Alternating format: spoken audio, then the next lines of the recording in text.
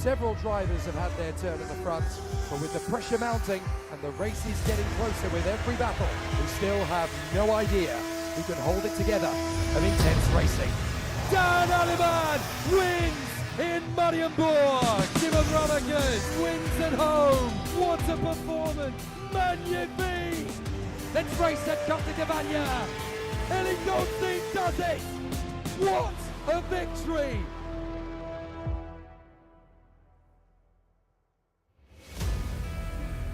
Good morning everybody, bonjour à toutes et tous, welcome to the Karting F1 International Raceway of Mariembourg in beautiful Belgium. Happy to have you here for round 2 of the IAME Euro Series 2023. Welcome to the south of Belgium, 11 degrees Celsius, broken clouds on this beautiful karting of Mariembourg, one of the oldest tracks still in action in Europe and one of the true temples of karting at its best. My name is Guillaume Alvarez, my pleasure to welcome you here for round 2 of this beautiful competition. Anthony Jordan by myself. Anthony, always a pleasure to be with you as we gear ourselves. Welcome back. We gear ourselves for the first of many races that we're going to have together to live on track today. Yes, indeed. We've got 24 races today, 37 over the weekend. We've already completed 3, but it is going to be a roller coaster of racing that we're going to see. The threat of rain is in the air, the tension's palpable, the mechanics are primed and ready to switch from slicks to wets all the way throughout the day. It was super foggy this morning, that's thankfully cleared as you just saw from some of the live pictures you just saw. But today is going to be a very exciting day because we're going to see who's going to be quick. This is the first time we're in Belgium this year. Of course, racing for the IAME Euro Series. It's a tight, twisty circuit. It's more familiar than what the UK drivers would see, but of course the Belgians very clear with it as well.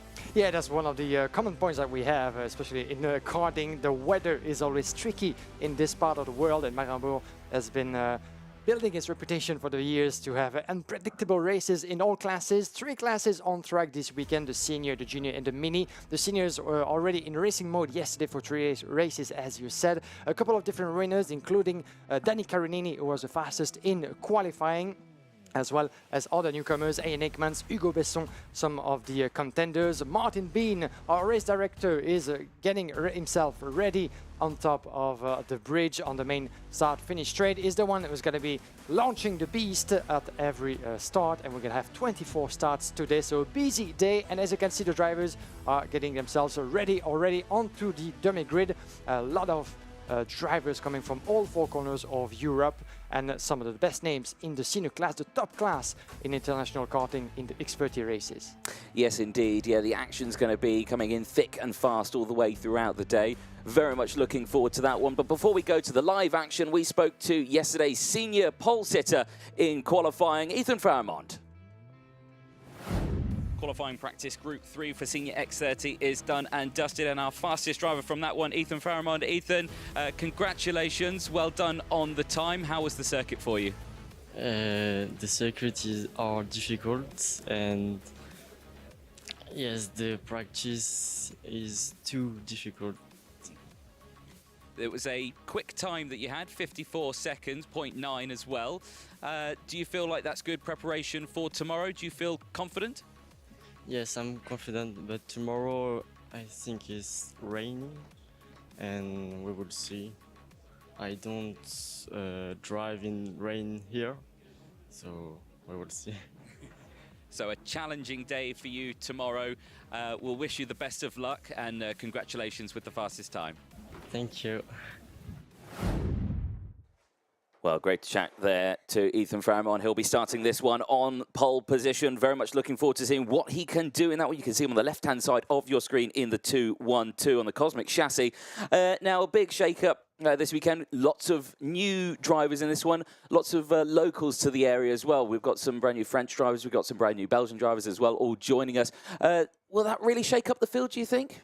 Yeah, very likely so, actually, because throughout the 93 drivers that we have in seniors, we have a lot of them who can play a big part at the front. You know, we had 3 different winners, some of the names we've been used to see fighting for victory. But as you said, competing on home soil here in Belgium always brings a lot of Dutch, Belgian, French drivers that have been competing here for the past few seasons, not only in the local championship, the IAME Series Benelux, but also in the IAME Series France, Netherlands, and all those supporting races. Some of the drivers have been coming here before to get ready for the IAME Euro Series, and the green flag is waving in the air. Still no rain on the horizon as the first qualifying heat, B versus C, is gearing up. The drivers will have 2 laps to get themselves ready. The first one to put the tires up to temperatures and the other one to get the grids all together. Let's talk you through the grid.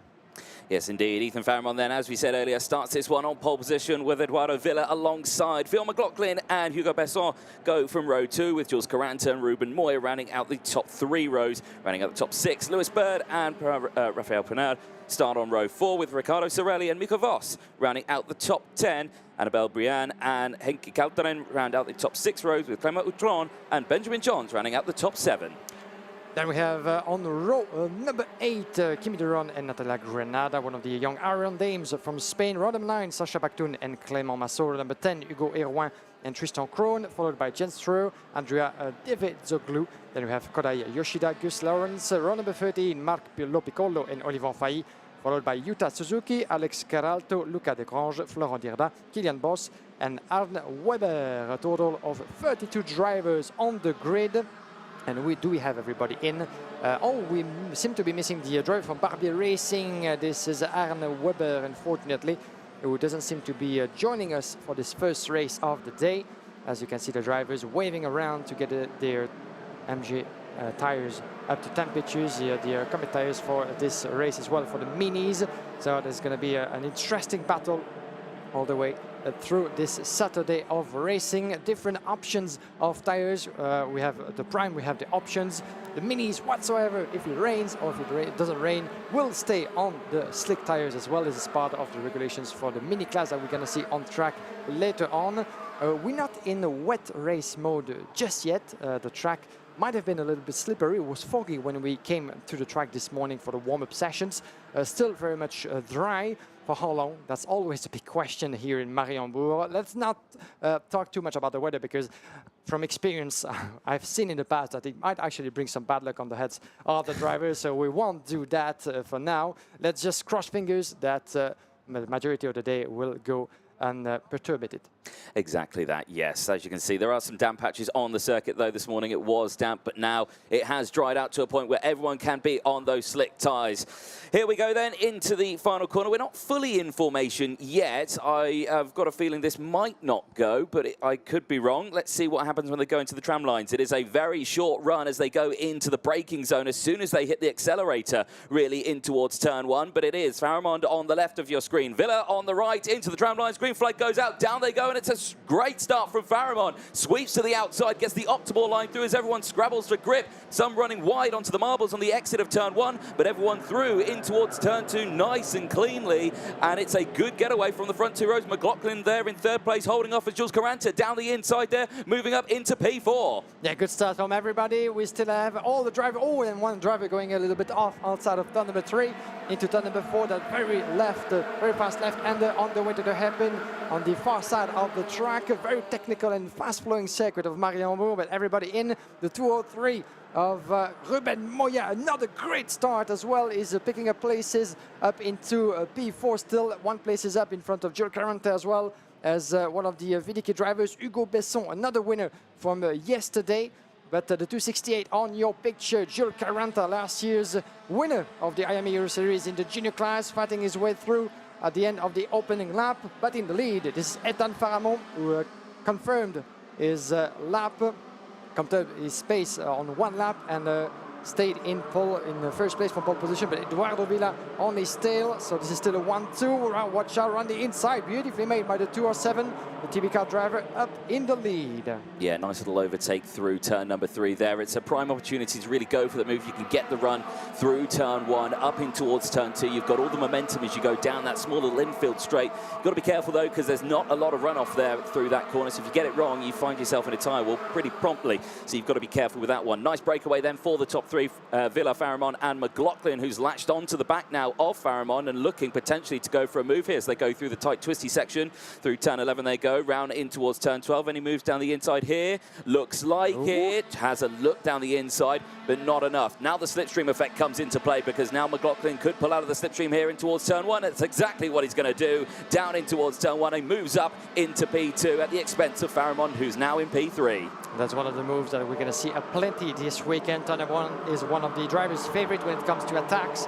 And Phil McLaughlin just did that brilliantly. This is where he lost his first qualifying heat yesterday to Ian Aikmans, who kept really chasing him for the entirety of the race. And as we said numerous times, in Mariembourg and very much so in the IAME Euro Series, it's about the management of tires, because those drivers only have 2 sets from qualifying all the way to the superheat on Sunday morning, and then 1 fresh set of tires for the final. If they choose to do so, they're free to use the compounds the way they like, but this will be, generally speaking, the strategy that the drivers will certainly use for the most. Eduardo Villa, in the meantime, taking advantage of the battle behind him. McLaughlin in P2, as we said, Faramond in P3. Let's watch back what happened. This is the move for the lead into the entry of the second lap. Eduardo Villa around the inside in turn number 3. No trouble at all for the Italian driver, and it was a little bit early certainly to go aggressive from Ethan Faramond, who find himself chasing Phil McLaughlin. Hugo Besson, the teammate of McLaughlin, down in P4. Ruben Moya in P5. He had a great recovery yesterday, Ruben Moya, from that position up into the lead.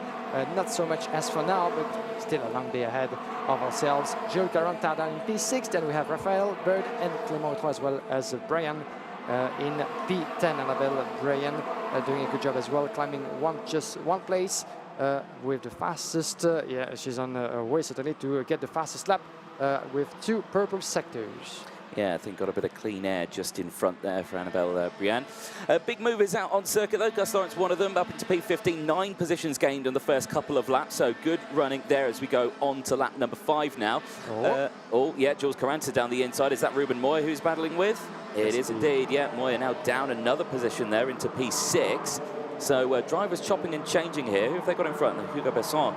They're just in front, and then it's all kicking off in the background there because there's a bit of a scrabble just going on behind them as well. So there's battles all the way throughout this field, just off camera, but you can just see the main ones that you're seeing here is Caranta again. Like you said, last year's junior X30 champion has been thrusted into the world of senior racing, and I've got to say, has done quite well, hasn't he? Yeah, Jedi Racing has always been quite efficient in those races. Tom McKinsey, his teammate, was on pole. And the driver with the yellow crash helmet is doing a great job indeed for his first year in the senior class. Tom McKinsey, who started on a very nice note as well for the opening round, and is going to be willing to confirm here for round 2. Let's see what they can do on the inside of Hugo Besson, beautifully made for Jules Caranta. And there he goes, around the inside of Hugo Besson. And this is the battle for P4 now, as a Frenchman again in front of another Frenchman. And watch out for Ruben Moya on the inside. There he goes into turn number 3. That was a clean move where there was pretty much no space to do it. Yeah, exactly. That was a late move there from Moya. Now Besson's under pressure from Clément Autroy, who's now trying to get down the inside, and he does get down the inside through the top section of the circuit. That looks like through turn 6 that they got that one done. Down now they go in towards turn number 8. They're in the mid-pack of this twisty section, and a lot of drivers actually preferring this section over the higher speeds of turns 1, 2 and 3. As they go back down in towards turn 12 now. No changes just yet, and they make their way back across the start-finish line. So far then, so good. Pretty tame for the top bunch. It's everyone's kind of settled into a rhythm now, haven't they? And again, this is understandable. It's only some of these drivers, it's their first heat of the weekend. Of course, tyre management is the main thing that these drivers have got to be careful of, really, hasn't it? Especially, yeah, around the inside, a 3-2-7, beautifully made by Brian on the Raphael. This is for P8, for the back in the top 10. But as you said, the track might be a little bit slippery as we had colder conditions to start the day with. So, you know, an extra factor that those drivers have to cope with in terms of managing the tires. They don't want to get those tires to slide too much onto the racing line. A couple of people already with the grandstands that's going to be filling up throughout the day. I'm sure a lot of people actually. You only had half of the grandstand on picture, but it's pretty much full as we get the day going here with a lot of racing, as we said, 24 out of 27 qualifying races to get the grids ready for tomorrow's superheat. We're going to have 2 superheat by class, but this will be for tomorrow morning. Before that, we need pole sitters and we need points as well awarded for the overall ranking. Eduardo Villa on his way to what would be his first win of the weekend. He has half of a second in front of Phil McLaughlin. Nathan Faramond on the same pace pretty much so far as his fellow countrymen. So maybe he's not entirely finished yet for Eduardo Villa. No, exactly, yeah. Eduardo Villa doing well, though, at the front. But last lap that they did, granted, they were pretty much the same, but fractionally faster from McLaughlin. So McLaughlin here maybe with that opportunity to try and go for a move. This is the battles a little further back. You saw Lewis Bird just at the back of this. Annabelle Briand just in front. Then you've got the 2 French drivers of Besson and Outron who are battling against each other. The 2 VDK drivers doing a sterling job where they are. And you would think at this point they're just going to be working together, maybe more teammates. You know, it's a championship, it's not a one-off, it's a heat race. It's just, you know, get the race done, look after everything and sort it out.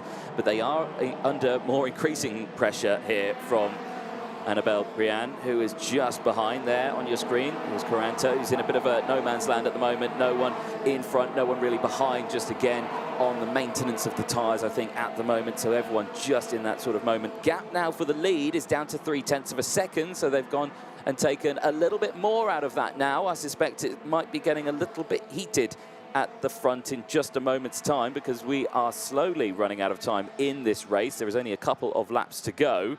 But again, this circuit really playing into hands. I think this is a proper driver's circuit, this one, isn't it? Very technical, very twisty, not a lot of rest time for them. Yeah, it is. This is some sort of an old school track, not a lot of runoff areas, as you can see, a lot of grass, a lot of gravel as well, but not a lot of space for you to make a mistake. But as you can see, the drivers of VDK trying to work together, but watch out for Annabelle Briand, who sees that she's currently faster than the 2 VDKs, as by the look of it, Clément Outron doesn't seem able to take Hugo Besson any further than that. And watch out for the move as well on Annabelle Briand, because Lewis Bird is seeing the opportunities as well on the horizon. He was just trying to get a line on the outside in the hairpin on the other side of the track, but it didn't go through. Quite a tricky part of the track to play with, but one of the favorite spots of the driver. There's so many overtaking opportunities around this layout of Mariembourg. And Ian Ekmans, actually, who had one win yesterday for himself, told us that you can expect pretty much a move at every corner during the races. So let's see about that.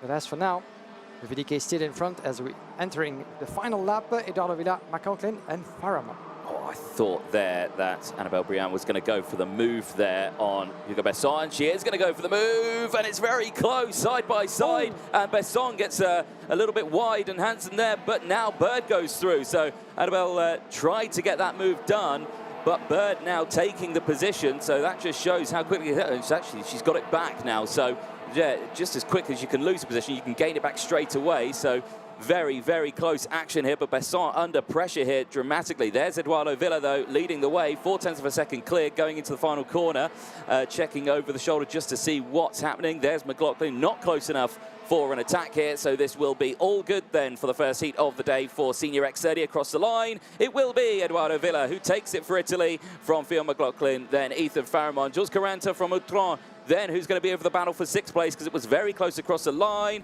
It is going to be Besson from Briand, Bird, Calteren and Raphael Prenard. Gus Lawrence at the end of that rounds out the top 11, 13 positions gained.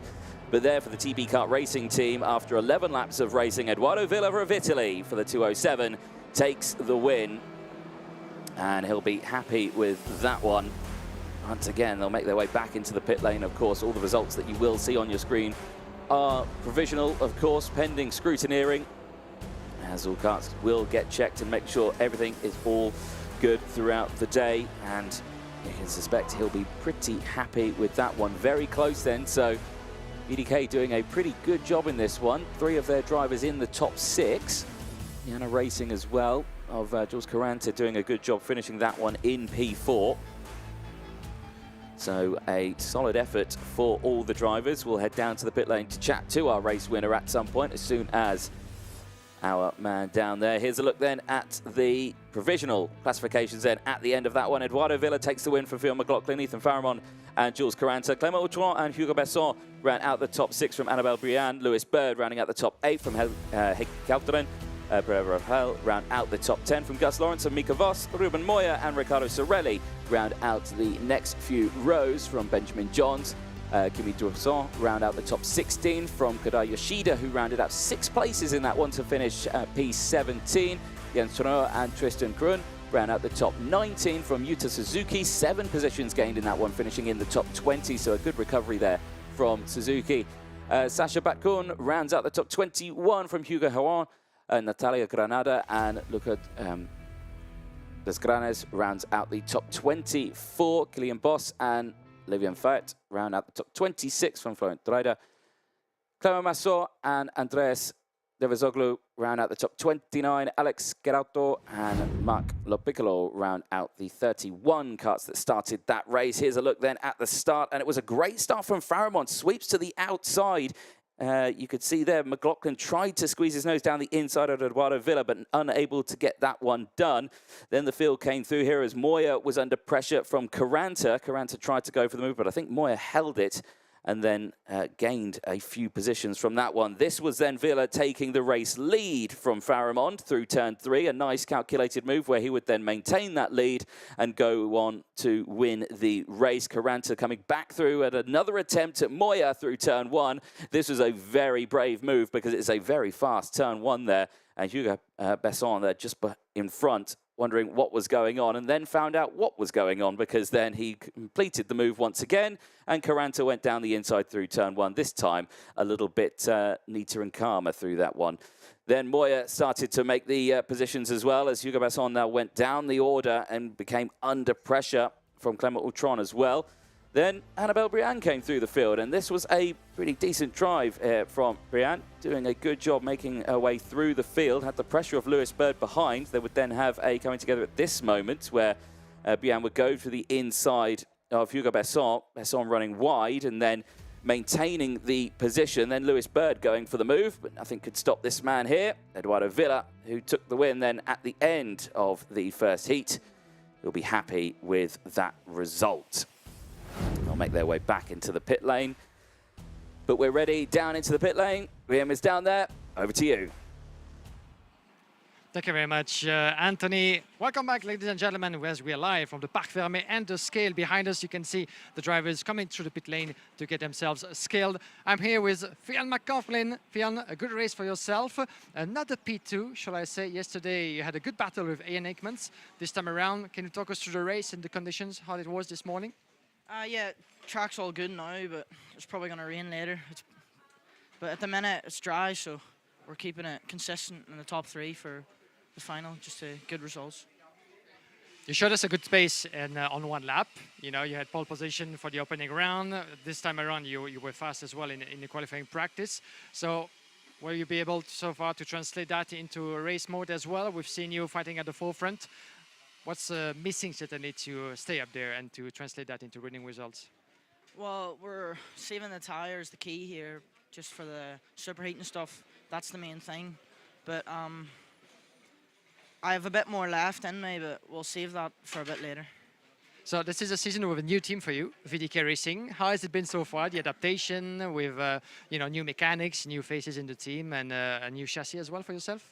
Yeah, I'm enjoying it. It's good to have a change sometimes. It's enjoyable at the minute. It's going well. All right, fantastic. Thank you very much for talking to us, Scott McLaughlin, and good luck for the rest of the weekend. Still a long way to go. Thank you very much, Anthony. Back to you. Thanks, Graham. Yeah, great to chat to Finn McLaughlin there. He'll be happy with that result, finishing that one just in P2. Next race then is upon us. You can see them lining up there. It's qualifying heat D and E for Senior X30. It'll be the 5th time that we see the seniors racing so far this weekend. There were 3 races yesterday. We've just had our 4th. Now on to P5. That is how maths works, basically. There on the left-hand side of your screen, you can see the 250 and the Tony car, Ian Aikmans, who is starting this one on pole position. Had a pretty brilliant day, and you can see the 1-minute board going up. This is going to be an interesting one, though, because he's got Sam Shaw alongside. You can just see him there in the premium karting outfit and the 322. Two very quick drivers in this field, as well as the rest of the field, all very respected drivers in this paddock. And you can imagine the start of this one's going to be a very interesting one. It's a short run into the braking zone for Turn 1 when they start these races. It's quite an interesting way they start here, because when they leave the pit lane, usually at some circuits they will leave on the other side of the start-finish line. This time they leave straight into it. So it is a very interesting circuit, and I've got to say, I'm a big fan. Next race then on your screen, Senior X30 qualifying heat D and E. Let's have a look at how they will line up, because it is another busy old grid. 30 drivers in total, and Ian Edmonds will start this one on pole position with Sam Shaw alongside Raymond Blanc, and Andy Rattel round out the top 2 rows with Luca Griggs and Sam Balota on row 3. Julian Kamen and Andrea Martinez round out the top 4 rows with Louis Johnston-Cool and Malo Bollier rounding out the top 5. Adam Raleigh and Arthur Fassort round out row 6, with Mathis Machot and Kevin Latinga rounding out row 7. Andrea Piovano and Tobias Norman round out row 8, with Eduardo Dominguez and Ana Malaysia rounding out row 9. Jona Loop and Ilias Prevost round out the top 20 on row number 10. Marcus Glup and Matthias van der Kerkhoff round out row 11, with Matteo van der Kerkhoff just alongside, or just behind, I should say, on row 12. He's got Mark Granada for company. Miguel Silva and Bart Harrison round out the top 13 rows from Gilles Renman. Speaker room and the Parc Fermé, where we're going to give you guys as many interviews and live action as possible. It's quite consequent, you know, so yeah, I'm quite happy to have a bike this time around to be able to, you know, be faster, first of all, and to be less on my legs, even though it's good for the sport, it's good for the breathing and everything, so, you know, let's not complain. But what I do worry about is the next phase of weather that we might be expecting in Mariembourg. So far, so good. It's still dry above our heads, but a lot of clouds gathering on the horizon, as you can see on the screen. Yeah. So might not be looking that positive, but fingers crossed. Well, from our point of view, it's a positive thing because we're inside. And we're dry and we're warm. For everyone else, though, it's a different story. Yeah, you can just see it's coming out over the quarry that's just at the back of the circuit. You saw it in the previous shot there. Dark clouds are looming, and that should make it very, very interesting here. But for the time being, it is declared a dry race. Look at the marbles that have already formed just in morning warm-up in the first heat that we've had today. Absolutely incredible. Here we go, though, in towards the tram lines. Ingmens on the left-hand side, Shaw on the right. Into formation, wait for the yellow line, wait for the green lights. They go out and in towards turn 1 we go. And it's a great start from that inside row. Engmans holds on to the race lead as they go 3-4 wide in the background. There's a bit of contact in the midfield as everyone jostles for position. Kart's going down the inside, and that's a fantastic start by that driver. Who is that? I'm trying to see, can't quite see as they go past our screenshot there. But everyone with a pretty decent start there, all looking calm and collected so far. Yeah, I think it was a... Oh, Sam Shaw to the lead, though. Sorry, Guillaume. Battling for the race leaders. Back down the inside, Engmans. And is that Andy Rattel? It is Rattel, who's up into P2 now as Sam Shaw gets demoted down into P3. This is excellent stuff. You can tell it's the first lap of a race, can't you? Yeah, already battling along for first positions. I think the driver is having a good job as well. Was one of the Dream Racing competitors, but look at the battle we had. Sam Shaw actually going around the inside of turn number 7. One of the few corners where you don't get to see a lot. And one on the inside, keep on going for Andy Rattel, who takes the lead at the end of the opening lap. So what a move that is from the QBK Racing driver, going defensive already on turn number 1. Might not be the brightest idea because we are only getting started into this race. Maybe they're afraid of the rain coming, but they're battling, struggling for positions and killing maybe the tires a bit too soon. Maybe so, and I just want to say it was Adam Raleigh who's come up in towards P4. 7 places gained, and I can't take it away from him, but I also can't take it away from Arthur Fassort as well. Also 7 places gained. They had an amazing start from the 6th row of the grid. Right down into this field, and they've done a brilliant start, and I don't think they've used too much tyres. And now, as Raleigh goes for the move on Sam Shaw, fails through the corner, has to concede the position, stays there as a nice train forming. But Andy Rattel starting to open up a gap here. Interesting indeed, Andy Rattel taking advantage of the battle behind. Oh, and one of the VDK drivers is out. You just saw that in the corner of your picture. He just went cross-country between the escargot de turn number 9 and the end of the lap. It was Sam Balota. Oh, that's quite unfortunate for Sam Balota. There you can see the 206 trying to get back on his own. He, of course, the rule book says that he doesn't, the help from any marshals is forbidden as for now, unless he's going to be retiring. Hopefully he can get back and get the engine going again. I think it seems to be the case for Balota. But the race is pretty much done and dusted for the Belgian driver, and such a shame we didn't get to see what happened. Maybe we're going to have a replay later on. But was it the result of an incident, a touching of the wheels, or a mistake from the driver? But Sam Balota is one of the top names of the category, not only in Belgium, but in the IAME Euro Series as well. Around the inside goes Sam Shaw. Oh, and a bit of a contact there. There was a Sam Shaw with Arthur Vonzor, wasn't it? The 323 of VDK. Arthur Vonzor dropping a place against the like of Sam Shaw when in P4. But that was a ballsy move, but he made that stick beautifully. But Sam Balota was P3 in the opening round in Zuera, and now find himself at the back end of the grid, which will put him in a very, very difficult situation for the next races as well, because he's going to drop not only a pile of points and positions, he's going to have to really secure the results that he can, as in the meantime, his fellow countryman Ian Ekmans take back the lead in turn number 3. Andy Rattel very smartly didn't go aggressive, didn't go defensive. He knows he still have a lot of laps on his hands to try to fight back. Yes, indeed. Plenty of time left in this race. It is still early doors out there as the dark clouds loom ever closer. I've got to say, the lights in the commentary box here are becoming ever more useful as the light dims out on circuit. Eduardo Dominguez with a investigation flag, possibly for the start of the race. Not too sure, as some of the drivers are going down the field. Not sure if they've gone off the circuit or they have got a transponder issue. I think someone hasn't crossed the line. It is Eduardo Dominguez who hasn't crossed the line there, so that's an interesting one. I thought we saw Rattel going for a move down in towards turn 1. No, stays behind, just checking something on the kart. So now they've got themselves into a rhythm here. Everything seems to have calmed down. There's a breakaway of 9 karts as for P5 that's changed. That's Andrea Martinez on the inside of Louis Johnson-Cool. That's now updated that position, and a change there as well for P3 as Sam Shaw's gone up in front of Raleigh now. So now Sam Shaw up into P3. So changes coming in thick and fast as they go into this infield section here, and Louis Johnson-Cool again just trying to get a move done there on Martinez. But unable to. Vassort got through as well. So very interesting developments in the early stage of this race. And we're here back with the leaders into the mechanic driver, as the drivers come back in front of the bridge for the mechanics, where everybody's gesturing and giving the pieces of advice about how to deal with the pressure, how to manage the race so far. Lap number 6 out of 11. And as yesterday, Ian Ekmans finds himself in first place with the pressure of Andy Rattel and Sam Shaw behind. For the anecdote, the driver in the lead, Ian Ekmans, a familiar name in the world of karting for a good number of years now, but not in Belgium, will you believe it?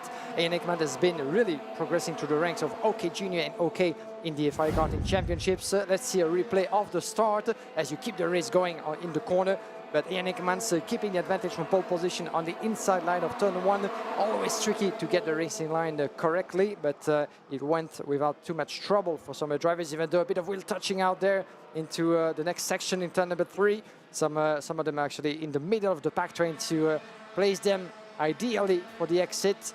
And on the inside, that was the move actually in turn number 5. It was from Sam Shaw, but as doing so, he opened the door just a tiny bit for Ian Ekmans to dive around the inside to the hairpin, taking Andy Rattel with him for P2. So that was a good section of moves as Andy Rattel replicates just straight after a couple of corners later to take the lead, as Ian Ekmans in the meantime, well, swapped the positions again. Yes, indeed. Ekman leads from Rattel, from Shaw, Raleigh, Martinez, Vassort, Kaman, and Johnson-Cool, Latinga and Malaysia rounding out the top 10. Big movers out in this one though. Anna Malaysia, 8 positions gained, good start. Bart Harrison for the UK from Mick Barrett Racing, he's gained 11 positions in this one. He's up to P15. Also Lucas Frederic for Spain, VDK Racing in the 307. He's up 10 places. Also he's up into the top 20. So good start there as down in towards turn 12 we go. To finish another lap. Rattel right on that rear bumper will have the slipstream here. Will he go for the move in towards turn 1? Yes, he will go for the move in towards turn 1. Gets it done on him, Ian Ekmans, and Shaw now possibly with a move here. If he feels like there is an advantage to go for it, if he feels a weakness here in Ekmans to go for it, but no, stays behind as they go through turn number 3. Checks over the shoulder just to see what's happening. You can see the close company of Andrea Martinez just behind, but not able to do anything about it. Top three still absolutely line astern. This is very, very close now. And again, this is what we're talking about, this circuit. When, you get the fast open circuits like Duero, where we had the first round of the IAME Euro Series. Now we come to a tight, twisty, cold circuit in Belgium. It's a completely different set of circumstances these drivers have to deal with. Some benefit, some don't, as Rattel holds on to the lead. And in that particular corner, the turn number 12, just before the entry of the pit lane, this is way more bended than by the look of it on the stream. If you actually get to walk or drive on this track, you'll see that they're actually going downhill, as we have one of the Pantano drivers retiring from this race. Unfortunately, I think this is Miguel Silva. Yeah, it is, for the Pantano Racing team. Joining Sam Balota in the list of retired drivers, unfortunately for Silva from Pantano. Back with the top group. With Andy Rattel still in P2. Andy Rattel still in the lead, my apologies. Yannick Mann still in P2 and no longer, as Sam Shaw just made his way past into the hairpin. Beautifully made by Sam Shaw up into P2 for the premium karting driver. As and one of the drivers in trouble. Let's try to see who that is.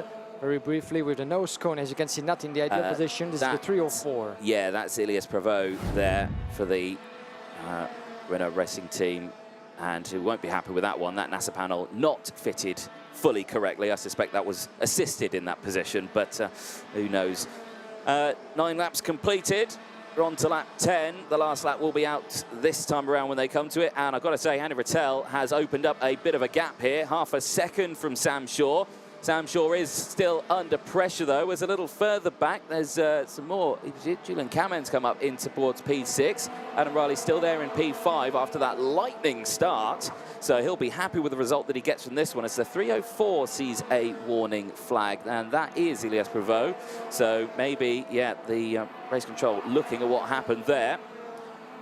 So Shaw still, as they go through this infield section, he's not going defensive. Checks over the shoulder. That is a sign that he's thinking, oh, what's going on behind me, because I'm not catching Rattel. So are they catching me behind? That becomes an issue, doesn't it? Yeah, Rattel, of course, is gaining experience for his second season in the senior class. 2 years ago, he won the very first edition of the IAME Games and had a pretty good start to his season with a P7.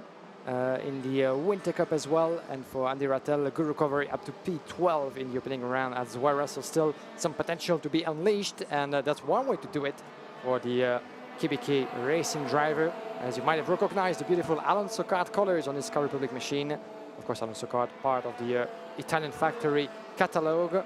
As we hear back with Ian Aikmans, the battle is still on with Sam Shaw just in front of him. Let's see who's going to end up on top. Those two trying to get clear from Julian Kamen. 2 places gained for the Dutch driver from the AGP racing team. Adam Harley follows in P6. Then we have also Johnson, Lantinga, Malaysia in the top 10 as they go around for the last lap of the race. No, this is checkered flag. This is checkered flag already. It's going as fast as you could expect. A checkered flag indeed, as I was looking away on my timetable. Now we have Andy Rattel, winner in front of Sam Shaw and Ian Aikmans. Well done to him. Yes, indeed. Pretty decent race there. And Andy Rattel will be happy with that one for the KBK competition team. From France, Andy Rattel takes the win after 11 laps of racing as they make their way back into the pit lane. From Sam Shaw, Ian Aikmans, after starting this one on pole position, can only muster a P3 at the end of that one. Andrea Mastines rounds out the top 4. Julian Kamen with a good race. He finished this one in the top 5. From Adam Raleigh, P6, and this one a brilliant start. I'm sure we'll see the replay of that one a little bit later from Arthur Fassort. Louis Johnson-Cool rounds out 8th place from Kevin Latinga, and Anna Malaysia rounds out the top 10. The drivers make their way back into the pit lane. We'll have a look at the provisional classifications as and when they do. And again, another race, a pretty decent one. Action at the start, cooled down in the middle, then rounded out nicely, I think. Yeah, it did. And the first win for Andy Rattel here in Mariembourg. As you can see the classification in full. Sam Shaw in P2. Another strong result for Ian Aikmans. A win yesterday, a P3 here on home soil. Then we have Adrian Mustienis in P4, followed by Julian Kamen, Adam Raleigh, Arthur Vonzor, as well as Louis Johnson, as by the look of it, does it seem to be starting to rain in Mariembourg? Yes, indeed. Lantinga in P9 from Arnaud Malaysia, followed by Rimmer Blanc, Luca Griggs, Malo Boyer, as well as Pirovano in P14, Merscott in P15.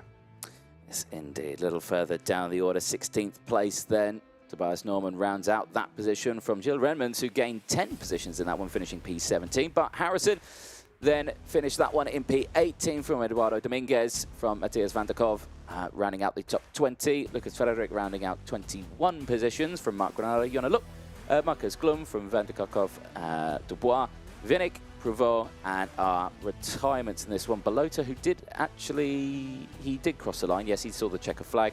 Miguel Silva, the only retirement out of the 30 cards. Now, like we were saying, rain starting to fall, but before that, let's have a look at some of the starts. And crucially, I want you to, if we can hold on to P3 for this one, or into turn 3, you'll see the comings together. You can just see there down the inside, Raleigh, who had a brilliant start on that one and came through this big field as they all came together, just snuck down the inside there and got about 10 positions in one corner. A brilliant start from him. A brilliant start indeed for the Dream Racing driver, who made his way up to P3 at the moment, before finishing in P6.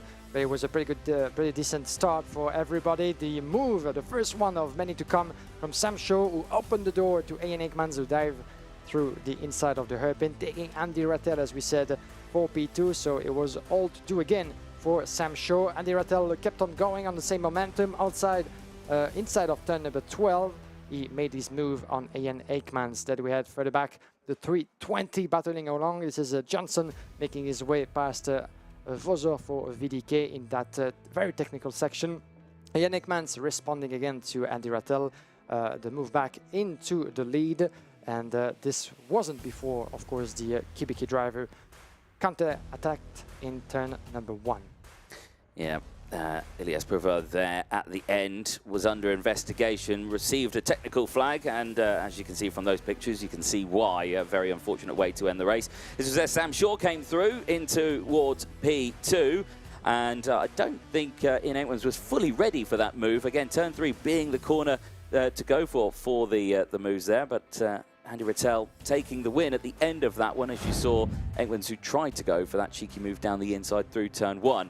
You can see from that footage there, the rain certainly falling, but there your winner from that one, Andy Rattel, who quite rightly puts on his woolly hat because it's quite chilly here, isn't it, in Mariembourg? Yeah, it is chilly, and as you can see the action from the pre-grid as the drivers are getting ready. And before we're going to turn ourselves to the senior class, we're going to hear from one of the drivers we got the chance to talk to yesterday. He's going to be starting from pole position for this race opposing Group A and F. He took the overall pole position yesterday in qualifying. We talked to Danny Carinini from Energy Corse. Qualifying practice Group 1 is done, and Senior X30, Danny Carinini. Danny, congratulations on the fastest lap time there. Brilliant session for you. I'm sure you're happy with it. Yeah, I did a fantastic lap. I think a really good slipstream, and I'm really happy. It's a good way to start the weekend, and I want to thank all the team, Energy Corse, Benelux, for the fantastic work, my engine, Grace, and I hope to finish where we are started.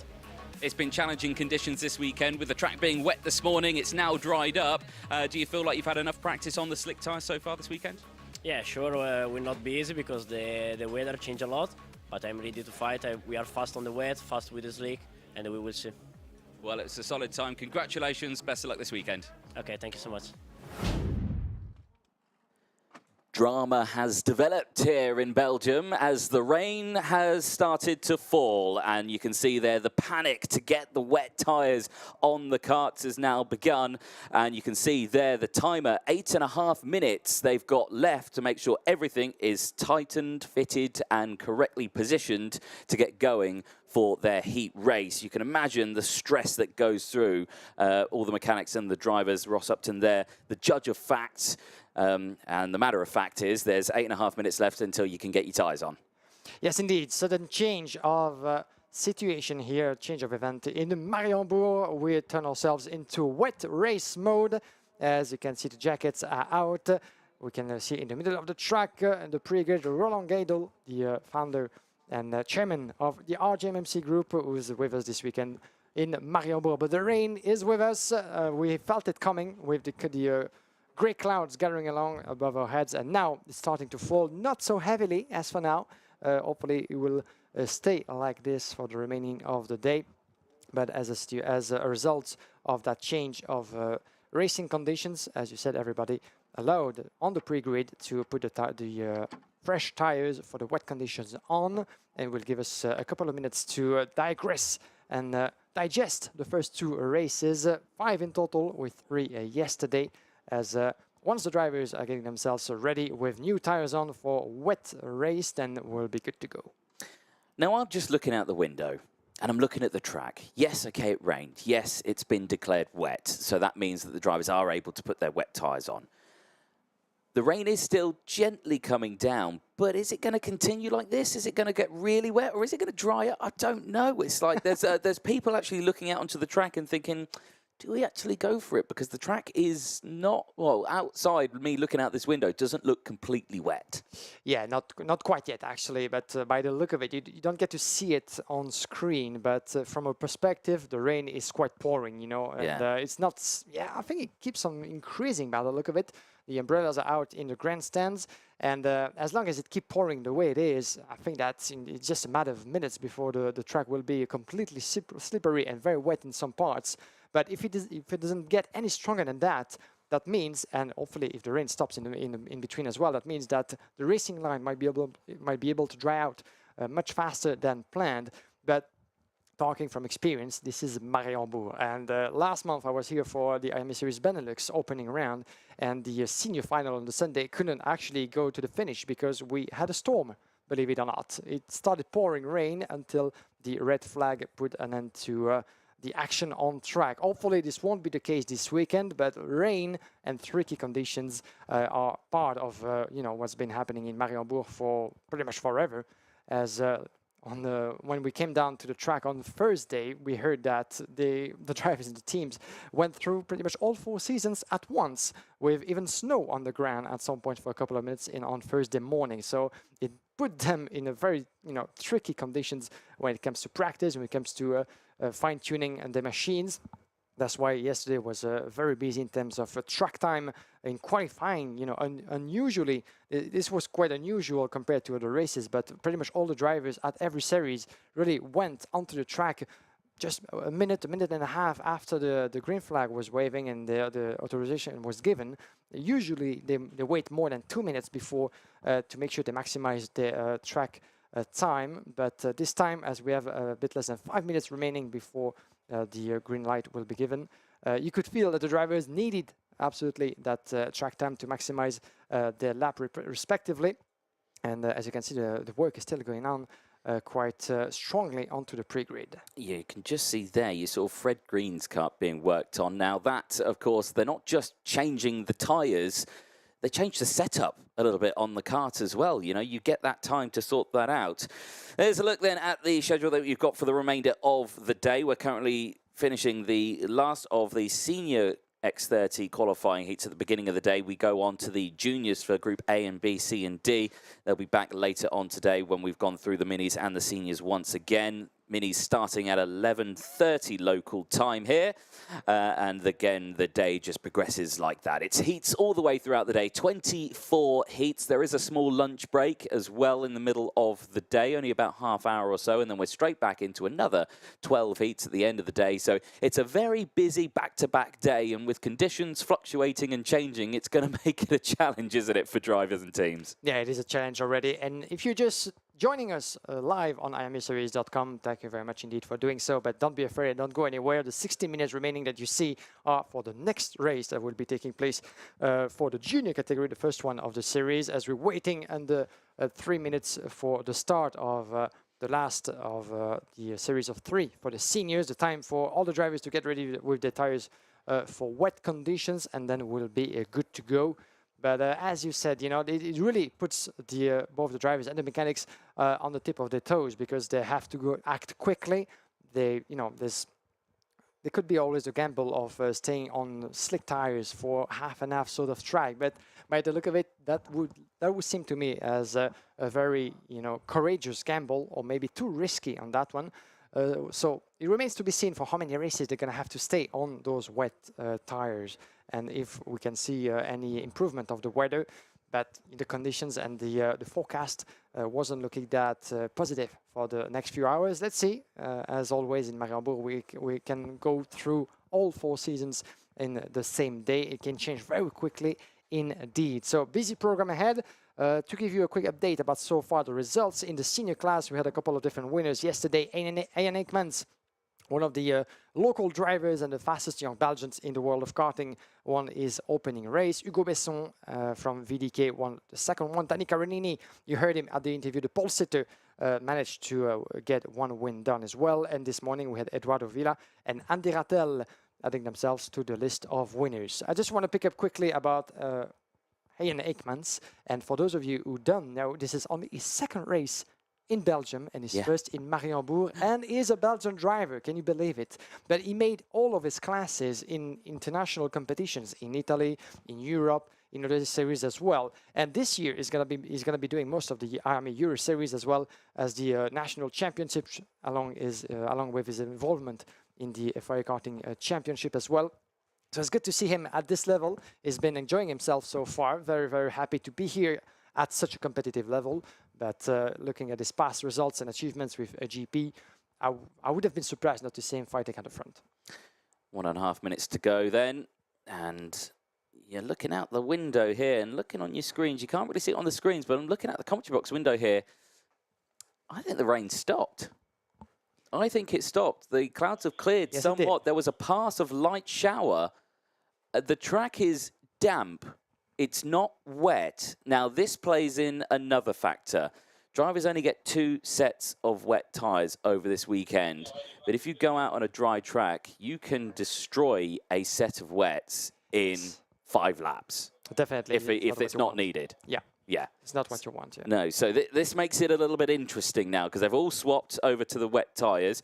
I don't know if a couple have stayed on slicks. I'm not too sure. It would have been an amazing move if they did. But I'm looking out on the circuit. The rain's not really coming down, and the track doesn't look as wet as they think it is.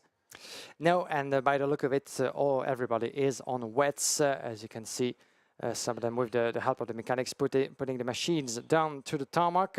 And as we're giving you those pictures, those footage right into the middle of the action, as it's running back and forth on the mechanics. This is Eli Goldstein. You can see the reigning champion of the IAME Euro Series and multi-time champion of Belgium. Is been dominating the local scene, both with a VDK, then with a GP, and this year with a TB kart as well. So a brand new challenge and a brand new program for Eli Goldstein, who put on the wet tires on. Is going to be starting from the 7th position on the grid on the inside line. Not the best of qualifying for Eli Goldstein, who's got used to better performance on 1 lap, certainly down to traffic or other factors coming into play. You can see as well one of the Pantano drivers, putting his hands into the concrete, into the dirt, so to speak, as they help the mechanics putting the tires in motion and everything. So it's always those interesting situations where you can see, the true partnership in action between mechanic and driver, because those sort of relationships are sometimes the key to performance. Oh, interesting. I called it. Someone has stayed on slick tyres. Now, who is that Belgian driver by the looks of it? Yes, it is Keanu Wellens, who has stayed on the slick tyres. And also there you can see Petra Babachkova has stayed on the slick tyres as well. So there is a handful of drivers who have remained on slick tyres, and I've got a feeling that might have been the right call, because as soon as the drivers on the wet tyres go out, honestly, I think 1 lap and there'll be a dry racing line. And those 2 drivers, Keanu Wellens and Petra Babachkova, right now, the sister of Teresa with the TEPS Racing team, are both starting from further back on the grid, but on the outside line, but on the racing line on the start-finish straight. So they will be on the outside on the way to turn number 1, but on the right, the right side of the track, when it's likely to dry out much faster than usual. Danny Caronini on picture, the standard bearer of Energy Corse Benelux, former winner of the IAME International Final with the wet tires on. Is going to be starting from pole position on the inside on the way to turn number 1. But an interesting gamble indeed from some of the drivers who have nothing to lose, pretty much starting at the back end of the grid. Yes, I mean, it might be a stroke of genius. It might fall to pieces because we could get another rain shower come midway through the race. We're not too sure. Looking at the horizon, it's looking pretty clear for the time being. We had a pass a moment ago. It looks like the rain's coming from, I'm not sure what direction that is, but it's coming from over the quarry at the moment. That's the way the direction's going. There is Matteo Giacardi for the T3M karting team starting on the outside row. Green flag goes out. Next race is Senior X30. It's qualifying heat A and F. Stay seated, get your popcorn at the ready because this could be an interesting one. Mixed conditions, the track was wet, it could dry. Half the grid is on wets, half the grid is on slicks. Here's how they're going to line up though. Danny Carinini and Matteo Giacardi round out the front row from Evan Gilter. Alessandro Tedesco round out the second row from Hugo Gillade and Aaron Ferranzano rounding out row 3. Ellie Goldstein and Fred Green round out row 4 with Thibaut Gillade and Louis Juan rounding out row 5. Teresa Babitskova and Henk Vick round out row 6 with Hugo Brun and Francois Delati rounding out row number 7. Row number 8, we'll see Loïc Sach and Hugo Trichard. Then we have Carly Atkins and Delano Wellens, row number 9, followed by Peter Stiller and Petra Babitskova. Then we have Otto Pikkonen and Keanu Wellens, Flores Costa and Charles Lambert, followed by Alex Moore, Victor Kulmala, Alexander Ruta, Solange Knoll, Alex de Schepper, Romuald Bocquet and Eduardo de Court. A total of 31 drivers on the grid, and we do seem to have everybody on track with us. And if you're joining us right now, this is Wet Race live from the Karting Defined of Mariembourg. Everybody on wets except at least 2 drivers that we get to pick up on the grid. Delano Wellens and Petra Babitskova from 18 and 20 respectively. Did you pick someone else? Yeah, you can see Wellens there, and you can just see how he's trying to get through. You can see it is slippery. Yes, it's slippery right now. But I suspect as the race progresses, dry lines will form very quickly, and that's where the drivers on the wets will start to be in trouble. This track, I don't know how quickly it dries up. Your experience here? Yeah, what do you think? Pretty much fast, but depending on the patches of the track, because you have the part that you can see on the left of your picture with the turn number 5 on the way to the hairpin, and the turn number 2 are actually very close to some trees over there, you know, so there's a bit of shadow as well and a lot of humidity, more than you might actually find on other patches on other parts of the track. The hairpin as well on the far side of the circuit is close to the forest as well. So that means that whatever happens with the rain, you might actually end up with patches of, you know, more slippery track in those parts of the circuit, because it will take more time to dry out no matter what happens with the racing line. The racing line might be a little bit better in terms of grip, but the outside as well could still be very treacherous. And on that corner where we're going, downhill pretty much, so to speak, to turn number 12, just before the entry of the pit lane, that's another tricky part as well, when it's actually a little bit bended on the inside of the turn. So that means that there could be some standing water or standing humidity on the racing line, and you have to be careful where you put your wheels. Yes, indeed. Right, this is going to be an interesting one. Hold on to your seats, folks, because this will be exciting. It's Senior X30. It's qualifying heat A and F round the final corner and into the tram lines. Carinini on the left, Giacardi on the right. Wait for the yellow line, wait for the green lights. Lights out and in towards turn 1 they go, and it's a good start. Different racing lines coming in thick and fast as everyone scrabbles to find any grip on circuit as they go through. I'm not sure who's quite leading at the moment. It's still Carinini who leads the way. So that outside line worked in favor there as he maintains that position. Down in towards turn 3 they go. Everyone squabbling to the inside line. Everyone 3 wide. One of the Falcons in a sandwich there of karts gets through as Teresa Babitskova runs a little bit wide. The slick tyres at the moment are at the back of the field. They've got no traction, but I suspect that will change as the race progresses. Yeah, let's hope so for the drivers on slicks. But as you've seen, a great racing line on the outside, but Danny Carinini was able to cross on the exit to Matteo Giacardi, as Alessandro Tudisca, the Belgian driver, is being investigated. The driver is still trying to find a bit of touching from one of the General Racing drivers who was there into the escargot, the last part of the track. Ellie Goldstein fighting his way through up into let's try to see that in front of Hugo Jala, the 316. And still, even though they're on fresh tires on the inside, there he goes. This is from Thibaut Guélard on Fred Green by the look of it, but the driver is still trying to find the best racing line, working the grip out of the tires, putting them up to temperatures as fast as possible. Lap was completed, and we have Danny Carinini, Evan Gilter putting himself into P2 from Matteo Giacardi and Tudisca. That's quite unfortunate for Alessandro Tudisca. The 265 is being investigated as he runs in P4. Yes, indeed. So an interesting start there as chopping and changing as Gillet goes down the inside of Juan, moving up into P7 now. So Danny Carinini leads the way from Evan Gilter. Giacardi still there in P3 from Alessandro Tudisca. Green still in front of Goldstein, but Goldstein's on a quick run here and is trying to go for the moves. There you can see Fred Green trying to get the move done on Alessandro Tudisca there. Unable to do so as they enter this infield section, and keep an eye because now Goldstein comes through and Eli Goldstein up one more position, moving up into P5 now. Goldstein as he tries to progress through the ranks at the end of lap number 2.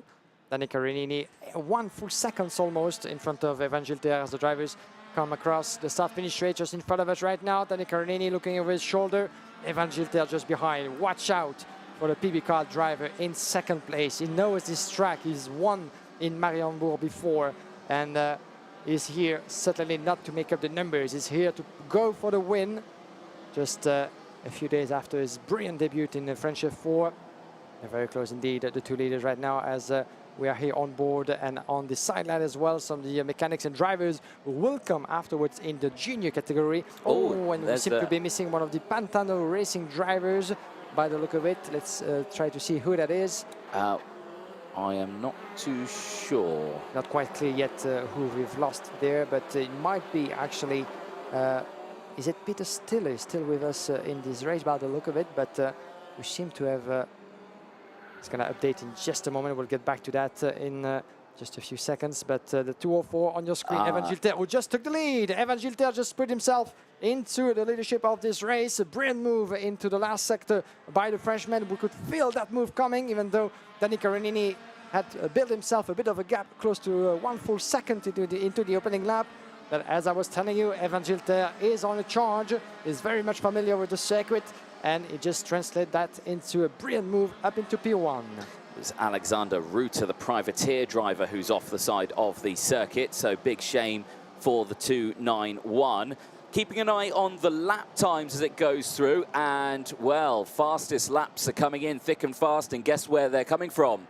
The back of the grid, folks. It's starting to dry up out there, and now we start to see we're only on lap 4 of 11, so I suspect we might start to see some drivers. And look at Petra Babichkova just flying through the field. It's off screen. I'm looking out the commentary box window, but it's all starting to kick off at the back of the grid now as the slick tyres are coming into play. Yeah, let's see what's going to happen. She has still a long way to go into this race, and a lot of places to try to recover, as we are here with Eli Goldstein run inside of Matteo Giacardi for P2.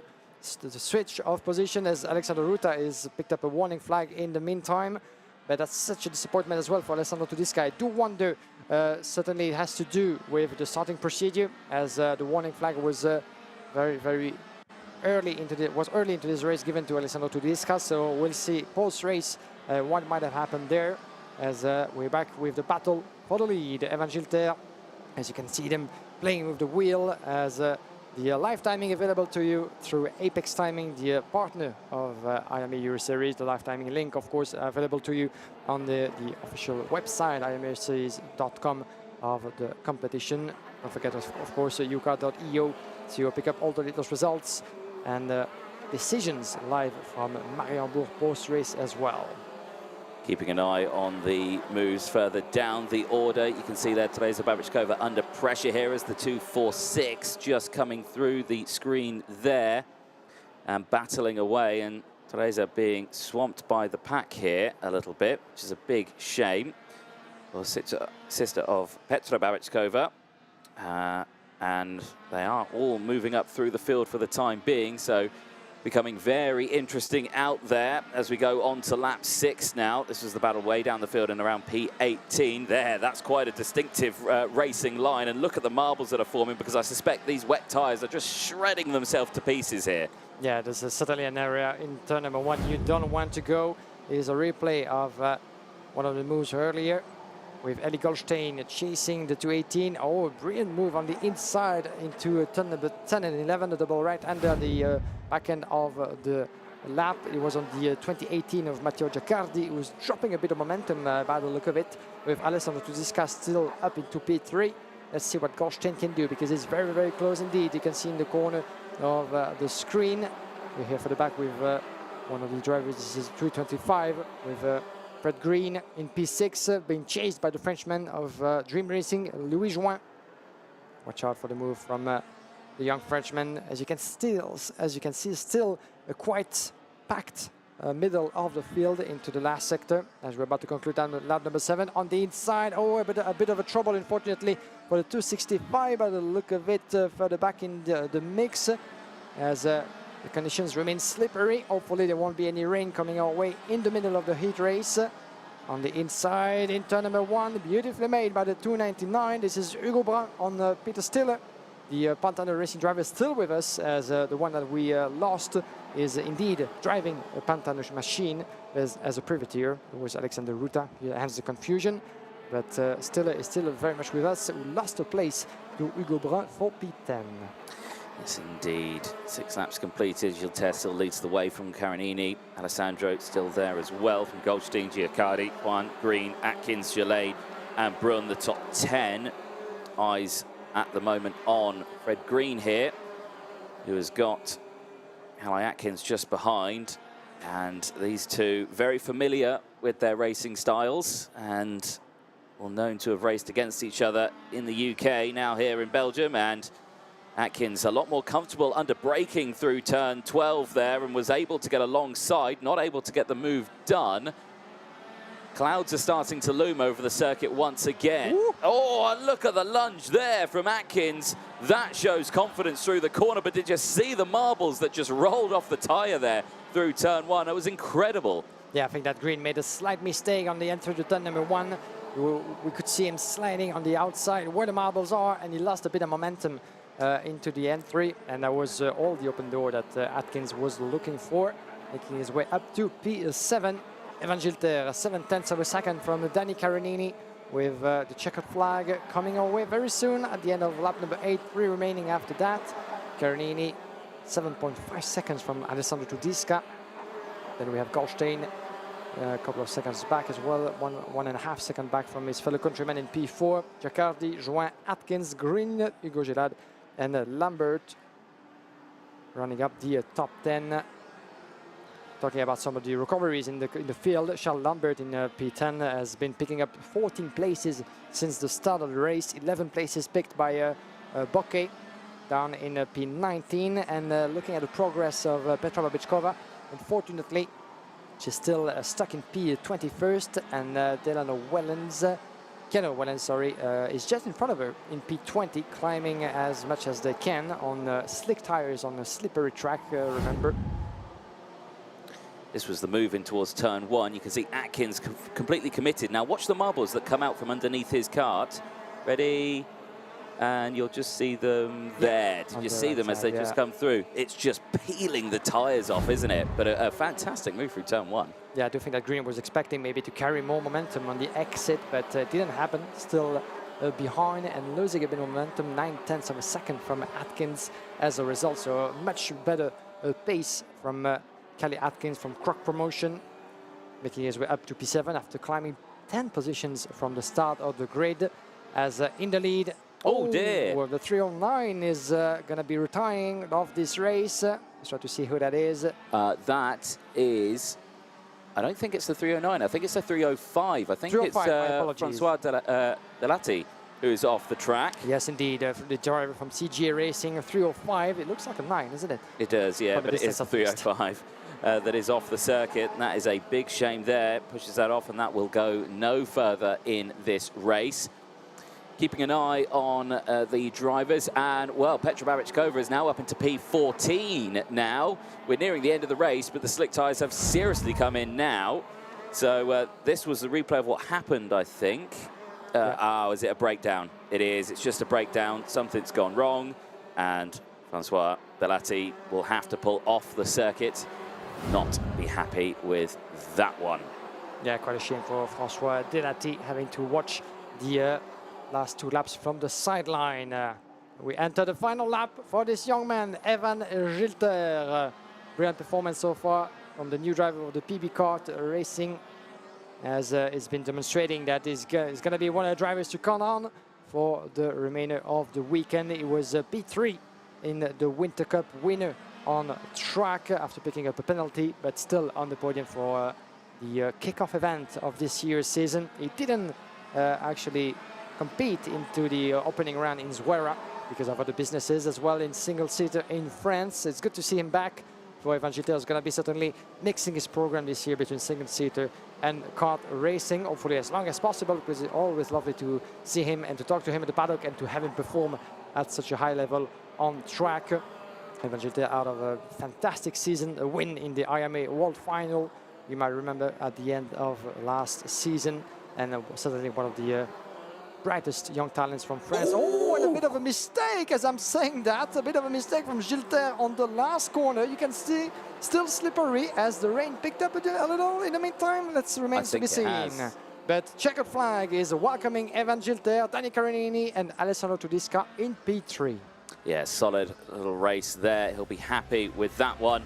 So all good for Evan Gilter, and I would very much like to see a look at those tyres when he comes back into the pit lane, because I suspect they will be, well, a bit worse for wear as more karts and more drama here as the 316 is off the circuit. And who is that? It's Hugo Gillade. So Hugo, who was up in the top 10, he was, and now, yeah, he's tumbling down the order, falling down the order. Everyone's gone past. He's now going to be 17, 18, 19. What happened to Hugo Gillade? It was down the inside. He was side by side. He was battling there with the 2-3-0 of Otto Pukkanen for the EGP Racing team. And there was a coming together between the two of them as once again the rain is starting to fall here. And they got away with that. That was one of those races, a very tough call for the teams to go on either wets or slicks. And I think slicks may have been the call on that one, not too sure. There's a look then at the provisional classifications at the end of qualifying Heat A and F. Gilter takes the win from Carinini, from Alessandro Tedesca. Eli Goldstein from Matteo Giaccardi, then round out the top 5 from Louis Juan. Calais Atkins from Lambert, Brun, Green and Pukkanen, who round out the top 11. Kulmana from Stiller. Henk Vuk rounds out the top 14 from Daniela Wellens. Lawrence Sash and Teresa Babichkova finishes in P17 from Hugo Richard. Ramold Bouquet round out the top 19. 11 positions gained at the end of that one, so good run there. Aaron Ferrazzano dropping down into P20, dropping 14 positions at the end of that one. Big shame. Alex De Shepper gaining 8, finishing in P21 from Céline Canol, running at the top 22, 6 places gained from Thibaut Gillade, who at the end of that one finished in P23, also dropping 14 positions. Eduardo Decote and Alex Muir, Hugo Gillade and Petra Babichkova, Floris Costa and Keanu Wellens round out the top 29, 2 retirements, Francois Delati and Alexander Ruta. There's your race winner, though, Evan Gilter. And there's Petra Babichkova, who crossed the line and then came to a stop. And now I'm not sure what happened at turn 1, but the kart's off the track, so maybe a breakdown, not too sure if it's a mechanical failure, because the rain did start to come down again as the race finished. So not sure if it was a spin off the circuit or just a breakdown, but as you can imagine, Petra will be very disappointed. Well, down in the pit lane, Guillaume is down there. Guillaume, over to you. Live from the scale and the Parc Fermé, where there's plenty of activity, and I'm here with Evan Gilter. Good to have you back, first of all, in the IAME Euro Series.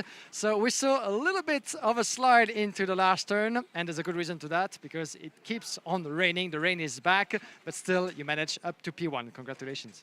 Yeah, it was a really hard hit. We managed to put the rain tires when we get the call that we have to put the rain tires, and we had a good strategy with the pressure because at the start when we go with the rain tires, we were there was not like a lot of rain, so we managed to get the good pressure. At the end was a bit more harder with the rain coming back, but we managed to get the first place, so I'm really happy, yes. Yeah, you must be happy because you're always one of the big names that we look for in a field like that. But what can you say about the level of competition for the Round 2 here? The level is more harder and harder every year. Like in 2021 was harder, 2022 was more harder, and this year is a lot. It's more harder. So I'm really happy to drive again in karting. It's so fun with the overtake and everything. So yeah, I'm really happy with that. Fantastic. Merci beaucoup. Thank you very much, Evan Gilter, and good luck to you as we got the chance to talk to the winner for the first time of his qualifying races. And I think that's all we have time for. Back to you, Anthony. Thank you very much. Thank you, Graham. Let's have a look at some of the replays then at the end of that race. It was a very interesting start as drivers were squabbling for position and just trying to find any form of traction out there whatsoever. You could see drivers diving to the inside there. You saw the 302 going for the move as well on the inside, so just trying to find any sort of traction later on in the race. This is where it was at its wettest here at the start of the race, but it then started to dry out. You saw drivers going for moves left, right and centre. This is where Goldstein had that brilliant move on Matteo Giaccardi to move up into P4, just tucking it on the inside, using that curb to your advantage. Down the inside, the change here, and it was a beautiful move down the inside by Hugo Brun, getting past his fellow driver. This move here, Callan Atkins down into turn 1, and it just shows how much more confident some drivers are against others with just chucking it into the corner. But again, yes, okay, you may have been confident with that, but you're scrubbing your tyres, and you saw the marbles just whiz off the cart there. Gilter, though, for the 204, would take the win, and he'd be happy with that one, but at the expense of those tyres. Now the next race is getting lined up, and well, I'm not going to lie, your front row there are both rocking slick tyres, and unfortunately the rain is coming down. Before we do that though, we spoke to our pole sitter in this one, Thomas Kinsey, who starts this one on pole position. I'm with Thomas Kinsey at the end of qualifying practice Group 1 for Junior X30. Thomas, congratulations, fastest time. Really close session out there for you. Did that on the last lap. Yeah, c'est vraiment bien. J'ai réussi à faire un bon dernier tour. Je suis vraiment content de moi et merci l'équipe. Le kart est vraiment bien réglé et je suis fier de moi. Great to chat there to Thomas Kinsey, and he starts this one on pole position, but he's on slick tyres, and the driver alongside, Sascha Van Pad Bosch, also on slick tyres. And quite a few of them as well. I can see some wets out there, but the rain has started to fall. The track is wet again, and I'm looking out over the horizon, and it's still wet. Cathal Clark also on the wet tyres, and even the driver behind there, Zach Green, also on the slick tyres as well.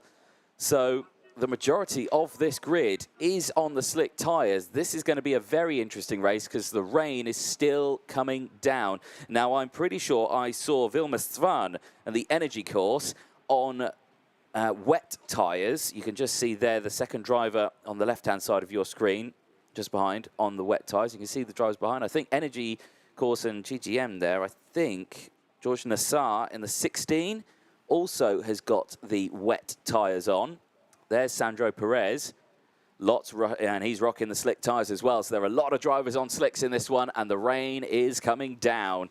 The session is declared wet, so they have got the choice of doing that, but they've run out of time now. They're in the grid. The race was declared wet before they'd even entered the dummy grid. The chance to do that was when they were in the assembly area. They've missed the opportunity. They can't change to wets now, and the track is soaking. Yeah, it's too late for them, unfortunately. And coming back from the Parc Fermé, I can tell you that the activity is frenzying over there because everybody's running back and forth all over the place to try to get the tires mounted in time. But one of those drivers is the pole sitter himself, Thomas Kinsey. As you can see, is going to be starting on slick tires, and you can read certainly the concentration on his look, but maybe with a slight concern about the next few laps, the next 11 laps for this 8 laps, shall I say, for this first qualifying heat of the junior category. Benoît Lejeune, the head of the Orange Army of the karting track of Mariembourg, as the official delegate of the marshals from the RACB, the National Federation, looking as well at the tarmac and how the conditions might improve. But Thomas Kinsey slightly concerned about the next 8 laps of this race, as we have another driver at the back end, Wouter Berganu as well, who went for the wrong gamble. Yeah, he went, well, no, he's on wets. He's on wets. He's on wets, so he's at the back of the grid. This could be a stroke of genius here because it could come through the field. I still think Vilma Swan is also on the wet tyres, and Vilma Swan is starting on the 3rd row. So Wouter Berganu is going to have a lot of work to get through this field. But I suspect if 90% of this grid is on slick tyres, we could see a battle of only 5 karts here who have to come through the field. Look, slicks, slicks, slicks, oh my God. slicks, slicks. Yeah, it slicks, comes down slicks. to... Oh, my goodness me. Nearly the entire grid is on slick tyres. Yeah. There is a handful of drivers who are on the wets. This is going to be another interesting race, and I suspect this is going to be the case throughout this entire day. Unsure of the conditions. It's going to be interesting.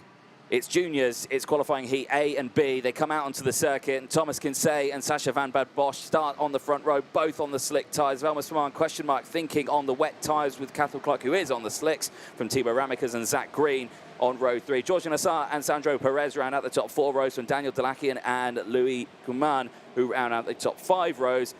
Clovis Nougare and Joseph Smith round out the top 6 rows. Row number 7, we'll see Bertram Sach and Arthur de Donker. Then we have Eva Dorenstein and Matteo Dauvergne, followed by Austin Gale, Isaac Helps, Eden Spanswick, Elia Weiss, Yanis Dubois, Wouter Berganu, and Matt Corby.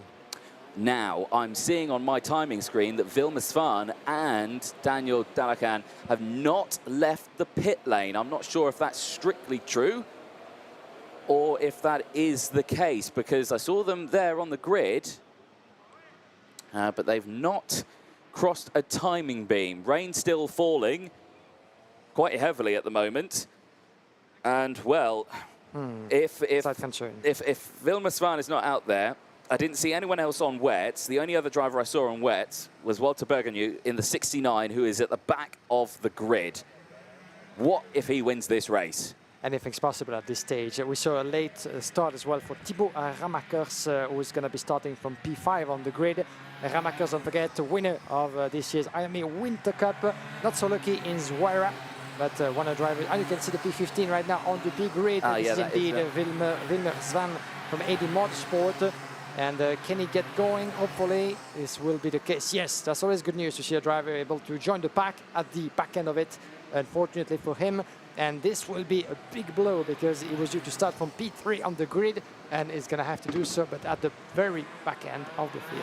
That's crucial, though. But like you say, now that's given the opportunity here to Wouter Berganu to not have to worry about Velma Swan, who would be at the front of the grid. And Thibaut Ramakers is at the back end of the grid as well. So we saw that right indeed, but Ramakers, I thought, in the meantime, had picked up the pace and joined his position, 5 on the grid. But not at all, actually. Thibaut Ramakers, one of the favorites in the junior class, is at the back end of the field, as well as one of his teammates from VDK. Let's try to see who that is with the white crash. It's outside of your picture. This is the number 50 of VDK that was gonna start from the back end. What happened? Oh, there. Ooh, sorry, just off screen. Yeah, some of the trouble for 29. Matt Corby from VDK is going to be starting for the back end, as we had some trouble for the 23, wasn't it? No, I think it was the 29 of Isaac Phelps. I think that went off the track. So there we go. This is going to be a real shake-up here because, well, the majority of the grid is on those slick tyres. The track's completely soaked. There is, as far as I'm concerned, there are 2, maybe 3 karts out there that are on wet tyres. This is going to be one to watch, and you can see the crowds have accumulated. The grandstand, despite the fact that it's raining, has filled up as well. Umbrellas are out. And, well, you're going to have to be careful into turn 1 here. And the thing that these drivers are going to have to worry about, who are on the wet tyres, they're starting at the back of the grid. They're going to have to try and get through the field without getting a nose cone penalty. It's a lot of karts you've got to get past, and they're going slow and you're going faster, and the chance of you collecting and going into the back of one, you know, is very, very high. Granted, it's only a 5-second time penalty that you would receive from that one, and if they're on wets and they can get away more than 5 seconds, they could be okay. It's one of those things. Who knows what's going to happen in this one? It's a roll of the dice as we go in towards turn one. Thomas Kinsey and Sacha van Bad Bosch, and away we go down. No, it's a formation lap. It's a false start. They're going round again, and I suspected that they didn't have enough. They weren't alongside enough. Yeah. So again, they just can't get the traction, can they? Yeah, the formation of the grid was not deemed good enough by Martin Bean, our race director, who decided to send the drivers for an extra formation lap. The first one of the day.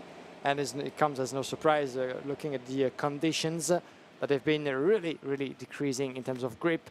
It's quite, relatively cold outside, but not so much so far. The main concern is the rain, and it keeps on falling onto the karting des Fines. Welcome to Mariembourg, shall I say. And is that an air box that's come off? Yeah, by the look of it, at least it's a big piece on the side just between turn number 4 and 5, and I think that's our leader, Thomas Kinsey, who might have dropped it.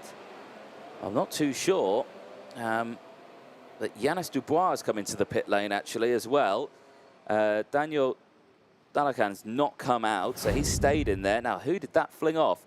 Coming through, there's the 15. Oh, and ping, straight off. Wilmer's van, actually, who was late to the party. Remember, he was able to pick up some places and was back on his starting position. But that would certainly be a source of concern.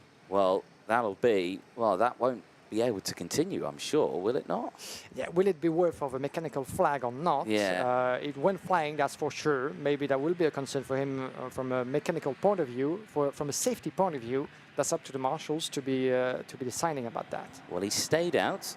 He's there. Ramakers is back as well on the inside. Yeah. You can see the VDK driver. So that's lucky that we're able to get back into their positions, and spin at the background.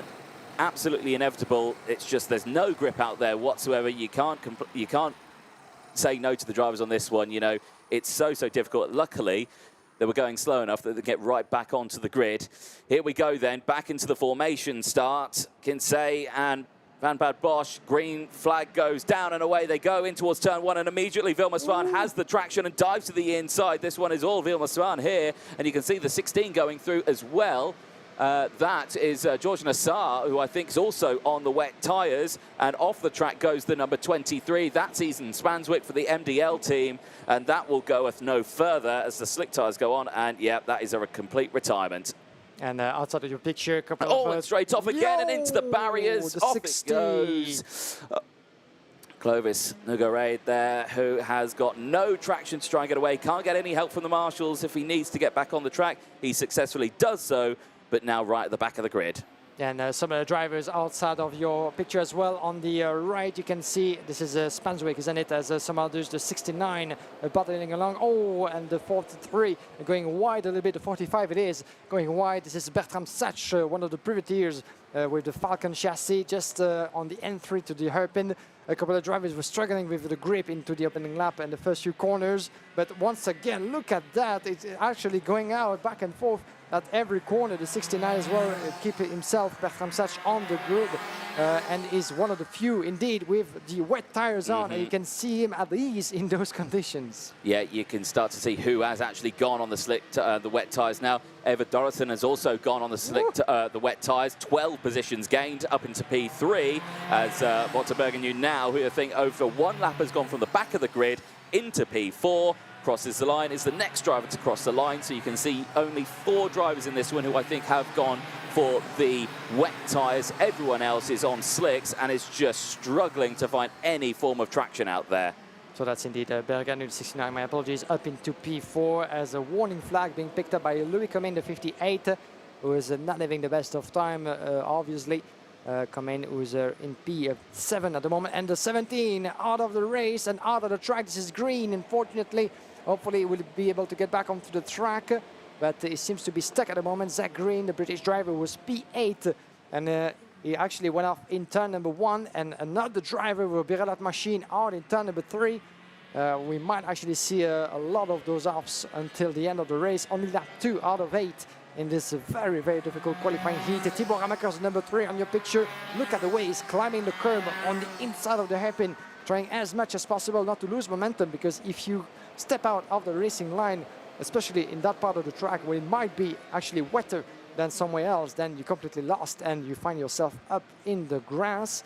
It's battling along here, the 41 to McKinsey, your pole sitter, struggling for grip. There's none of it actually for those two on slicks. Seems like by the look of it that we're having a battle, but in slow motion pretty much, as they're very careful about where they put their wheels. It is indeed a slow motion battle. Another spin there further down the order. That was the 50 of Matt Corby for the VDK Racing team going around. But yeah, oh, there's another one off the track. Again, this is to be expected all the way throughout this race. It's the 30. It's Joseph Smith who's off the track for Mick Barrett Racing. And again, he's going to try and get that one back out into the circuit. But like you were saying, yeah, this is a real test for these drivers. You know, you start to learn, and you'll sit here as, or you just thought there he was going to go round and round and round. And as soon as you lose the back end on slick tyres on the wet, it's just not going to stop Timo Ramme because they're holding that cut and just clouting those inside curbs. Off the track once again, the 50 back off Matt Corby, who tried to get it going and is once again off the circuit. And yeah, not good at all. Warning flags going out as well, but he's going to try his hardest to get that one going. This is a real shake-up for these drivers and not what they want to see. I mean, they're using their slick tyres.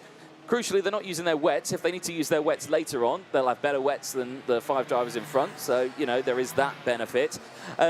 But back to these two, you see the two different racing lines. Now, you've got your dry racing line, you've got your wet racing line. The wet racing line, you would take the outside line, use all the dirty part of the track to get the grip and to cut back in on the inside. And then you've got some drivers who would like to dive to the inside, latch on the inside curb and use that to pull themselves around. The best way really to learn how to drive a kart on slick tyres in these sort of conditions is to go to a corporate kart circuit on the outside circuit in the rain on slick tyres and just drive laps and laps and laps on slick tyres in a corporate kart. If you can keep control of one of them, you can keep control of one of these on slick tyres. You know, one driver, as we're going to see the replay of what happened in turn number 3, Travis Nugarade going around. Yeah, the contact actually between the two teammates. And then number 60, Nugarade, bam, in turn number 3. As Nugarade is still with us in this race, but he tumbled down the order in P12. But on the inside goes the 57.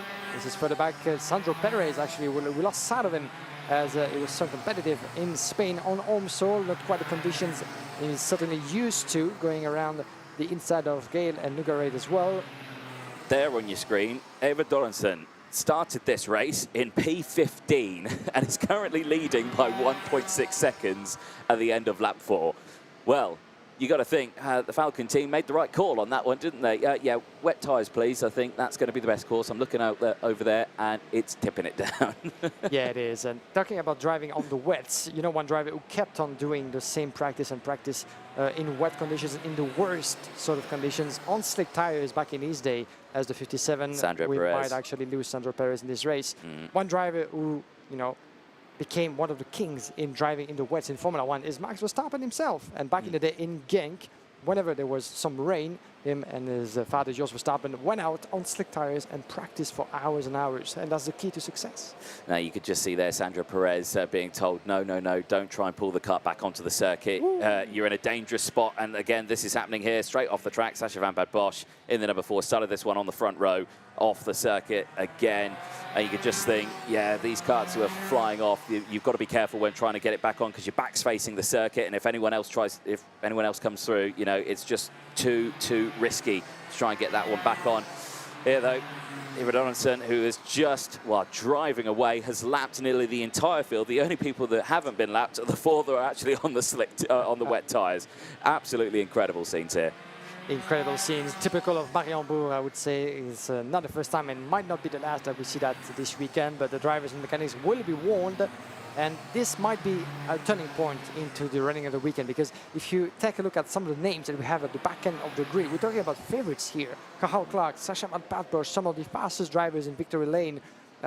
We have Thibaut Ramakers holding on to P5 brilliantly, and that might be the result that could make a difference for Thibaut Ramakers as well as for Thomas Kinsey, 5 and 6 respectively.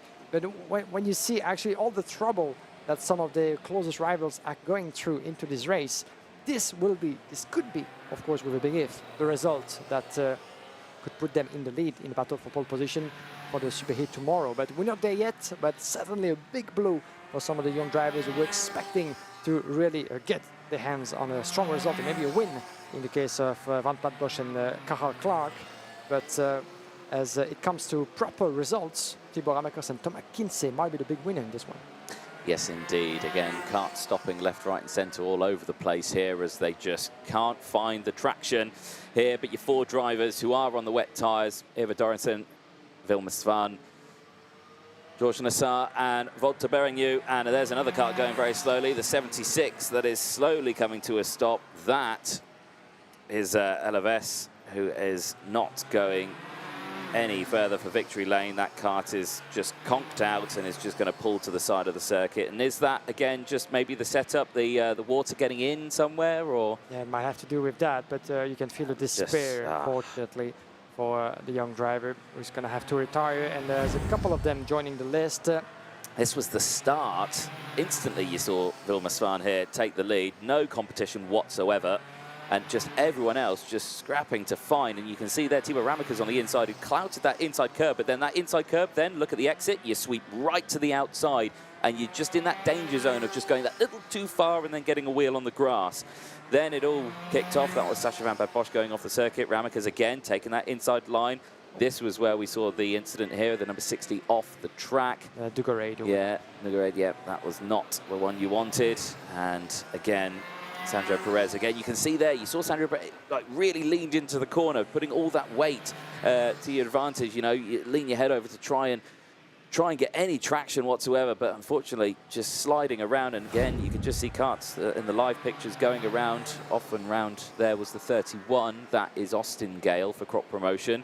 Last lap board is out though for this driver here, Eva Dorensen, who is, well, yeah, solid race, and we'll be happy with this one. Started this race in P15, leads the way by 4.6 seconds from the other drivers who are on the wet tyres, Vilma Svan, Roger Nassar and Walter Berengu. And just think, solid drive, we'll be happy with that one. Bring home the, well, not bring home the points. 0 points for a race win in the qualifying heats, isn't it? Yes, indeed. As always from last season, unlike what we've seen in the fire karting competition, the 46 is dropping. This is the donker from Victor Lerain. Unfortunately, if he's able to complete that race, this won't count as DNF. But Eva Dorensen, we're waiting for the checkered flag. There he comes, and his best opportunity to pick up a win this weekend for P15 on the grid. And it was a class act on wet tires from Eva Dorenstein, taking the win from Vilma Svan and George Nassar, as well as Berganu down in P4. But Thomas Kinsey, Thibaut Ramakers on slick tires in those atrocious conditions were able to stay where they were for the entirety of the race. And unlike Sascha van der Bosch and Carl Clark, two of the closest rivals in the chase for the win, they were able to pick some strong results that might make a difference in the end. Yes, indeed. So there's your winner. Eva Dorensen, after 8 laps, makes their way back into the pit lane. And we'll be happy with that one for the Falcon Racing team. I suspect a big smile on the face, the right call to make. But I suspect for the rest of the drivers, we won't have a worry, because I think the entire grid in the next one will be on the wet tyres. The rain has come down, and I suspect it's here to stay now for the remainder of the day. I've seen no clear sky in sight. It's just a thin layer of rain all the way round. So a very interesting day, a very wet day indeed. But Eva Dorensen will take the win from Vilma Svan, George Nassar and Walter Berengu, the 4 drivers who finished that race on the wet tyres. Thomas Kinsey took the win in the slick tyres effectively, but finishing 5th overall from Thibaut Ramakers, Matteo Davigneau and Louis Kuman, who round out the top 8 from Bertram Sasha, Isaac Phelps, Austin Gale from Joseph Smith, Sascha van der Bosch, Arthur de Donker and Zach Green rounding out the 15, all a couple of laps down. Matt Corby, Clovis Nugarade, Elaves and Sandro Perez. Cathal Clark rounds out the field then after several retirements of drivers unable to get their karts back onto the circuit. I suspect the recovery for this race is going to take some time, because I can see a kart off at turn 1, I can see a kart off at turn 5, I can see a kart off at the final corner at the exit of turn 8, turn 9 as well. I think there's some through turn 12, so there are several karts off the circuit, and this is going to take a while, but I suspect a very happy driver on your screen there, Eva Dorensen for Falcon Racing, who finished that race with the fastest lap of the race as well, 1:13.8. The replays of this race Vermeulen, who did manage to finish the race, lost the airbox on the formation start. Synchronized spinning in the back of the field there. I think that was Yannis Dubois and Matt Corby who had gone for the spin. And yes, no, it was Ella Weiss who was off there as well, and one driver didn't even manage to start. Then the race start happened, and again, like you saw, drivers who were just scrabbling to find any race grip there. You can imagine the drivers who were on the wet tyres would just have to be patient there. You could already see Eva Dorensen already coming through into about P3, P4, and already going for the third place before they'd even entered turn number 2.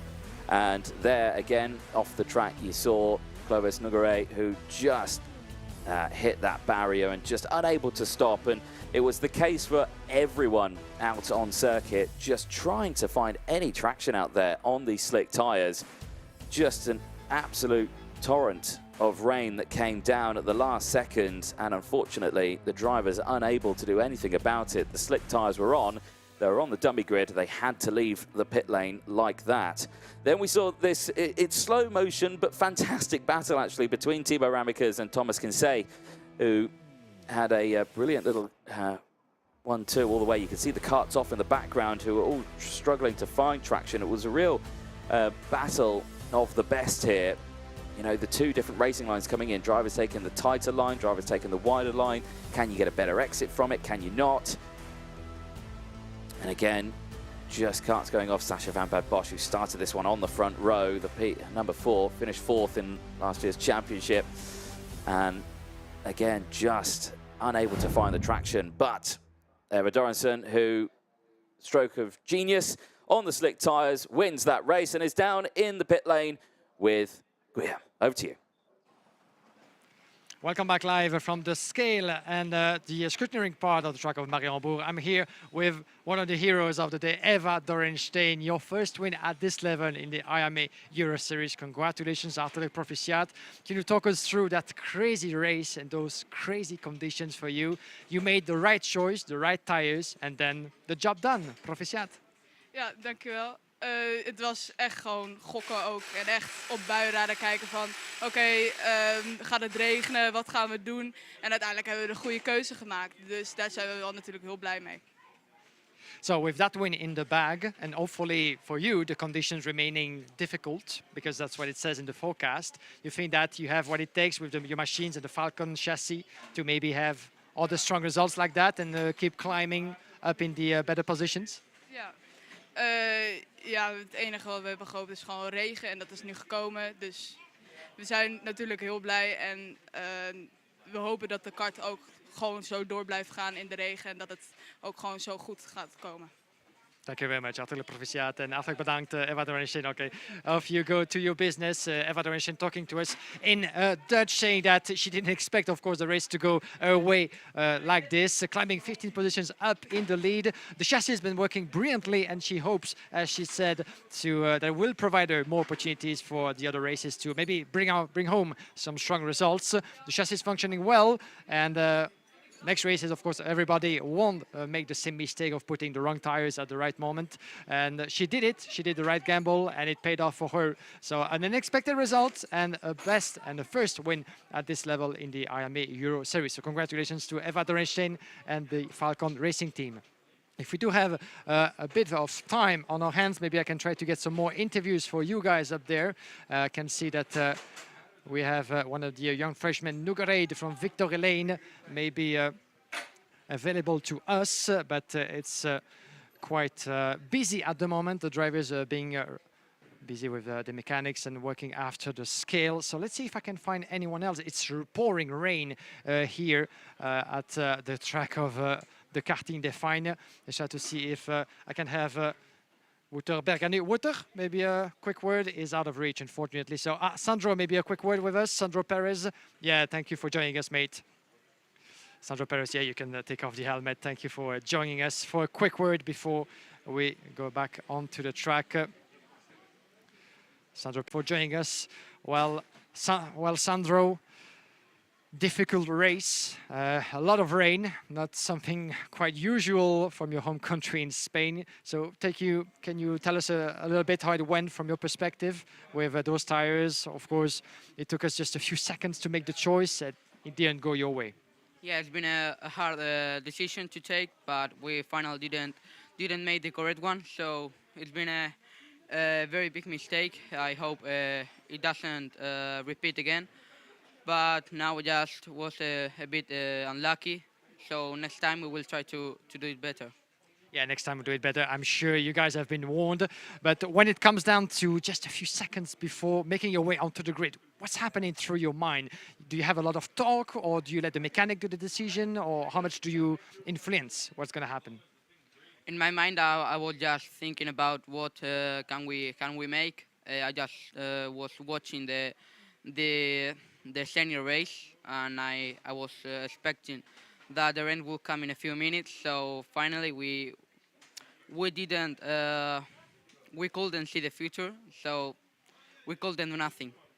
Yeah, it would be quite useful with a crystal ball or something to be able to see the future. Thank you very much indeed for talking to us, Sandro. Good luck and much suerte for the other races. Sandro Perez, of course, who was one of the many drivers who went for the gamble of staying on slicks before the rain kept pouring as they were making their way into the dummy grid, the area where they're not allowed anymore to work on the karts and switch for other sorts of tires. So the majority of the drivers, unfortunately, went for the wrong gamble, and unfortunately, as you might expect, it didn't pay off at all. Let's try to see if I can have someone else as we wait for the start of the next qualifying heat. It's still very much pouring rain here in Mariembourg. I see some of the drivers by our side. I'm going to try to pick some of them with the help of Oleg, our cameraman, but I think everybody just left at the moment. Let's try to see if I can have someone else, but the engines are running into the background. So we'll get back to you, Anthony, and we'll see you back in just a few moments. Let's go back to the track for now. Thank you very much, Graham, down there in the pit lane. He's enduring the rain, and I thank him very much. I said, if it's raining, you're going to go do the interviews. If it's sunny, I'll go. But he's being a good sport down there, is Graham. Next race is underway, qualifying heat C and D, and I think we're past the drama of drivers trying to choose between slicks and wets. It's definitely wets out there now, and I think everyone's made that call. Freddie Lloyd and Rocco Coronel will start this one on the front row. Harrison Mackie and Alexis Constant round out row 2. Romeo Rossell and Harry Bartle take row 3 from Toby Gale and Arthur Huang. Joey Brown and Jensen Graham, they round out the top 5 on row number 10. On the top 10 on row number 5, I should say. Jon Helder and Felipe Carras round out the row 6, with Jean-Paul Carras and Maxime Blanchemin rounding out row 7. Morgan Moore and Taran Kinnard round out row 8, from Sam Woolley and Angelina Proenka on row 9. Henry Carter and Liam Halot, Mika Hockendorf and Senna Muller round out the 22 drivers in this one. Everyone has left the pit lane. So far, the only winner we've had is Eva Dorensen, who has 0 points to her name, who will take the win in this one. Of course, we don't have that question mark of drivers on slick tyres. The spray is kicking up, and the track conditions out there are completely soaking. So I suspect it could be wets for the remainder of the day. Not sure if the rain is due to stop at any point. But so far, it doesn't look like there is any let-up in the clouds. So I suspect it'll be wets for the remainder of the day. 11 degrees, though, is the air temperature. So still very chilly. And the track temperature, I suspect, is a little bit lower out there with all the water on there. He's back in the commentary box. He'll get himself sorted out and ready. I'll give him the moment to get himself sorted out. But yes, this one is going to be quite interesting. You got to think, a lot of these drivers are used to the wet conditions. A lot will have raced in wet conditions. Some may not have raced in wet conditions. You're not too sure. Practice on Thursday. I think a lot of the drivers did have to deal with the wet conditions because, like I say, it was snowing in the morning, and then yes, and then it was raining, and then it was sunny, and then it was other conditions as well. Like you said, all 4 seasons in one day. Yeah, typical Belgium, you know. Yeah, exactly. I don't know what you're so surprised about. We got that every day. I was told Belgium would be sunny and warm. Someone clearly lied to me. It can be at times, you know. And this morning it was. Yesterday it was a little bit as well. But we even had sun and rain at the same time with some nice rainbows in the skies as well. So good pictures for social media. Indeed. Well, here we go then. No question mark of whether if anyone is on slick tyres. All of them will be on the wets as we go into the tram lines. The rain is pouring. The engines are soaring. And in towards turn one we go. Green flag goes out. And it's a great start from the front row. Two different lines there as Coronel takes the wide line, sweeps back down the inside and goes to the race lead. So the outside line works, but clouts the inside curb, runs wide and off the track, runs a little bit too deep. And now Freddie Lloyd maintains the lead again. There's karts off in the background, several karts off. Several going slow. Arthur Kwang, one of them. I think Carras was one of them as well, and Kennard was also one of them. There's a spin again out of turn number 3. It's one of the crop promotions and a fusion that's gone around as well. They're all trying to find traction out there. It's still slippery, despite the fact they're on wet tyres. You still have to get them up to temperature. Yeah, Jensen Graham was one of the drivers involved as Rocco Coronel is trying to fight back after going the long way into turn number 2. You can see the orange crash helmet, highly recognizable. The son of Tom Coronel, the famous GT driver and rally driver as well, who needs no introduction, who is with us this weekend in Mariembourg following the performance of his son up close from the sideline. But as you said, the grip is still needed to be found, even though wet tires are on. No more mistake about the tire gamble so far, as we're very much into a wet race. This particular corner, number 12, will be one to watch because it goes downhill just a little bit. And a bit of a mistake right now, going around the outside, maybe a bit too much. I thought for a moment that Alexis Constant was going to lose the traction on the entry of turn number 1. Is going the long way to try and to find a bit of a grip, but watch out not to do it too much, because this is the difference is thin between working for the grip and losing the kart on the outside and going into the grass. But Alexis Constant is doing a great job so far, your leader. Look at the wet patches and some standing water on the outside of turn number 4. Alexis Constant from RSD leading the way from Dream Racing, shall I say. Used to be part of the RSD karting team, but now joined the forces of Adrien Renaudin, trying to get away as fast as possible from Freddie Lloyd and Harrison Mackie, the teammate from Fusion Motorsport, in second and third, as we have Rocco Coronel in P5. Arthur Wong picking up an investigation flag, last year's mini champion of Belgium, and is sitting at the moment. Arthur Wong, let's try to see where he is in the classification. Further back, yes indeed, is P19, dropping 11 places in the course of 2 laps. Senna Munier, fastest, well, not fastest driver out there, but the most gains out there, 11 positions up into P11 as drivers scrap for position. Here's a look then at what happened to Rocco Coronel. What happened here over the curb? Going cross-country a little bit, or jumping across the track. Easy. Yeah, it was a tiny mistake, but not very costly, isn't it? Still a nice replay, though. Yeah, it is a nice footage, and once again, we need to thank all the people of the RGMMC group involved behind the scenes, giving you guys this beautiful footage and replays, and they're busy as much as we are trying to pick up all the action on track. And look at the rain pouring. I think it's getting stronger in Mariembourg. This was the replay I think we tried to show you earlier on. How did that one look, as we still see these live pictures as they go through? Now, that is Harrison Mackie. And, well, if Harrison Mackie knows how to hit a curb, he surely showed how to do it there. And keeping control of the car, he's up into P3. So he's had a pretty decent start. He's maintained his position. He is slightly under pressure here from Harry Bartle. But as we expected, you've got Alexis Constant leading the way comfortably here. You know, used to the conditions, and is just kind of driving away a little bit here. Yeah, he's doing a great job at the moment.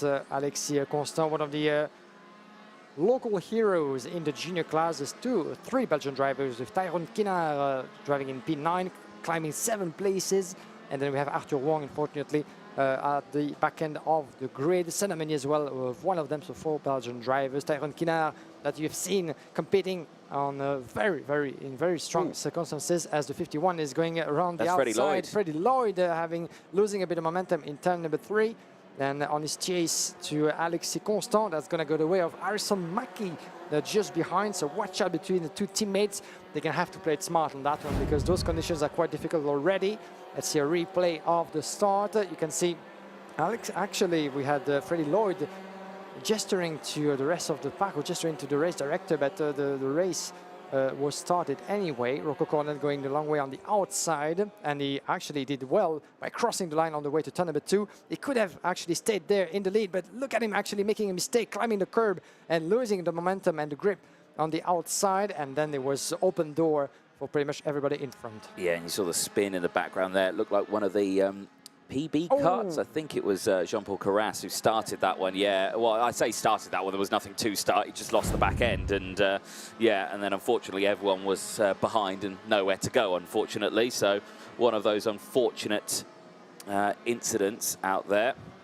And the 88, Arthur Wang, still being investigated on the screens outside of the track. We're back here with the Fusion drivers, Harrison Mackie, Freddie Lloyd, 2 different racing lines, 2 different strategies, as Mackie is being quite aggressive onto the curbs. His teammate trying to follow as well. Bartel, Rocco Coronel in P5, not quite able to catch up with the top 3 just in front of him. Rocco Coronel, even though he's been having a good pace so far, but always easier said than done in those conditions. Now, again, you're seeing those 2 different wet styles coming into play. You know, when I used to race, I could never make the outside line work. I always went for the inside and hugged the inside curve. That was always the one I went for when I raced. But again, it just shows that, you know, it's very technical still out there. Yes, okay, you've got the wet tyres, but you still don't have complete control, really, of the car in these conditions. You've still got to drive it pretty fiercely. Because look there, you see, going into the corner, turns the steering wheel, nothing happens, just understeer, understeer, understeer, and then it grips, and then it just goes through. So that's the outside line working.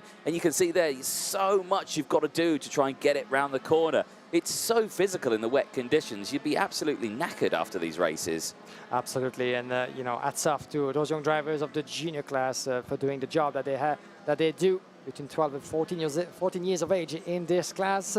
We do have 45 in total on this field, but only 36 of them will get to compete in tomorrow's final. But look at the rain; it keeps on increasing. Unfortunately, I do feel for those drivers, even though they put the right tires on this time around. Alexis Constant pulling away 3 full seconds in front of Harrison Mackie on your picture, 21. Freddie Lloyd in 3rd, Bartel, Coronel, and Carras in P6.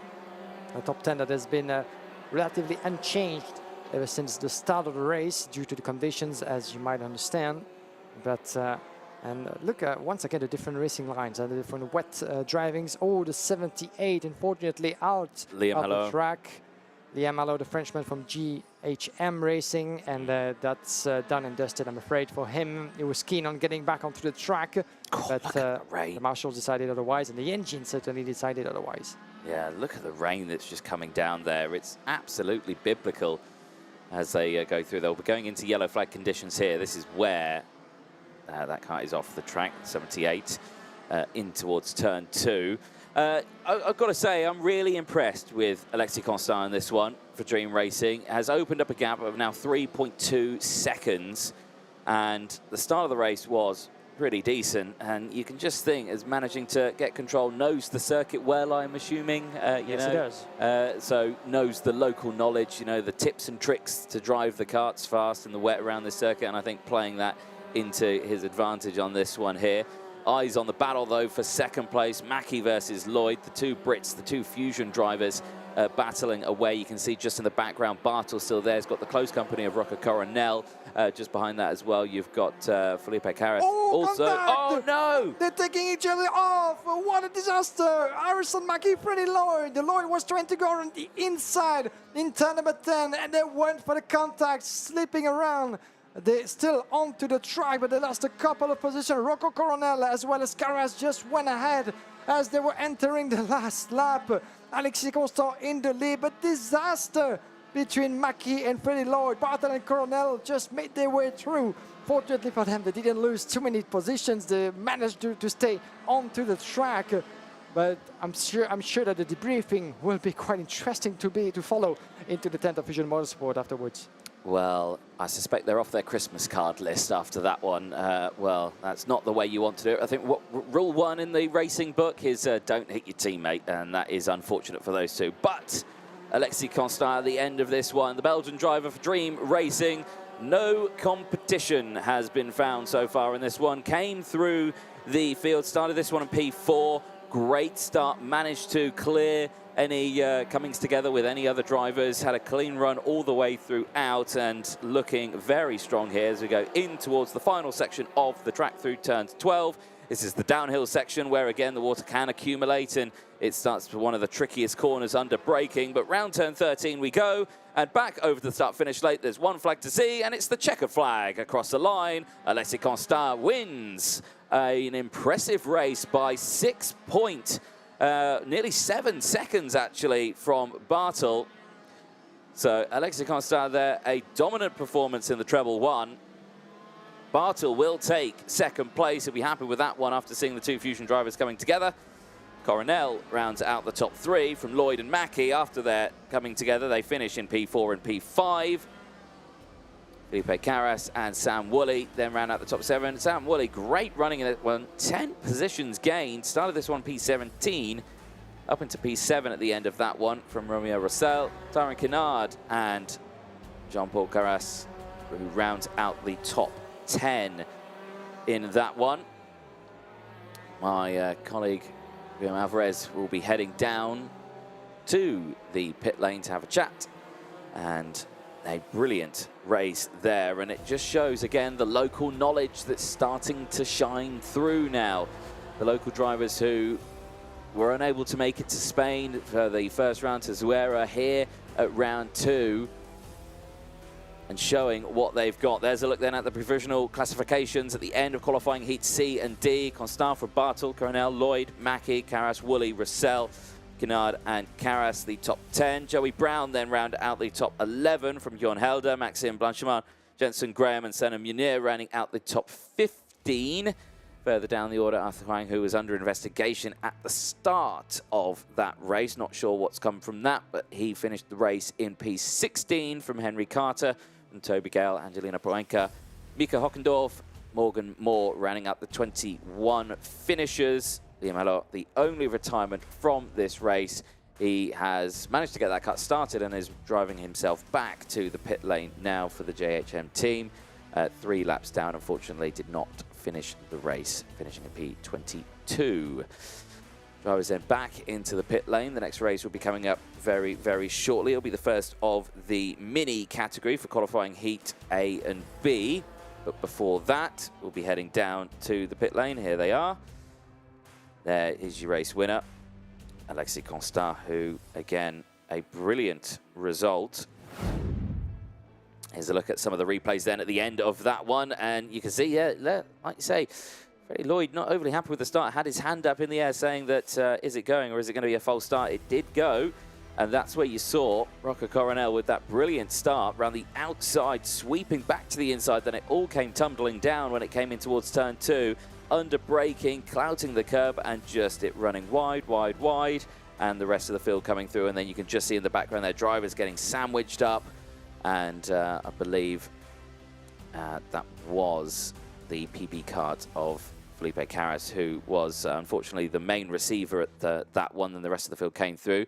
That lovely moment where Mackie clouting that inside curb, the mechanics shouting furiously at the drivers, then the contact there. And that was Lloyd on the inside of Mackie, and you can suspect they won't be overly happy with that one at the end of the race. But Alexis Constant on your screen, the treble one, no competition all the way throughout that one. Plain sailing from 4th on the grid, wins the second junior qualifying heat and will take 0 points. We're ready down in the pit lane. Guillaume Alvarez is down there. Over to you. Welcome back, guys, with Rocco Coronel. Rocco, it has been a tricky race for you. We saw in the opening lap, you took the lead brilliantly into the first turn and then a slight mistake. Yeah, it was quite difficult in the rain. I'm not like a rain type, more in the dry. But yeah, I made a little mistake too early on the corner, so I slide away. And then I have no grip, so I just slide outside so it can go inside. But he did a great job. All right, thank you very much. Sorry, we don't have much more time, but maybe later on today. Thank you very much for talking to us, Rocco Coronel. The racing is going back on track, so back to you, Anthony. Thank you very much. Yes, the Mini X30s are making their way out onto the circuit already. It's qualifying heat A and B. Here's how they'll line up. Zdeněk Babacek and Maxim Bobachov will start on the front row. We spoke to him yesterday. He was surprised he put it on pole position, but it was a very quick lap. Max Endicott and Gilles Herman will round out row number 2 from Teo Polican and Archie Lovett. Benjamin Manak and Manny Nuvolini round out the top 4 rows from Stan Fargo and Jarle Seyer. Lorenz de Kock and Jesse Phillips round out the top 6 rows from Gustavo da Silva and Anton Bouchard, rounding out the 7th row of the grid. Stig de Redemaker and Matteo Rivals round out row 8 from Demar Hoft and Christian Kobe, who go from row 9, Winston Kamperin and Blink van Jont, who round out the top 20 on row 10. Finn Albers and Willem Buker round out the 11 rows from Vince Valhallen and Ludwig Granquist on row 12. Finn Rossen and Austin Newstead on row 13, and rounding out the 14 rows, just Mulder and Tony Casciafero with the 28 karts out there. Once again, all on slicks, all on wets, and all have made their way out onto the circuit, which is good to see. The first mini race of the weekend. And we will see how they will do out there. Again, the wettest the track has been so far in the racing section of this weekend. I suspect it may have been wet on Thursday as well.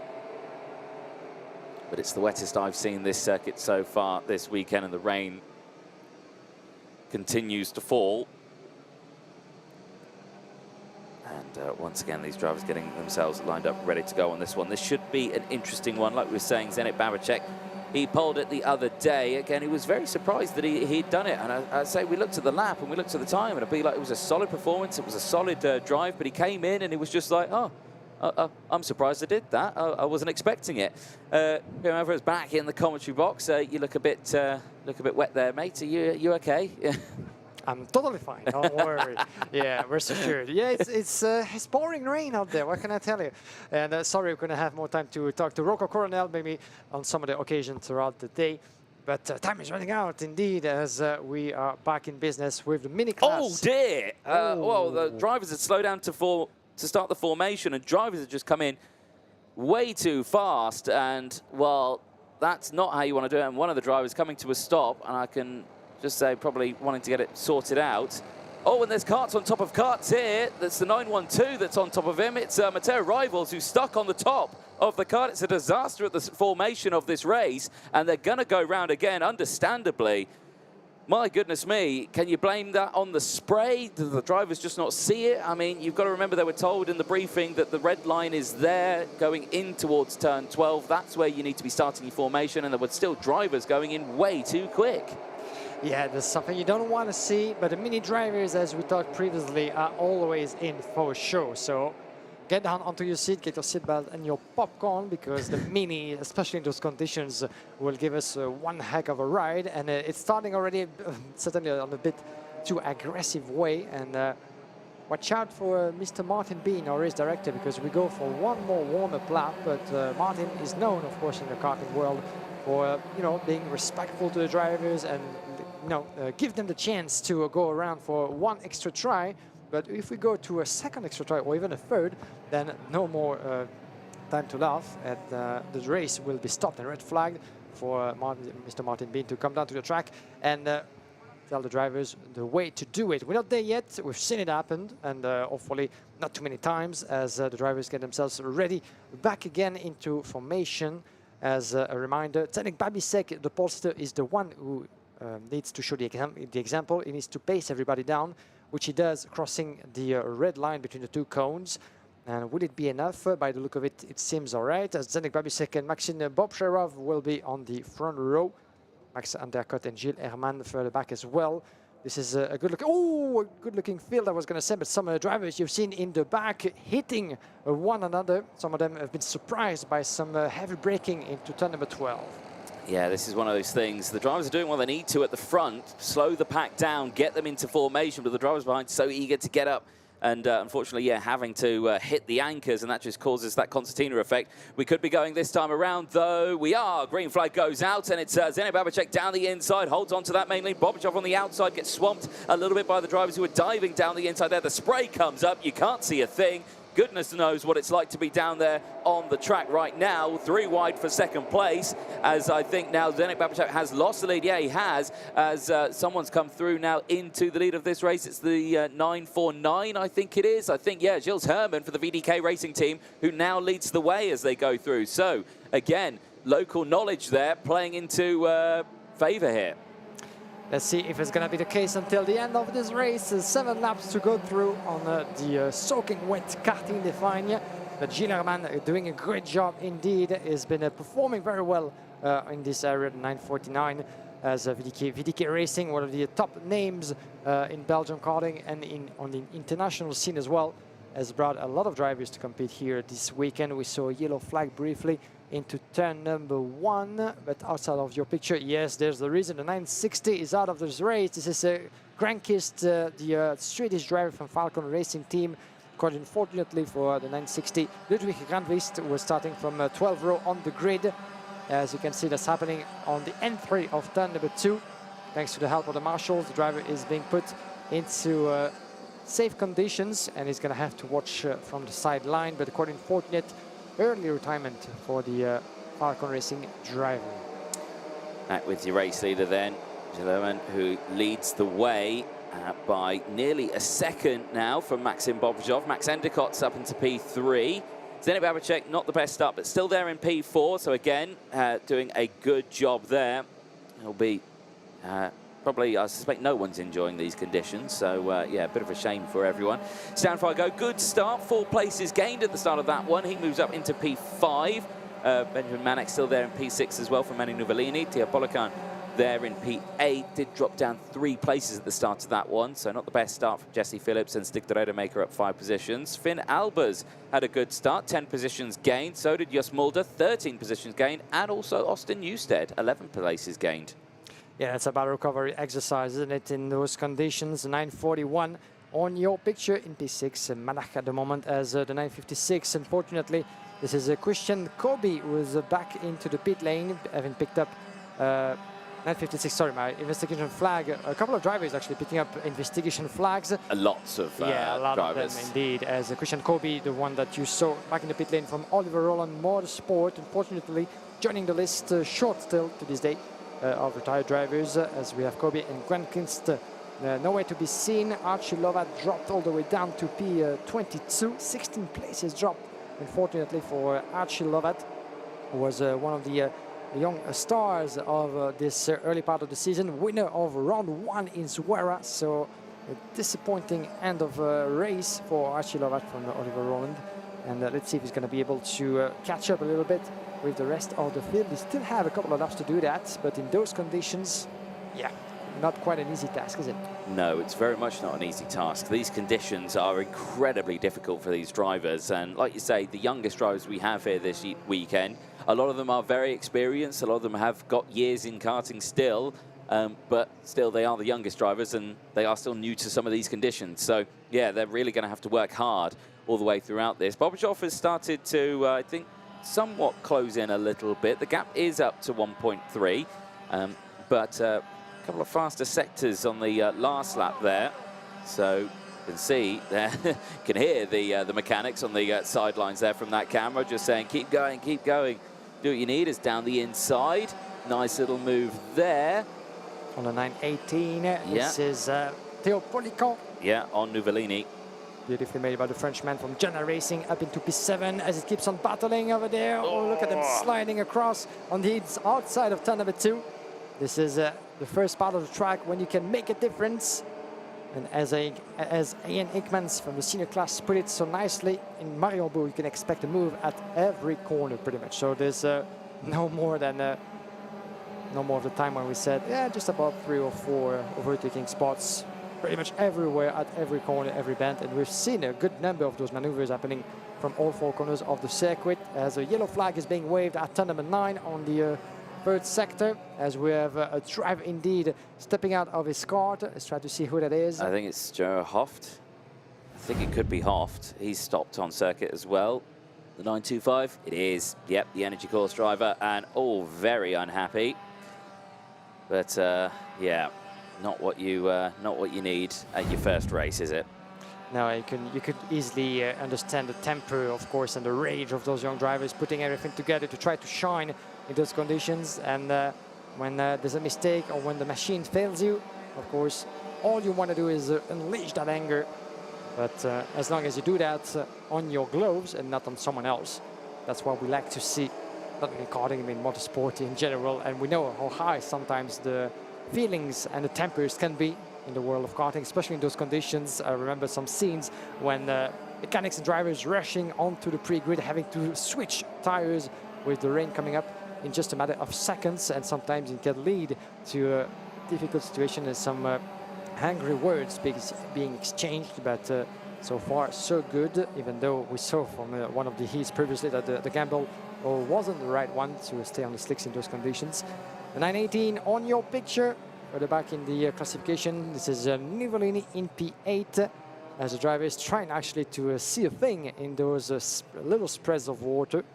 But it seemed to me that the conditions are actually slightly increasing, at least by the look of it from our perspective. The rain seemed to have stopped. Is it thinning out, do you reckon? Yeah, just a little bit.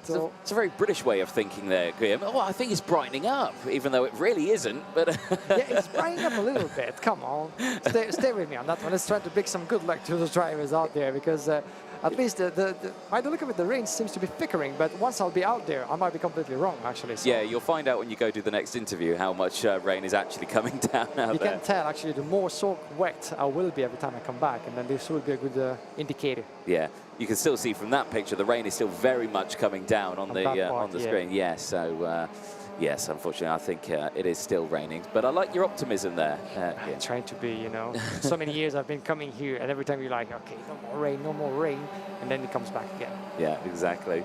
We're just over half race distance in this one. Gilles Herman leads the way, still setting purple sectors all the way throughout this. You can see there, just pushing that to the absolute maximum there. On your screen, Max Endicott that you can see for the George Gibbons Motorsport team. And again, you can see the wet driving style that he's got again, just really harsh with the steering, get it pointed in the right direction, and then you get the power, kind of drift it round the corner a little bit. Still the same sort of driving style you would have with the slick tyres, but you have the benefit of traction. You can get further away. Final lap time then, and Gilles Herman leads the way by 3.4 seconds from Bobachev, Endicott, Babacek, Fargo, Manek, Polican, Nuvolini, who has actually just moved up into P7, has got past here Polican, who has dropped down into P8. Sigdredemaker and Jesse Phillips rounding out the top 10. Albers, Baku and Newstead still on a charge. They've all gained double digits out there, 10, 10 and 13 in their positions. So drivers really having good races in this one and able to get decent points allocations in their first race. So pretty good to see from the back of the grid. And a pretty good to see result as well for this young man on your picture. Gilles Herman, winner of the IAME Series Benelux in the previous seasons in the mini and the mini rookie, as we have in Belgium, categories, doing a fine job at getting the grip, getting the performance out of the racing line, different lines, different corners, but still he pulled everything together.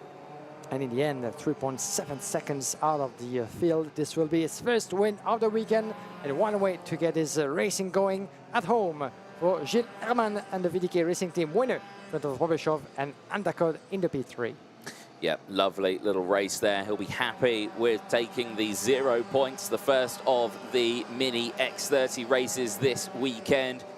From Bobachev, Endicott, Babacek and Fargo.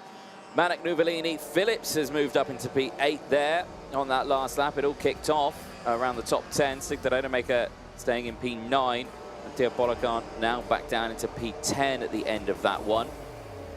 So after 7 laps of racing, though, Gilles Herman takes the win for VDK Racing in the 949. The Belgian driver will have a smile underneath that helmet as he makes his way back into the pit lane.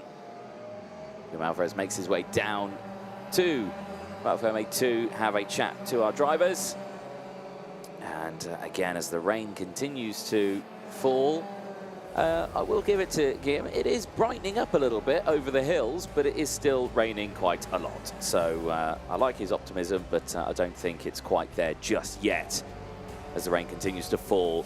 Qualifying Heat A and B then at Mariembourg for the Mini X30. Jules Herman takes the race win from Maxim Bobachov, Max Endicott from Zdeněk Babacek, Sam Fargeau and Benjamin Manak, Manny Nuvolini and Jesse Phillips, Tig the Rainmaker and Tea Polican, who round out the top 10. Milan Baku and Finn Albers, Austin Newsted, Jarlis and Just Mulder round out the top 15 out on circuit. All of those drivers gaining several positions, 11 for Baku, 9 for Albers, Newsted with 13 and Mulder with 12. Archie Lovett then finishes in P16 from Mateo Rivals, Lorenz de Kock and Bink van Schelde there in P19. Finn Rosen rounding out the top 25 positions gained at the end of that one. Vince van der Halen finishing that one in 21st place from Gustavo da Silva, Tony Cacciaferro and Winston Camperin for Charton. Then the 3 retirements, 26th, 27th and 28th. Jamara Hoft, Christian Kobe and Ludwig Granqvist unfortunately not finishing that race. Can't in the pit lane, they'll get weighed to make sure all is good. Here's a look then at the start. The first one, a lot of drivers calling for a false start, and that time it was a false start as everyone tried to get themselves sorted out into some form of position. There was just a lot of contact, a lot of coming together in the back of the field, which was a huge shame to see, but drivers having to get themselves sorted out. The spray you could see there, even on a start that wasn't green, how much spray kicked up. Later on then you saw the race actually get started, and this was the moment where drivers were starting to find out who had the best traction out on circuit. There was the really relatively early retirement and the explosion of frustration there from Jamara Hoft, the Energy Course team. But yeah, big shame there. But this man here on your screen, Jules Herman for the VDK Racing team, no real competition in this one, had the skill and the knowledge of the track. Opened up a gap of 3.9 seconds at the end of that race. Ends the first Mini X30 heat with a win.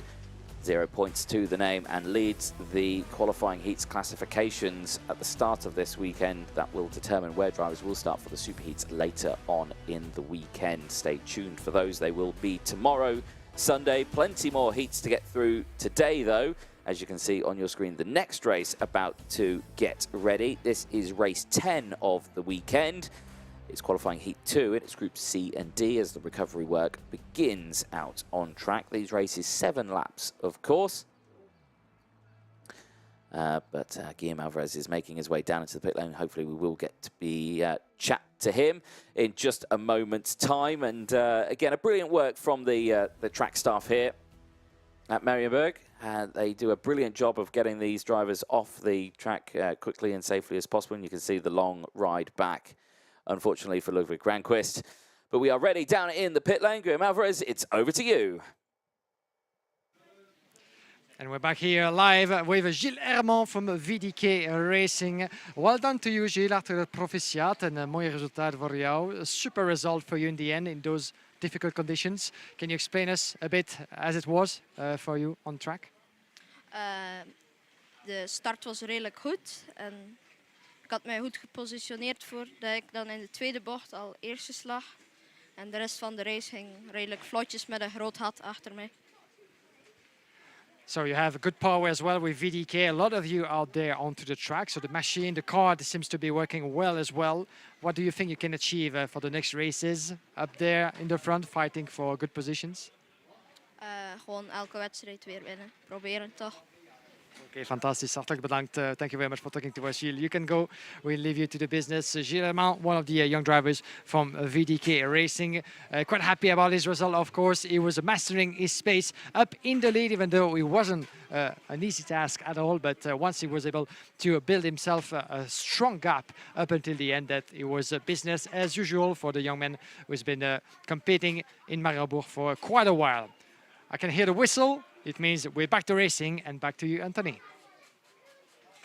Thank you very much, Guillaume there. Yeah, you can see the 1 minute board being shown from Ross Upton there, the judge of fact, who now steps out of the way and gets ready to get this race underway. Like we were saying, Mini X30, it's their second heat of the day. The first time these drivers will have had a race heat this weekend. They've obviously had their warm-up sessions. They had their qualifying yesterday.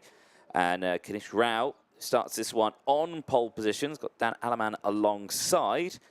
So this should be an interesting one. Now, Kanish Rao was very quick at Zuera, but this is a very different conditions that we have from Zuera. This is not a big flowing circuit that's nearly a mile long. It's 1,300 meters.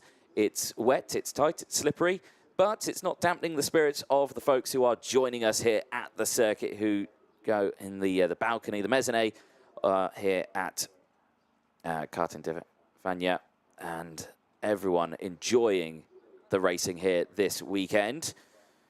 But with only a few moments to go, you can see what's going to happen in this race. Noah Grenier starting this one in third. You can just see him there just behind in the 966. Can he do from there? He'll have that inside line, and a lot of drivers preferring that inside line. Next race is coming up. It's Mini X30. It's qualifying heat C and D. Here is how they will line up then for their race as they start the warming up procedure. Kanish Rao and Dan Alaman start on the front row. Noah Grenier and Novello Morales go from row 2. Max Murray and Antoine Vinette round out row 3, with Leo Peruzzi and Zach Zhu in the 999 on row 4. Matthias Brageau and Priam Bruno go from row 5. Eduardo Godfroyd and Nilas Malik take row 6 from Flavio Cara and Harry Williams. Angelina Simmons goes from 15th place on row 8, with Jordi Broekman alongside. Derek Rivera and Dante Ortega round out row 9. Timo Riflat and Lino Pedraza round out the top 20 on row 10. Livio Carrier and Lenny Robolo round out the top 11 rows from Bruno Grieling, Romeo Mello, George Desmet and Dex Kralling, who round out the top 13 rows. The final row on the grid, Max Grassini and Kazra Kamyab. Several drivers in this one, 28. Every time you come back in, you always look a little bit more worse or wears, Graham. It's still raining, isn't it? It's still raining, but not as hard as I thought it would, actually, because it seems to me that it's decreasing and it's less cold than it was like an hour ago, even though you can still see some of the jackets are out, and as well as the umbrellas in the grandstand, but conditions seems to be slightly improving. But as always with Mariembourg, it's not something that you have to take for granted, as the drivers are still very much with the wet tires on for the second race of the day in the mini category, opposing Group C versus D. In mini, as in the juniors, all the drivers have to go through 3 qualifying races, which is not a lot considering the length of the weekend. 3 races and that's it, to get yourself as high as possible on the grid for the superheat of Sunday morning and collecting the points that you need for the championship. And then it all goes down to the last 2 races. We're going to have 2 superheat by class, with the drivers split into 2 groups, and then the mother of all races, the finals, taking place on Sunday afternoon. And only 3 drivers in each class will get to step on the podium in the end. So always frustrating sport as it can be, karting. So many drivers at the start of the weekend, and only a few of them leaving the track with the honors and the trophies. Over 200 drivers competing for round 2 of the IAME Euro Series. As always, a great success in terms of participation in this year's edition of the European Championship of the IAME X30 classes by RGMMC. So far, we've seen quite some strong performances from a couple of drivers out in front, with big gaps due to the rain, due to those very difficult conditions. And seems to me that one of the drivers is out of position, the 21, wasn't it? Yeah, he might get in trouble for that one, because he's past the red line, and after that you can't overtake. So that might be an investigation, and it's a false start. They are going round again. So I'm not sure who that driver was. I think it was maybe Nilas Malik from GGM Motorsport in 921, but it was very, very quick. Oh, and there's a kart going off at turn number 2 and falling down the field. Gets back onto the circuit, so they don't stall, but they will have lost their track position. We'll have to try and scrabble to get that one back, crucially before the red line at the entrance into turn 12. Yeah, as always, of course, all the drivers have to be on the positions, first of all, and within the corridors, and not allowed to overtake past the red line. And once they come across the start-finish straight, there's a big yellow line just in front of our position. And once they get past that line, they're allowed to go racing on the way to turn number 1. This was the replay then, and yeah, we're well past the red line, and it was the 921 that you just saw, just trying to get back into a position, and yeah, overtaking, unfortunately. So I suspect that'll get investigated. But yeah, a bit of disaster on that one. So here we go then. There's your red line with the 2 cones. There's no overtaking allowed past this pot. You're supposed to be in 2x2 and just rolling in your position. And this time around, looking a lot tidier. This is good to see. So again, they wait for the yellow line, which is right opposite our commentary position. They make their way round. That's a nice shot, the isn't final corner. It is very low shot. They still get the yellow flags, and it's green lights, and down in towards turn 1 they go. Great start then from the outside row. Dan Aleman and Novola Morales, who had a brilliant start there into P1 and P2. Not sure what happened to Kanishk Rao. That cart's not going any further. That is Mathis Brajot, the 928 was supposed to start in P9, who has come to a stop somewhere and is right at the back of the field. And it's car off at turn number 2. And who is that? I can't quite see it. I think, is that Novola Morales? I think it is, yes. Morales 942 from MDC Birlart, Spain. Oh, that's quite an unfortunate turn of events for Novola Morales. He was a P4 on the grid on his way to potential P3 at the end. But he's going to have none of it, unfortunately, having been... We didn't get to see quite clearly. Maybe a replay might be worth if he was pushed or if he made a mistake on the entry of turn number 3. But as a result, he's going to have to climb back into the field as the 902 is being investigated. Dan Halleman, the Swiss driver in P2 and in the lead at the moment, is under investigation. Well, he did get a very good start. Was it too good? That might be one of the reasons, because picking up an investigation so early in the race might mean only one thing or two. It has to do with the start indeed. So that's your leader, Dan Halleman, being investigated as we speak. So we're going to have to wait until the end of the race to for any decisions from the marshals and the officials of the race, with the ground officials being Mr. Chris Lambrecht down in the sideline in the RGMMC truck, of course, with all the screens. If you've never seen that up front, it's quite impressive, the amount of screens that Mr. Chris Lambrecht and his team have to keep watching at for the entire day, actually, today and tomorrow as well, to make sure to pick up any penalties, to pick up any wrongdoings from the drivers, and to make those difficult decisions of giving penalties or not. So it's down to them to decide what's going to happen in terms of any potential start infringement. Yeah, and I was told in my ears that that was for a potential false start for Dan Aleman. So yeah, they'll be watching that one. Antoine Vinet there, you can see, in second place in the DAP-coloured scheme ORM kart, and it's doing a pretty decent job there in P2. It's got Zach Zhu for company. Both these drivers have started this race a little further down the order. They've gained 4 and 5 positions respectively, up into P2 and P3. So a very good start to their race. They have got the close company of Noah Grenier just behind in P4, who started this race in P3 and has dropped down 1 position. And again, the start on the inside road didn't look like it worked too well, did it? That's what we'll talk about in that the race starts, as chopping and changing. Through goes Zach Zhu, gets that position done, moves up into P2. Vinev retaliates and goes back into P2, and that's the chopping and changing you see through turn 2 and 3. You know, in these wet conditions, very easy to get it back straight away if you've got track position. Here comes Zach Zhu once again, back round the inside. No, can't do it, and as through goes the 966 of Noah Grenier, who gets back up into P3 now. As they go in towards turn number, I think that was the hairpin, yeah, just outside of number 6. It was number 6 for the hairpin on the far side of the track, and a slight touch by the look of it from Noah Grenier on Zhu. The battle is on for P3, and a great job indeed, as you said, by Antoine Venant up in P2 at the moment, with more than 6 seconds from the leader, Dan Halleman.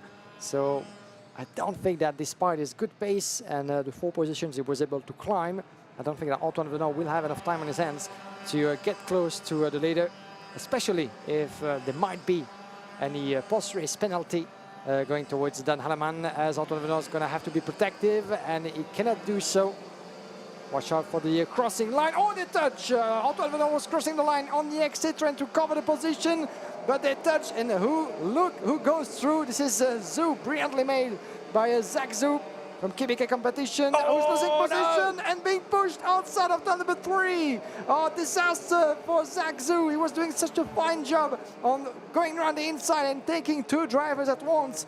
But as a result, he lost a bit of momentum, opened the door way too much, and was pushed a little bit out of the way. Well, I wouldn't say he opened the door too much. It's that wet line, isn't it? It's the outside line is in the pit lane. Lenny Robello, who's retiring from the race, which is a big shame. That can't go going no further, and clearly unhappy with that one. Alaman still leads the way, but question mark over his start. He's got a 6.5 second lead at the moment, so up to more than 8 seconds now. God, crikey, yeah. No, he's really driven away in this one, hasn't he? You know, I don't think it's not down to chance, because I'm sure that Handelman has been signified by his mechanic on the sideline that he might have actually a risk of penalty post-race whatsoever. So it was given the order to push and keep pushing until the end, and that might be the reason of that very, very strong gap he's being able to build himself. So for any potential penalty of 3 or more, 5, or maybe up to 5 seconds, it remains to be seen, or maybe there won't be any. It's not down to us to judge. Noah Grenier picking up a warning flag, as this is certainly down to what happened with Zach Zhu. And as a result, the Quebec driver just dropped all the way down to P7. That's what we saw in turn number 3. So as it seems, Dan Alleman is trying everything that he has to protect himself from any potential penalty coming his way post-race. We'll keep you updated about any change to the official ranking. But in the meantime, for the back, we have Antoine Venon trying to hold off Edouard Godefroy, the 927. Those two know each other quite well. Let's try to watch that back. This is the move on Antoine Venon from Noah Grenier up into P2 for the 966 from Eurokarting, the local team from Mr. Thierry Lepine. And this is the contact, as you could see. Venon was trying to shake him off a little bit and try to go around the inside. You have Zach Zhu trying to do the same as well. He's taking 2 positions at once, and then, as you said, trying to go around the outside to have a better grip. And boom, Noah Grenier is pushing him on the grass. Yeah, unfortunate for Zach Zhu there, who was a passenger in that one, had the brilliant move down the inside of turn 2, and unfortunately going into turn 3, getting squeezed onto that exit runoff area, and that's where the warning flag, I suspect, came into play there for the 984, who also sees a warning flag as well. That is a little further down in the order. That's Kazra Kamyab, who is up 14 places in this race from the back of the grid, so has had a fantastic start as Kazra Kamyab. So working very well out there. We're nearing the end of the race. You race here, Dan Alleman, 8.8 seconds clear. The battle that you're watching here is for 3rd place. Now, actually, is that Dan Alleman there? Dan Alleman is still in the lead, yeah. He's still in the lead. No, he's good. Yeah, he's 9.3, sorry. We do have Antoine Venon, and Antoine Venon being overtaken by Edouard Godefroy, the 927. And Lucas coming with him, Kera and Peruzzi. Oh, that's a disaster for Antoine Venon, who's dropping 3 places at once. And maybe the return of Zach Zhu. Those two again facing each other, as Zach Zhu picking up a warning flag as well. Was going around the inside, trying to cross the line, and Venon was unable on that one to keep the momentum going and to hold on the position. Yes, indeed. Final lap board is out. Drivers making their way round, and this driver here, Dan Alleman, who was under investigation at the early start of this race, possibly question mark over that one, not sure what's going to come of that one, but leads the way by nearly 10 seconds. That is unbelievable over just 7 laps of racing, isn't it? Yeah, it will be certainly going for the award of biggest gap of the day if nothing changes, but very strong job by Dan Alleman from Spirit Racing, who last year stepped on the podium of the Winter Cup before picking up a penalty, unfortunately, but strong skills that the young Swiss driver has been showing us since last season, and it's turning into a very, very strong advantage here in those tricky conditions. The more those drivers will be able to manage those conditions well, the stronger they will be, because we don't see any improvement of the weather anytime as soon as for the moment.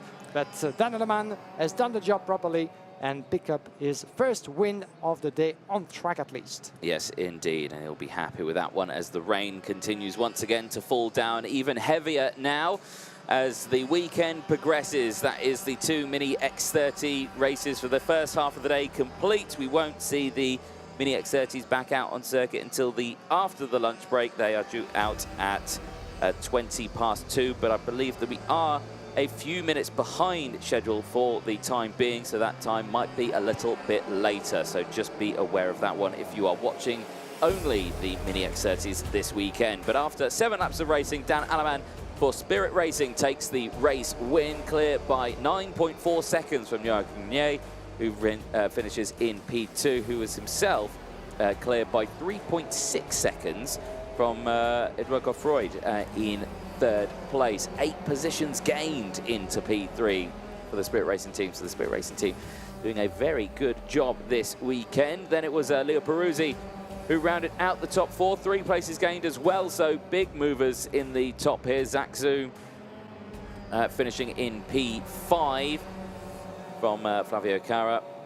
Sylvain Vignat, or Antoine Vinat, I should say, finishing in P7 from Priyan Bruno. Kanish Rao, Harry Williams, Jordi Broekman, and Romeo Mello, who rounded out the top 12. 12 places gained for the Portuguese driver. Angelina Simons Torres rounds out the top 13 from Kasra Kamyab, who gained 14 places in that one to finish P14. So half the grid taken in one race, which is nice to see from Dante Ortega, Dex Kroll, and Navala Morales. Unfortunately, at the start of that race, having that spin. Not sure how that happened, and hopefully the replay we'll see in a moment will clarify that one. Finishes the race P17 from Timio Riflat, Max Murray, Livio Carrier, and Pedraza. Grassini, Greeling, Malik, Rivera, Desmet, Brajot, and Robello, who rounded out the 28 drivers who finished that one.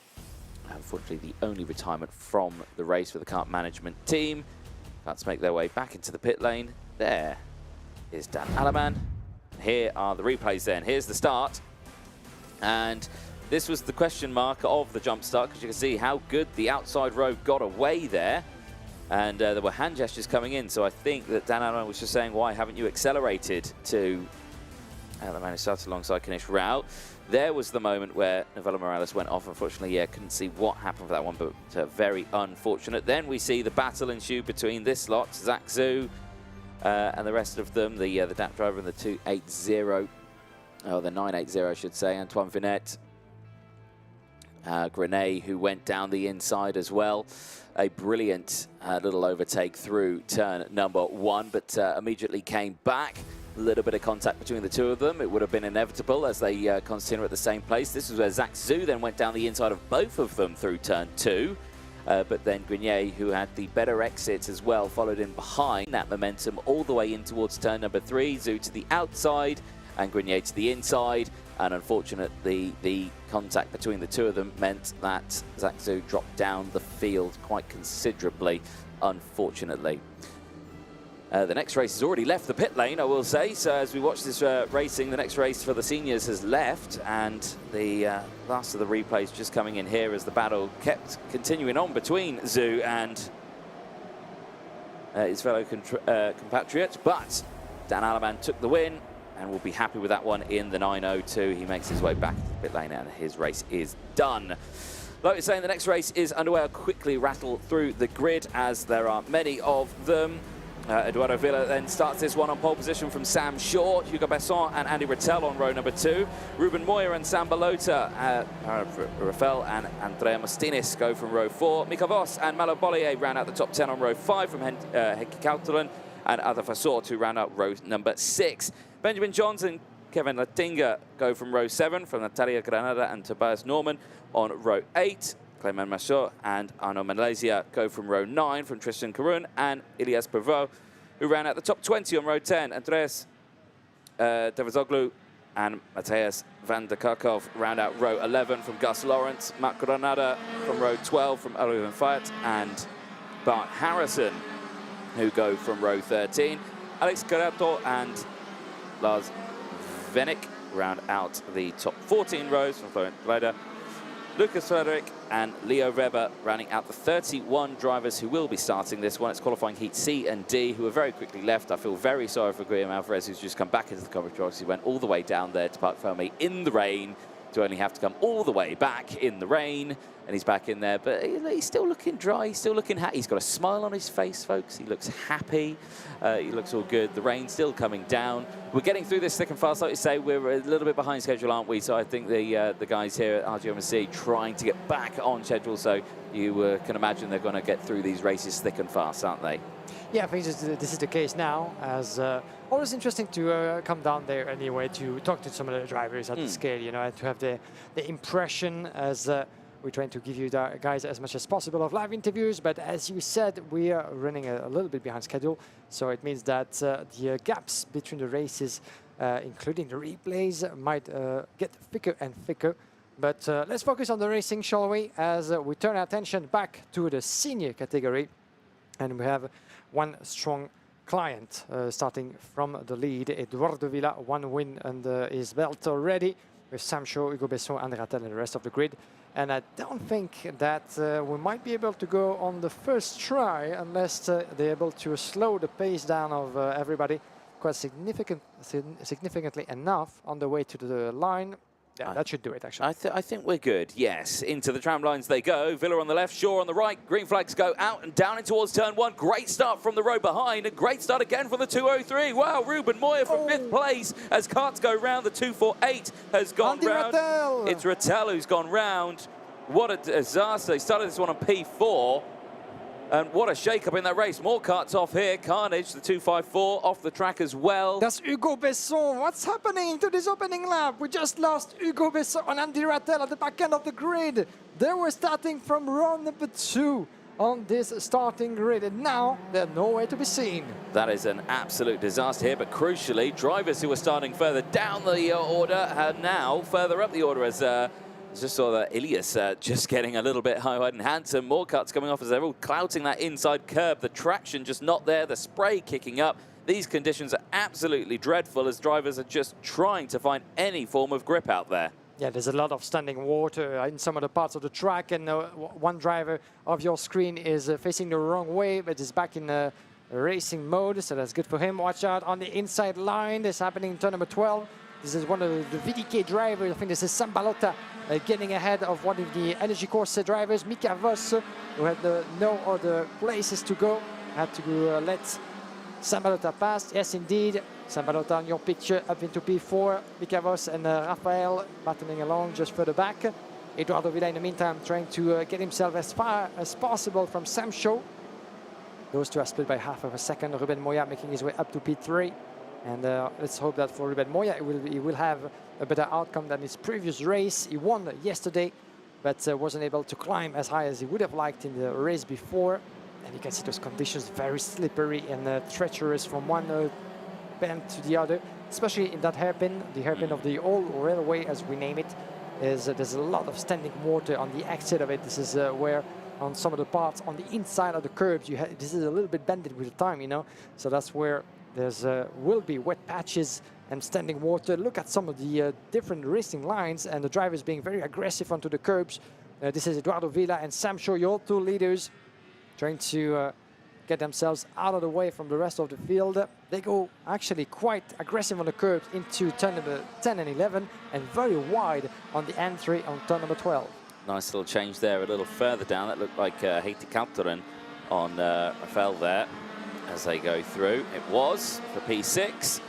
Warning flag out though to that driver, Rafael Parad, who does see that black and white warning flag, which is interesting development there. We're on to lap number 3 now as the race progresses. Still the spray, one of those things. Moya very wide going in through turn 3. You just saw up ahead. He's trying his best to get the defensive line on. I think that's Sam Balota he's got behind it. It is indeed.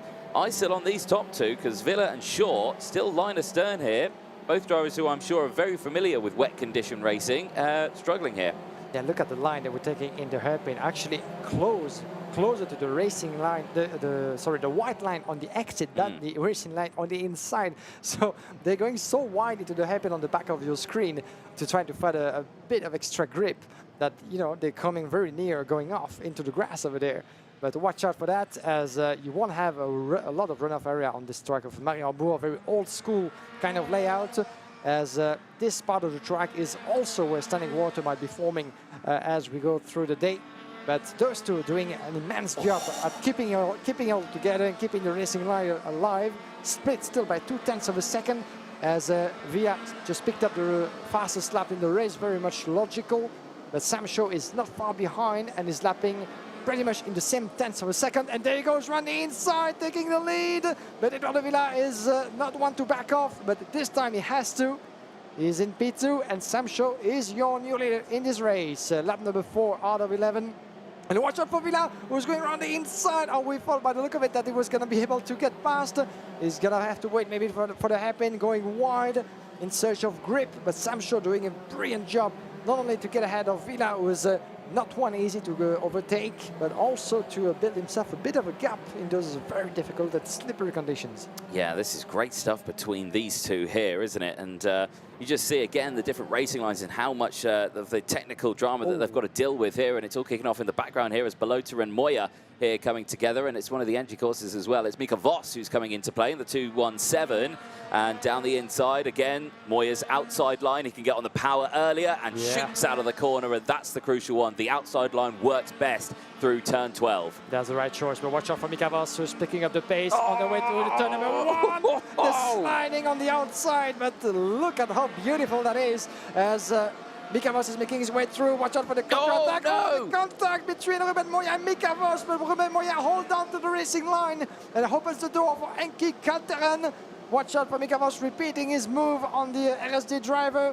Can Kalteren hold on to the line? Unfortunately, yes, he can actually, with Mika Voss the biggest loser of the 3, dropping 2 places, but that was a close call, wasn't it? A very close call. It just shows through turn 1 how treacherous it can be, and the lines that you can take, the direction changes that they've got. As again, Kalteren just trying to get a pass. And look at that standing water on the apex there. Unbelievable that these drivers' conditions they're dealing with here. Ruben Moya is doing a great job at that as Sam Shaw is extending his gap on Villa. 0.8 of a second. Around the inside goes Enki Kalteren on Ruben Moya. Those two are going to be side by side, not so much as Kalteren is keeping up the pace. Watch out for the line here. He goes on the inside, but opens up on the exit, and there's no way that Ruben Moya can go. Yeah, again, he tried to take that line there, but I think he was a bit more cautious that time around, because you could see there that Kalteren was saying to Moya, right, okay, let's try and catch up to Balota in front, because they are some 4 seconds further down the road from Balota in front. This is a look at the start of the race, and look at Rattel, dive to the inside there from the outside line. Moya got a great start, but then a little bit of contact there, I think. I don't know who made the contact, but yeah, Rattel went round, and then later on in the lap, we saw Hugo Besson go round as well, and that's how that happened. The inside curve through turn 2, and again, just that little bit too much unsettles the car. Look at the, okay, so this is a replay that I asked for earlier. Look at the direction changes that they've got through turn number 1. You see they're going in, it's just left, right, and just trying to find any sort of momentum. Oh, Ruben Moya is off. In the grass. What happened there? By the look of it, he made a slight mistake going around the outside, once again searching for grip into the left hand of turn number 8. But Ruben Moya is tumbling down the order. That's a race done and dusted for one of the favorites of the weekend. What a disaster. He had a brilliant start. He started 5th place and he was battling for 3rd all the way throughout it, and now finds himself right at the back of the grid. I think in P19 now he goes. What a disaster. That opens the door up for these two here now. Kalteren and Voss, who have got the option now to try and close the gap up to Sam Shaw in P3. The gap's down to about 2 seconds now, so they have done a good job. But what happened to Moya? That's a disaster for the current championship leader after his win in the opening round in Zuara, and win also, don't forget, at the Winter Cup back in February in Valencia. But certainly not the scenario that he had foreseen in his head. Ruben Moya is going to have a lot of work to try to cover up that, not so much of a DNF, but if it looks so, as he just went from a finish potentially in a P5 down to 19. So there will be no reward in the end for Ruben Moya, if we maybe can see that back in the replays post-race. But a very difficult turn of event for Ruben Moya, as we're here with the 270. This is happening, Rafael and Malizia, 308. Malaysia, who's competing this weekend for TB Kart, while We have Pera Rafael as a privateer. Look at them, those two actually going around the outside of turn number 12. This is the right racing line, and it keeps on pouring rain in the sky of Mariembourg. Eduardo Villa on your picture, the 308, my apologies, this is one of his teammates. They were still with Malaysia. Villa is out of reach in the lead from Balota, as we're losing the 273 at Ria Mustienes, unfortunately, from Kids to Win, climbing back and going back to the paddock in the back. Here's another replay then. This is what happened to Ruben Moya. And, oh, it was a mistake all by himself. Got a wheel on the grass. That's a very rare mistake that we do not see from Ruben Moya. Yeah, quite unusual indeed. By the look, by the angle that we have, doesn't seem that there was any push. As you said, certainly a driver mistake in those conditions. He will be forgiven. Even the best can make mistakes. And Ruben Moya will certainly will not be happy about that particular one. But let's see what will happen in the next races. But yeah, driver mistake on the N3 of turn number 9. You could see that he went slightly off the grass, but it was enough for him to lose all the momentum and get into the off part of the track. We're back here with Eduardo Villa. No trouble whatsoever. Look at him going aggressive as well on the entry of turn number 2. Again, some people can make that line work, though, can't they? Some people struggle. They hit the curb, it unsettles the cart too much, and they spin round. That's Ilias who's going slow there. Ilias Prevot, a French driver who, unfortunately, in one of the other races, got technical flags because his NASA panel was all askew. It's not askew this time around, but he has gone wide through turn 12. Not sure how that happened. But yeah, like I was saying, yeah, some people can make that inside line work. They can latch onto that inside curb and it just drags them round. But for some, yeah, they hit it in the wrong angle and it just bounces them, and then they lose all traction and then they just slide and run wide. It's a very fine skill if you can get it to work. And at the moment, Eduardo Villa, and I will say as well, Sam Balota, who's right behind, the gap's only 1.1 seconds. That's closed up a little bit, you know, is doing the same. He just picked up 0.2 of a second in the last sector, and we're about to conclude lap number 9, getting near the checkered flag, but Sam Balota is back into contention. Let's see the gap as they come across, 1.2, so still very much the same.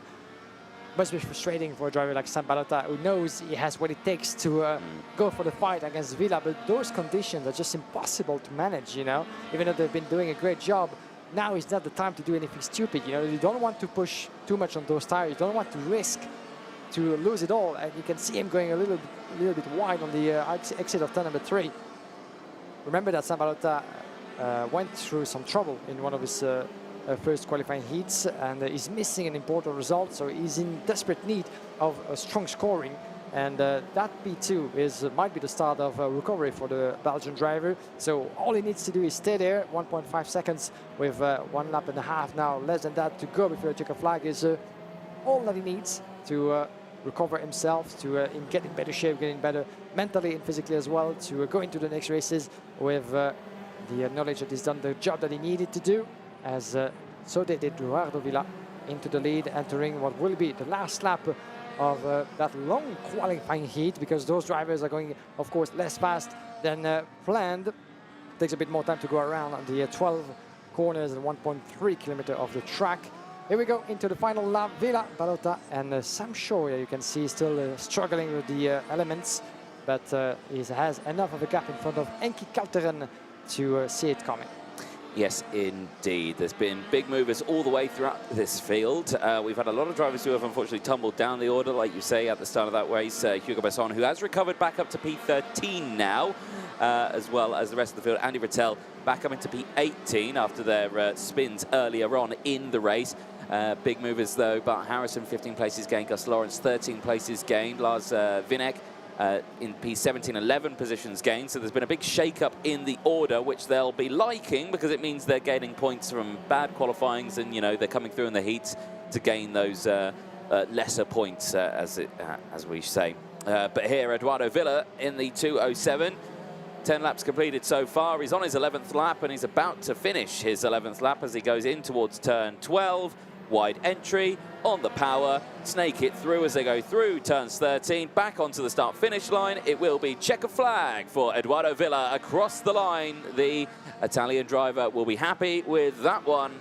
as Balota will finish in P2 from Sam Shaw, Heikki Kalteren and Mika Voss, who ran at the top 5. Tristan Grun, 13 places gained to finish P6. A fantastic drive there, as well as Arno Malaysia, who finishes in P7 after 11 positions gained. Rafael Pernad finishes this race in P8 from Clement Machot, and Gus Lawrence able to get into the top 10 after gaining 13 positions. There off the track though, the 2.74, that is Alex Gerauto, who has had a spin on the last lap. He's currently now sitting 29th place on the order as he makes his way back to the finish line. But after 11 laps of racing, there's your winner on screen, the 2.07, Eduardo Villa, who will be very, very pleased with that one.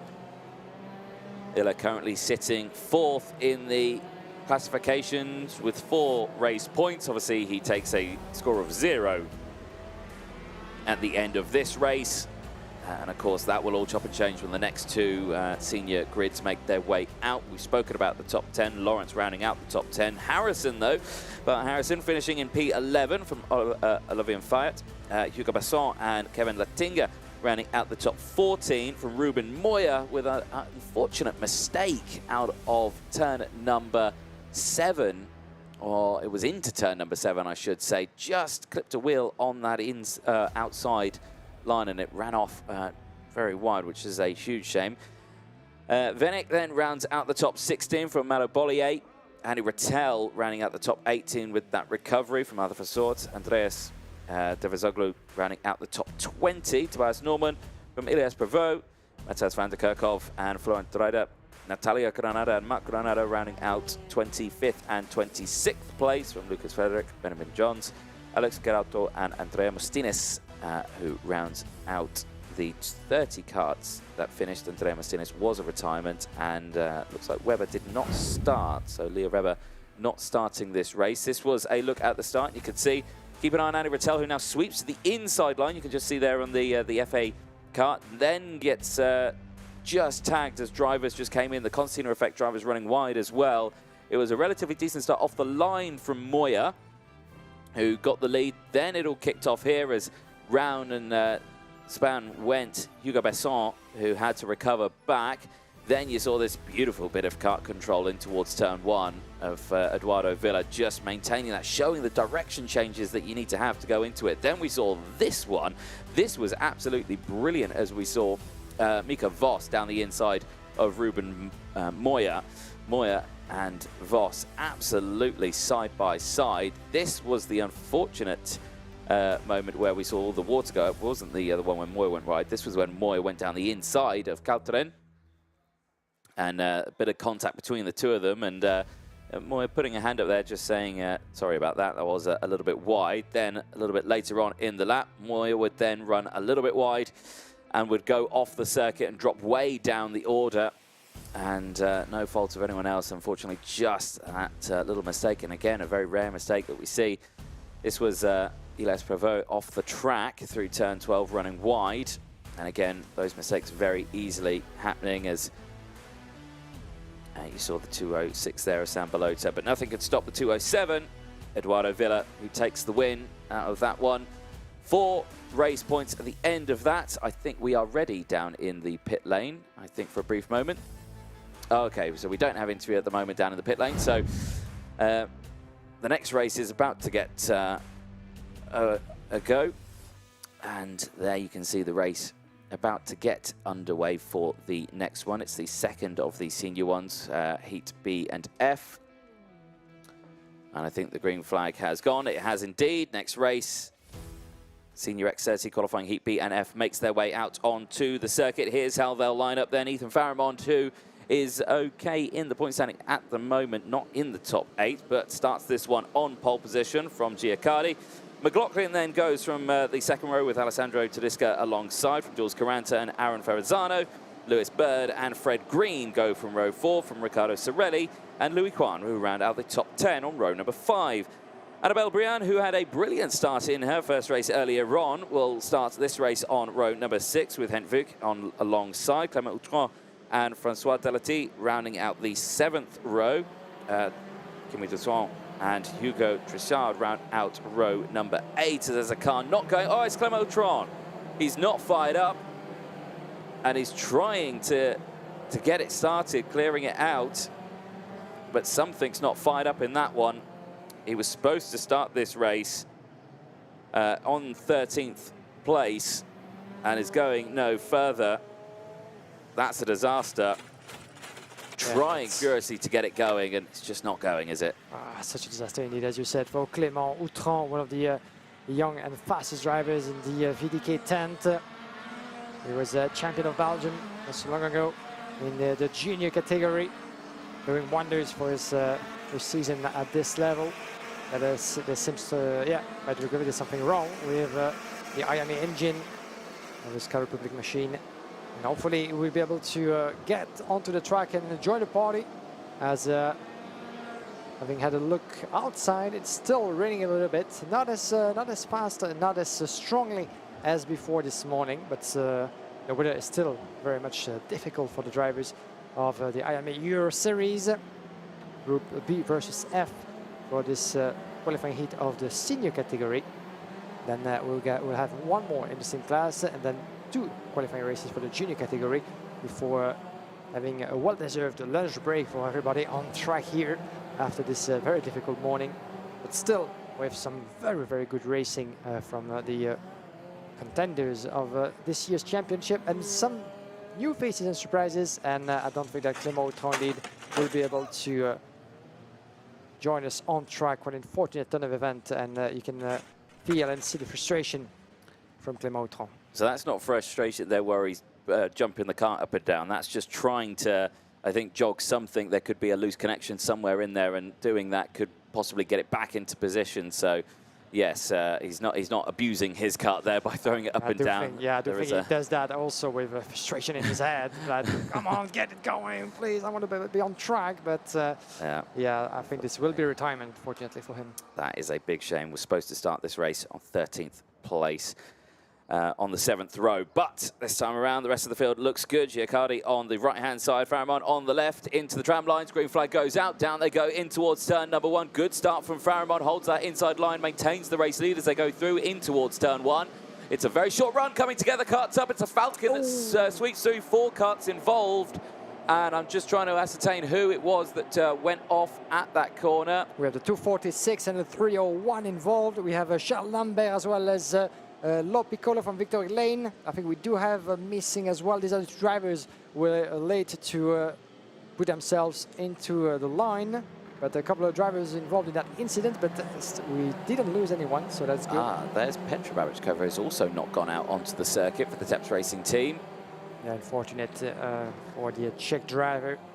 Came to a stop at the end of a first race earlier, and not sure what actually happened to the kart. So, yeah, very interesting to see that that's not been rectified into this one. As Caranta banging wheels there with, I think that's Alessandro Tedesca, who he's banging wheels with as they go through. They're battling for position as we've not even finished lap 1 yet. And Tedesca back down the inside. Caranta with the outside line, though, has the momentum and maintains that position.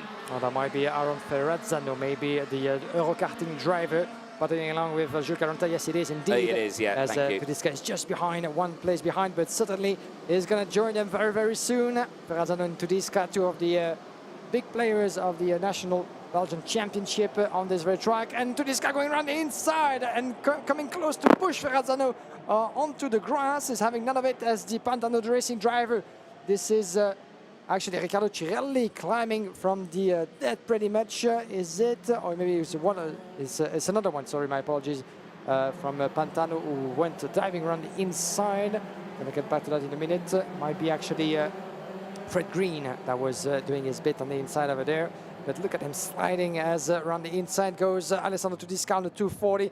Fionn McCaughlin not quite able to resist and goes through as well. Ferrazzano. It's Fred Green. Yes, it's Fred Green who's gone round, and that's a disaster for him. And again, that's just the concertina effect coming in there. It's just too many karts trying to battle for that same piece of track. Someone spins and another spin there. It's the 255 that's gone off. That is Yuta Suzuki, who's had a spin. A big shame for him as he gets back onto the track as quickly as he possibly can and maintains control of the kart. Quite unfortunate for the GP racing driver. Watch out, there's a three-driver battle on the way to turn number 1. The advantage of Aaron Ferrazzano. Crossing the line goes Alessandro Tudisca on Phil McLaughlin, and we just lost a 327. Doubling down the order, this is Annabelle Briand, unfortunately, the Dutch driver from BRS. Might be still in this race as she's trying to get back on her own with no help whatsoever of the marshals. It's against the rules, but hopefully we cannot see her from her perspective, unfortunately, but she might be able to get an engine going again. Yes, yeah, indeed. she's got it going, and that nose cone looks a little bit worse for wears as well, doesn't it? You can see it rattling there as she pulled away, so that's potentially another 5-second time penalty coming her way. Yeah, big shame for Annabelle. She had a great race earlier on, did Brianne, so yeah, big shame to see that happen in the second race of the weekend, as I thought that was going to be a near spin for Lewis Bird there as he clouted that curb as they went through the infield section. Very, very tricky conditions still that these drivers are doing. But, okay, let's clarify what's happened, because there's a lot's happened, and I think a lot of people have got confused about where people are. So Ethan Farrimond is leading the way. He is leading by 3.4 seconds at the moment. There he is on your screens. Then in second place, you've got Jules Courant, who's just there. He's got Phil McLaughlin just behind, and then you've got Ferrazzano, then you've got Alessandro, then Ferrazzano, Bird, who's there from Kimi, and Delity, who's there. Much better race this time from Delity. He's not obviously a disaster in his first race, isn't he? And in the meantime, Ferrazzano keep on battling with Alexandro Tudisca. They swap positions into turn number 1. As another battle as well. This is the 226 further back. This is Trichard with Degrange and Hugo Erwin further back. 221 beautifully made as well from Riccardo Cirelli. We had seen him trying to make his way through the top, but this is dropping a couple of positions. We're back here with Ferrazzano, we just mentioned, with Tudisca upper place in P4 into the hairpin of the old railway. This is where you don't want to put your wheels just a bit on the outside line where it's still very slippery, even though in search for grip you might be tempted to do so.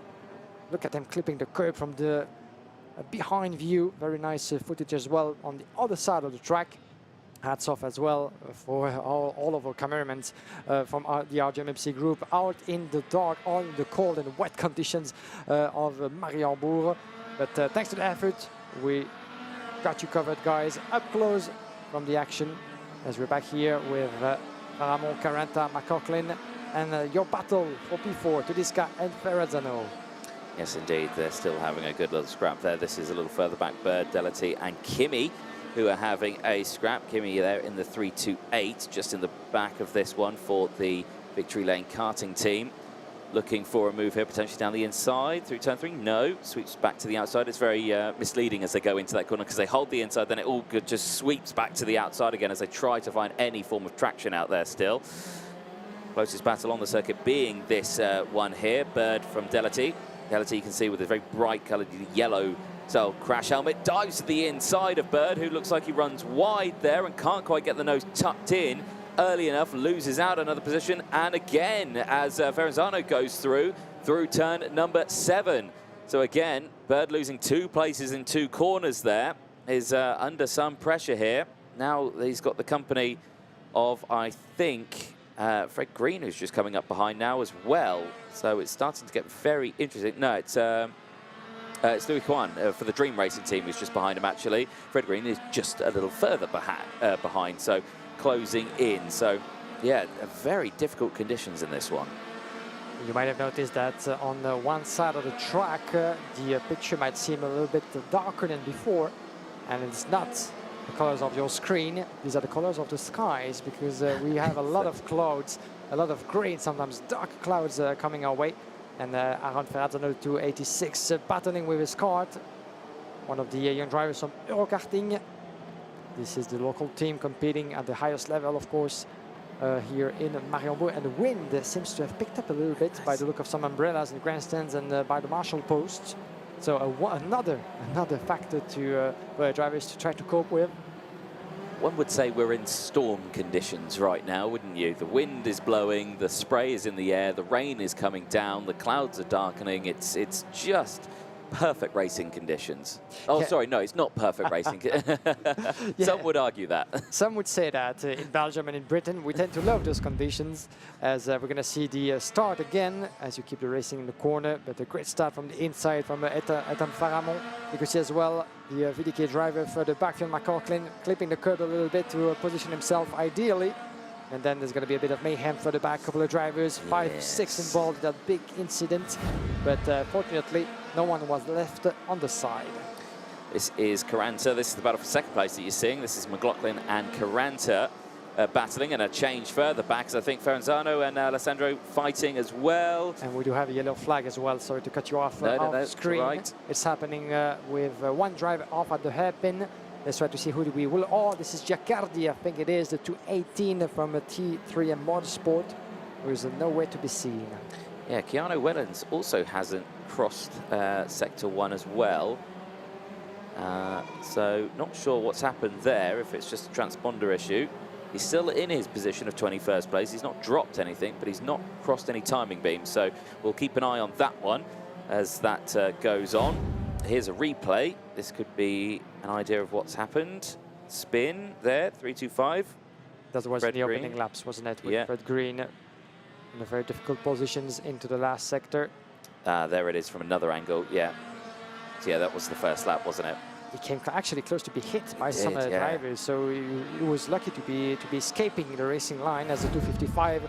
That was the Japanese driver Yuta Suzuki from EGP. EGP. Yes, yeah, it was. EGP, yeah. Yes, Ekman's family racing team.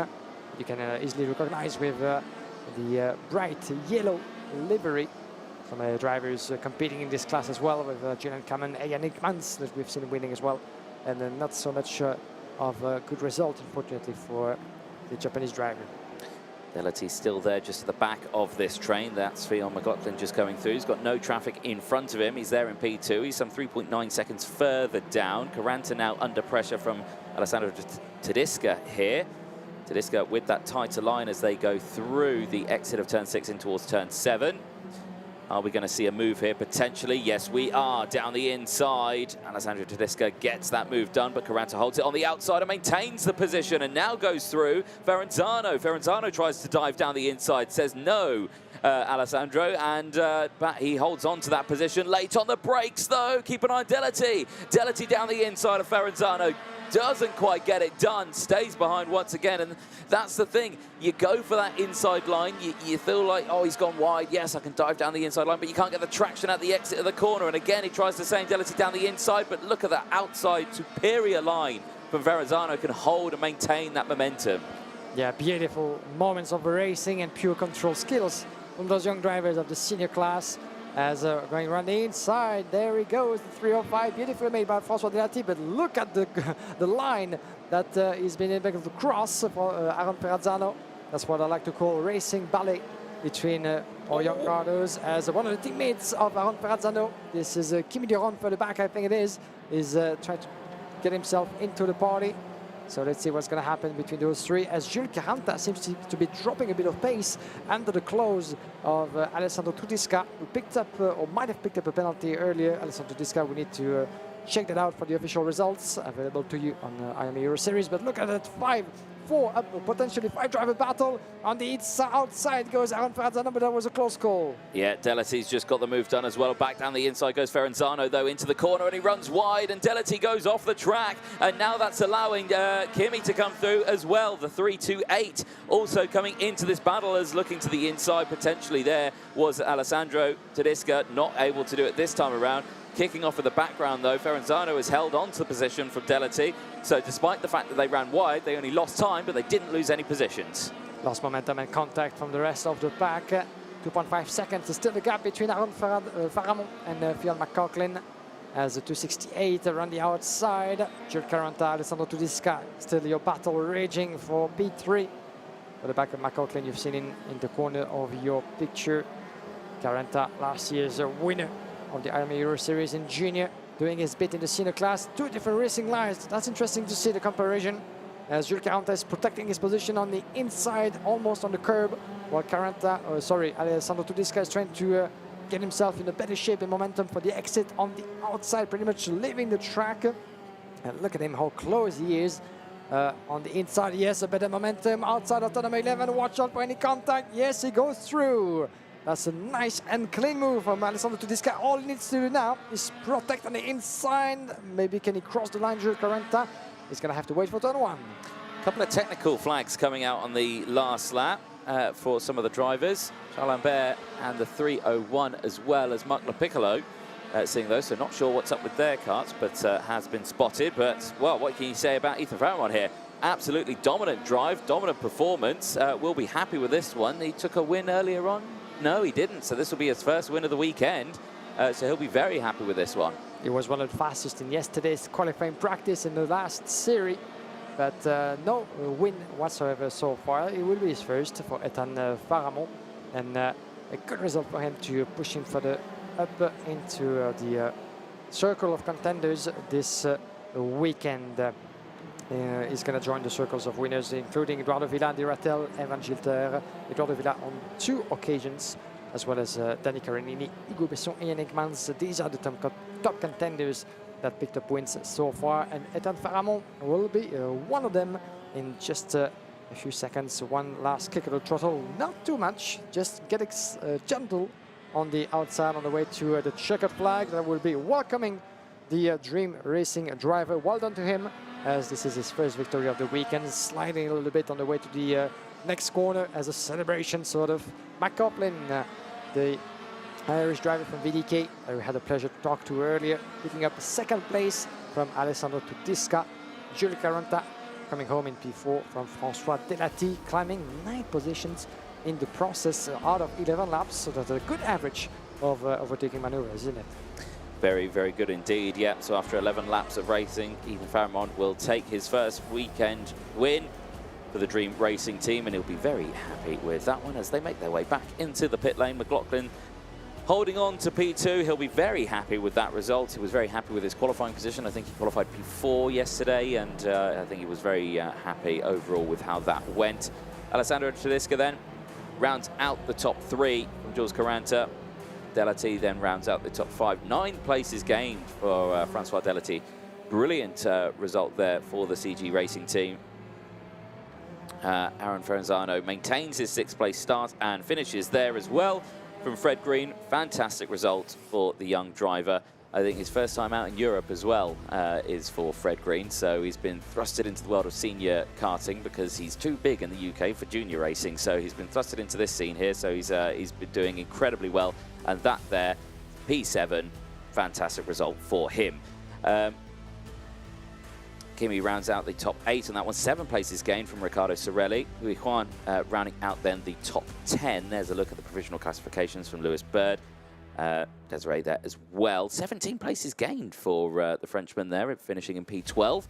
Hugo Chittard, Hugo Heron, and Marc Piccolo round out the top 15. 10 places gained from Yen Toro. Bakun rounds out the top 17 from Wellens. Yoshida, Knoll, Wellens, Vuk, Bouquet, Kulmana, Boss, Suzuki, and Lambert, rounding up the 26 drivers that finished. 4 retirements. And I think actually we had a couple of non-starters in that one as well. Charles Lambert retiring at the end of that one on that last lap, which was a huge shame from Matteo Giaccardi. Also retiring. Annabelle Briand also retiring from that race from Clement Outron. Petra Barichkova not starting. And the same with Clement Outron as well, also not starting. The karts were failing, unfortunately, for both Petra Babikova and Clément Outran. As you can see, the drivers of the senior class, A versus D, are already gearing themselves up on the pre-grid, ready to go in just a matter of moments, as we're going to go through the qualifying heat starting order, A versus D. In terms of classification, as for now, Danica Renini and Evan Gilter are on equal points as it stands, 2 points each, with 1 win for themselves. Let's have a look at the replays, shall we? And the start, Ethan Farramon on the inside, trying to protect from Fian McCaughlin. A couple of different racing lines. Jules Caranta with the yellow crash helmet on the inside as well, picking up 3rd place, but further back, mayhem and a big incident between up to 4 drivers, but fortunately no one was left on the side. Everybody was able to continue. The 246 and the 301 classified in the end, even though Charles Lambert from QBK was involved, finished last.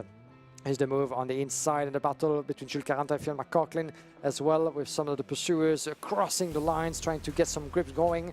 The incident, unfortunately, for the 325 of Fred Green, the British driver, being a little bit pushed on the side over there in the middle, lucky not to be hit by the rest of the field into that very, very tight pack, as some of the trouble as well for Yuta Suzuki from a GP racing team. But in the meantime, the battle kept on going all throughout the field between Alessandro Tudisca and Jules Caranta, the Belgian driver in front of the French.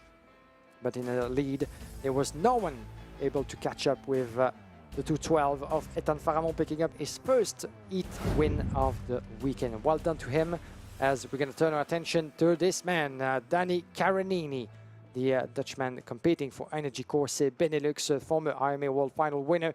Danny Caronini, one win already, and the provisional leader of the standings at the moment, on equal points with Evan Gilter, as well as Ian Hickmans, Eduardo Villa in third and fourth, followed by McCaughlin, Goldstein, Shaw and Faramond. That's for your top 8 in the classification as it stands. All those information, of course, you can find on IAMEEuroseries.com through the live timing by Apex Taming. As we have on the same line, the front one, Ian Hickmans, the young Belgian driver from the family team of EGP, and one to watch closely for his first ever race in Mariembourg in that competition and on that track. His second race, all in all, in Belgium, after competing in the European Championship in Genk for one of the biggest names from Belgium on the international level. Let's see what he can do. Danny Caronini against Ian Hickmans. That's going to be one to watch. Yes, it is indeed, and they start from the front row in this one with Evan Gilter and Raymond Blanc, who go on from behind. Hugo Gillet and Luca Griggs, they go from row 3 with Ellie Goldstein and Julia Kaman starting on row 4. Hugo Gillet and Louis Johnson-Cool round out the top 10 on row number 5. Teresa Babichkova and Adam Raleigh, who had a fantastic start earlier on, if you can cast your minds back for that one. He starts in 12th place on row number 6 from Hugo Brun. And Mathias Mouchard, who round out the top 7 rows. Laurette Sacha and Andrea Privavano round out the top 8 rows. Row number 9, we'll see Kelly Atkins and Eduardo Dominguez. Then we have row number 10, Peter Stiller and Jonah Lope, followed by Otto Pikkonen, Marcus Glum, Forrest Koster, Matteo van der Kerkhove, Alex Moore, Miguel Silva, Alexander Ruta, Gilles Redmans, Alex de Schepper, Nolan Dubois, and Eduardo de Korte. 31 names on the grid, and we seem to have everybody on board for this qualifying heat. The last one for the seniors this morning. We still have a long way to go this afternoon, so make sure to tune in, as we will be running a little bit out of schedule due to the conditions and the wet race. As you might obviously see on your screens, we're not getting anywhere near sunny conditions as for now.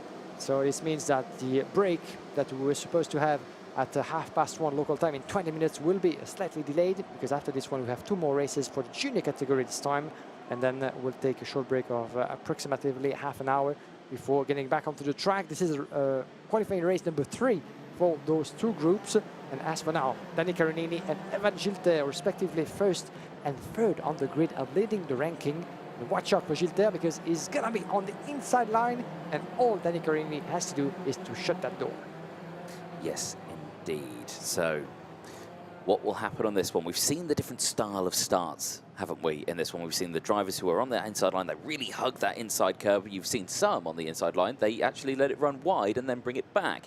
You then have the outside drivers who like to sweep it down to the inside. You then have the drivers on the outside line who like to keep it on the outside and go around. You get a real mix, don't you? You get a lot of crossovers, and sometimes those crossovers collide, and yes, you get a couple of comings together in the sort of late stages of early stages of the race.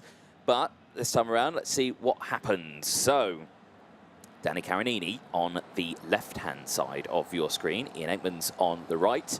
It's kind of blue versus yellow on this one, isn't it? 2 very bright colours that will come through the mist onto the start-finish straight. They're just getting a bit tangled up at the back, but they're in the tram lines. Green flag goes out, and there you go. There's the sweep, and to the outside and down the inside. Who was that? Was that Gilter? It was Evan Gilter who dived down the inside. I don't think he's maintained the lead, though, because the outside line worked out a little bit better. Everyone clean through turn number 1. In towards turn 2 they go. 3, 4 wide as they all jostle for position, but it's a clean breakaway, and it's still Caronini. No, it's not. It's Gilter who leads. Gilter with that inside line did maintain the lead of this race, as Caronini now down into 2nd place, and Hickmans Aikman still there in third. Yeah, lots of water onto the track as the 311. Oh, Gilter! Oh, how did he maintain control of that? My goodness me, and he keeps the lead. What on earth was that? We're talking about driving skills. What a moment that was. One of the pictures of the weekend, that's for sure. But Gilter showing us how much of a rally driver he could be with these sliding skills outside of turn number 5. And turn number 4 and 5. Oh, and we have lost already the 211. This is Julian Kamen. Julian Kamen, unfortunately, from GP, is one of the ones to look for in this category. Started P8, now at the back of the field, gets it going again. But Julian Kamen for the EGP racing team, pretty much out of this race, really. He's got a long recovery. There's nothing he's going to be able to do. And his teammate up in the lead, Ian Aikman's going to try to do everything that he can to recover from that poor performance and slight unfortunate turn of event for Julian Kamen. GP is still very much in that race. Oh dear. And that we've lost. Oh, that's Gilter. That's Goldstein, sorry. Ellie Goldstein. Indeed. Oh my God, I was lost for words there. Ellie Goldstein as well, lost of this race. What on earth happened there? Just in the last turn at the conclusion of lap number 2. We're gonna have to watch that back, but Ellie Goldstein is last of this race. Julian Kamen at the back end of the grid as well. Disaster for 2 of the top contenders of the class. Ellie Goldstein is last year's winner of this series, don't forget. And he's been always one of the kings of Mariembourg, but this time around, it didn't go his way as we have a yellow flag in turn number 4, just where actually Julian Kamen went for a spin. Let's see what happens there, but I think it was brief as... yeah, it's cleared. It was a driver just spun into the entrance of turn 4, back on circuit though. Change here though, as down the inside, this is the change for first place. Yeah, Aikman's back down the inside and maintaining the race lead now, back from Gilter. So Gilter, his luck has run out despite that fantastic move. Has a little hand signal there, I think, to Aikman's. I don't think Aikman saw it though. Just saying, right, okay, let's work together on this one. Let's not battle because, oh, well, Caronini is just behind us, so we don't want to battle too hard because we don't want a three-way battle in these conditions. And Danny Caronini, that's exactly what he wants, the Energy Corse driver in P3.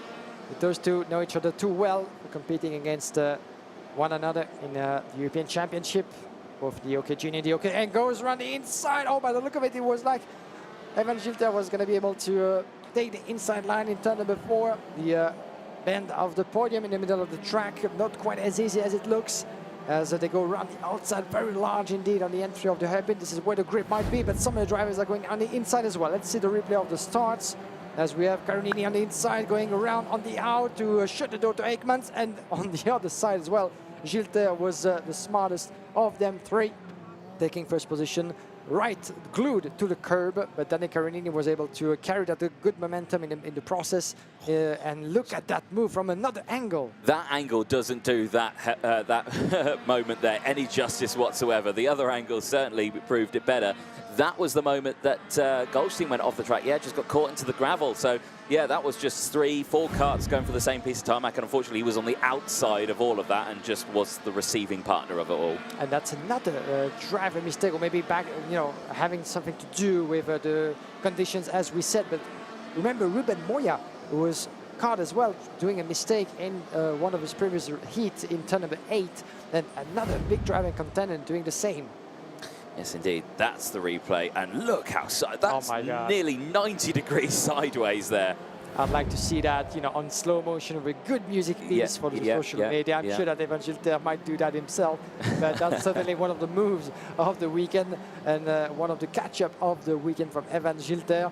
He's going to certainly be more cautious from that point on if he wants to make it in one piece until the checkered flag. He still have 7 tenths to try to climb from Ian Aikman, so in the meantime, has been trying to pull away just a little bit, like he did in his previous race. But as he was patiently waiting behind Scott McLaughlin, if you were with us, Phil McLaughlin, shall I say, previously, to take the win. This time around, there was no waiting for the Belgian driver, who went straight for the win. Rima Blanc under pressure there from Luca Griggs. The two absolutely line astern just behind these two on your screens. There's Calais Atkins just going through shot. Behind him, Deojalade and Costa. Costa looking to the inside line here. Whoa, that was very close there. As Louis Johnson calls, sees a warning flag. These drivers here, well, very, very close through turn number 1, but they still maintain their position. And they will be happy that is the case with that through turn number 1, because it gets very sideways. And back down the inside there, that is Mariembourg in the 208, in the 249, I should say, moving up into P8. What have you spotted out the window? And we do have a mechanical flag for the 320, but I spotted a yellow flag very briefly in turn number 4. Didn't quite catch who that was, but 320 is Alex Moore from VDK Racing. No, my apologies, this is a 330.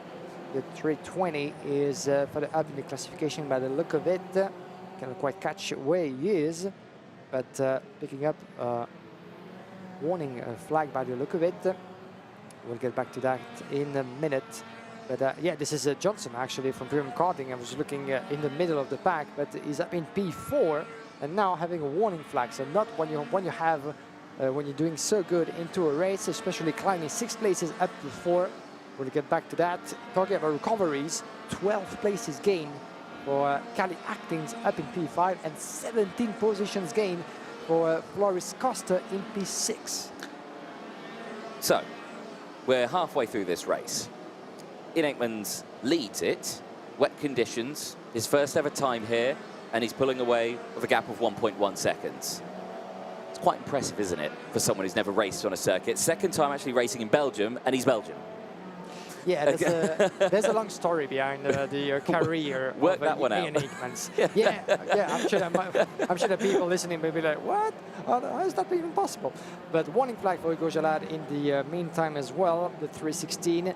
Now, talking briefly about Ian Aikmans, he's been, of course, competing at the highest level of karting for many years now, climbing through the ranks of junior categories in Italy, in other countries as well on the international level. He's a common name as part of the European World Championships, and didn't give a shot at the IAME Euro Series before, and has never competed in the national series on his junior years as well. So that's a choice of career, that's a choice of path, and you know, so far it paid off quite beautifully for Ian Aikmans, who's one of the brightest young names carrying the Belgian flag in the world of karting today. And he came here in Genk, a place he's very familiar with, but in the European Championship, this time around in Mariembourg for the European Championship of the IAME X30 class, and he's doing well. Doing well as well is the 317 further back in the classification. This is Merscout battling along and getting ahead, or dropping a place, shall I say, against the likes of Rimmer Blanc and Lop. This is just outside the top 10, isn't it? Yeah, just outside the top 10, roughly around PD 11, 12 and 13. But, you know, look there, under some immense pressure from Mashad just behind, who was trying to find a way through. Looked at the inside line through turn number 2, failed there, stayed behind here as they go in towards turn number 6, the double apex, then it sweeps back round as they enter in towards turn 7. This is where we saw Ruben Moyer dip a wheel onto the grass earlier on in the previous race. No such things happening this time around between these two around us. Down the inside now, Mashad has the momentum, squeezes, gonna look wide, but look, holds on to it and back down the inside then. Who was that? It's Pirovano who's come through in the 238 from 14th place, now up into P13, takes full advantage of the situation. Yeah, that was a close call. They were pretty much glued together. There might have been a bit of wheel touching out there. Oh, watch out on the inside. One of the teammates of Evan Gilter trying to do his bit, as there's more and more water onto the track by the look of it. Sometimes it's really a struggle from a point of view, even for you, dear viewers, to try to identify who is who. But we're going to do our very best in those very difficult conditions here in Mariembourg, as we have a couple of drivers in the mix, the 317 further back. This is Merscout still battling along with Pironavo and Pikkonen just further back between 13 and P15. As in the lead, 1.5 seconds between Ian Aikmans and Gilter, so nothing to see there, nothing to worry about, at least for both Aikmans and Gilter, whereas Danny Caronini further back with a good gap as well of 2.5 seconds. But look at the driving skills of those drivers. Nice little change there, the 230 just getting through there. Otto Pukkanen moving up now into P14 at the expense of Mashad, who drops down now. And Pukkanen here very, very quick. He'll be used to these sort of conditions. He likes the rain. I spoke to him, I think, at the previous round. He said, yeah, he prefers the rain to the dry. So a lot of drivers do prefer the rain to the dry, which is quite strange because I absolutely hate it. So, you know, each to their own on this one. Near the end of the race, and still Aikmans who leads by 1.8 seconds now as he crosses the line from Gilter. Danny Caronini still there, just a further 3 seconds down the line. Eyes on this battle here, though. This is further down the order. This is about, like we're saying, 13th, 14th, 15th place that we see on your screens. Jona Lup and Blanc still line astern as well. Just further up the order, and a mistake there, I think, from Buchanan. Otto Buchanan with a huge mistake, and he drops down one position there. What a disaster for him, because you saw him as he went into the corner. It kind of hopped and skipped, didn't it? But I don't think he hit the curb. I don't know what happened there. Yeah, we might need to see that again, maybe in the replays post-race, as we're here into the hairpin. Oh, a slight contact maybe. The 249 being harassed. Rimmer Blanc with a lot just behind. Watch out for the battle as well. As we have the 3 up to 4 driver battle into the last sector of the track. That's going to be very, very tense indeed until the checkered flag, but trying to have a better racing line outside of turn number 10. Oh, a slight contact between Lop over there and Rimmer Blanc. Marcus Glum in the mix as well. We're going to keep following that up close. As you can see, drivers really on the verge pretty much of losing it outside of the track. As we're back here for the battle, this is for the hub, the 249. This is Piero Navo and Rimmer Blanc explaining each other for P11. At the advantage still of Rimmer Blanc, who is doing a good job at keeping his opponent just behind. Rimmer Blanc competing this weekend with KCR Racing against Piero Navo in TB Kart, one of the teammates of Eddie Goldstein, who unfortunately is nowhere to be seen in this race. 29 as it stands. Teresa Babičková down in 24th. Julian Kamen 21st. Some of the big names of that class going to trouble. As we're getting near the checkered flag for both Ian Eckmans and Evan Gilter. But 2.1 seconds is on a very comfortable cushion of seconds for Ian Eckmans. There's a cut-off at turn number 3. Driver is out and he's walking, which is good to see as we go on to the final lap. Just trying to ascertain who that is. But yeah, as I say, final lap now at 2-second gap as we go into the yellow flag, and I can confirm it is Matteo van der Kerkhoff for the VDK Racing team who has gone into the tyre wall. Quite a hefty hit there as well into the barrier. I suspect he just went straight on at that one. But what can you say about this? Ian Eckmans, first ever time racing here at Mariembourg, second time racing in Belgium. He's Belgian himself. And there you go. He's leading by 2.2 seconds very comfortably around this final lap. And this is his second, would be his second win of the weekend so far. So you would say that he's very comfortable with the circuit that he's never driven on before. And this victory means that he's going to be leading the classification as it stands. He is 1 point shy from Eduardo Villa, with Gilter dropping a place still in third in front of Carinini. And unlike what we have seen in the European Championship, for instance, the IAME Euro Series chose to remain with the same point system as the years before, meaning that we have to collect the results to get a clearer view of the current standings. A checkered flag for Ian Eckmans on home soil in front of his peers. Evan Gilter taking a second place. And another strong result for the Frenchman. Energy Corse Benelux must be delighted as well to see the performance on and on from Danny Carinini up in third, from Johnson, Kelly Atkins and Faris Coster, and up the top 6 after fantastic recovery work of 17 places up in the lead. As you don't get to see it, but we have Adrien Renaudin by our side, the Frenchman, former winner of the International Super Cup of KZ2 and the team manager himself now with Dream Racing. And let me tell you that if Adrien Renaudin is by our side in the building, maybe it means that he's going to have a word to say with the officials. So that might not be good news for so many drivers. Yeah, he's up here in the commentary box, but that is bad news because, yeah, the stewards are also up here in another room. So if you're up here, it's probably not the best of news. So, like you say, Ian Eckmans at the end of that one, 11 laps completed. He will take the race win. He makes his way back into the pit lane. And, of course, he'll be happy with that one. Of course, all the race results that you see here are provisional pending post-race scrutineering because everything needs to be checked. So Ian Eckmans take the wins from Evan Gilter, from Danny Carinini, Louis Johnson-Cool from Callum Atkins, Floris Costa and Thibaut Gillet, Adam Riley and Luca Griggs round out the top 9 from Marcus Glum, Andrea Piovano, Rimmer Blanc, Jona Lup and Mathis Machat. Gilles Relmans rounds out the top 15. P16 is Otto Pikkanen from Miguel Silva. Then we have Hugues de Schepper, Julian Kamen, Hugo Jalad, Eduardo Dominguez in P21st, followed by Laurie Satch, Teresa Babičková, Alex Moore, Hugo Brun, Peter Stiller, Nolan Dubois, Ellie Goldstein all the way down to P28. And then we have Eduardo de Kort, third driver missing out on this one, Van der Kerkhove and Alexander Ruta. As you can see, Matteo Van der Kerkhove from VDK Racing missing out on a potential good result in this qualifying heat.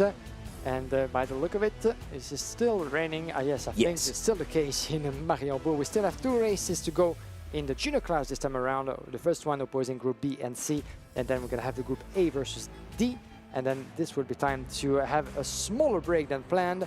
As you can see, one of the longest and dearest members of the RGMMC group, George himself, being busy on track, bringing food certainly to some of the officials and marshals on track. In short, no less, in raining conditions. Here's a look at the replays then from that race that we just had. The start again, absolutely fantastic. Drivers taking all those sort of different lines and relatively clean this time. All the drivers actually getting through turn 1 and turn 2 unscathed, which was good to see. I think it came a little bit more constant, but then this one here from Evan Gilter, what a save. I love that. What a save that was, and maintained all of that momentum. Unfortunately, didn't maintain the lead, though, a little bit later, because Ian Ekmans went for the lead. That was when your man Goldstein went off the track, and that was a disaster. No one saw that one coming, but it happened. There was a move from Ekmans, and that was into the final corner, or turn 12, I should say. Tight line on the inside, maintained the exit speed. Gilter couldn't get on the power early enough because the crossover had happened, and maintained that position. So again, a well-timed move. And then it all kicked off a little further back as Jona Look was under pressure from the drivers just behind as well. The 3-1-7. This was Matis Machalts who finished that race in P14. Then it all kicked off a little further on. Checker flag went out, and your man there, Ian Ekmans, took another race win. 2 out of 3, third place in one of his other races. So yes, a very interesting one, but I'm sure he'll be very happy with that one. He will be very happy indeed. A good performance from Ian Ekmans. As we're going to switch our attention already to the next one. The junior category is up next with the qualifying heat opposing Group B and C. And still very much a wet race. Everybody on wet tires as Ross, our man responsible for the good order of the grid, is waiting for the signal. And the whistle will be blown as the drivers are now making their way onto the track. What are the drivers that will be starting from the first pole position on this grid? Went through some trouble in his previous race. This is Sacha van Padbosch, the young Dutchman from Victory Lane. Used to be competing for Fusion Motorsport. So Sacha van Padbosch and Freddie Lloyd side by side on the first row of the grid, followed by Cathal Clark, another driver who had a desperate result in his previous heat, in need of a good performance. He's going to have Harrison Mackie by his side. Round number 3, Zach Green and Romeo Roussel, followed by Sandro Perez, Toby Gale, and round number 5, Louis Cumming and Joy Brown. Row number 6, Joseph Smith and Jon Helder. They go from that one running at the top 12. Arthur Didonka and Jean-Paul Carras round out row 7. Matteo Dravan and Morgan Moore. They go from row number 8. Isaac Phelps and Sam Woolley. They start from row 9 with Elaves and Henry Carter on row 10, running at the top 20. The final row, row 11, for the 22 drivers, Walter Berignou and Mika Hockendorf. Now, Walter Berignou had a P4 finish, I believe, in the first race, because, again, one of the 4 drivers in the previous race that we saw out there who did go for the wet tyres when that was definitely needed. And, yeah, real shake-up. So this is where we see these drivers come in. Crucially, though, they'll have fresher wet tyres on the inside line than the rest of them, because they won't have used them yet, will they? Because they went out in slicks earlier on. So this is the only benefit here that Sacha van Padbosch, Cathal Clark, Zach Green, Sandro Perez, all of that will have, is only because of that one. They didn't use their wets in their first race when they really needed to. So, yeah, they have a benefit still in this one. They do have a benefit indeed, and hopefully they will be able to take full advantage of that benefit into the race. Previously in the junior class we had 2 races. The A versus B was won by Eva Dorenstein. As we said, in what was more like a mayhem of a race. Most of the drivers going out in slicks as the rain was picking up on the way to the demi-grid. Nothing that most of the drivers could have done about it, but it was the moment for Eva Dorenstein to shine. And the young driver from the Falcon Racing team picking up a first ever win at this level. The race that followed was won on track by Alexis Constant, but those results are still pending by the look of it on the official website of the IAME Euro Series. And Constant still has 1 win under his name, still leading the classification as it stands with Svan on equal points, 0 so far. But Eva Dorenstein is further back as well, and Rocco Coronel 2 points each. As we're waiting for the drivers to make their way back onto the grid, led by Sacha Van Padbosch on the left side of your picture with the victory lane colors. Cathal Clark, his teammate, just for the back on his tail. Oh, you can see a bit of a traffic jam over there. Yeah, again, the old classic drivers slowing down and drivers behind not seeing it. Bit of a concertina comes up, but looks like they're all sorted. They get onto the start-finish straight now. Sacha Van Padbosch on the left, Freddie Lloyd on the right, into the tram lines. Green lights go out and away they go down in towards turn one. Great start from the inside row as Van Bosch and Cathal Clark hold that inside line. Remember, the drivers on the outside have got slightly more used wet tyres as Freddie Lloyd gets swamped by the pack. I think he comes back through now into P2 now, which is good to see as they go up in towards turn number 2. One kart going wide. It's one of the Fusion karts that's gone off the track. Believe that could have been... Not too sure, actually, who's gone off the track there, but it was a Fusion kart that did do that. Rest of the field goes through, and it's all good into the pinch point now of turn number 4, but everyone around it nice and clean. Pretty good opening lap indeed for most of the drivers. Everybody on board as the rain has picked up by the look of it once again. So definitely not a good end of the morning for the drivers of the IAME Euro Series, having to really force the events through those conditions. A good job so far for Sacha Van Padbosch. Pretty low just behind, going for the win, potentially the win, the lead at least as for now. But Freddie Lloyd did a good move on the inside, the Fusion Motorsport driver, and good job. And not only was he able to get past Sacha Van Padbosch, but look at the distance already he put between himself and the victory lane driver, being having the support in this race, in this battle. Oh, and a kart off. Who is that? It looks like a crop promotion to me. That's it's a 34, and that is, well, unfortunate for Sam Woolley. It is from Croc Promotion, who was gesturing in the skies, imploring the gods, why have you done that to me? Unfortunately, he's going to have a lot of positions to try to climb back. As I said before, Cathal Clark is giving a bit of support to his fellow teammate, but not for long, as we have Zach Green trying to make his way through from the outside perspective. It looked like he could actually make his way through, and turn number 4, he does, by the look of it.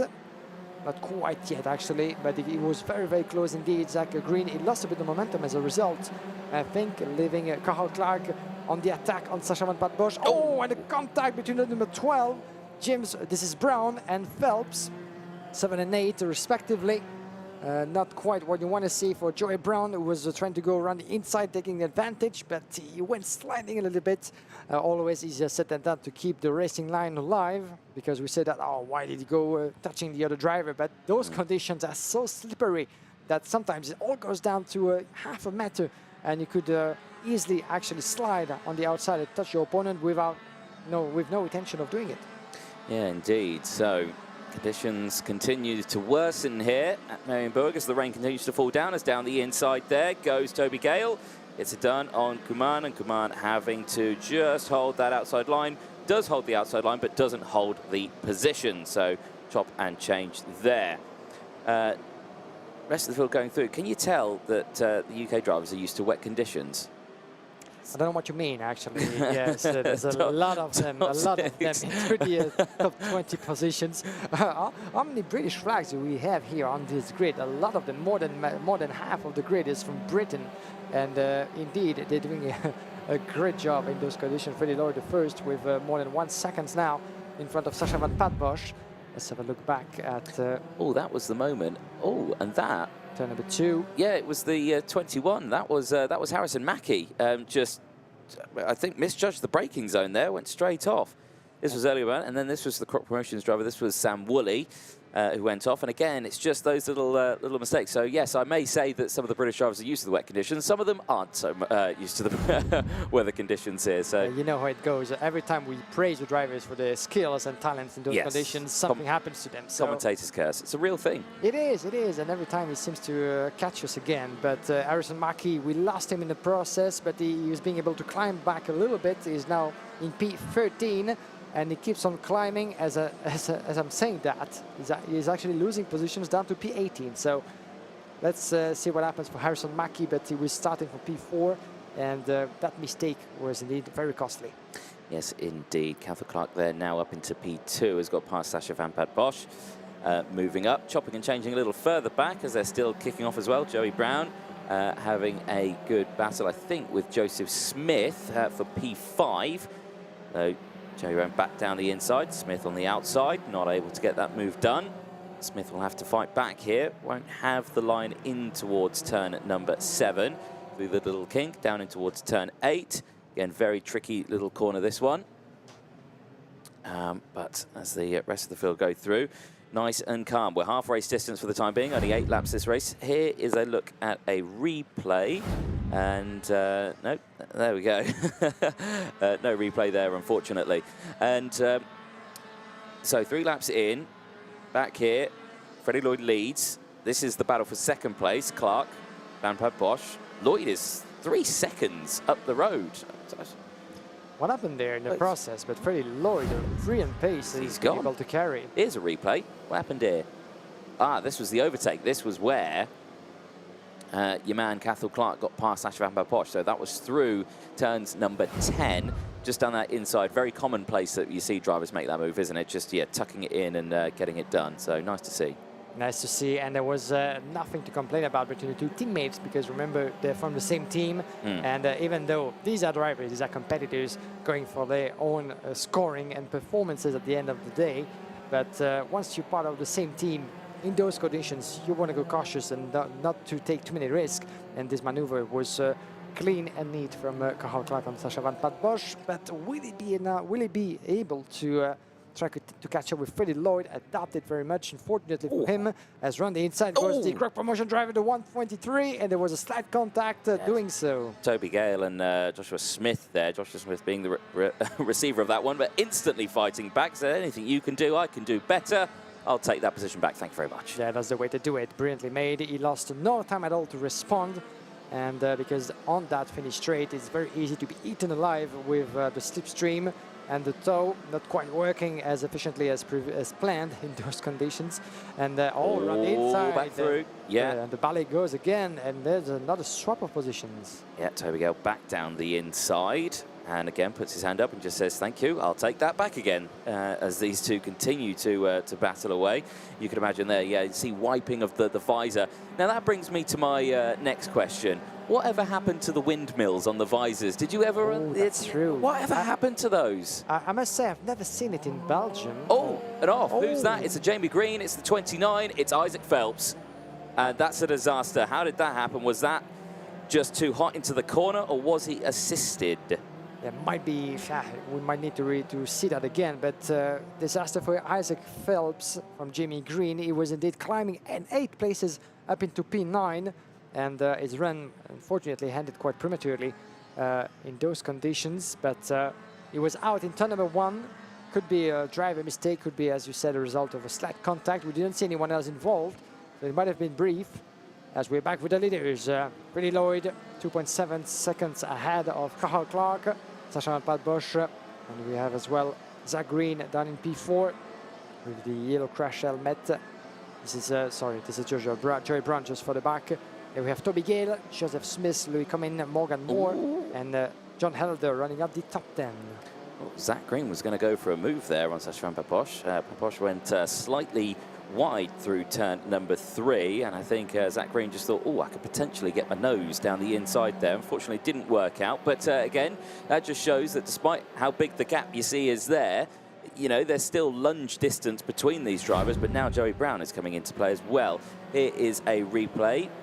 This is... Was this Freddie Lloyd or It leader? is the race leader who has had a mistake. Oh, again. It just did us Evan Gilter move. Yeah, indeed. And it was just a lock of the rear axle, and round it went for Isaac Phelps. That's a big shame, but very easily done in these conditions. He was very lucky not to get stuck into the gravel, actually, because there's not a lot of runoff area. You have the gravel and the wall on the outside of that turn number 1. He was able to get going again, but someone else might not have been as lucky. Yes, indeed. We go on to the final lap then, and Freddie Lloyd leads by still 3 seconds, despite that little moment we just saw on a replay there. Just shows that he is still pushing it, despite the fact that he's miles ahead of anyone else. He's still trying to get the most out of this kart as he can. Going through turn 3 now, like you say, yeah, 3 seconds clear from Cathal Clark. Van Bosch still there a little further down in P3 from Zach Green, Brown, Gale, Smith, Kuman, Moore, Helder Carter in P11. But eyes on this man here, Freddie Lloyd. It was a pretty decent start from the getaway. And yeah, he's kind of just maintained this one. And yeah, solid drive. God, look at the water that kicks up. Solid drive indeed. Some might say that that little spin on the outside of turn number 4 was done for the sake of the camera, but he won't be happy with me saying that. But it was a good call, a good catch up by Freddie Lloyd. Demonstration of those beautiful driving skills of not only the British drivers but the French as well, with Gilles Terre doing the same on the race before. It gives you a good impression of how difficult those conditions have been and have been you know, worsening here in Mariembourg. In the meantime, the job was strong, and the result is as strong for Freddie Lloyd, the winner for the first time this weekend in front of Cathal Clark and Sacha Van Pat Bosch. The checkered flag is waving, welcoming the rescapees of this qualifying heat. And luckily, we do have pretty much everybody on board except for Harrison Mackie, who went back into the pits and is nowhere to be seen at the end of this race. The penultimate race of the morning. We have one more to go for the junior category with A versus D. And then it would be about time to have a quick lunch break before the rest of the schedule, as we're running a bit slightly for the back out of schedule due to the conditions and the change of compounds. As early morning we went from dry to wet race, so apologies for the slight delay into proceedings, as we will be back after the last race at 2:20 local time for the rest of the proceedings. A lot of 12 races remaining on the schedule after the one coming up next.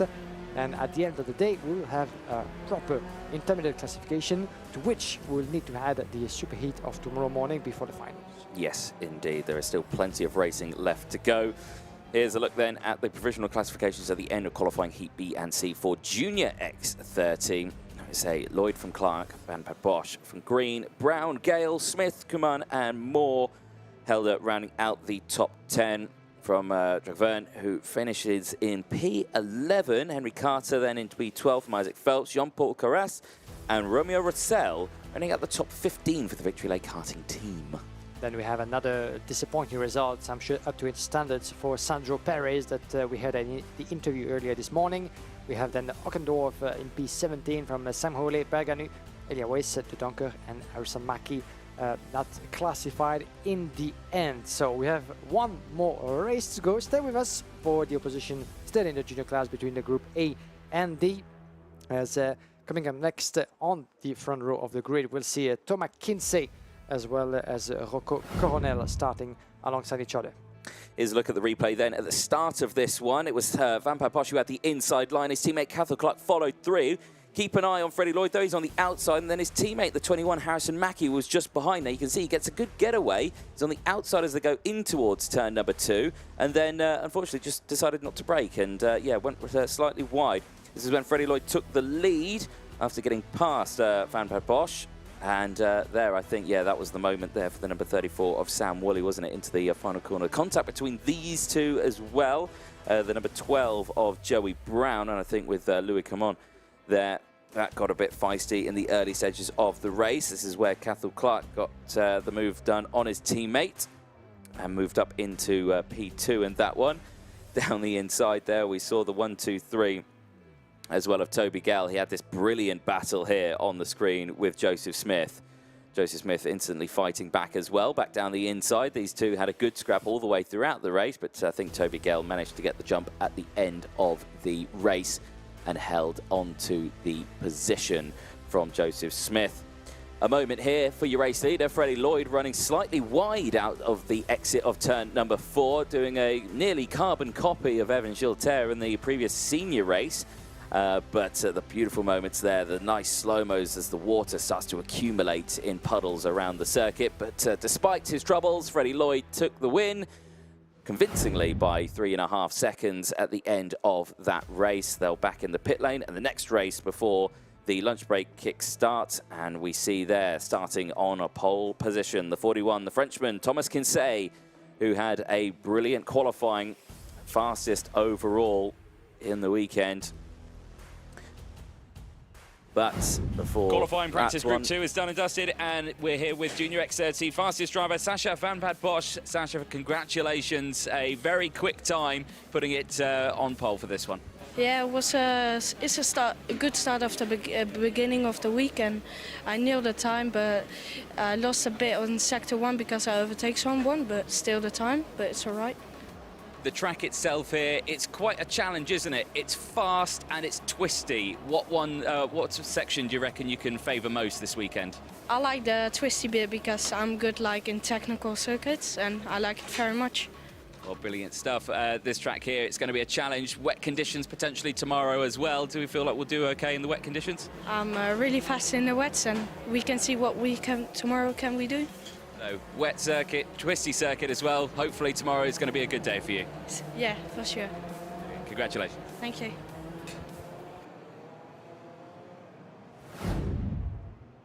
Well, it was a good race for Sasha van Bosch, and that one did finish that race quite comfortably in P3, so a good result. The next race, though, heads out onto the circuit. This is junior qualifying Heat A and D. Thomas Kinsey and Rocco Coronel, they start this one on the front row. Vilmos Van and Alexis Constant on the second row.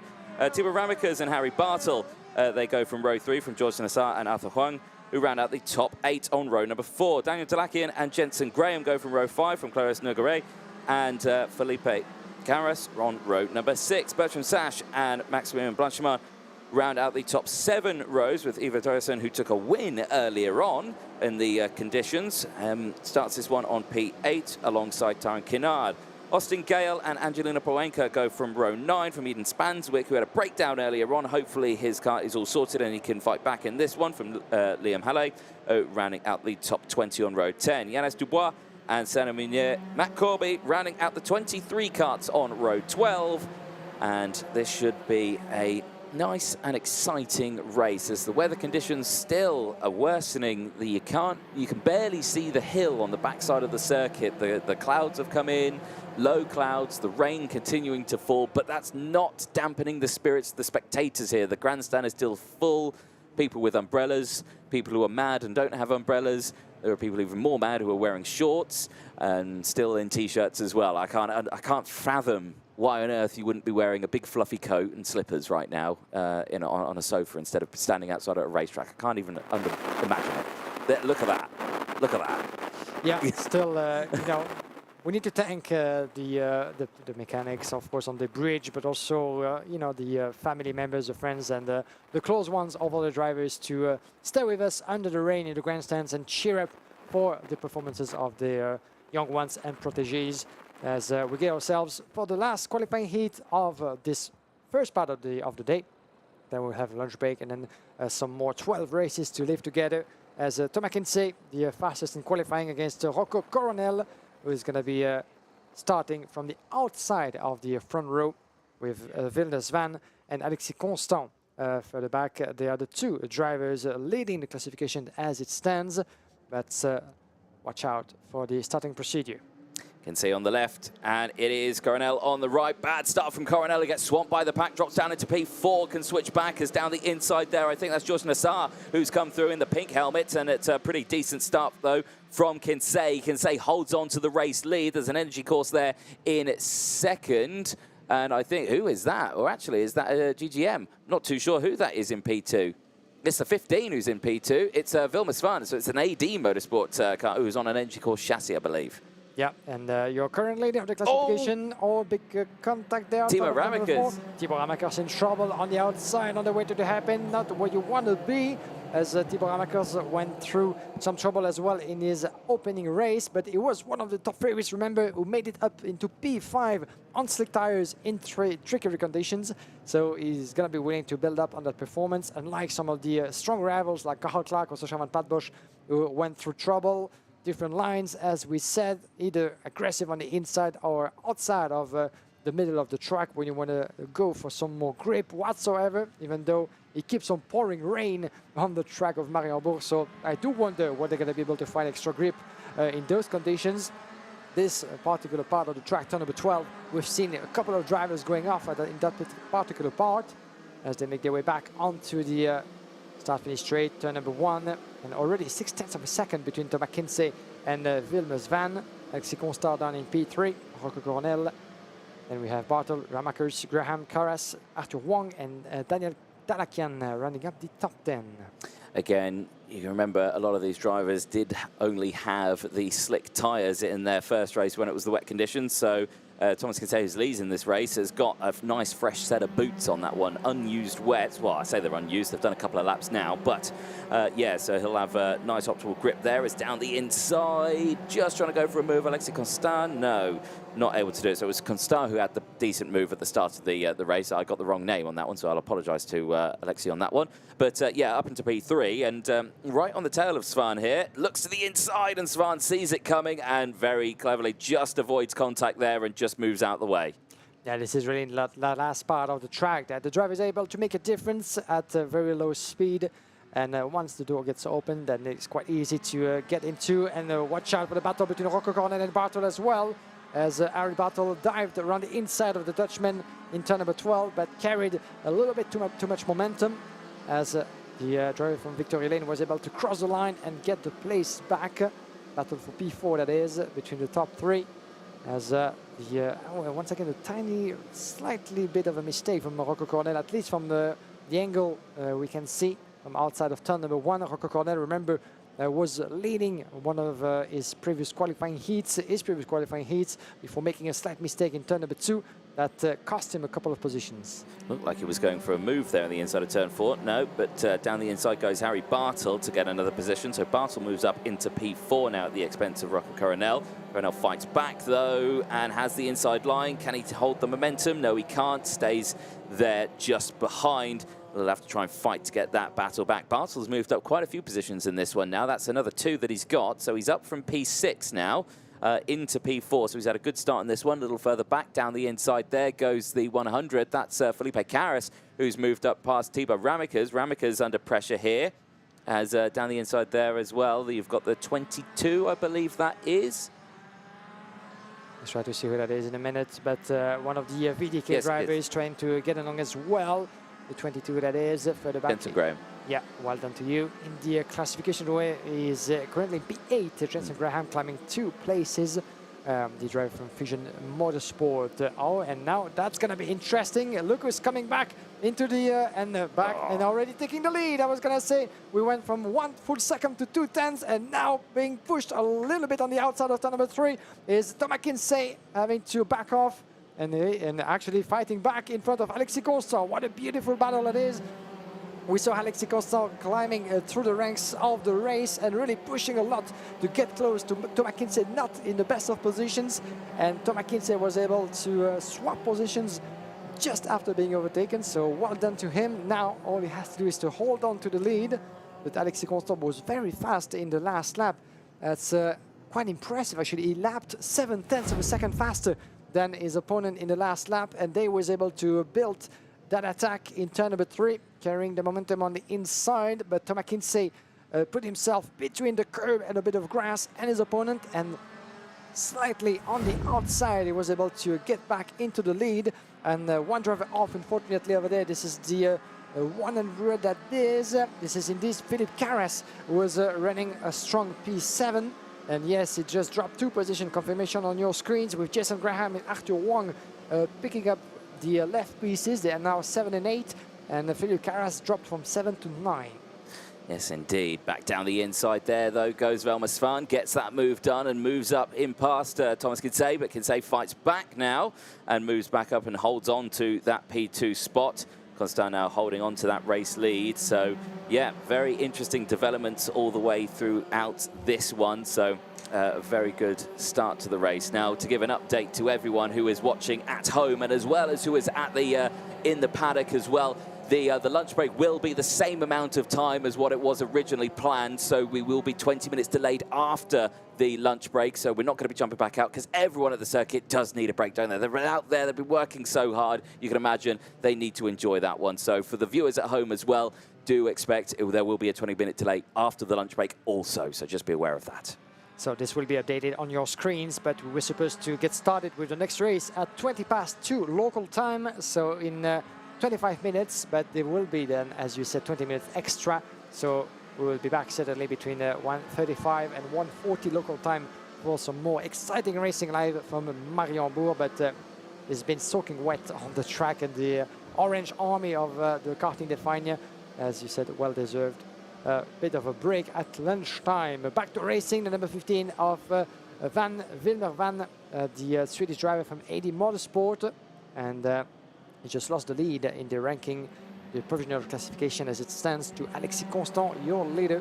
If Constant wins, well, he will be 3 points clear from Vilnius Van, and in the end of the day, the driver with the less points, which might sound a little bit illogical, but that's the way it is in karting generally. The driver with the less points at the end of the qualifying races will get to finish in the lead, grab all the points that he needs for the classification of the championship and start the superheat from pole. Yes, indeed. Chopping and changing, as Kinsey here has got so much pressure here from Svan. Bartel's there as well. Kinsey goes defensive into the corner. That could be a mistake here because then Svan might have the better exit. No, because Kinsey can block that move as they exit out of the corner. Now down in towards turn number 1. This is very fast here as Bartel looks to the inside, but no, Svan goes to the inside. Does he hold it though? Is he going to run wide? Yes, he's going to run wide on the exit, and Kinsey can hold on to this one. This is wet condition defensive driving. It's very, very difficult as contact between the two of them as they bump and barge their bumpers all the way throughout it. And look at it, tipping it in there was Velmasan as now Bartel goes through with that move. So now Bartel up into P3. And look at the spreads of water. It's like we don't get to see the drivers in turn number 4 anymore with those conditions. And Alexis Constant couldn't be more thankful for the battles behind him, as he's been increasing the gap, 3.6 seconds now, and no trouble whatsoever for Alexis Constant on his way to what would be, if he stays like this, its second victory out of 2 races for Constant. I tell you who's enjoying this battle that's happening in front. I suspect the 2 drivers who are just behind, Thibaut Ramicas and Rocco Coronel, who have now latched onto the rear of this group also once again. There you can still see Kinsey's holding off Svan, who's managed to get back in front of Bartel, and Svan down the inside through turn number 12, but he won't have the exit speed again. You can try again, but you've got to try and hold that inside line. It's just a fine line of millimeters of braking all the way throughout. We go on to the final lap, though. The battle for second place rages on. Alexis Constant is 5.1 seconds up the road, having a nice Saturday drive, I say, in the rain. Bartel looks to the inside here in towards turn number 2. No, unable to do anything. He keep an eye on Ramicas, though. Ramicas is getting very, very close here. Bartel to the inside. No, thinks against it. Oh, but a mistake there from Kinsey, and Kinsey's got the open line now for Svan in towards turn number 4. Can Svan hold it? No, he can't.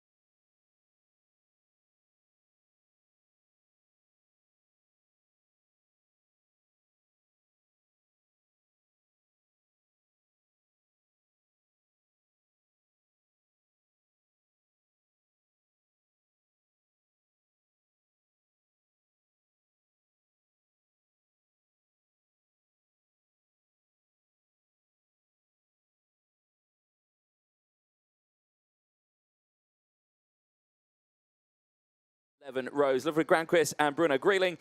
Austin Newstead and George de Smet on row 13, with Tony Castroferro and Max Grassini rounding out the 14 rows. 28 drivers in this one. The rain, for the time being, seems to have stopped. The clouds have somewhat lifted. It's still very cloudy here, and the track is still absolutely soaking wet. It's still wet tyre conditions, but it is a very very tricky circuit conditions out there at the moment. Here we go then, the first race after the lunch break. 12 races to go in the second half of the day, and we get lined up ready to go. Bobrojov on the left-hand side, Kanish Grau on the right. Sometimes the outside line works, sometimes it doesn't in these wet conditions. Into the tram lines, green lights go out and away they go. Down and towards turn one. Good start from the second row as down the inside goes Gilles Herman. On that inside row, he's got the lead. No, he hasn't. Drops back down into around P4. Couple of jostling in the mid-pack section, but everyone gets through turn one cleanly. Now into the braking zone of turn number 2. Couple running wide, 3, 4, 5 running wide, and a spin in the middle of the pack. And it is the 959, I think it is, that's gone round. No, that's the 969 that's gone round. So a disaster for that driver in the mid-pack, but the leaders have got a clean breakaway. There's about 8 of them still in one big scrubbling group. And it's a George Gibbons car that leads the way, and it's Maxim Bobrojov who maintains the race lead with the purple Sector 1.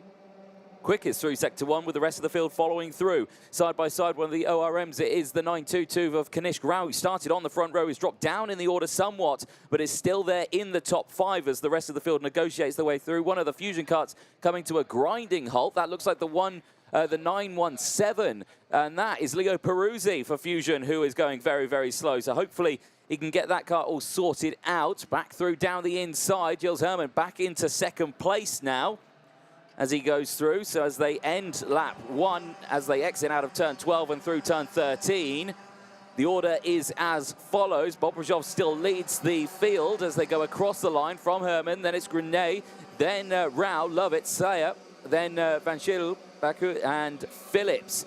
Nuvellini, the top 10 at the moment. Big shake-ups, lots of drivers who have dropped down the order. Big movers as well. Austin Newstead on that first lap, 14 positions gained for Austin Newstead as Kanish Rao fighting back down the inside, trying to go down the inside of Grenier for third place.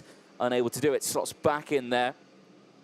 Max Grassini, 15 places gained. Max started this race at the back of the grid, and he's currently running in 13th place at the end of only 1 lap. An incredible start by the young driver. So, as they make their way round now in towards turn number 6, once again, the field just concertinaing up as everyone tries to fight for that single position. So big movers in this field, but the field still pretty spread out at the moment, still battling all the way down. There you can see right at the back of the field, the 2 drivers there, De Smet and Peruzzi. Peruzzi just trying to get that car back on the straight and narrow, as it did conk out earlier on. The 2 teammates side by side. This is Rao and Lovett. Lovett's got the optimal line on the exit, but Rao tucks it down the inside and maintains that position, holds on to P4. So the 2 teammates battling as it's a change to the lead, as Herman has now taken the lead from Bobrojov, but Bobrojov instantly fighting back. Herman holds it round the outside through turn number 1. Bobrojov again looking to the inside here in towards turn number 2. Unable to do it on the entry. Can he do something on the exit here into the braking zone of turn 3? No, stays behind. Can't quite react enough to that move. He's going to have to be careful here, though, because Noah Grenier's right there in third place with the Euro karting team. Top 3 with a clear breakaway now as the 2 teammates for ORM battle away behind. Kanish Rao and Archie Lovett, Jarlo Serra and Jesse Phillips for Fusion also just behind. They'll be working together to try and close up on this battle.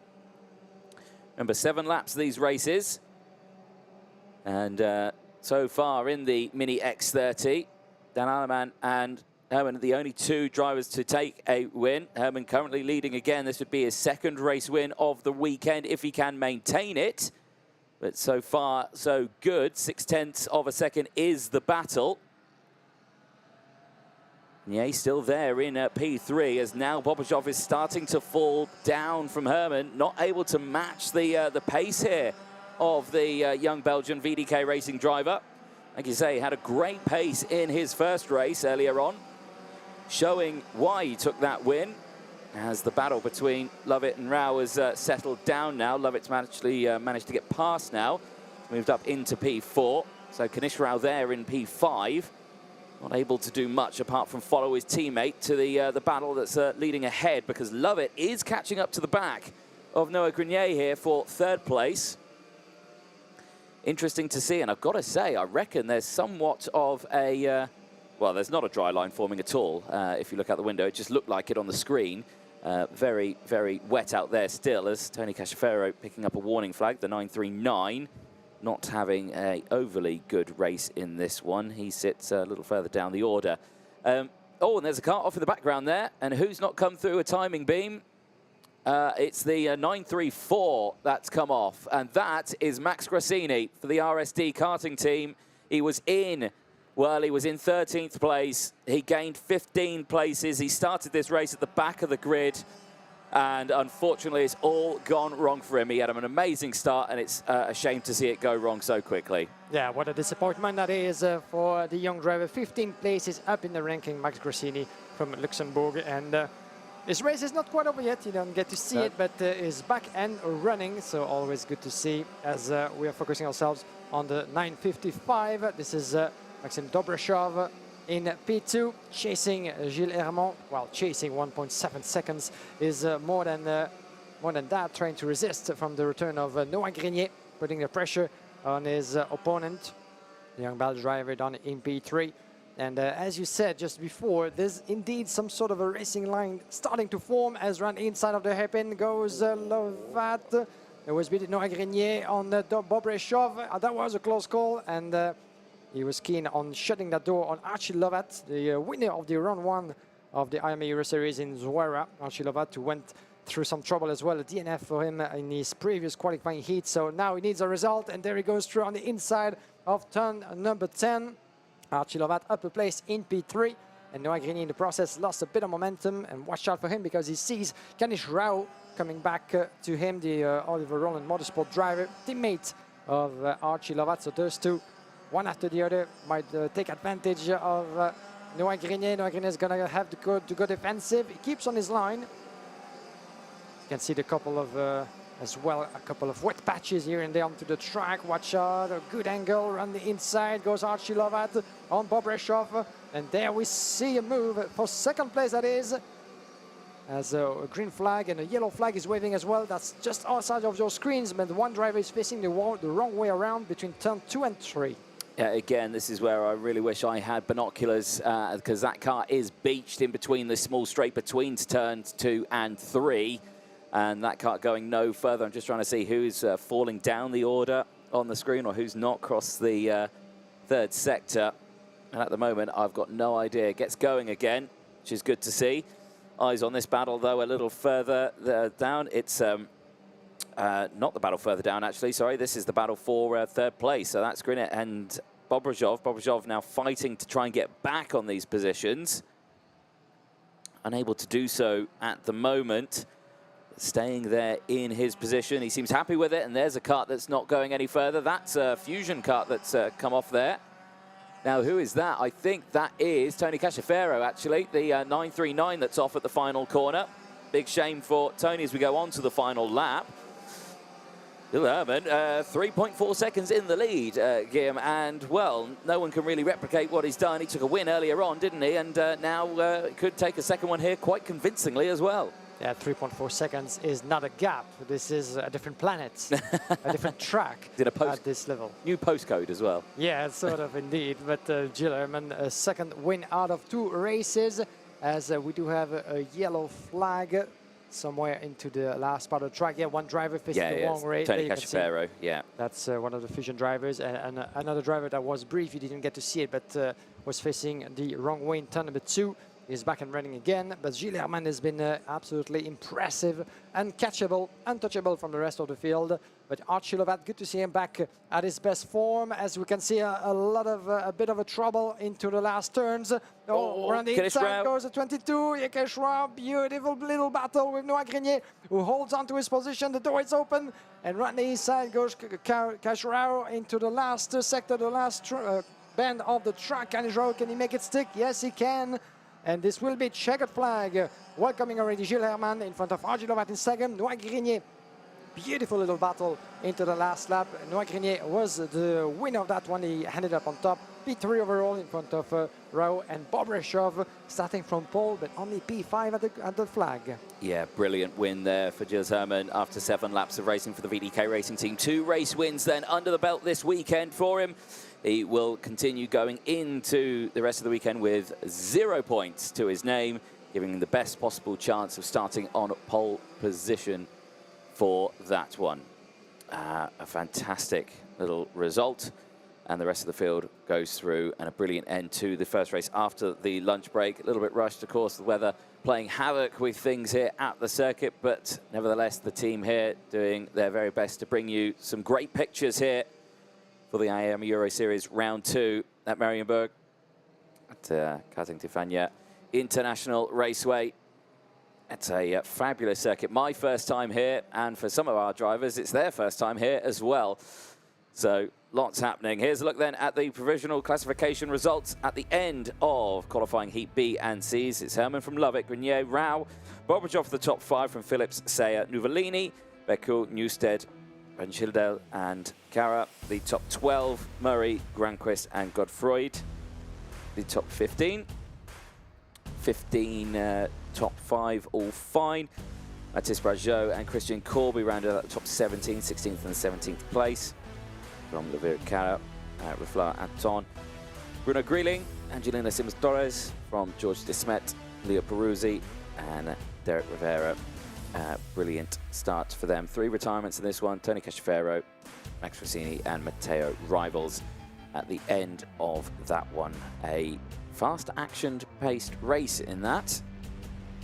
Action all the way throughout, and another brilliant result then for Gilles Herman for VDK. The team will be happy with that one as they make their way back into the pit lane. The next race that is due to come out in just a moment's time will be qualifying Heat A and D. There is your race winner, Gilles Herman, who will be happy with that one. Carts coming in, the tyres looking okay out there, nothing too untoward. Of course, these drivers would have been okay earlier on with the sessions. They don't have any dry sessions.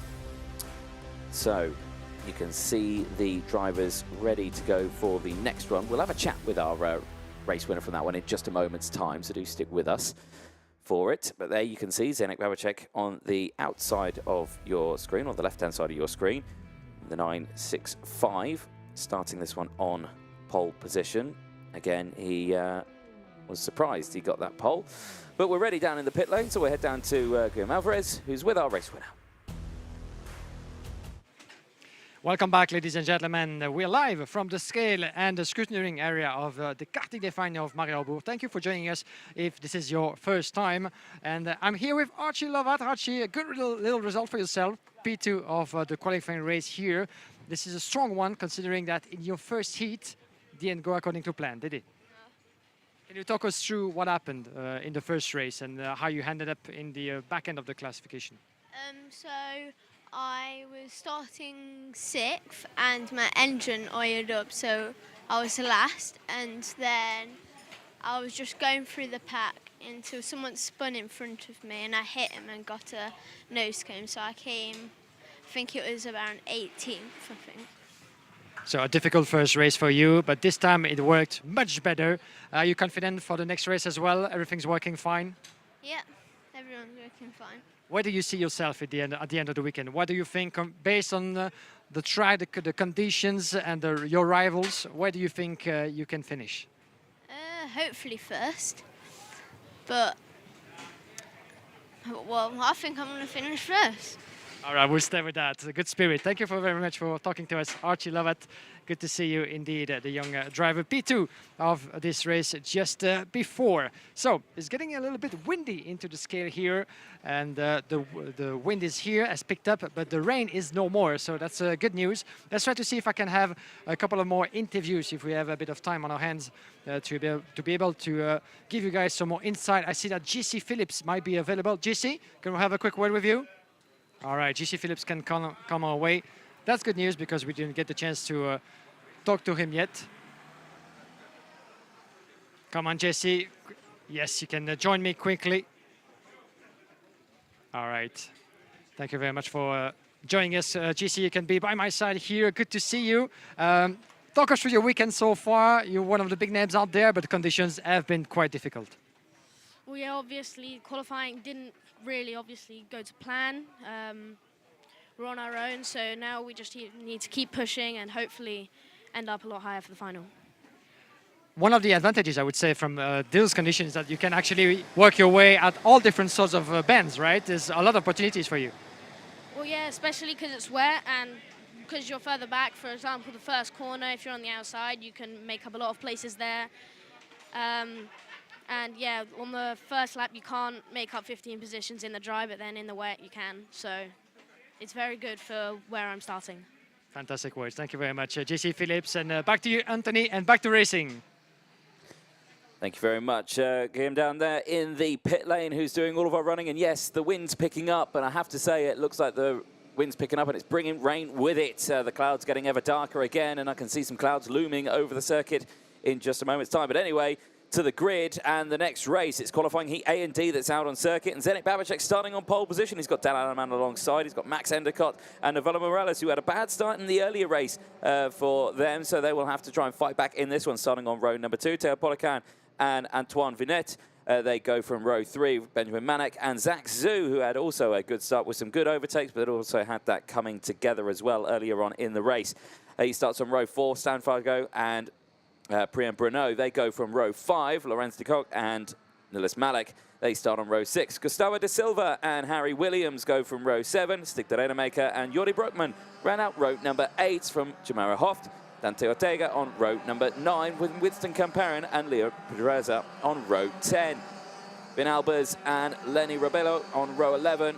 Lindsay van der Halen and Romeo Mello go from row 12. Finn Rosen and Dex Growell on row 13. Jos Mulder and Kazwe Kamyab round out the 28 carts on row 14. And already there's drama because Winston Camperin is off the side of the circuit. The 948 has come off.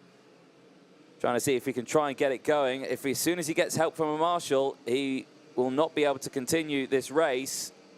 And Winston Camperin saying, no, no, no. But I think the marshal's saying you've got to clear the grid because the carts are coming around. So as much as Winston Camperin would love to get going in this one, the carts are coming around and it's unsafe to be where he's standing. So rightly done there by the track staff, doing their best. So carts make their way round the circuits, hopefully for a formation start this time around. If it is, unfortunately, yeah, Winston Camperin being escorted to the marshal post. He is no longer in the race, which is a big shame. Oh dear! And again, drivers slowing down and other drivers not seeing it. Remember, the red line is there. They are aware of it. And almost a huge coming together there. And oh, no, that is not what you want to see. No. Not what you want to see at all. Not at all. And Zdeněk Babicek still very much on that front row. Look at the wet patches on the outside and both on the inside of that turn, which is not always easy to... Oh, and one of the drivers as well out of positions on the left side of your screen. So let's see if we're going to be good to go for the mini category A versus D. The lights will be out, will they be? Yes, we are racing in Mariembourg on the way to turn number 1. And a good start from Max Endicott for the back as well. Yvonne Morales, Dan Halleman, Zdeněk Babicek, all in one going to turn number 1. No trouble at all for the drivers out in the field. On the way to turn number 2, seems to be going pretty well once again. Watch out for any contact, but seems to be going quite well in that. But Zdeněk Babicek, as a result, is dropping a couple of positions by the look of it. The 980 made his way through. This is Antoine Venant. What a start, what a getaway it was. He's in P2 at the moment, the young Belgian driver, doing fantastically well since the start of this weekend. And I know too as well, trying to make his bid. Dan Halleman lost a pile of positions in the half of the opening lap as they make their way through the pit on the other side of the track. And one driver off by the look of it. Let's try to see who that is who's not coming through. And unfortunately, you don't get to see it, but he's trying to get back on his own terms onto the racing track. But I don't think that we'll be able to rejoin this qualifying race. Yeah, I'm just trying to look at the timing screen to see who it is. There is a fusion. I think it could be Harry Williams in the 911, who is stuck there at the exit of turn 6. He does get going now.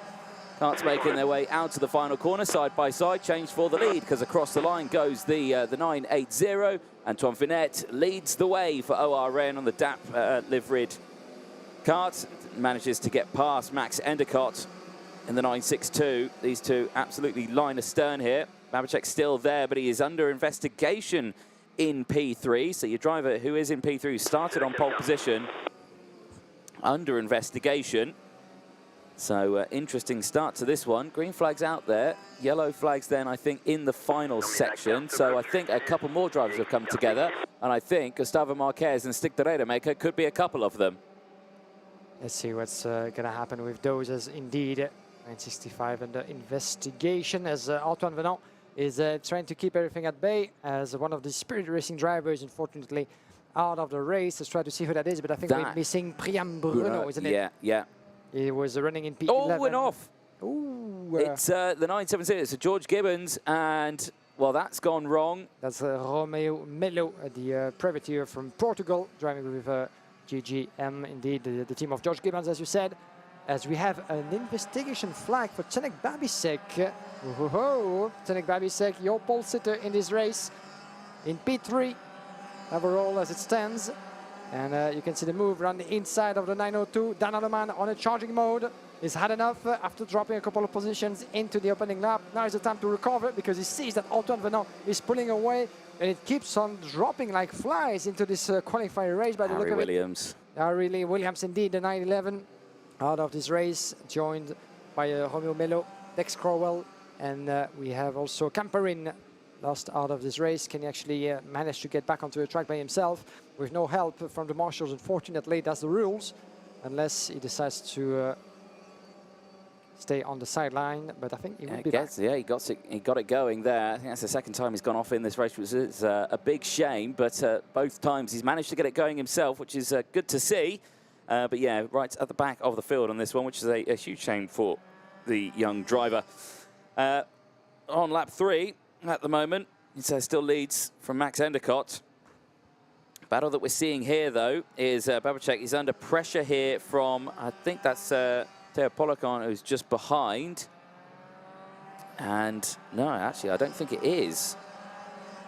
Who is that? It's the 962 that's gone awry. Endicott in second position it is, as Dan Halleman is now up into P2. Max Endicott. Yeah, Endicott who dropped all the way down to P4 at the moment with the 965 of Cenek Babisek trying to swap the positions in turn number 2. Watch out for Policon. Stanfago as well in position number 6. It was very, very efficient at the kickoff event of the year. Stanfago, second of the IAME Winter Cup in Valencia. Watch out for the move on the inside from the 965 of Cenek Babisek. He just made that stick beautifully. But Endicott was there for the taking and swapped the position on the outside of the turn number 4. That was a courageous move, but it didn't pay off. Look at that, the battle, 3-driver battle pretty much, as we have enough. It was a blue flag actually being waved as one of the drivers is about to be lapped into this field. But in the meantime, battles happening all over the place into this field of the mini class at the end of lap number 4. Antoine Venant, nothing to worry about in the meantime as well. Almost a second advantage of Dan Alleman, trying to and doing a good job at keeping Endicott and Babisek behind. Yes, indeed. Still kicking off here, though, on your screen, as Benjamin Manak trying to get past. Change for third place, Babacek and Endicott squabbling for position, and Endicott just trying to squeeze his nose back down the inside through turn 1 on the switchback, unable to do so, and he remains in that position then of P4. Polygon just behind. There you can see is back down the inside then. I think that's Lorenz de Kock there, who's just coming through, the 976. It is. Yeah, so moving up now into P6. He's just got past Stanfago. And battles ensuing all the way throughout this field, which is good to see. That's looking a lot clearer over the hills now, isn't it? I think the clouds have lifted. Yeah, we can see a quarry in the background. It has been there, well, I don't know how many years pretty much, but it's been part of the background of the Mariembourg region. And before the lunch break, it was very foggy on this background. We couldn't actually see it. And the rain has stopped, but as we said before, the wind has been picking up quite a lot, and which will, of course, chase the clouds away and the rain away, hopefully, for the remainder of the afternoon. As in the meantime, the battle is on. The 916 on your screen is happening a little bit further back into the classification. Yes, all the way back. This is the Rademacher and the 923 of Marques, the Portuguese driver, as we're back, swap of positions for the lead. We're back in the lead. This is the penultimate lap of the race. And Antoine Venant, Dan Halleman, they're going to have a couple of drivers in the way as the blue flag is being waved. Dan Halleman on the inside of Antoine Venant, going large, trying to get a bit more grip onto the exit, being pushed a tiny bit onto the curb on the outside line. Antoine Venant still has a bit of time on his hands to try to get the situation back and running for himself. Let's not forget that Gilles Hermand has had 2 wins out of 2 races so far.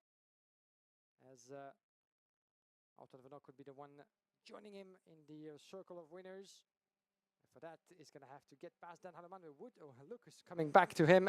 The Cedric Babisek, the young driver from Tebs Racing Team, going around the inside of turn number 9. And he made that stick, but Antoine Venant responding, counter-attacking, crossing the lines. What a beautiful ballet that is at the advantage of Antoine Venant. Yeah, Venant really fighting back fiercely at that one. Not going to let that position get away too quickly. He just lost out to Dan Halleman on the same lap. He's not going to lose out to Babacek as well. So I suspect he's going to make that minicar as wide as he possibly can. Back over the start-finish line they go. Dan Halleman leading the way. Venant, though, under pressure here, a little squabbly, under braking as they go through turn 1. And Babacek's got to move on the inside line here.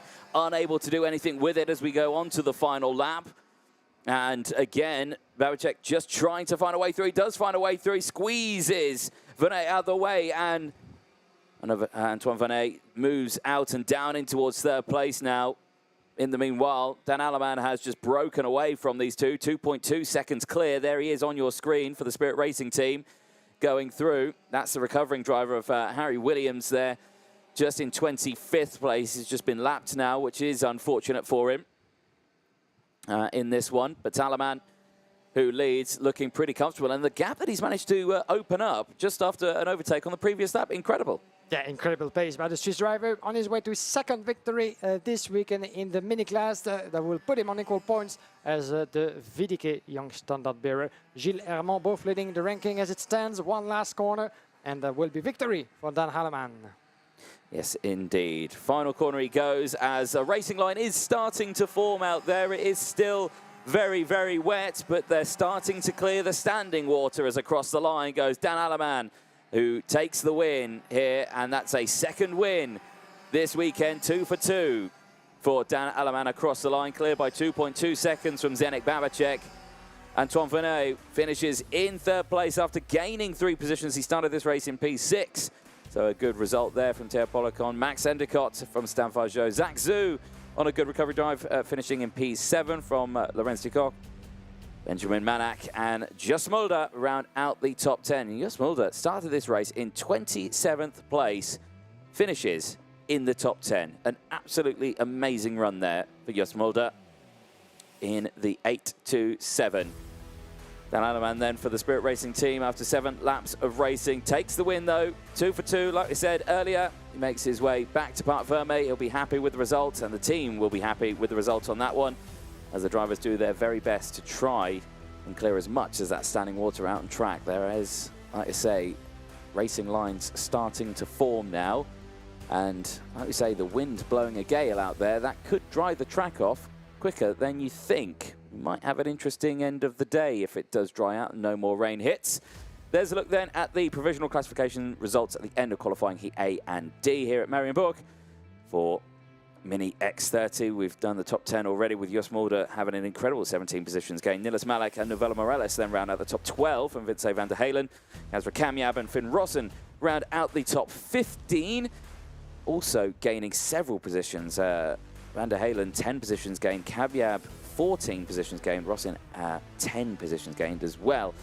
Finn Albers finishes in P16 from Lino Pedraza, who rounds out the top 17 after gaining 3 positions. Stig de Rademaker dropping to P18 at the end of that one from Dante Ortega.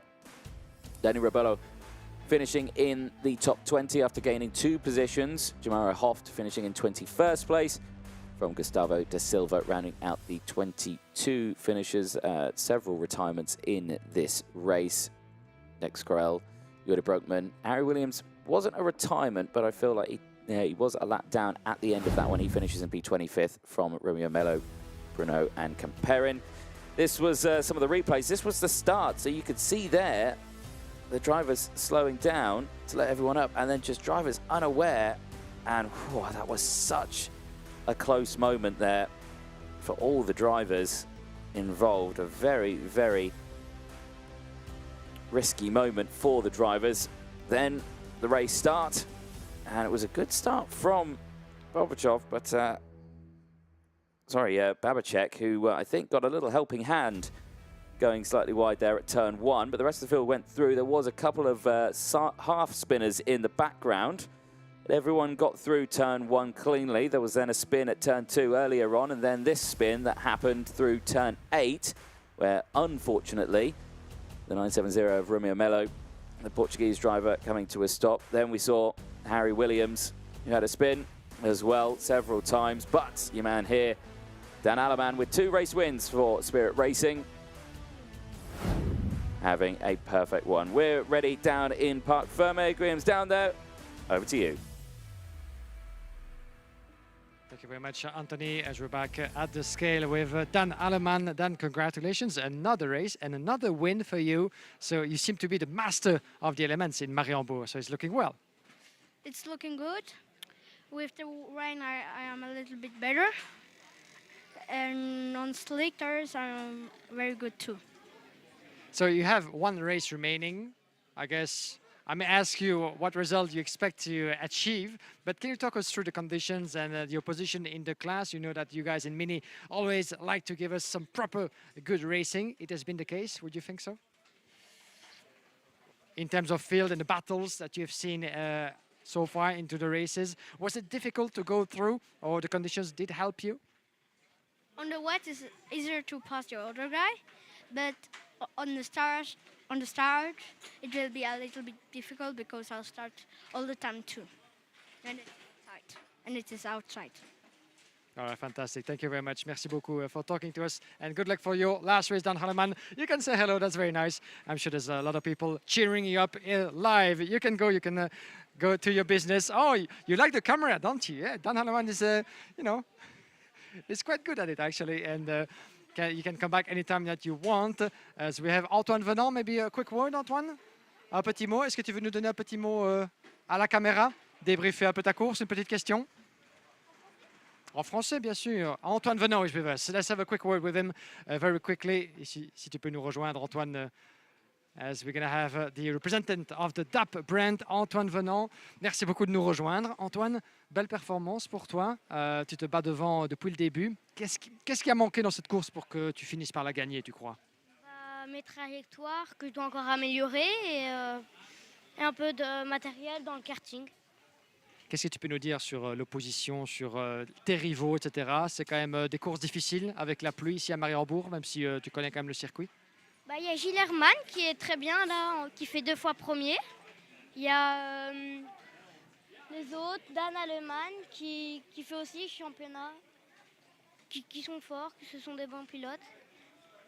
Zdeněk Babíšek aussi, par exemple. Enfin, il y en a beaucoup, mais en tout cas, tu te débrouilles très, très bien. Merci beaucoup, Antoine. Et voilà, on te laisse aller récupérer et en route de ton pas, évidemment. Reste avec nous pour la prochaine épreuve. Thank you very much, Antoine Venant, part of course, the DAP brand and being supported by the Car Republic factory ever since the start of the year. As it was very nice to talk to us. He expects strong battles coming his way, though, but still very supportive of the results of Gilles Herman, twice winner in the class, but expect Antoine Venant to keep battling at the front. Back to you, Anthony.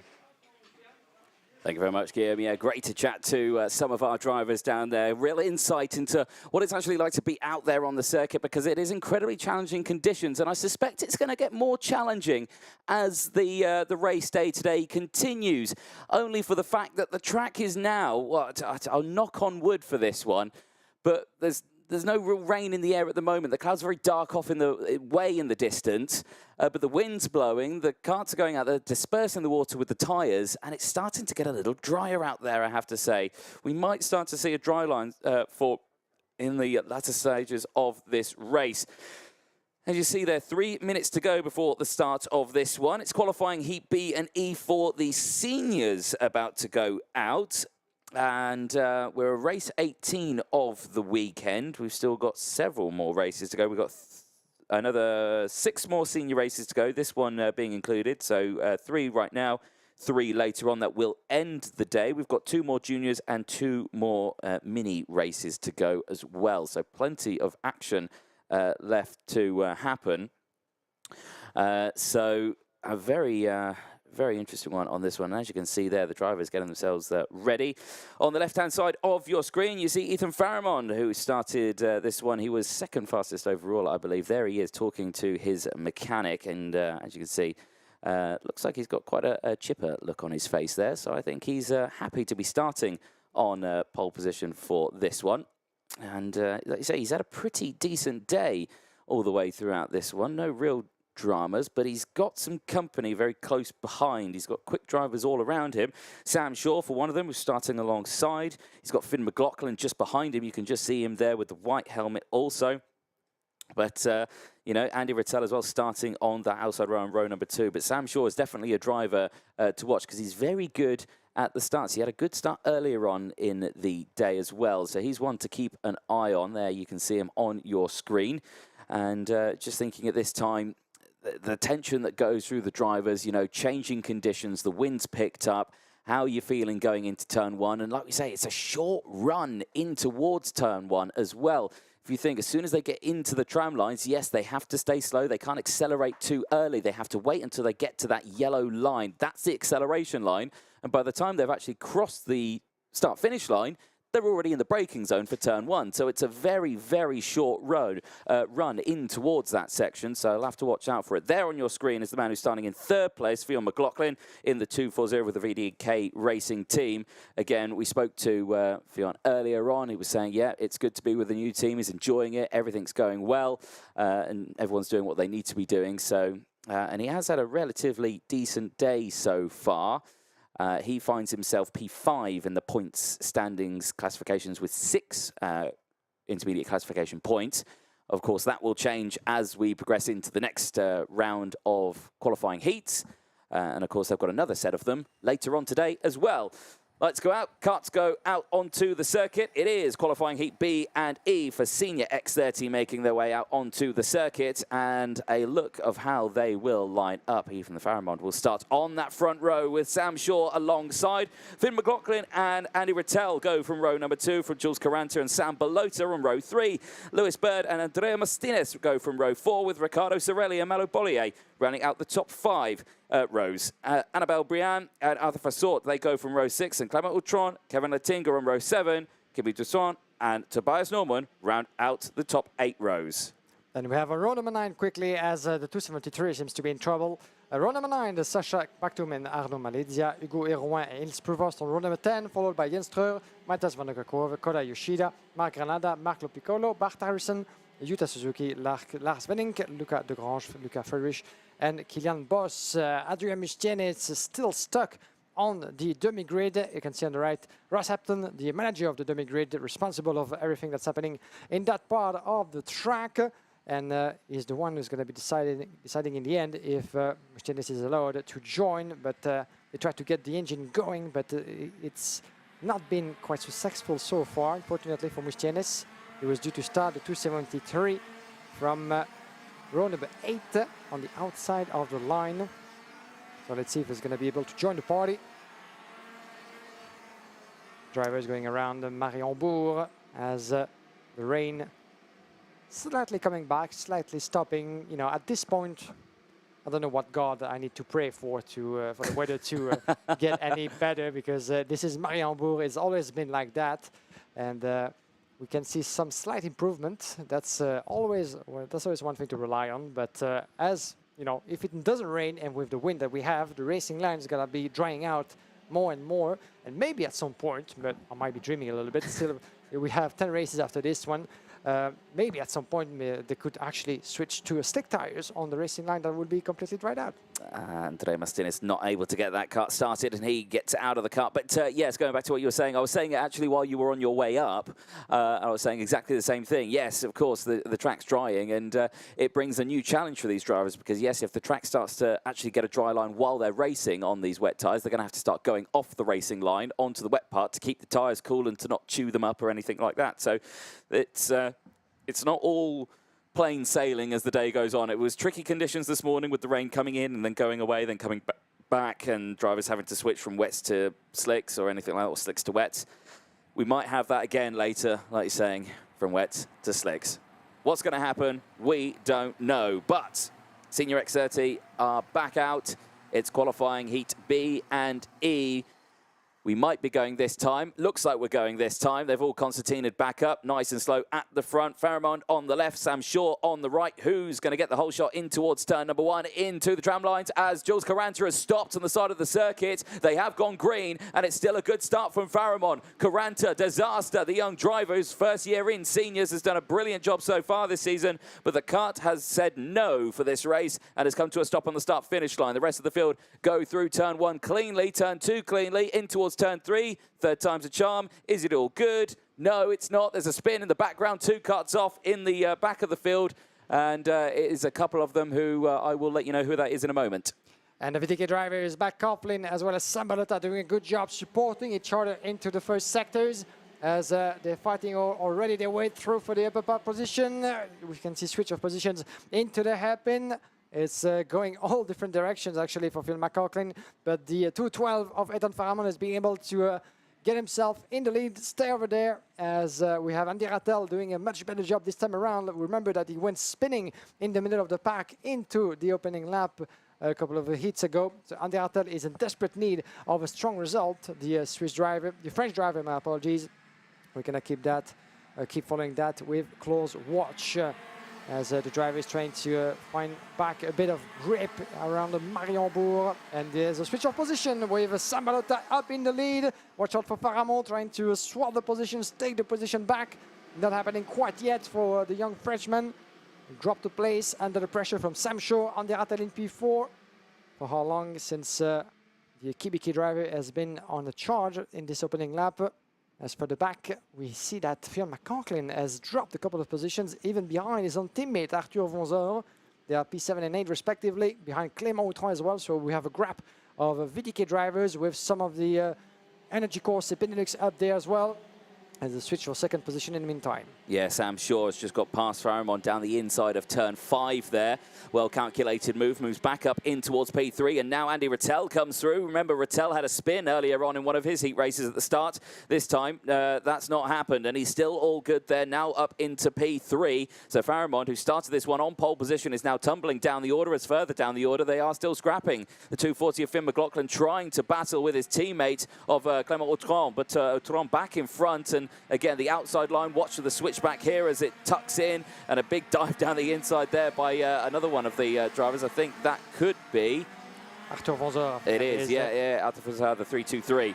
So, of course, they go and look at that. Finn McLaughlin is just saying to his teammates, stop doing what you're doing, just go, go, go. Yeah, he's going a bit defensive with the rest of the field catching up as well in the process. So those 3 teammates from VDK are going to have to work together, and the first one being Clément Outran, the former junior champion of Belgium.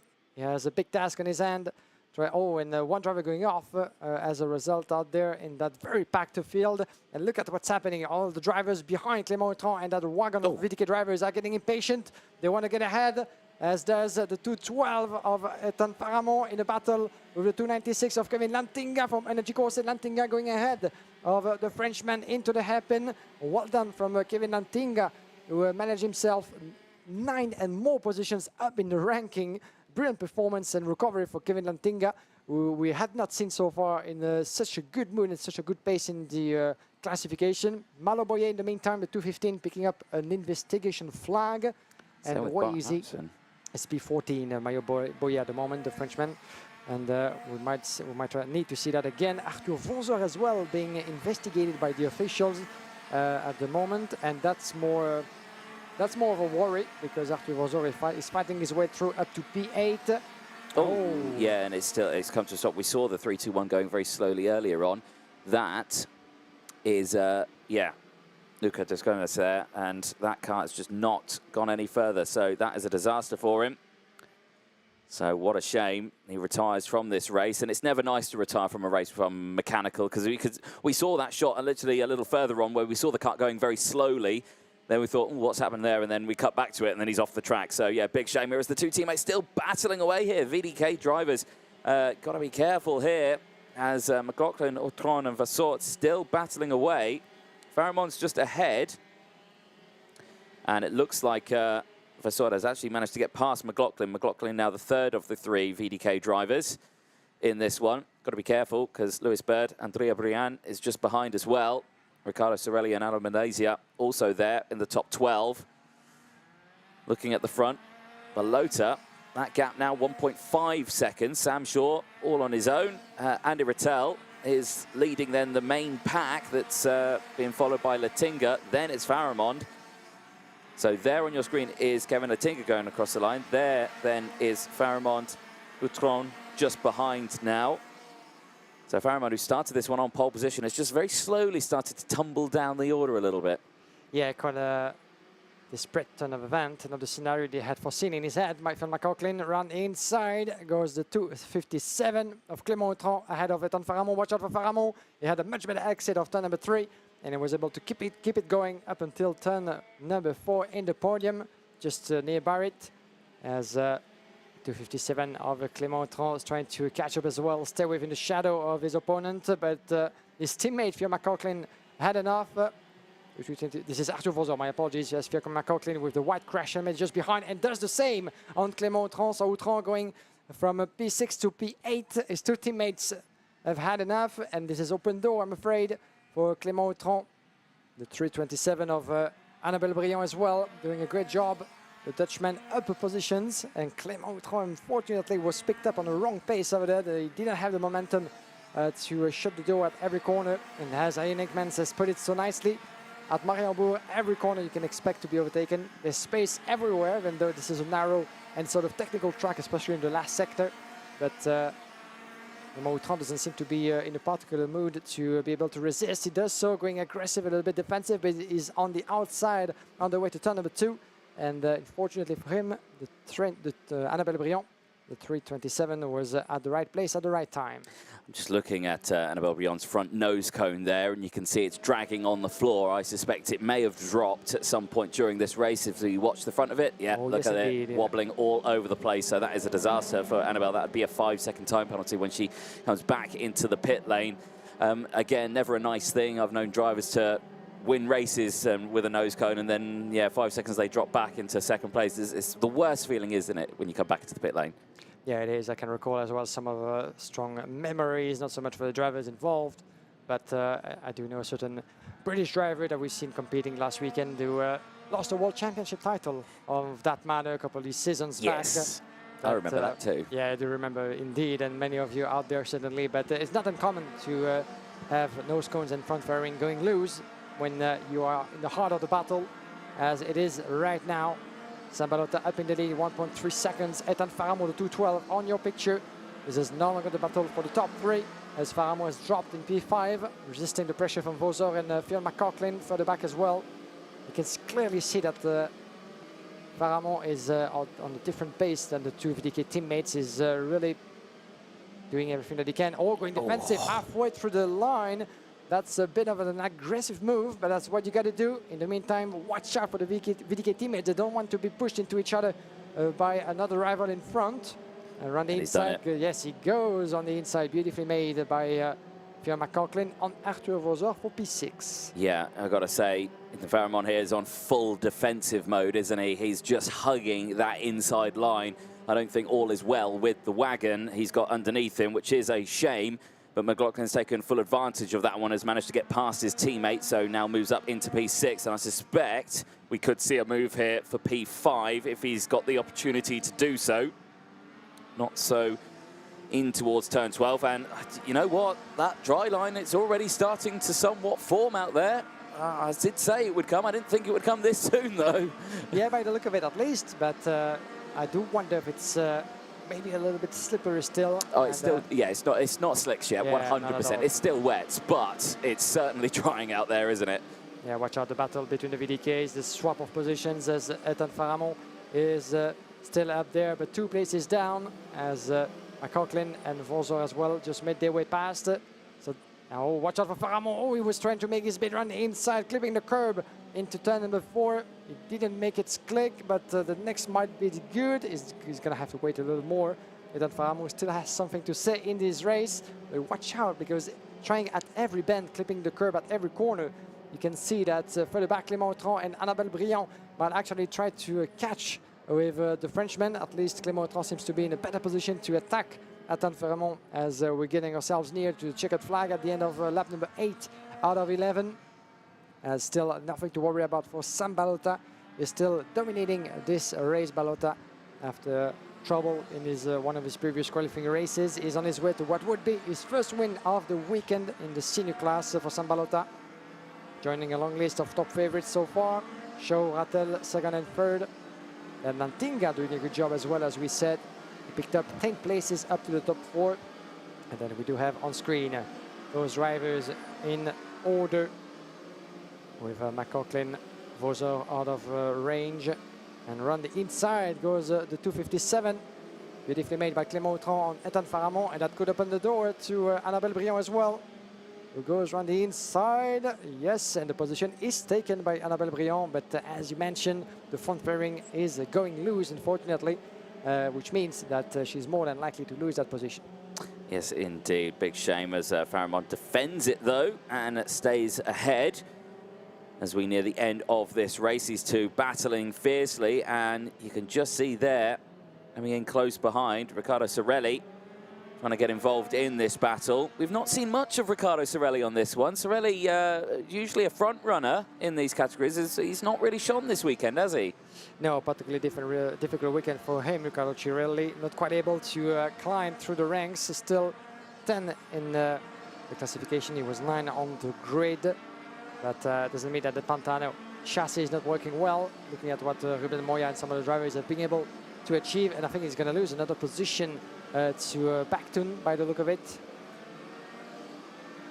Yeah, so Bart Harrison, who's just come up and now in front of Riccardo Sorelli. He's up 16 places there, and there he is at the back of shot, who's coming through. He's on a charge here because he's just sent it down the inside there of Ferramont.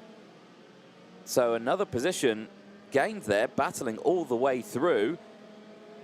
Pretty incredible stuff. Ah, there's, well, Lies Prevost. Yeah. And another trouble, unfortunately, another disappointment for Lies Prevost from the Renault racing team. Not been a good weekend, has it? No, Technical flag earlier on. Did have a race finish earlier, but yeah, another retirement.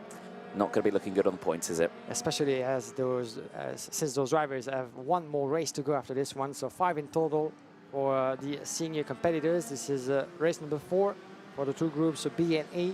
There's going to be after that one last run of qualifying races for the seniors to conclude today's program. But in between, the juniors and the mini still have one race to go as well, so plenty of action left on the karting d'Espagne. And one man more than willing to emulate the result to conclude his day on a high. Sam Balota, who will be taking his first win this weekend. Qualifying races wins. He's been used to take them up plenty on the karting d'Espagne and in the national competition, the IAME Series Benelux, in the IAME Euro Series as well. He was on the podium for the opener of the championship. Sam Balota, don't forget, P3 behind Ruben Moya and Eduardo Villa. And it's going to be one of the names to keep an eye on up until the end of the fight for the upper positions, even though they didn't have the best of runs so far. As it comes to the classification, Ian Ekmans, Villa and Gilter are still your top 3 at the moment, as we have a good result for Sam Shaw that will put him, as for now, in P5 overall. That's for sure. There you go, like what I did there. Checker flag goes out then to Sam Balota, who will be happy with that one. Sam Shaw very close behind, did manage to close the gap up though. Dropped down to just over a second at the end of that one. The battle for third, not really a thing, as Andy Rattel was all on his own there in P3. And the same for Kevin Lettinger, all on his own in P4 after gaining 10 positions after starting P14 in this race. A brilliant result. Finn McLaughlin at the end of that one finishes in P5, just ahead of his of Arthur Fassot.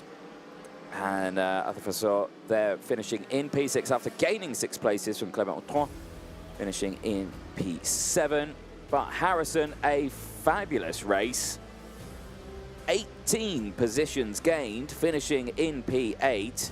Bad qualifying, but nonetheless fighting through the field. Annabelle Briand finishing in P9, and Ethan Ferramont at the end of that one does get away with finishing in the top 10. despite the fact that he lost 9 positions after starting in pole position. Not all is well with his wagon. He'll have to look at that one with the team to make sure that is all good. At the end of qualifying Heat B and E, there are the look at the professional classifications. Sacha Batkun rounds out the top 11 from Riccardo Sorelli. Lewis Bird and Jonas Kimi rounds out the top 14 from Anna Malaysia for the TB Kart Racing team.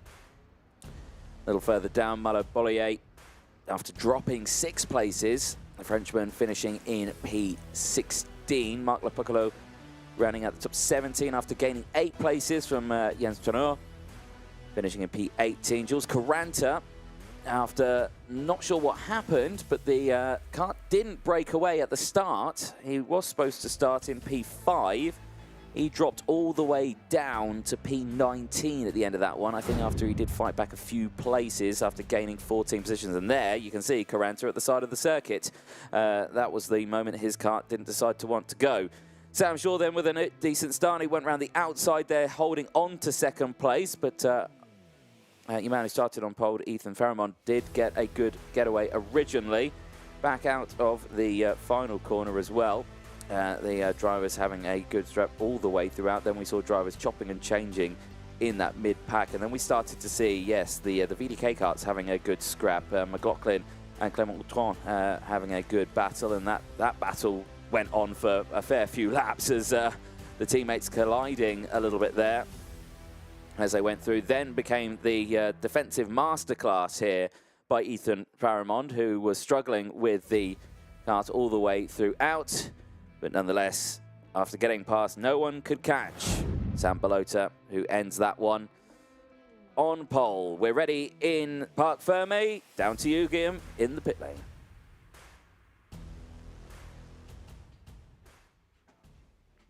Welcome back live from the Parc Fermé and the Scale, ladies and gentlemen. I'm here with Sam Balota, one of the top names in the IAME Euro Series with VDK. Sam, well done to you after Proficiat. First win for you today. So it's looking good for the last race later on this afternoon?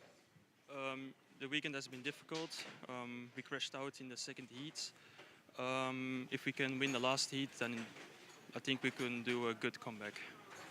Yeah, because you ran into some trouble for one of your first qualifying races. Can you talk us through what happened out there in those tricky conditions?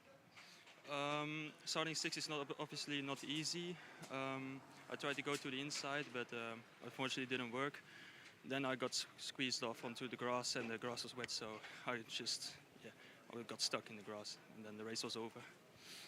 You've been competing here in Mariembourg and in Belgium for I don't know how many years, a while. You're one of the most experienced drivers here in Mariembourg, certainly. In those conditions, where are the areas, what are the tricks that you can use with your experience to make a difference? Obviously it's my secret, but I just try to use a lot of curb, then it will be quick. All right, good answer. Thank you for sharing. Hartelijk bedankt. Thank you very much, Sam Balota. That's a secret he won't reveal, but using a lot of curbs might be a useful trick for the drivers to be competitive in the wet in Mariembourg. Back to you, Anthony. Thanks, Graham. Yes, I think Sam Balota there, keeping his cards very close to his chest there. I could give you all my secrets, but no, I'm not going to tell you any of my secrets. I'm not going to tell you how I'm quick around this track. As you can see, the next grade is nearly ready to go. It's qualifying heat D and F, and there on the left-hand side of your screen, the 250, Ian Ekmans, who so far today has had 2 wins and a third, and so far looking pretty comfortable at the moment. He's there starting on pole position. Let's see if he can replicate that. He's got Matteo Giaccardi alongside for company. And that front row, a very, very quick one. Senior X30 qualifying heat D and F is next as they make their way out onto the circuit. Here is how they'll line up then for the several races of the day. Ekmans and Giaccardi start on that front row from Raymond Blanc and Alessandro Tedesca alongside.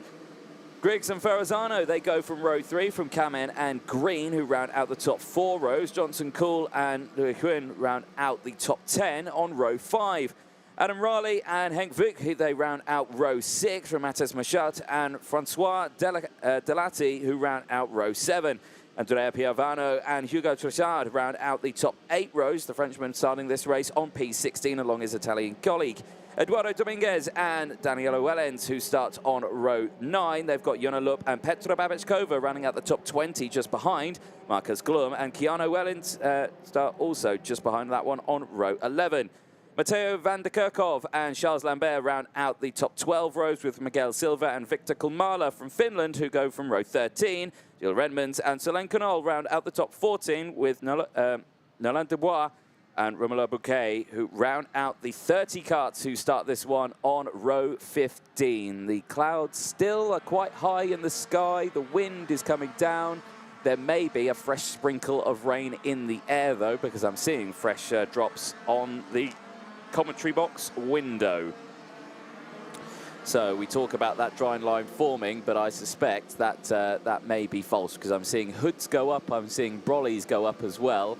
I suspect there's a couple of drops in the air. I'm sure someone who can confirm this as soon as he's ready will confirm this if he felt any drops. Did you feel any drops, Guillaume? Yes, indeed I did. It's still raining out there, just a tiny bit, windy, cold, you know, typical weather. Daily typical weather in Mariembourg, and yeah, it has been the case since the start of the weekend, so I don't think that we're going to see any change coming our way anytime soon, but that's the way to go, even though the racing line, as you said, is keeps on drying, and that's good news. As we saw, if you were just joining us right now, this morning was a bit of a mayhem on track, as the rain came pouring for the first time, as the drivers at some point in one of the heats in the senior class were making their way on the entry of the dummy grid, and for some of them, they decided to stay on slicks. 17 drivers in one race, on a wet track, decided to stay on slicks, and only a couple of them were able to make it through in safe conditions. And again, fantastic performances. That race was won by Eva Dorenstein, and after that, everybody said, okay, it's time to switch to a full wets for a full wet race, certainly until the end of the day. Yes, indeed. It's been a simple day after the rain came tumbling down. Into the tram lines we go then. Lights are going to go out, and Enkmans gets a good breakaway, sweeps to the outside, completely covers off Matteo Giaccardi's attempt at getting into the lead, gets swamped down into about P4, P5, as everyone now scraps for second place.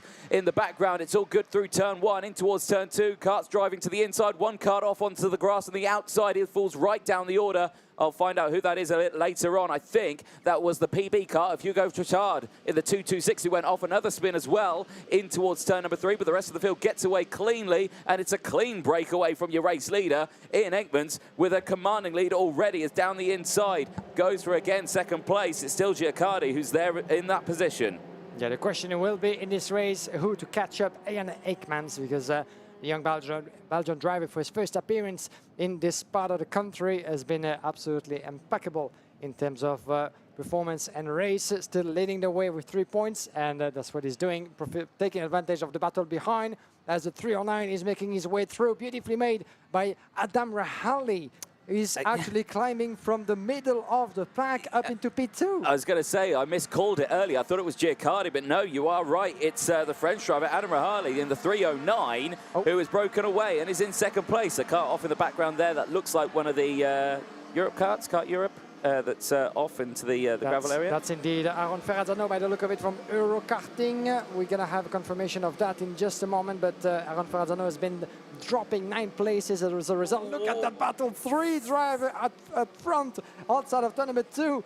And who's going to come on top? By the look of it, this is a 320 of Jensen, who's being able to make his way through and stay out there, but the pressure will be rising on his shoulders.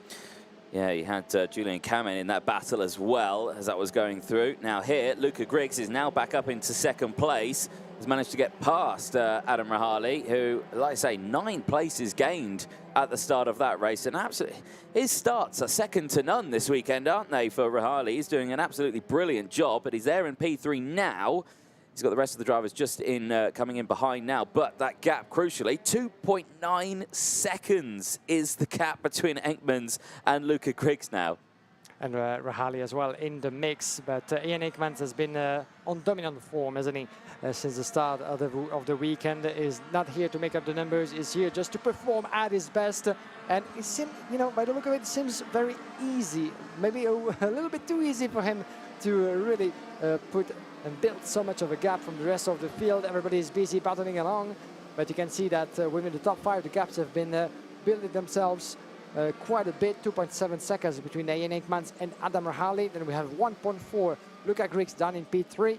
8/10 of a second Riemer Blanc. 7/10 Julian Kamen in P5. Yes, indeed.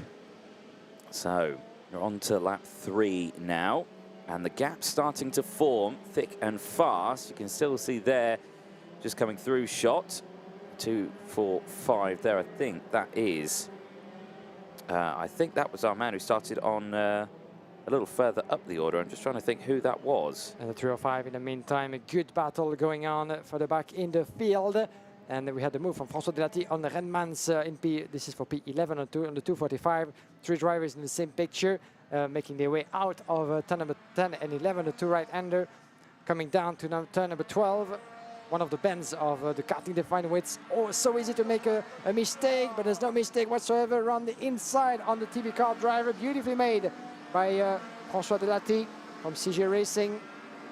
As we have another move on the 211. This is Johnson on Julian Kamen with the 249. This is Riemer Blanc, my apologies. Julian Kamen getting ahead of Riemer Blanc.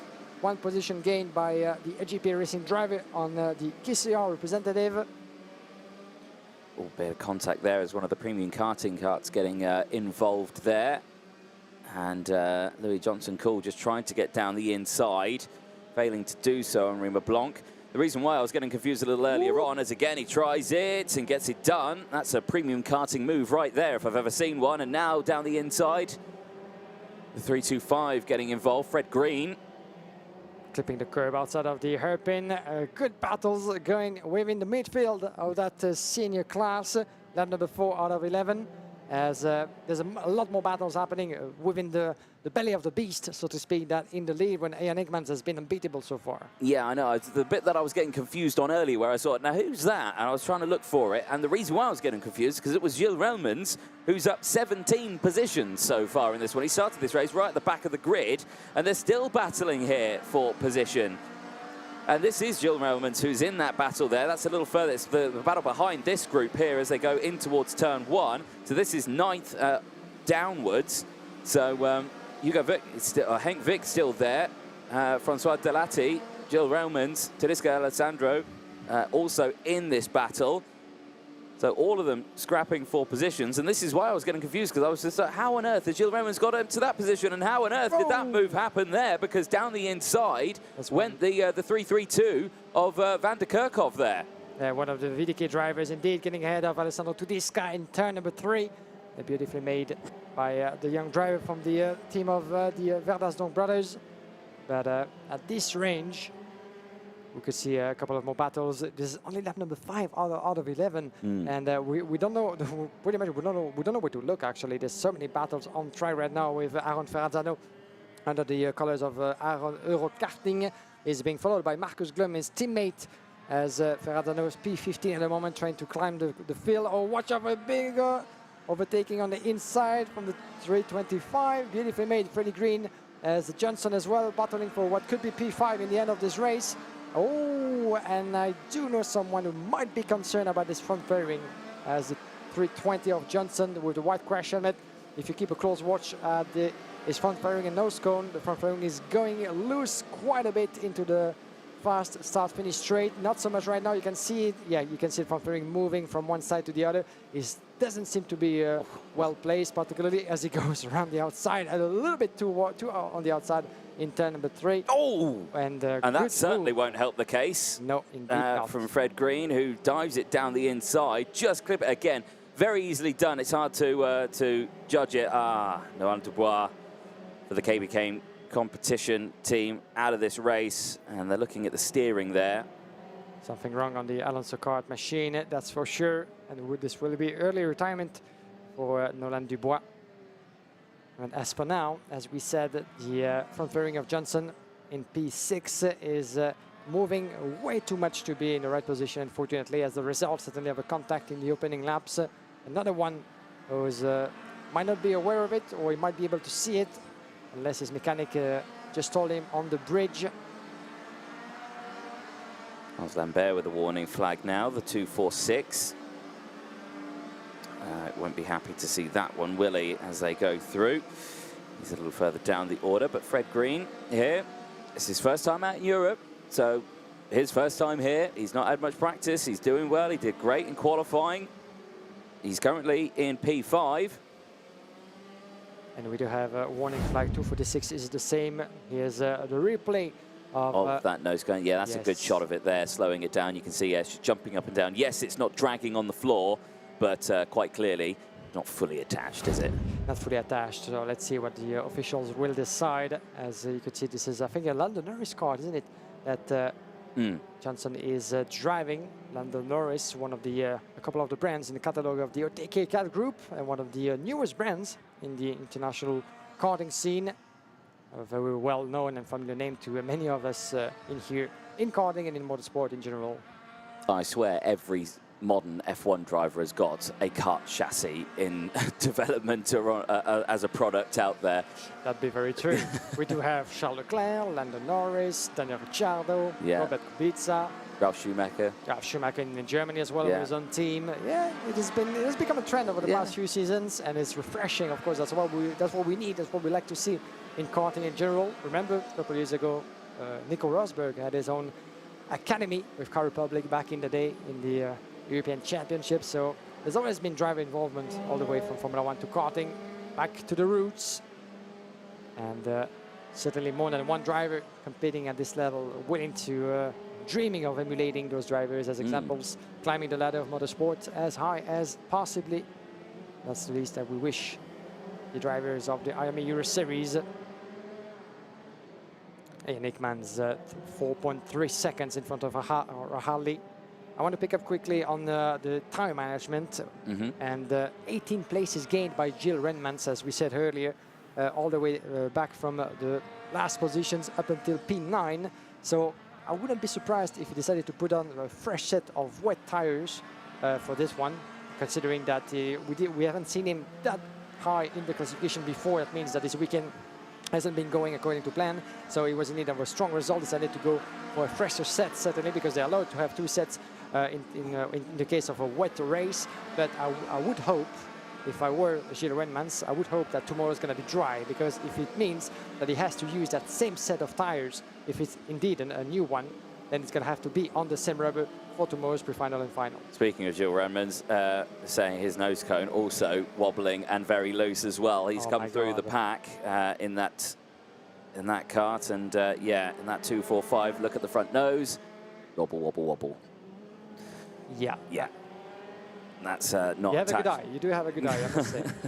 So yeah, that one also not attached, and now he's just been overtaken by his teammate. You can see it bended in the front fairing. That's certainly always a risk, isn't it? When you climb through the ranks, you're pulling a lot of overtaking, especially on a narrow track as Mariembourg can be.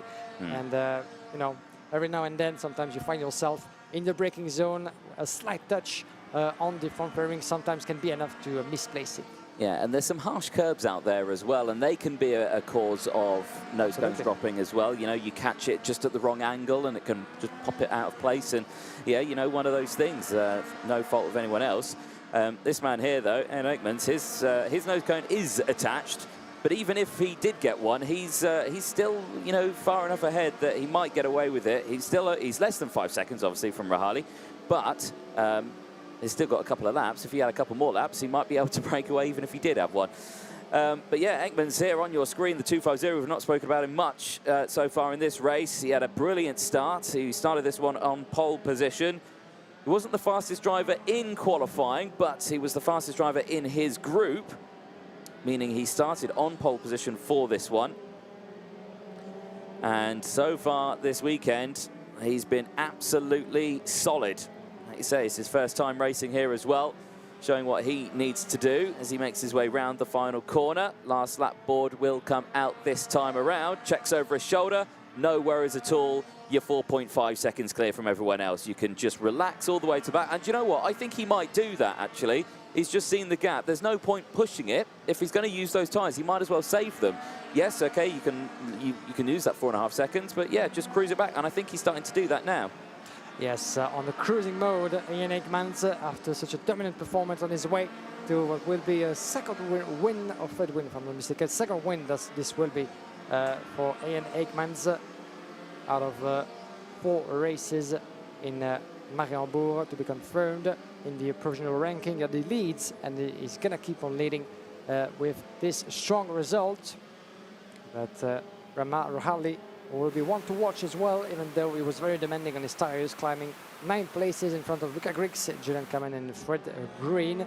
Let's try to have some reviews and hear some words from Ian Eijkmans in just a moment. In the scale, we're going to try to talk to the Belgian driver on his way to the checkered flag, and what a start of a weekend he's had so far. Even though he wasn't able to catch that pole position, he is the man to beat in the senior class. Yes, indeed. Checker flag goes out then, and Ian Eijkmans takes the win. At the end of that one, the gap drops down to 3.7 seconds, so that confirms our suspicions of him bringing it back safely and not too heavy on those tyres from Adam Rahali, who finishes after gaining 9 positions. A fantastic race for the Dream Racing driver.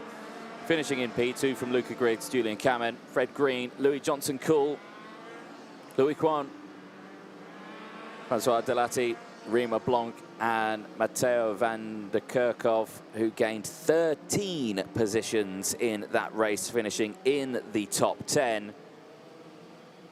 Only the one retirement, Nolan Dubois, who finishes in 30th place after retiring after only 6 laps of racing. So the top 10 then make their way back towards the paddock, and they're into the pit lane. A brilliant race and a brilliant result. Senior X30 qualifying heat D and F. Eijkmans from Raleigh, Griggs, Kamen, Green, Johnson-Cool, Kwan, Delati, Blanc and Van der Kerkhoff round out the top 10. Marcus Glum, Gilles Raymond's, Taliska Alessandro and Matthias Machat round out the top 14 from Eindhoven. And the 302 for the EGP Racing team. A little further down the order, P16, Victor Kumala, who gained 10 positions in that one. He started the race 26th place, finishing it in P16 from Aaron Ferranzano.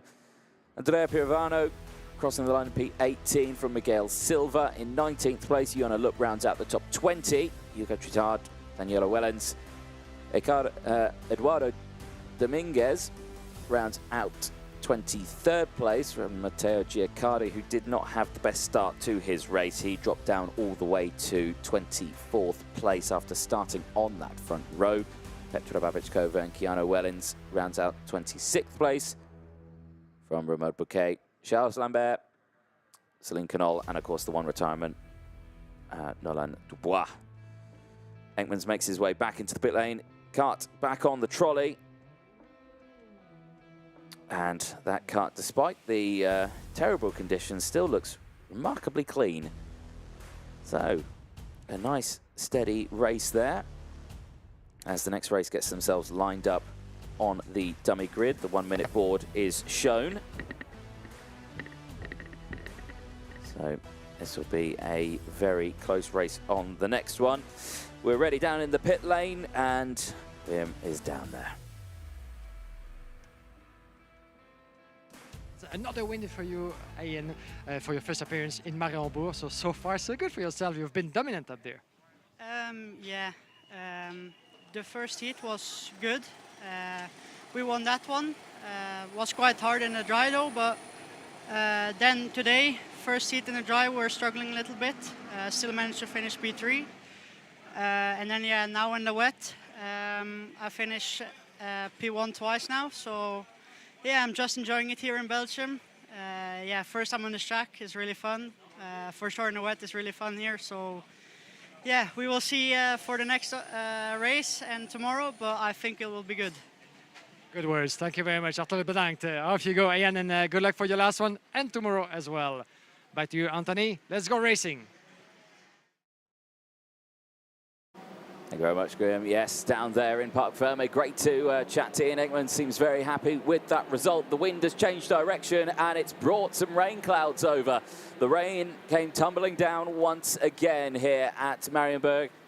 And that dry line we were ever hoping to see form on the circuit will disappear now. And the rain now coming from behind the trees, from behind the circuit, not from the direction we've been seeing it all day. So a big shake up here as the dark clouds loom over the track once more. Senior X30, though, back out onto the circuit. This is Group A and C. Danny Carinini starts this one on pole position. He'll have Eduardo Villa alongside, as you can see, in second place. Eduardo had a very good qualifying, as well as Danny Carinini, both of them fastest in their sessions. Evan Gilter and Hugo Besson round out the next row behind them, with Hugo Gillette and Ruben Moyer on row 3.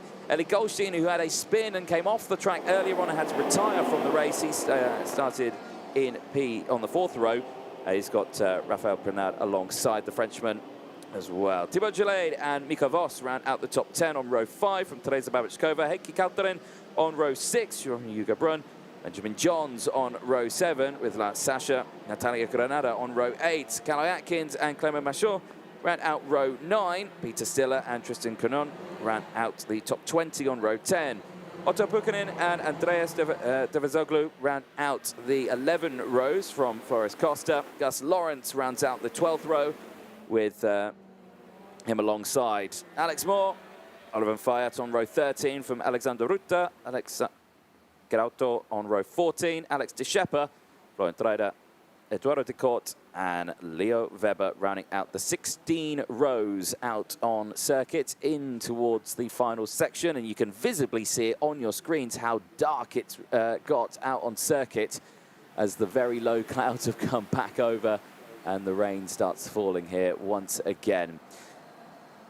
Out of the final corner they go, the final little preparations to get this race underway. The field's pretty spread out in the back of it. We might be going around again, but we might be going this time into the tram lines. It is a false start. We are going round again. Race director Martin Bean not happy with the formation of that one, and he sends them round once more.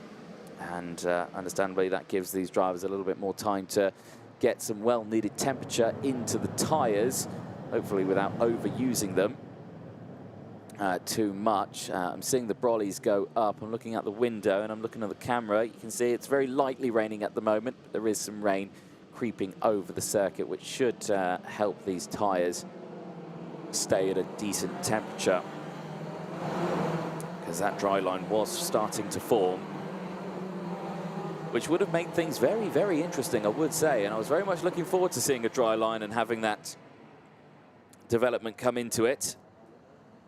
We might have to wait a little bit later, though, to find that one out. So, like we were saying, Danny Carinini in this one currently sits 4th in the intermediate classification with 5 race points to his name. He's got Gilter just ahead and Sam Shaw just behind. Obviously, he's in a good spot here where he needs to be. Depending on where he finishes, he could stay there or it could change. We'll find that out, though, at the end of the race as the drivers once again make their way round into the final corner. And again, very spread out this time around. They need to slow it down at the front. They need everyone to bunch up, and the drivers behind need to catch up. Are we going to go this time around? Something tells me we might. It looks good into the tram lines. No, it is good. Yeah, green flag's gone out. We are going, and it's a good start from the entirety of the field. Some of the cars running very wide, and a spin in the background. It's the 270 that goes around, and it's Raphael Prenard, the privateer, the French driver, who's off at turn 1. He gets going again. Big coming together at turn 2. Several karts involved. There's karts all over the place. Atkins is one of them. Prenard's just got out of the turn 1 incident. He's got through of it. Thibaut Gillette was one of them, and also Laurent Sasha one of them, but there were several more involved. Yeah, we have also Granada involved. Oh, a big off from, this is Ruben Moya, isn't it? Yeah. That just went off, another off in the opening stages for Ruben Moya outside of, and for having been outside just before, the rain is picking up as well as the wind, so the conditions are getting worse and worse again here in Mariembourg. That will give the drivers certainly a lot to work with. But for now, the opening lap seems to be going so far so good. Everybody's still on board, which is kind of a little miracle, isn't it? With the big incident that we had down in turn 1 and especially turn 2, as we had one driver missing. Weber from Barbier Racing is out of the race, didn't take part and out of the event by the look of it. Oh, big send there in the back of the shot. Not sure who it was doing the move, but down the inside and a spin there and into the barrier. That's Clément Massot. Clément Massot is out. Can he actually get back? He's beached. He's going to have to push it or drag it if he can. That's quite another sort of unusual driver mistake as he was making his way up into turn number 1. You could see him actually losing the back end, the rear of the kart, and he went for a spin and the engine just switched off, and there's no way he can by himself get back into the race. Look at that, just what happened. Oh, it was by himself. There was no contact, just locked the rear end. Yeah, he was looking over his shoulder, and maybe there was a little lack of focus over there as he was watching towards another direction. Maybe it's still very slippery as the rain has picked up, as we said. So it's gonna... Oh, a contact with Andy Goldstein! Goldstein has lost his front fairing! No, that's a disaster for Goldstein again, and of course with the 225 that was the main receiver of that one, Costa, who now tumbles down the order. But what is going on here? I mean, well... Andy Goldstein is going vintage on that one. Well, yeah, going very... There used to be a day, you know. And he goes on, and he takes Ruben Moya. Is it Ruben Moya? Yes, it is. I mean, he knows his nose cone's come off, and he continued out on the circuit. I mean... What just happened there? What's happening in this race? Not only Andy Goldstein loses his front fairing, and there was that bizarre incident, at least. He went sliding, as he did in his last qualifying race. He went sliding to turn number 12, Ruben Moya with him. And do we still have Moya in this race? He just doubled down the order at the back end of the classification. Is this? Yes, he's still with us. He is still there. Okay, that's good to see. But yeah, very interesting one on that one. And there you can see already nose cones dropping. The 254 there of Besson. His nose cone's gone. And we've just seen our mechanical flag for Ruben Moya. No, for my apologies, Eli Goldstein, the 201. That makes very much sense because you can go vintage, but you can go for the entirety of the race. You have 3 days to get back into the pits, and this is a race done and dusted for Eli Goldstein.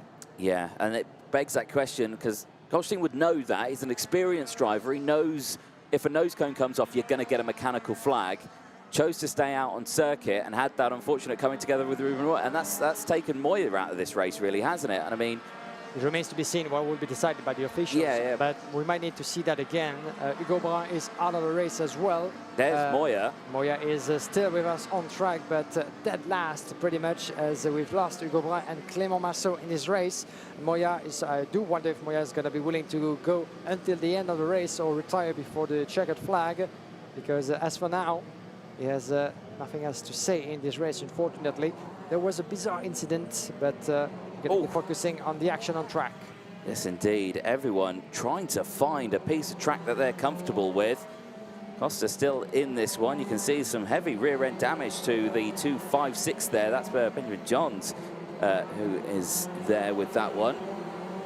And everyone, and you can still see Goldstein out on circuit, not pulled it into the pit lane just yet. So the 201, here's a replay then. So this was the contact originally with Costa, I think it was. And there the nose cone coming off. So can't really tell what happened of that incident on that angle. That's just bad luck, isn't it? Yeah, just down the inside, just outside of the hairpin at turn number 7. And then there was this one here into the final corner. And yeah, again, that just looked like, just a bit too hot into the corner really there. Yeah, that's a strange footage, a strange incident. And Ruben Moya brings it into the pit lane. So that's 2 retirements and 2 of the biggest names fighting at the front that we do expect to fight at the front this weekend.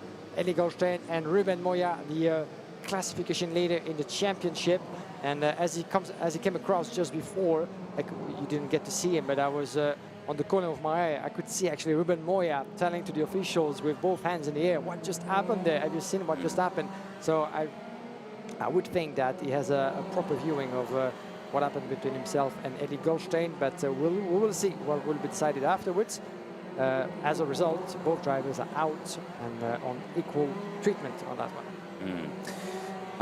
Nearly half race distance at the moment. We gather our thoughts as the race progresses. 2 of the Falcon boys next to each other there as they're going through. There's Eli Goldstein that's now back in the pit lane and chatting with the team boss, Roger Pantio. And interesting for And conversation. very interesting conversation happening there. You can see one of the mechanics of Pantano, so it seems to be a pretty heated conversation with each side, of course, bringing their own arguments about what just happened on track. But one thing is for sure, Eddie Goldstein is not a happy man, losing his front fairing as a result. A corner where we had seen him losing the card already before. That's your race leader, Evan Schilter. Have a good look at his nose cone. You picked that one already. Oh, is it moving? Oh, maybe it seems to be slightly bended. It's wobbling, but I don't think it's come off. I don't think so either, at least from this perspective. We've seen worse, but let's not get carried away by a false conclusion on that one. But you're right, actually clipping the curb, this front fairing seems to be moving quite a bit.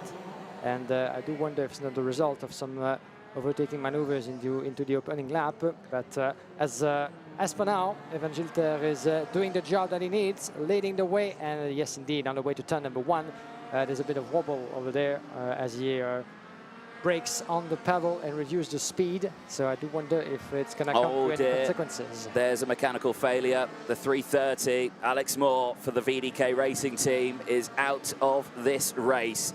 And the body language there tells you everything you need to know. That's a mechanical failure. And that's an absolute disaster for him. Doing pretty well in this race as well. He was in P17. And unfortunately, that kart will go no further. He drops down the order. Calterin, though, and Carinini still battling away. This is second and third. Here is a replay.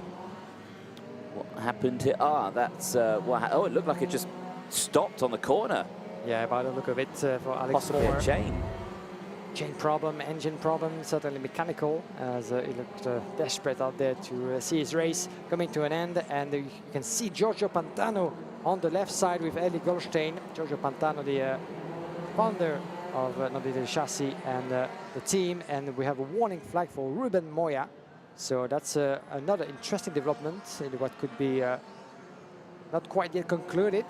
But you could see Giorgio Pantano defending his driver, Eddie Goldstein, trying to make his case, certainly, about what happened. He was the driver behind the wheel, so they will be the ones that we can only rely on, even though we have a lot of cameras actually picturing the action around the track for the officials and clerk of the course as well, making sure that no wrongdoing can be escaped.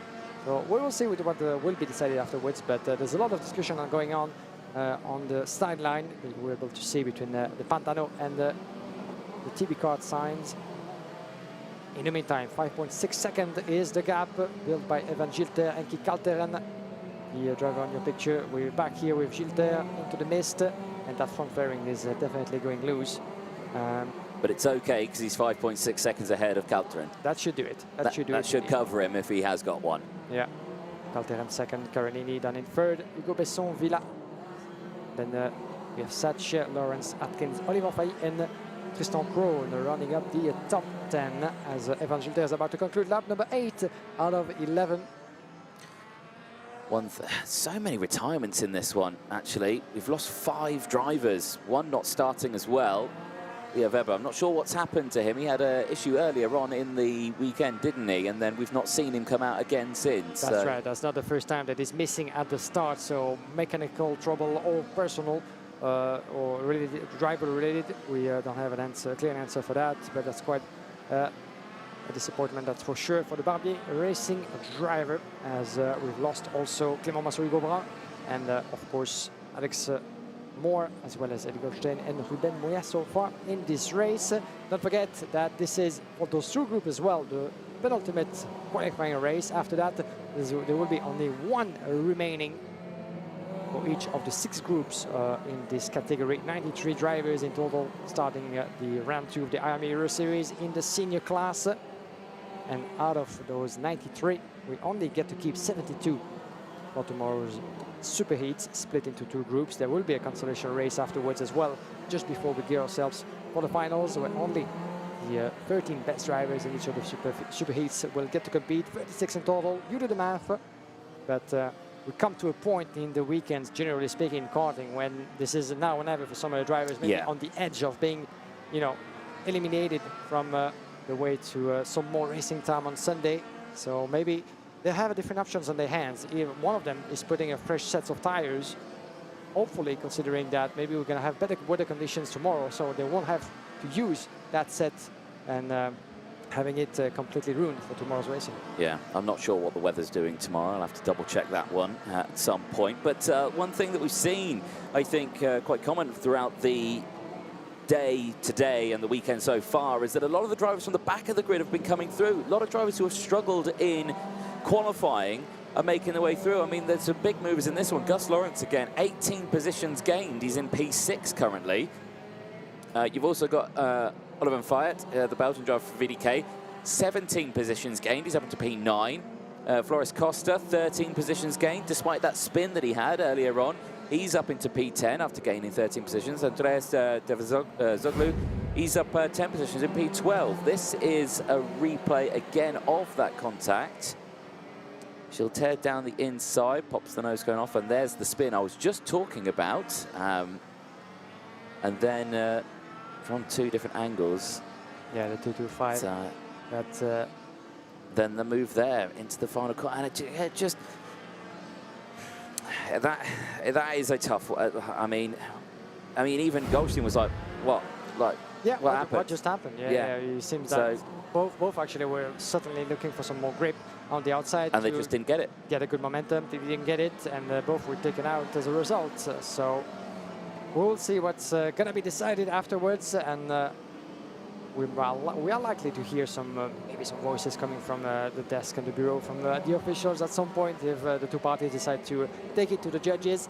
But as for now, Evan Gilter in the last couple of bends to conclude what will be on track at least his second victory in the qualifying races with a 7.2 seconds. Whatever's decided for his front fairing, he will be covered, and this is a win, and he can punch the air knowing how much that performance will mean for the rest of the weekend. Going in a bit of a slide to celebrate into turn number one. Evan Gilter winning in front of Heikki Calderon and Danny Carinini. Yeah, that would put him second in the points clarifications. There's the 256 that's being pulled off the circuit. That's a disaster. Won't be happy with that, will Benjamin Johns. He was in P17, and something tells me that's not going to... Oh, he's going to fire up. He's going to get it going. That's a lot of mud on them tyres, though, so hopefully he tries to clear that one off as he rejoins the circuit. There, though, your winner after 11 laps for PB Kart, Evan Gilter in the 2:04. He wins by 7.3 seconds from Heikki Calderon, Danny Carinini, and Hugo Besson, who rounds out the top four. Eduardo Villa and Gus Lawrence in P5 and P6. Callum Atkins at the end of that one finishes in P7 from Olivier Fayet. Costa and Coon rounding out the top 10, and again big movers from 6th place to 10th place. All of those drivers had gained more than 10 places, 10 or more places, 18, 10, 18, 14 and 10 places for the 6th place down to 10th. Incredible drive from all of them. Loritz Sasha then rounding out 11th place, so Thibaut Gillet just behind, dropping 3 places, finishing in P12. Andrea Davizoglu finishing P13 after gaining 9 places from Gillet. Vos Buchanan with 5 places gained. Flontrider with 13 places gained. Natalia Granada finishing in 18th place from Alex de Schepper, gaining 10 places, finishing in P19. Rafael finishing in P20, rounding out the top 20 from Peter Stiller. Teresa Babic-Kova, who didn't have a good race in that one, dropped out 11 positions into P22 from Eduardo Dicot, up to P23rd after gaining 8 places from Ruta. Benjamin Johns at the end of that one dropping all the way down to P25 after that spin from Alex Gerauto, rounding out the top 26, and the rest of the finishers. Retirements: Alex Moore, Eli Goldstein, Ruben Moya, Clement Masson, Hugo Baron as well, and non-starter Leo Weber. The replays from that one, it was a very interesting start, and you've got to say, Gilter had a brilliant start, gained the lead. There was the spin in the background as well as round went the 270 of the French driver of Pernod Rafale, who went round. Then the huge coming together with some big damage to some of the karts as well. Hugo Baron with that big heavy damage to the front of his kart. Then the spin that came here as well. This is not the way you wanted to get through turn number 1 for Clement Machon.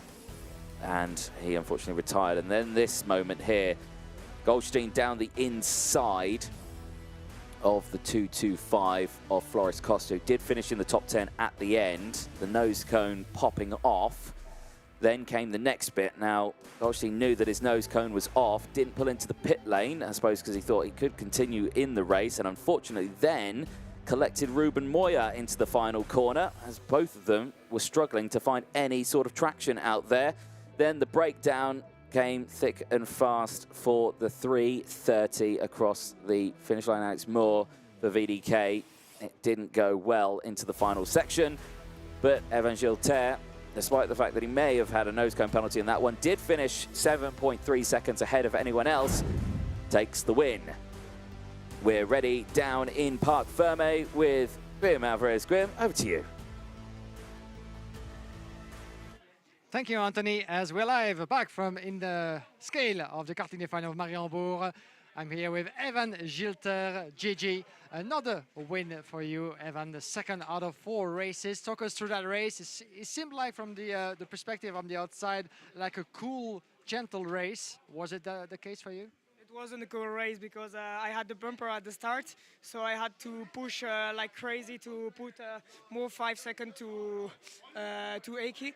And I'm really happy about the strategy that PB Kart do. Like always, we do the perfect strategy with the pressure, with the setup. We did only the perfect strategy. That's it. Do you have any idea how this might have happened to you, the front fairing? Was it like the result of a contact in the opening stages, or do you remember how it might have been the case, or a breaking point somewhere? I clearly remind what's happened. I know what happened. The guy behind me at the start pushed me like crazy, and then Carinini get a brake check, but not his fault. It's the fault from the guy behind, pushing like crazy, and then bumper for everyone. So for me, looks like not good racing, but I don't care. I win. That's it. Yeah, in the end, you kept pushing more than 7 seconds, so you're clear out of the woods. You get to keep that win if nothing changes, but you did the job. Well done to you. Thank you, mate. Merci beaucoup. Thank you very much, Evan Gilter. As you heard him, he did a job, kept on pushing, and made sure that the gap was enough for him to get that win in the end, despite the front fairing potential penalty. You might be hearing in the background some heated voices because the conversation between TB Kart and the Pantano Racing Team is not over yet about what just happened on track between the likes of Goldstein and Ruben Moya. So we'll get back to that at the end of the day. But in the meantime, we have some more racing to go with the minis and the juniors. Yes, indeed. I'd certainly like to be a fly on the wall, Guillaume, if I'm happy to take the reins if you want to stay down there. Next race is getting themselves lined up. It's on to the juniors now. This will be the last time that we see the juniors race today. The last 2 heats that we see. And as you see, the grandstand not as full as it was earlier on. That's because the rain is tumbling once again, and everyone who doesn't have an umbrella, I feel, is not wanting to stand there, which is completely understandable. There are places to watch the circuit from a sheltered position. I suspect they're making their way there now. Thomas Kinsey then, he starts this one on pole position. He's got Freddie Lloyd alongside, and these drivers have all had interesting races throughout the day. We've seen spins, we've seen breakdowns, we've seen overtakes, we've seen crashes in the juniors, but I suspect all of that is behind them now. They're focusing on the next race that they're going to have coming up, and on that inside row going in towards turn 1, it will be Thomas Kinsey who starts on pole position. There he is lined up, the number 41, who gets his engine fired up as they make their way out onto the circuit. It is Junior X30, it's qualifying heat A and C, and it will be Kinsey who starts on pole position with Freddie Lloyd alongside. Vilma Svan and Harrison Mackie, they take the second row from Thibaut Ramekers, and Romeo de Rossell on row 3. George Nassar and Toby Gale, they go from row 4 with Daniel Delakian and Joey Brown rounding out the top 10 on row 5. Clovis Nugarade and Jorn Helder, they go from row 6 from Bertram Sasha, and Jean-Paul Carras on row 7. Eva Dorison, who took a race win earlier on, will start on the 8th row with Morgan Moore alongside. Austin Gale and Sam Woolley, they start from row 9, just behind with Eden Spanswick and Henry Carter rounding out the top 20 on row 10. Yannis Dubois and Mika Hockendorf go from row 11, with Matt Corby rounding out the field on row 12 for the VDK Racing team. As we say, the conditions deteriorating once more. The rain is coming down thick and fast again. You can see it on your screens there.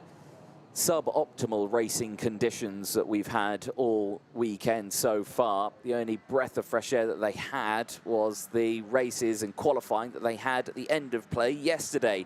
That was all done in the dry conditions, and I think gave everyone a little bit of hope that we might have some decent weather all the way throughout this weekend, but that was soon dispersed when the rain started falling this morning, and we had the shake-up of everyone just trying to find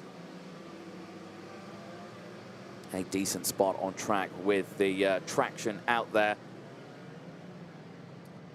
But the first and last time we will see Group A and C for juniors taking to the track. Group B and D will be after this one, and that'll be the last time we see the juniors racing today until we see them again tomorrow. But very interesting one in this. Currently on the points, Alexis Constant with 0 points leads the way. Vilma Svan with 4 points is currently second, starting this one on that second row in P3. Has the opportunity and is good at the race starts. We've seen Vilma Svan get good getaways from that second row. And the second row seems to be working out quite well because they're not the guinea pig going in towards turn one. The front row is, aren't they? So they have to kind of judge it out because the track conditions will have changed dramatically since they were last out there, weren't they? Yes, that's for sure. As in Mariembourg, it's always the case. Your pole position is an advantage, but the inside line from P3 might be the second best positions when it comes to X30 racing, because I wouldn't be so sure when it comes to gearbox racing, for instance, as we have in the IAME Series Benelux, for instance, where going around from the outside can be a great advantage to you as well. But this time around, let's see if Vilma Svan will be able to get in the slipstream of Thomas Kinsey and maybe surprise the French driver on the way to turn number one. Watch out for Freddie Lloyd and Harrison Mackie, who needs a good result after some of his troubles in the past heats. Here we go then into the tram lines. Green flag goes out, and Kinsey with a fantastic start. The second row absolutely swamped. Freddie Lloyd not getting away well, held it back on the throttle, and actually has recovered well now, back up into third place, and potentially could be going for second. No, he has to say in third place there. Rest of the field go through, but it's a great start from Kinsey, who holds on to the race lead as everyone scrambles for position. Everyone round turn 1 and 2. Change for the leaders down the inside, chopping and changing, and it is still Vilma Svan who gets a good getaway but holds on to P2, unable to maintain that lead as the rest of the field slot through turn number 4. Now and again another change for the lead as Vilma Svan tries to get that move done. No, fails to get that one done, stays back, but wide there goes Kinsey, and now the change for the lead happens, and now Vilma Svan leads the way, and this will be good. This is exactly what he needs, as through goes the 51 on your screen. Freddie Lloyd, who's recovered back after a pretty terrible start. The 50's off the track. That's Matt Corby from the back of the grid. He stays at the back of the grid for VDK. Unfortunately, this weekend has not been the one for him. He now recovers back onto the circuit as the rest of the field now make their way in towards turn 12. It was a purple sector 1 from Kinsey. It was a purple sector 2 from Freddie Lloyd. Where, though, is Vilma Svan in terms of this? In the lead of the race, out of the final corner. They'll come across the lines from third to first. Vilma Svan leads the way, and he'll be happy with that one as Jean-Paul Carras is under investigation for the start. Floyd follows in second from Ramekers. Mackie there in P4 from Kinsey, who's dropped down into P5 at the end of that one. A disaster for the Frenchman. Not the best start of the race indeed for Thomas Kinsey. There's going to have to be back on the throttle and back in the pace as for the back to 27 from Pantano. Daniel Dalakian didn't have the best of outcome in his previous races. Daniel Dalakian is looking for a better result, and he climbed 3 places from 9 to 6 as for now. Lap number 2 out of 8. And look at some of the drivers going wide onto the curb, old-fashioned sort of curbs on the outside of turn number 5 on the way to the hairpin.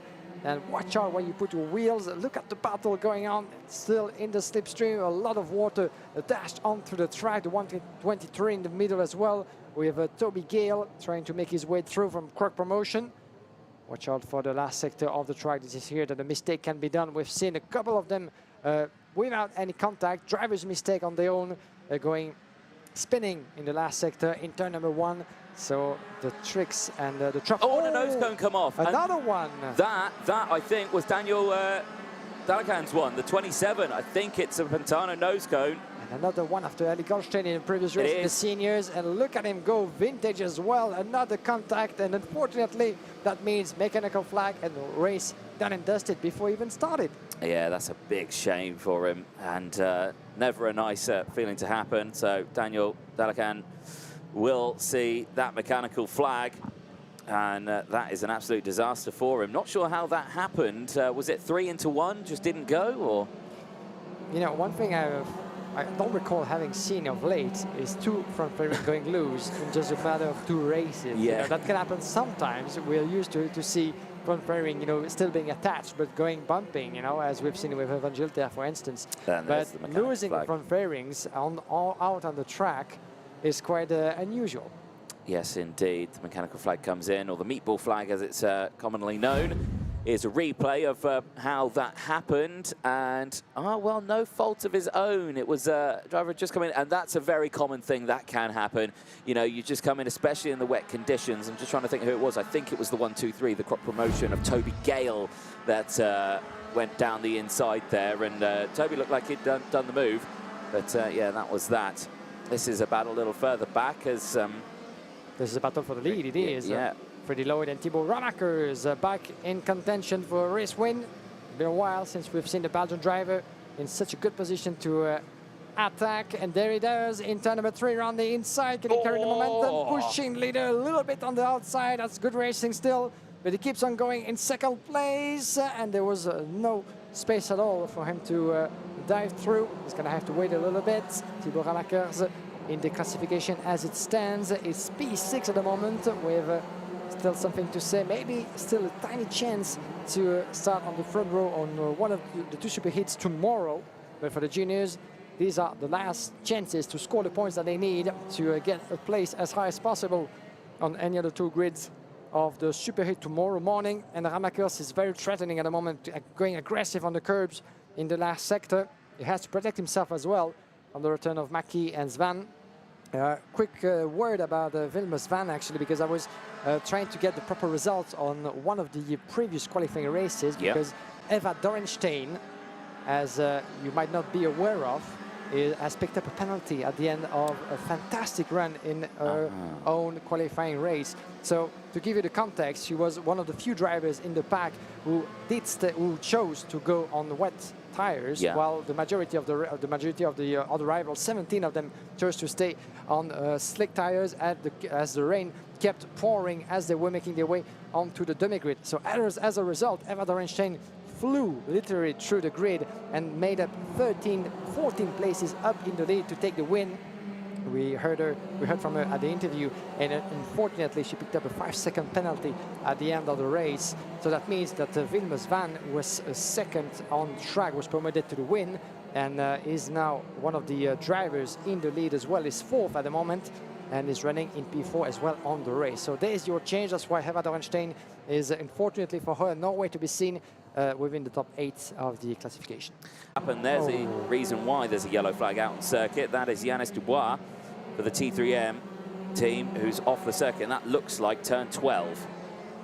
Turn 12 indeed, the last one, as he's going to try to get back into contention onto the track. Will he be able to? Oh, he's sliding, unfortunately, in the wet grass. A little bit of a push, but I don't think that we'll be able to go any further than that. The 75, quite unfortunate turn of event for the driver of TM3 Antibes, Yannis Dubois from France, and is being rescued, so to speak, by one of the marshals, taking him into the sideline.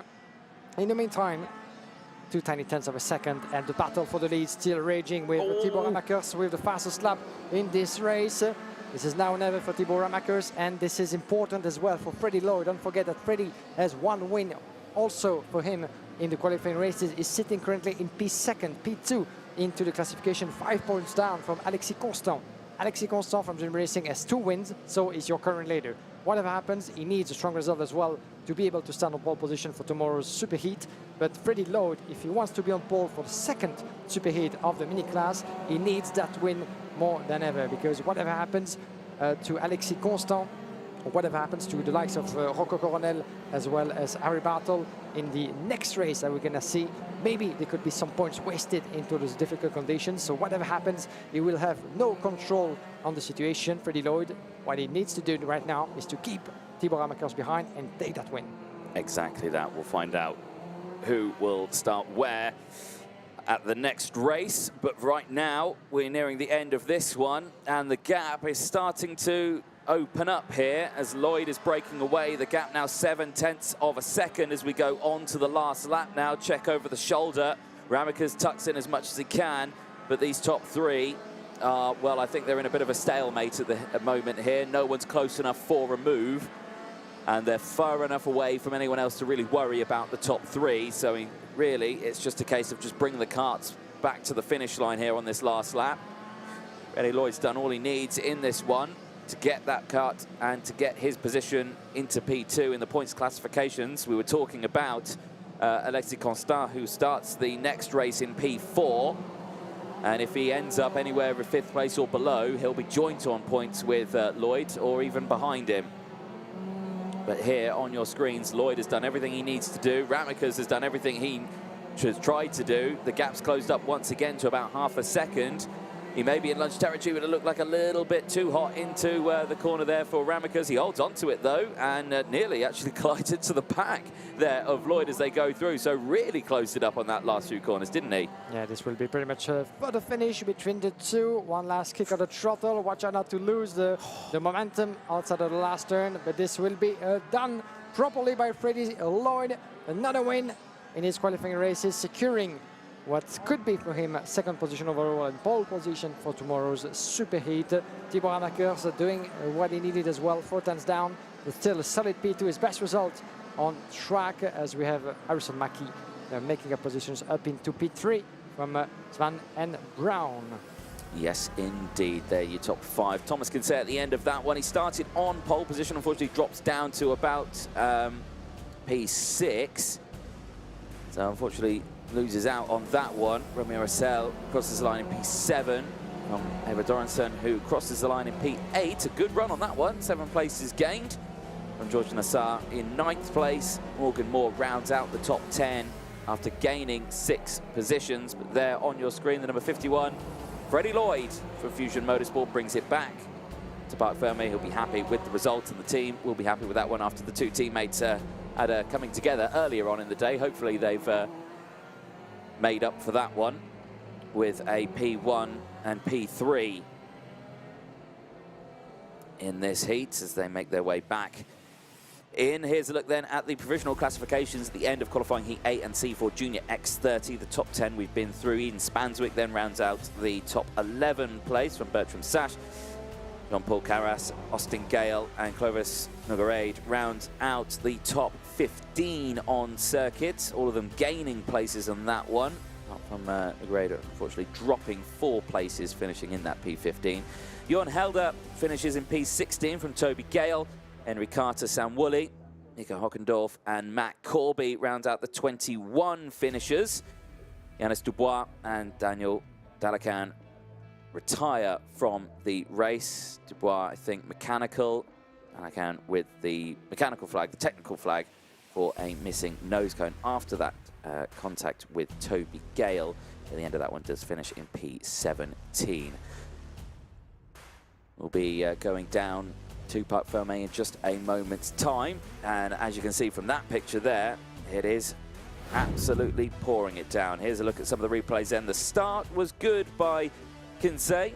They had the outside line swoop through. Ramakers, who tried to go down the inside, but again got nerved out wide by that line, not fully working on the exit of the corner, then dropped down a position. Velma Svan, though, did have a good start to that race, tried to go around for the lead, but Kinsey was instantly able to take that one back. Then we went into the top here as again Kinsey tried to take the wider line. This time was then blocked by Vilma Svan, who managed to get the exit on it and then went through Freddie Lloyd. Timo Ramakers was just behind as well. Then we saw this coming together between Toby Gale and Andalakian. And that would, of course, bring out the technical flag for the number 27 Pantano driver, who would have to bring it in. Then the battle between Lloyd and Ramekers. This was the closest battle that we'd seen for the lead, but beautiful piece of kart control there. Freddie Lloyd able to hold it round the outside and was able to hold the race lead. He saw then the checkered flag after that race. We're ready down in Parc Ferme. William, over to you. I'm with Freddie Lloyd. A good job to you, young man. Another win for you, the second out of pretty much all your races, second out of 3. So it puts you in a very nice position for tomorrow's and the superheat. Yeah, it's really good. I like the wet round. It's really good. I'm good, happy with that. Really happy. So this is one step down. Tomorrow, the big day, superheat and the final. So how are you gonna attack those 2 races? Feeling confident, and the conditions should be, I'm afraid, as bad as they were today. Well, today's only like a pretty practice for tomorrow. Tomorrow is quite big for us. I mean, I'm not hoping for it to be wet, but don't mind if it sweats tomorrow because I'm clearly all right in it. So yeah, quite excited. Fantastic, good words. Thank you very much, Freddie Lloyd. Good luck for tomorrow. Thank you very much for talking to us. Back to you, Anthony, and back to the track. Thank you very much, Guillaume. Yes, the karts make their way back onto the circuit. Great to hear from Freddie that he's excited for those wet conditions tomorrow. I'm sure we all are. Sacha Van Bosch then starts this one on pole position. It's qualifying heat B and D. He's got Rocco Coronel alongside. Catherine Clark and your current points leader, Alexis Constant, I should say, in the treble 1, starting on P4 on the second row. Zach Green and Harry Bartle go from row 3, from Sandro Perez and Arthur Huang. They go from row 4. Louis Coman and Jensen Graham, they round out the top 10 on row 5, with Joseph Smith and Felipe Carras going from row 6. Arthur Didonka and Maxime Blanchimont, they round out the top 7 rows, from Matteo Doravern. Darren Kennard go from row 8, from Isaac Phelps. Angelina Borenka go from row 9, from Ella Weiss. Liam Haller rounding out the top 20 from Wouter Bergenu, and Senna Munir rounding out the 22 drivers in this one on the 11 rows. Track conditions once again deteriorating. The clouds are dissipating though once again. I think it is still raining, but it is clearing up once more. As you can see, most people have resorted to standing on the balcony with the cover over their heads, rightly so. The grandstand still fill once more as the karts make their way round. This will be the last time we see the Junior X30s race today, and this will determine who starts where tomorrow for the superheats. And Alexis Constant at the moment with the 0 point starts this one. P4 will have to win to maintain that lead. Well, I say he could win come 2nd, 3rd or 4th. 5th or lower, and then it starts to get a little bit interesting for him, and then we determine who's going to start where in the races later on. They approach the red line, they pass the red line, no overtaking is permitted beyond this point. The drivers need to slow down now and get themselves into formation. There you see the track completely soaking there. And now becomes the sort of strategy time. What do you do with your tyres? Because they'll have used these wets quite considerably now over the day. And wets do tend to go off quite quickly, despite even in wet conditions, they do go off quickly. Oh, traffic jam, once again. Sorry to cut you off there, but some drivers were keen on going, but were blocked just in front of them. Are we going to go? Yes, we go one more time. Yeah. As you can see, the drivers gesturing with their hands in the air, as the rule book says. And Martin Bean, our race director, decided so. And the grid formation wasn't deemed good enough. Some drivers not happy about the rhythm of the ones at the front. Sacha Van Bosch and Rocco Coronel, as well as Cathal Clark, 3 drivers from Victory Lane at the upper part of the grid. But Van Bosch and Coronel are the ones having to pace everybody down, and they have to show the right example as they come across the red line just before the last turn. But from our perspective, we will say, yeah, they should have done this way, or why not braking at the right time. This is always easier said than done, isn't it? Especially in those conditions, you have the pressure of pretty much the entire grid behind you. Yeah. The only thing you want to go is unleash the beast and get on the throttle as soon as possible to comfort your position. There's the rain, there's the cold, there's the slippery track. So all of this put into the mix, and you know, always, you know, cheer a lot of for those young drivers and for all the drivers, all categories confronted and mixed, because I know that myself, at least I'm very humble by saying this, I wouldn't be able from a million years to do what they do at this level. So hats off to this performance, and to get a starting procedure together with the stress level as it can be, it's always, you know, gets to my admiration. Yes, indeed. It's a very technical thing they have to do here. They do make it look easy sometimes, don't they? And that can make people who are on their sofas at home think, I could do that. Oh, try again. Here we go then into the final corner. And hopefully we can get this one started. It's qualifying Heat B and D, the last of the junior races of the day, into the tram lines. Van Bosch on the left and Coronel on the right. Good start then from the entire grid. Coronel getting swamped in the pack. We'll watch him as he gets to the exit, because he'll be able to maintain that speed and holds on to second place. That outside line working very well. There's Van Bosch holding on to the race lead on that one. His teammate Cathal Clark there in third place. So it's a victory lane 1, 2, 3 currently, as one of the carts going very wide there. That looked like a Birrell car that was going wide. That's come back onto the circuit. And I think it was Sandro Perez who now gets it back on the straight and narrow. There's Alexis Constant, the driver who's currently leading in the point standings, now going for the third place spot as they go through, as the number 57 is under investigation for the race start. That is Sandro Perez. So he'll have to keep an eye on that one. And yes, Alexis Constant has gone for third place, and they're still battling for the race lead here, as Coronel tried to get the move done on Sacha Van Bosch, but Sacha able to stop that move from happening as they go into the Titan Twisties through turns 9 and 10 now. Into the last couple of corners they go. Keep an eye on Alexi here in towards the final corner. Who turn 12 has the inside line. Block pass, maintains it, gets the push out of the corner and up into second place. Good start then from the driver who starts in P4. One lap completed as Rocco Coronel is trying to make his bid round the inside, as does for the back. Oh, and one of the victory lane at 76. We've just lost Elia Weiss, unfortunately. I thought for a moment that we had lost one of the leaders, but Elia Weiss out of this race, at least.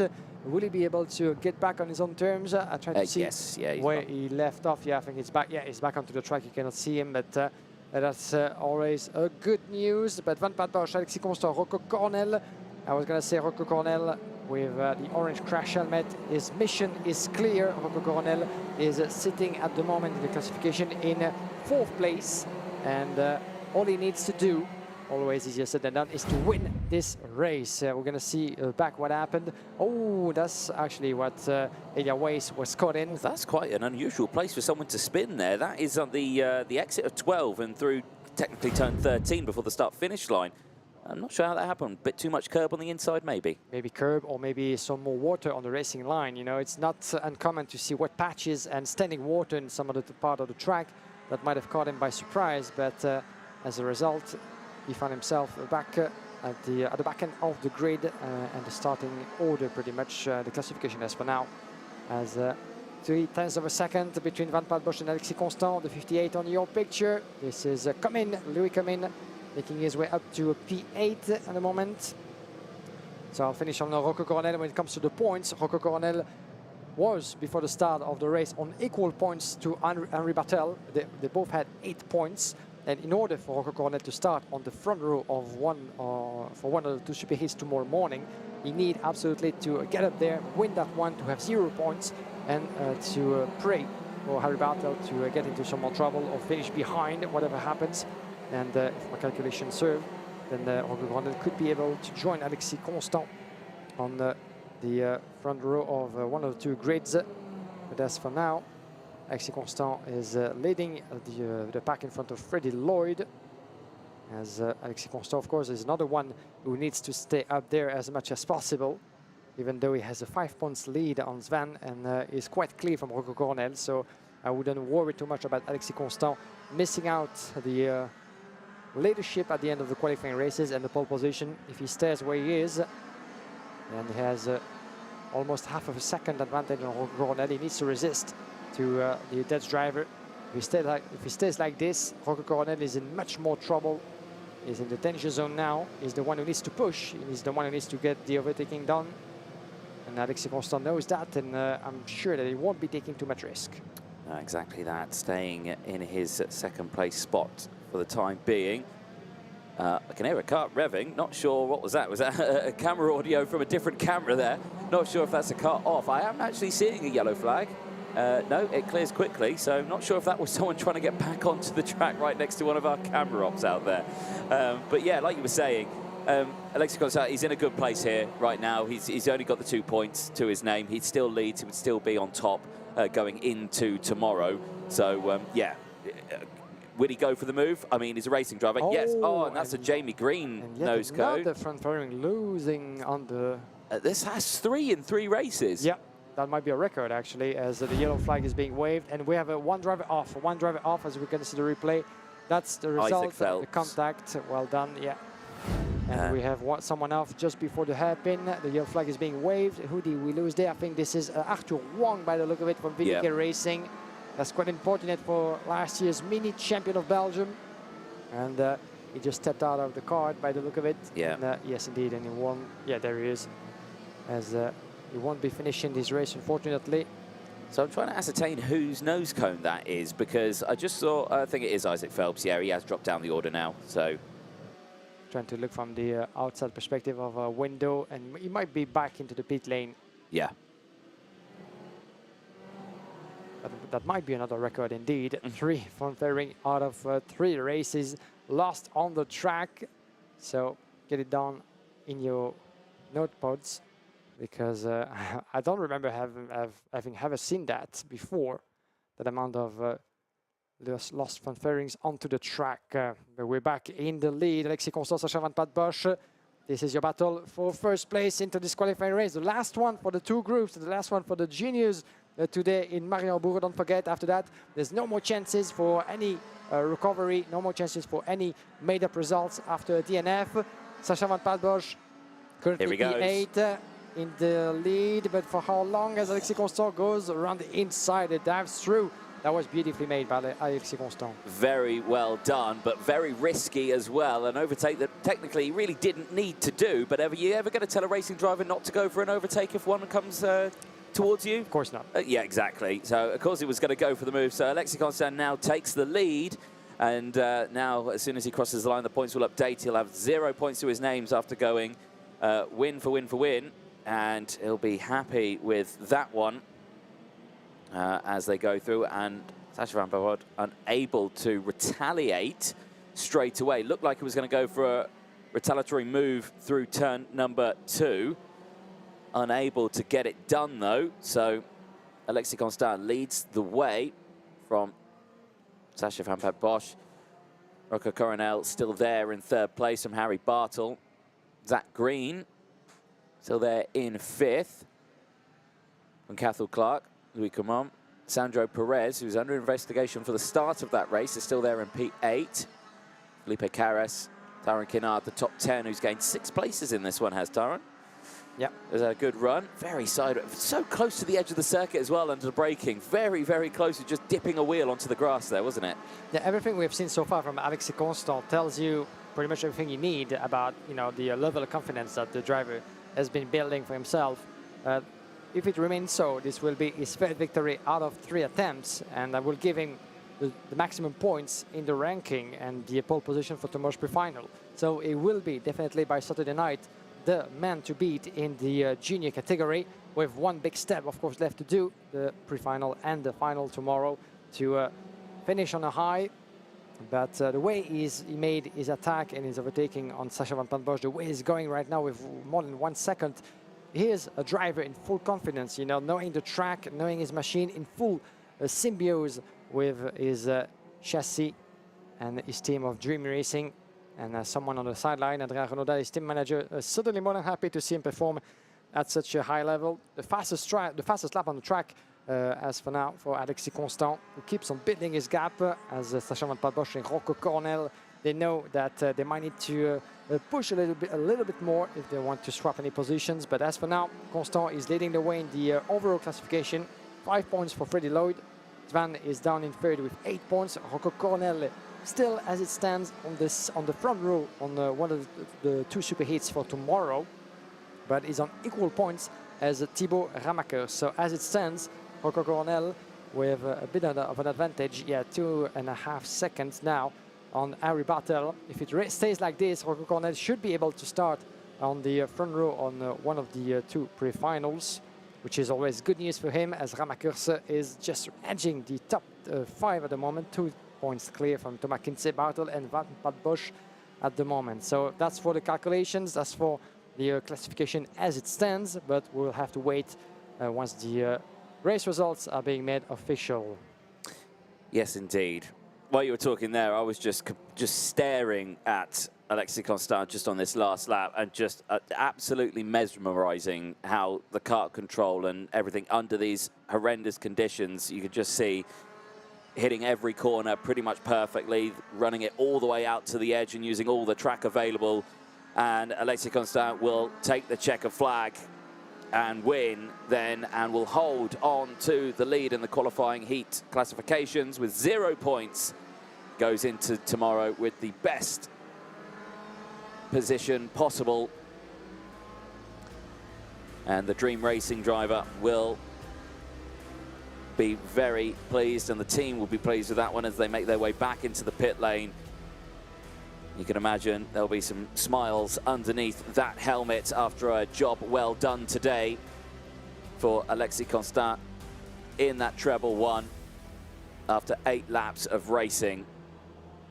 A solid, solid drive. The same for the rest of the field as well. Sacha Van Bosch, a brilliant drive, finishing in P2 from Rocco Coronel. Harry Bartel at the end of that one, gaining 2 places, finishing in P4 from Cathal Clark. Zach Green in P6 from Louis Camon, finishing in P7, also gaining 2 places. Sandro Perez holds on to P8 from Felipe Carras, and Tyron Kennard rounding out the top 10, 3 and 6 places gained respectively. Maxime Blanchimand, Jensen Graham, Matteo Duvant, Joseph Smith rounding out the top 14 places. Liam Halley in 15th place gets 5 positions in that one after starting P20. So a brilliant end to his race. Senna Munier rounding out the top 16 after gaining 6 places. Arta Didonka, Angelina Poenka, Eliaves and Walter Bergenu finishing the top 20 finishers. 2 retirements in that one. Isaac Phelps, after a bit of contact in his nose cone coming off, retires to the pit lane, and Arthur Huang also, I think that cart's going to a stop at turn number 6 during that race. So they'll make their way back to Parc Fermé. Here's some of the replays then from that race. And you can see it was a good start from the inside road. Sacha Van Bosch initially got a good getaway. The same with Rocco Coronel, who had the outside line swept through to maintain second place, I should say. Then came the charge here of Alexis Constant, who tried to go for the moves and successfully doing so. And the 2 leaders battling away as Coronel tried to get into the lead of this one, then found himself under pressure here from Constant, who had a good move down the inside, then got a nice little friendly tap out of the corner to assist. Then the spin here from Elia Weiss, who went off on her own accord at turn 13. Again, an unusual spot. We've not seen many people go off there this weekend. The dive down the inside as well from Cathal Clark on the recovery drive back. This is where we saw the nose cone come off for Isaac Phelps. And then the change for the lead came here through turn 1 from Alexis Constant. Again, a brilliant overtake. Very brave one. That was the recovering Arthur Twang from turn number 6. But nothing could stop our race winner from that one, Alexis Constant, who ends. We're ready down in the pit lane. And over to you. Anthony, we're here with Alexis Constant. Alexis, bravo. Beautiful job to you. 3 races, 3 victories. So you're the pole sitter for tomorrow. So you must be fantastically happy and feeling on form for tomorrow. It's going to be a good day for you. I am very happy for the 3 qualifying hits. I have good speed and a good race. I am very happy for comment on dit dimanche? pour demain. You can say it in French if you like. If you feel more comfortable talking to French, I will do translation. But it was a beautiful job for you. The other drivers are going, so we don't have time anymore. But hopefully we'll get to talk more to you tomorrow. Good luck, bonne chance pour demain. Merci beaucoup, Alexis Constant. Your pole sitter in the junior category. That's all the time we have now as the mini drivers are making their way onto the track. As hopefully we'll hear more from Alexis Constant tomorrow. Back to you, Anthony. Thank you, Guillaume, down there in Parc Ferme. Yes, the next race is out on the track and they get themselves lined up, ready to go. Zdeněk Babicek then starts this one on pole position. He's got Kanish Grau alongside on that front row. What can those two do at the front? Again, it's been very tricky to start these ones in the previous races we've had so far this weekend. Max Endicott and Noah Grenier start from row 2, just behind. Theo Polican and Max Murray, they go from row 3. Benjamin Manak and Leo Peruzzi, they round out the top 8 on row 4 from Stan Fargo, and Mathias Brageau rounding out the top 10 on row 5. Lorenz Ticoc and Eduardo Godefroy round out top 6 rows in P11 and P12. Gustavo da Silva rounds out the what is on P7, or row 7 I should say, with Fabio Caro alongside. Stig de Redemaker and Angelina Simons-Torres go from row 8. Jamaro Hoft and Derek Rivera round out row 9 from Winston Kamperin and Timo Riflat. They round out the top 20 on row 10. Finn Albers and Levo Cara round out row 11 from Vince van der Halen and Bruno Grieling on row 12. Bryn Rosen and George de Smet on row 13. Jos Mulder and Max Grassini round out the 28 carts that start this race on row 14. Do I dare say it? Is that the sun that's poking through the clouds? The clouds have lifted quite considerably and it's suddenly become a lot brighter here at Mariembourg. And there are dark clouds off in the distance, but for the time being, it's started to lighten up here, which is actually quite nice to see. Drivers making the way out. The rain has done its job, though. The track is still absolutely soaking. It's 100% wet conditions out there. So everyone on those wet tyres. And they make their way round. You can see then the spectators filling up the areas there, the mechanics. The grandstand is full once again as the rain has decided to go away for the time being. The wind is still playing havoc. The wind's still picking up here at the circuit, but drivers this time a lot calmer before they've even got to the red line, which is good to see. So already 2 by 2. They'll get themselves all bunched up and ready to go. It's a much nicer, cleaner start that we're seeing from the minis this time around, as they make their way round turn number 12. Again, a reminder of the points. Dan Alleman leads the minis from Herman, both on 0 points. Max Endicott with the 6. Bobrajov and Grenet both on 7 points. This will shake it up a little bit, but so far Alleman and Herman both on 0 points. They've had a perfect weekend each. That will change as they will be racing each other a little bit later on after this one. Into the tram lines we go. Green lights go on and away they go down in towards turn 1. Great start then from Max Endicott, who sweeps. He's on the inside line, had the inside line. Now he sweeps to the outside, so drops down in the order. Kanish Rao leads the way as they go in through turn number 2. So Kanish Rao leads. And Max Endicott holds on to P3. So Zdeněk Babicek down in towards P3 now as they go through. The 929 has moved up now. Stan Fargo's had a brilliant start. Off the track goes the 913, which is very unfortunate. That's Max Murray for the George Gibbons Motorsport team. And he's trying his very best to get that car out of the grass and back on the circuit. You can see his suit pretty caked in mud there, I suspect. Yeah, it's not the nicest conditions off the track. So drivers will have to watch out for that one. That car might need a bit of a jet wash when it goes back into the pit lane. So, in EX30 underway, and they make their way round into the final couple of corners now. So a good commanding lead from Kanish Rao. Started this one on the front row, and he's broken away quite considerably then. Across the line they go. It is Finish Rao from Endicott, Babacek, Fargo, then it's Grenay, Policon, then Manak, De Silva, Peruzzi, and Stig de Redemaker. The top 10 out there. Big movers in this one. Finn Albers, he's up 10 places up into P11. Vince van der Halen also up 10 places. Just Mulder up 12 places so far in this. So 3 big movers in the field. Im Alvarez back in the commentary box, and here's a replay of the start of this one. You can see drivers already out and trying to dive to the inside. Endicott to the inside. Watch Kinish Rao, though, all the way around the outside. Thank you very much. I'll take the lead. Nicely done. Yeah, nicely done indeed. And that's the way to do it at the beginning of this penultimate qualifying race for the mini class. We're going to have one more after that. 3 more for the seniors. And then it will be about time to wrap things up here in Mariembourg with the sun coming back to us indeed as I was making my way back from the scale and the scrutineering zone.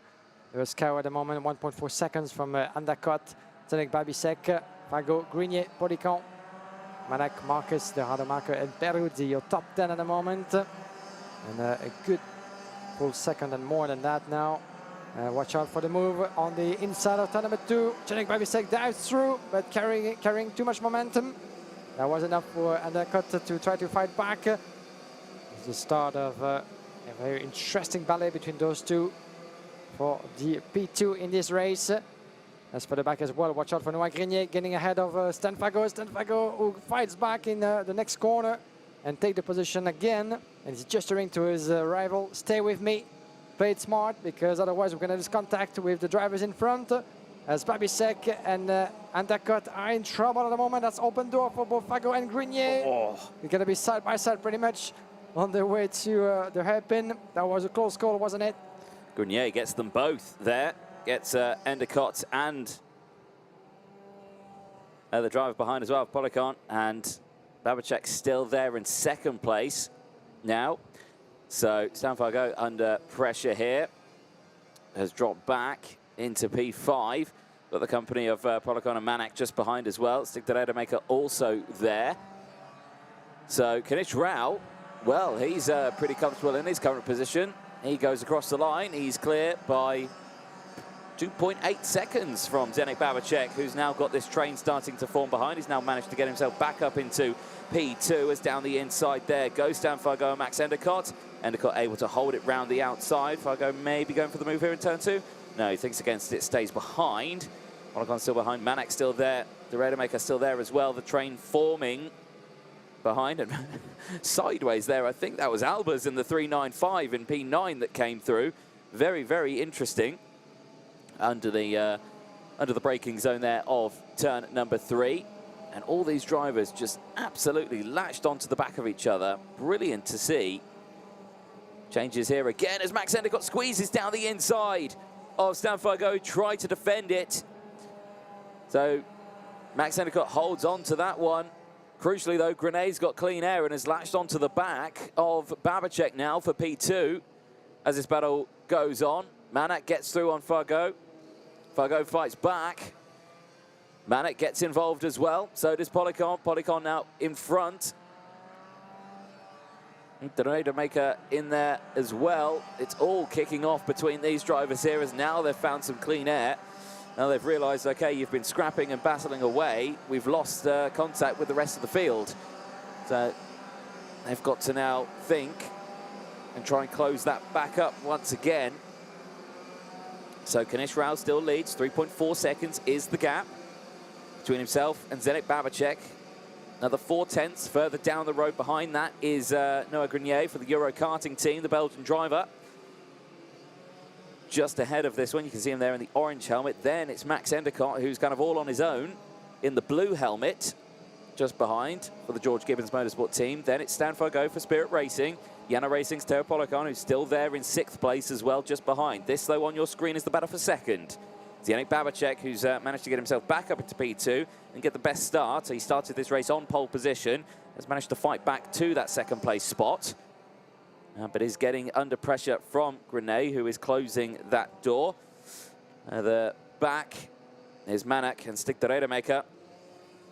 The Redemaker there just taking the normal racing line. Manek just trying to find a way through, unable to do so. So again, even though it's been a long day, we're still seeing those different racing lines come in as the track evolves, it updates. You know, it's been wet, it's been dry, it's been damp, it's been wet again, and you know, it's such a challenging day for all these drivers, isn't it?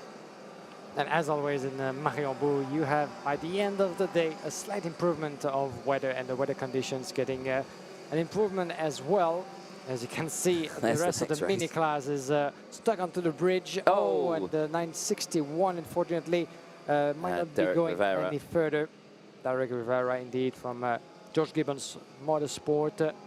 And by the look of it, is going to be staying over there. Yes, that's quite unfortunate. Oh, no, he get going again. So that's what we'd like to see. But I think, oh, no, it's just rear bumper. I thought the rim had poked out from the tyre there. I thought he had a flat tyre on the back. That could have been, yeah, but he keeps on going. As we're back here with the battle between the 962 and the 929, Stanfago and Andeco. This is in turn number 9 as we're getting near the checkered flag.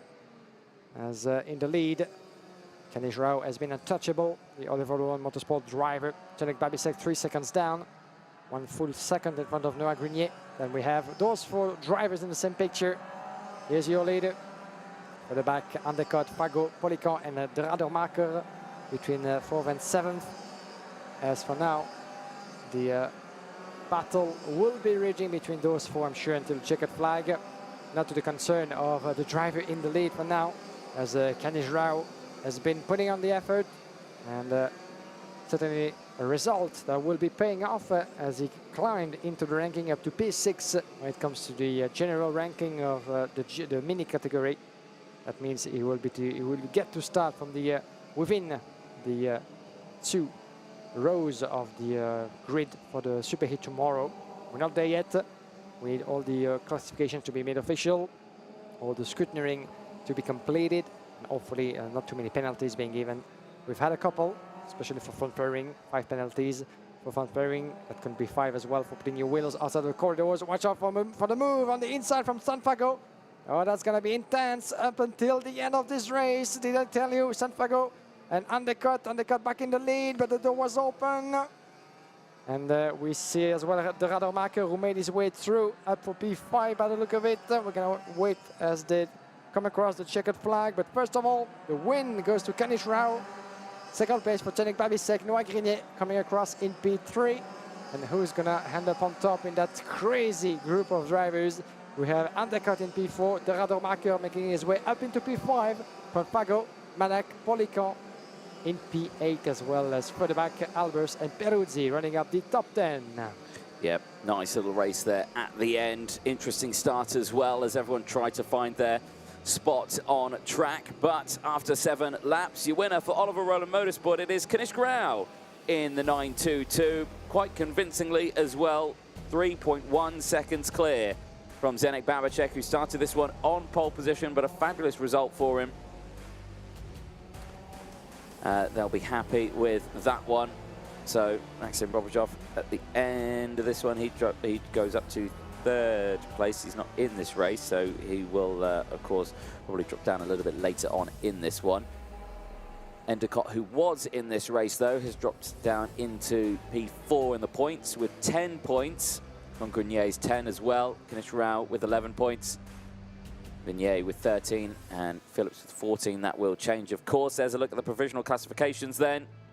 Rao, Babacek, Grenier, Endicott, De Radermacher, Fajo, Manek, Polican, Albers, Peruzzi, the top 10. Just Mulder then rounds out the top 11 from Lorenz de Kock, Eduardo Godfroyd and Gustavo de Silva. Rounding out the top 14 with Flavio Cara just behind for VDK. Vin Rosin and Angelina Simmons. They go from 17th place from Vince van der Halen, who finished in 18th.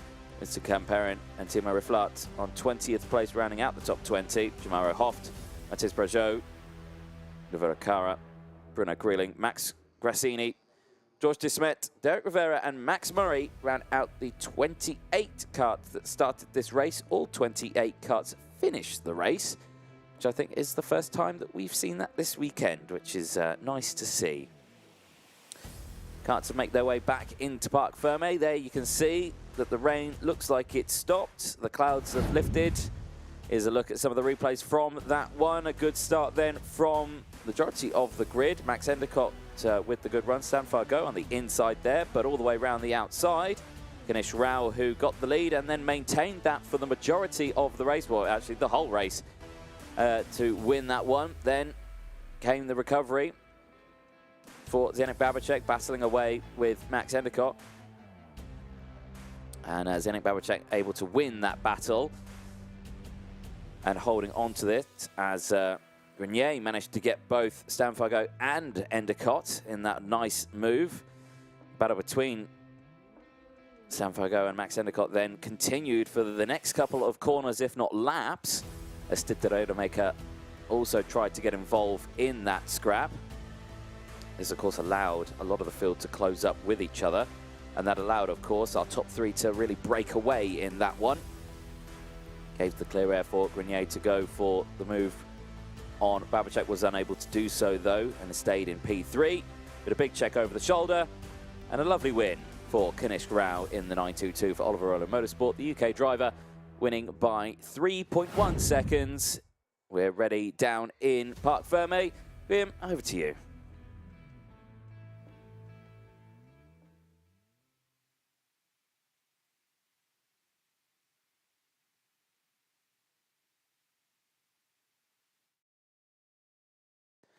So little technical issues there with Guillaume down in the pit lane. I think he needs to put 50p in his microphone to make sure it boots up. Hopefully we can get back to our driver down there in just a moment's time. There you can see the next race is just lining up, ready to go. It is qualifying heat B and D. Apparently they are ready. Guillaume, back over to you. Yeah, apologies for that. Now we can be heard on the live stream. I'm here with Zdeněk Babicek. Zdeněk, it has been a long day for us and for the technique and for you as well. Can you talk us through that day up and down in the races? How was it for you? It was a very challenging day. With the first heat, we had a bad start, so we dropped to P4 and sort of cruised like that to the end. But the second heat, I did a good heat. I finished second, but I got a 10-second penalty for the start. And in this last heat, we did good and I finished second. So based on those results, how do you feel for tomorrow, the super heat and the final? I'm going to try to make the best of it and excited to drive tomorrow. Fantastic, good words. Thank you very much, Zdeněk Babicek. Good luck for tomorrow. Back to you, Anthony. Thank you very much, Graham. Yes, indeed. Thank you for getting your microphone turned on as well. That's always handy for us.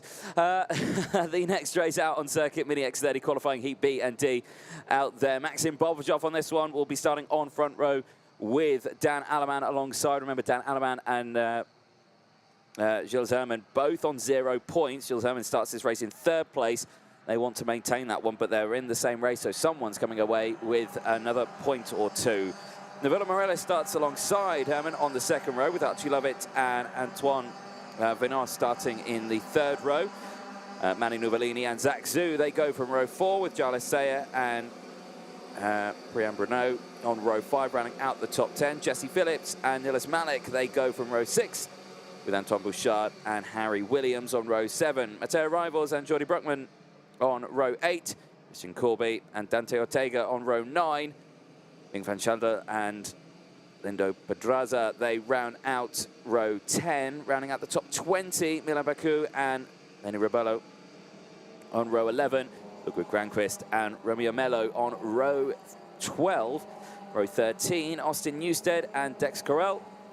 Final row of the grid, 28 drivers, 14 rows, Tony Cachafero and Kazra Kamyab. Let's say the sun in coming out of the sky once again. It's lighting up the track, which is beautiful to see. You can actually see the green grass now with the sun shining. That also brings a new challenge to the drivers. glare on the circuit. That can be a very interesting one, and I've seen it time and time again in the UK. You have a rain shower, then all of a sudden the sun comes out, and then the track just looks like glass. It's a mirror. It just shines the sunlight off it, and you get blinded into some of the corners. Luckily, this time around, the sun is still behind the clouds, so shouldn't have that issue too much in this one. Looks like we're ready to go then for qualifying heat B and D for Mini X30. Bobajov on the left, Alaman on the right. Remember, Alaman and Herman both have 0 points. Who's going to get the points this time around as they go in towards turn 1? It's a good start from Bobajov, good start from Alaman, who's on the outside. Watch Alaman on the outside road. Can he get that line to work? As the rest of it will go through, chopping and changing. There's not spins, but there's drivers getting tangled up between each other at the exit of turn 1. Everyone gets through turn 2 cleanly, and it's Herman who leads the way, actually. It's Gilles Herman on that inside row. Once again, he is lightning quick off the line. Yeah, what a start from Gilles Herman. He knows his place better than ever. And from the inside, he was able to get the best getaway out of the rest of the field as the racing line gets drier and drier under the sun of Mariembourg. And Gilles Herman is doing the job that he needs, of course, because, as you said, he's very, very close to Dan Hanneman on equal points before the start of the race. So the mission is clear for both of them. They have to take the win if they want to secure pole position for tomorrow's super heat in the morning. But Gilles Herman, starting from P3 on the grid, he certainly had the biggest task of them all, as Dan Hanneman was on the outside as well. Not an easy position to start from for Dan Hanneman, the Swiss driver, but Gilles Herman was the first one out there. Dan Hanneman still a good job up in P2 in front of the pole sitter, Maxime Barbrashov as well. As we complete lap number 1 out of 7 is the counter-attack from Barbrashov, trying to go around the inside of Dan Hanneman, who is having none of it. Shut the door, and is gonna go defensive, but would it be enough on the way to turn number 2? Watch out not to touch each other and to push each other. Oh, Dan Hanneman is pushed a little bit, went wide and dropping a couple of positions. That's pretty much settled it, really. Alaman's going to have a really tough job to close back up to Gilles Herman there. And, well, right now, Gilles Herman with the 0 points. Alaman, who's now tumbled down the order, will be gaining many points. I don't think he'll go behind Bobajov, but Bobajov is there in P2 now. So it could happen, actually, that he could drop some points still.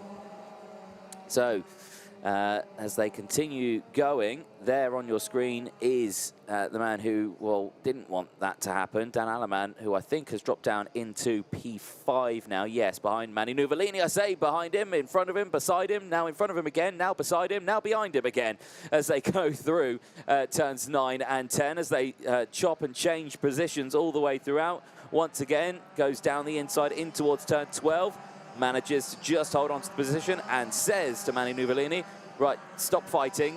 Can we try and catch up to that group in front, please? Because look at the real estate that's opened up. The gap is 1.3 seconds between them and the drivers in front of Archie Lovett, Bobajov and Gilles Herman.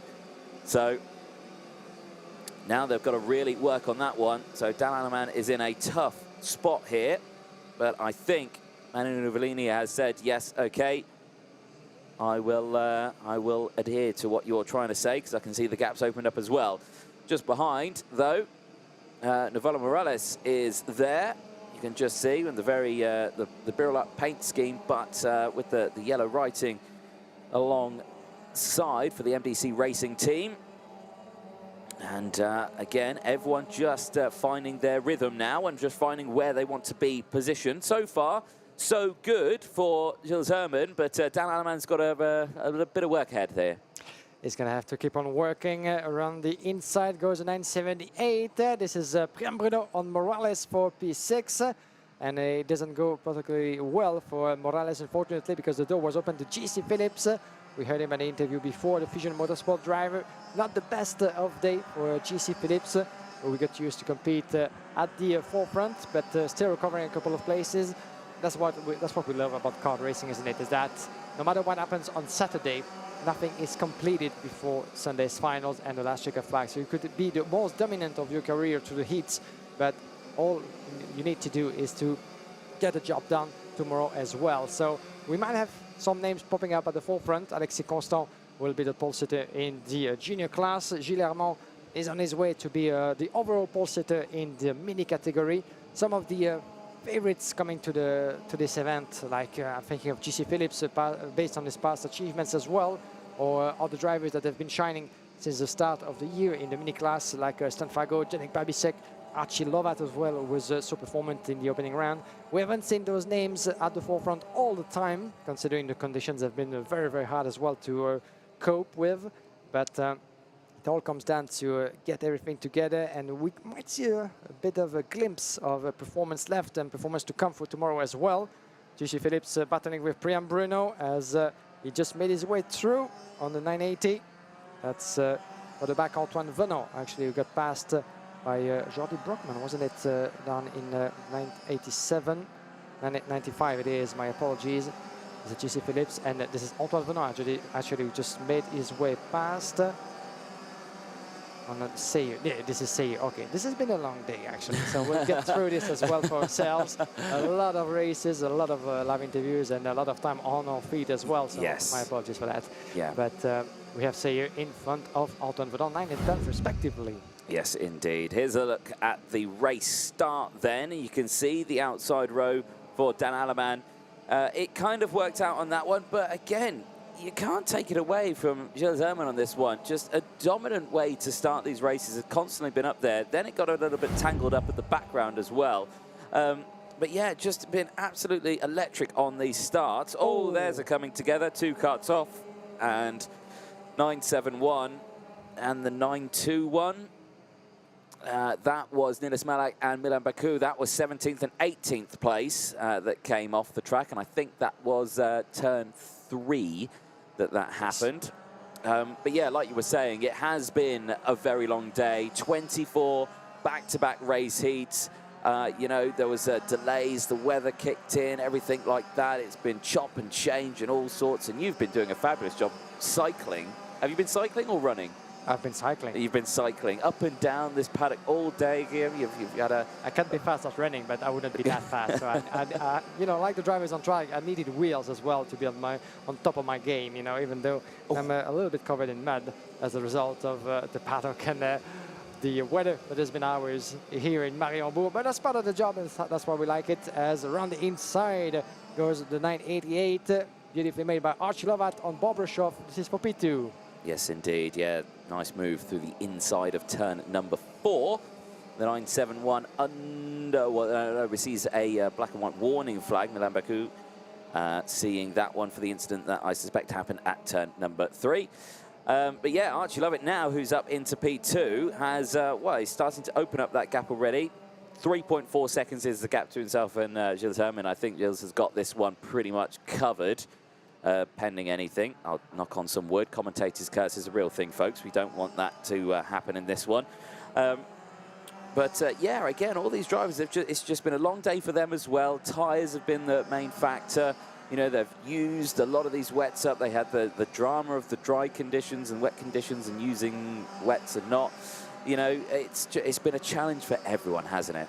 It has been so. And talking about the tyres, you know, because we have 3 races to go after that for the seniors, and this will be like pretty much pre-final before the pre-finals for any of the 6 groups that we have in this category.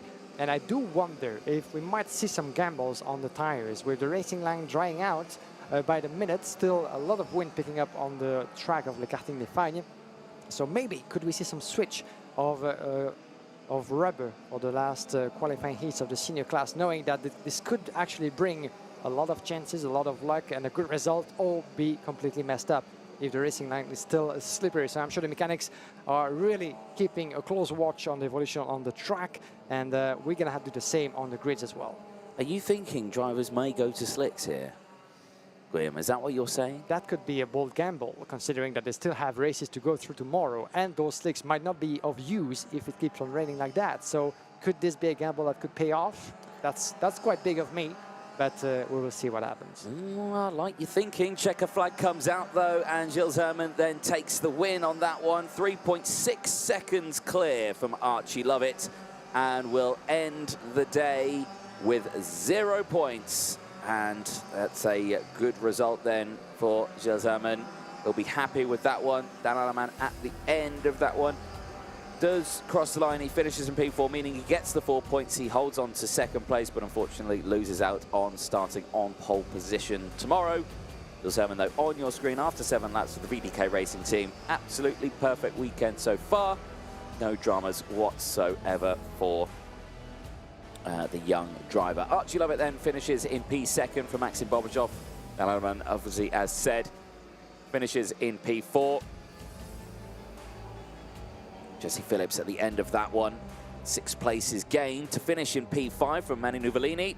Brian Bruno and Jarlis Sayer on 7th and 8th place, both gaining places. And Avola Morales finishing in P9.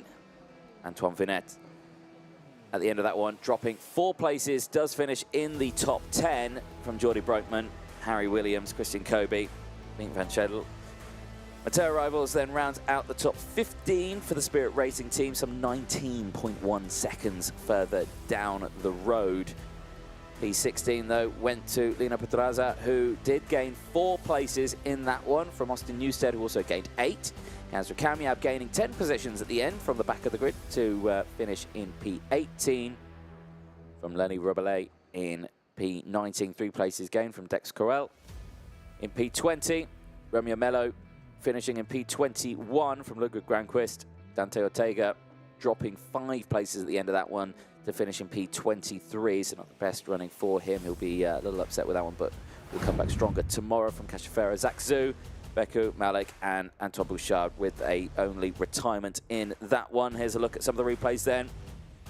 And a good start from the majority of the field. They got tangled up at the back, but Niels Hermann there again with the lightning start. Just did exactly what he needed to do in that one to get that kart to the end of the race.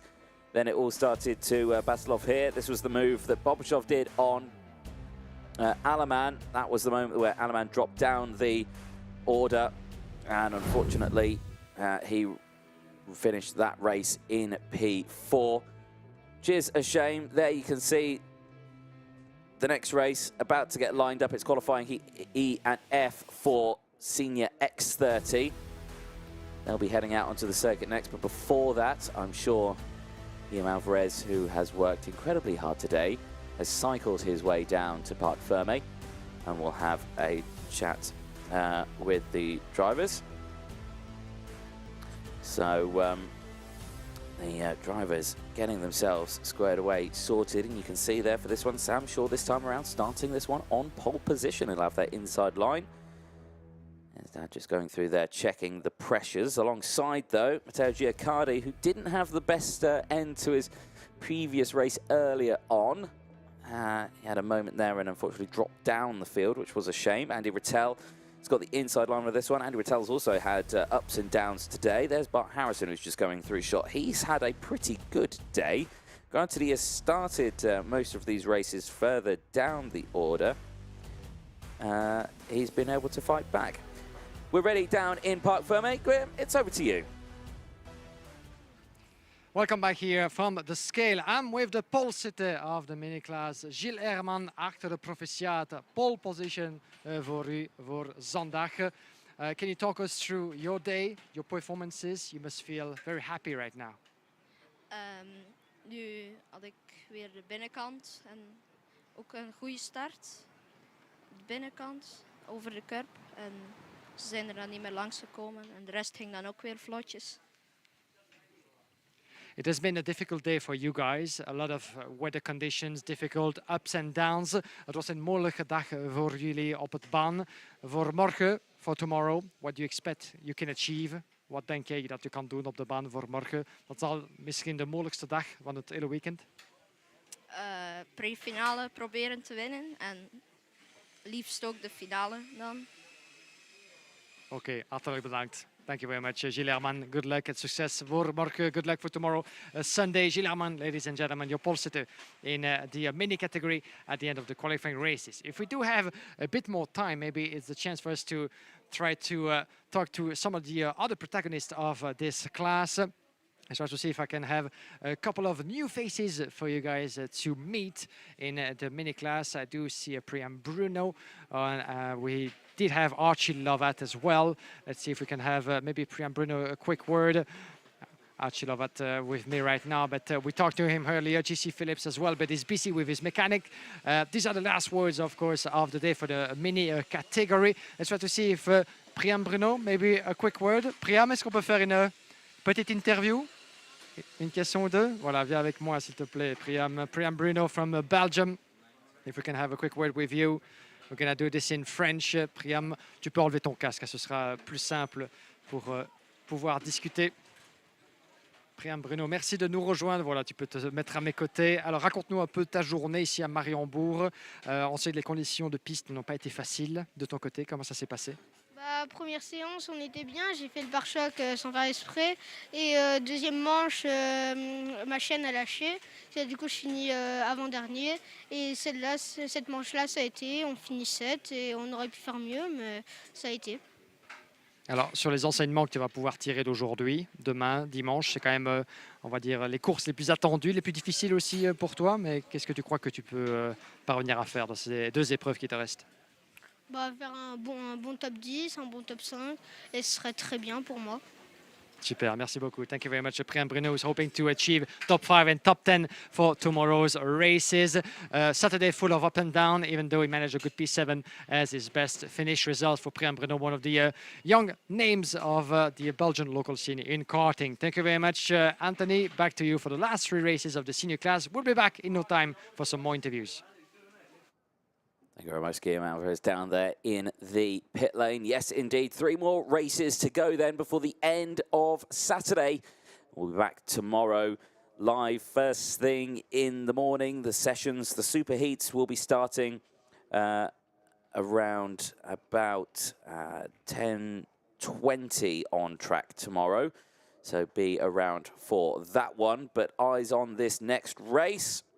Sam Shaw and Matteo Giaccardi starting on the front row. Andy Rattel and Alessandro Tedesca alongside it on that second row. There you can see Ross Upton at the front, the judge of fact, ready to get this race underway with the drivers primed and ready in the pit lane. Whistle blows, carts make their way out. Next race is Senior X30. It's qualifying heat E and F. The first time and the last time we'll see these groups head out onto the circuit, and they get a well-needed day of rest. So Sam Shaw and Matteo Giaccardi start on the front row. Rattel and Tedesca go from row 2. Bellota and Ferranzano, they round out row 3 from Martinez and Green. Bollier and Juan round out the top 10 on row 5 from Versort and Vuk. On row 6, Latinga and Delati, they go from row 7 from Norman, from Trichardt.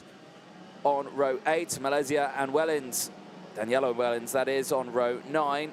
Ilias Prevost and Petra Babichkova, they round out the top 10 rows on the grid, rounding out 19th and 20th place. Mateusz van der Kerkhoff and Keanu Wellens round out row 11 from Mark Granada and Charles Lambert.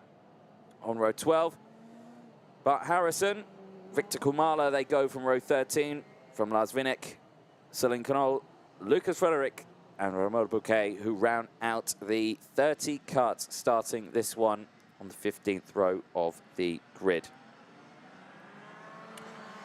So the day progresses, it nears its end.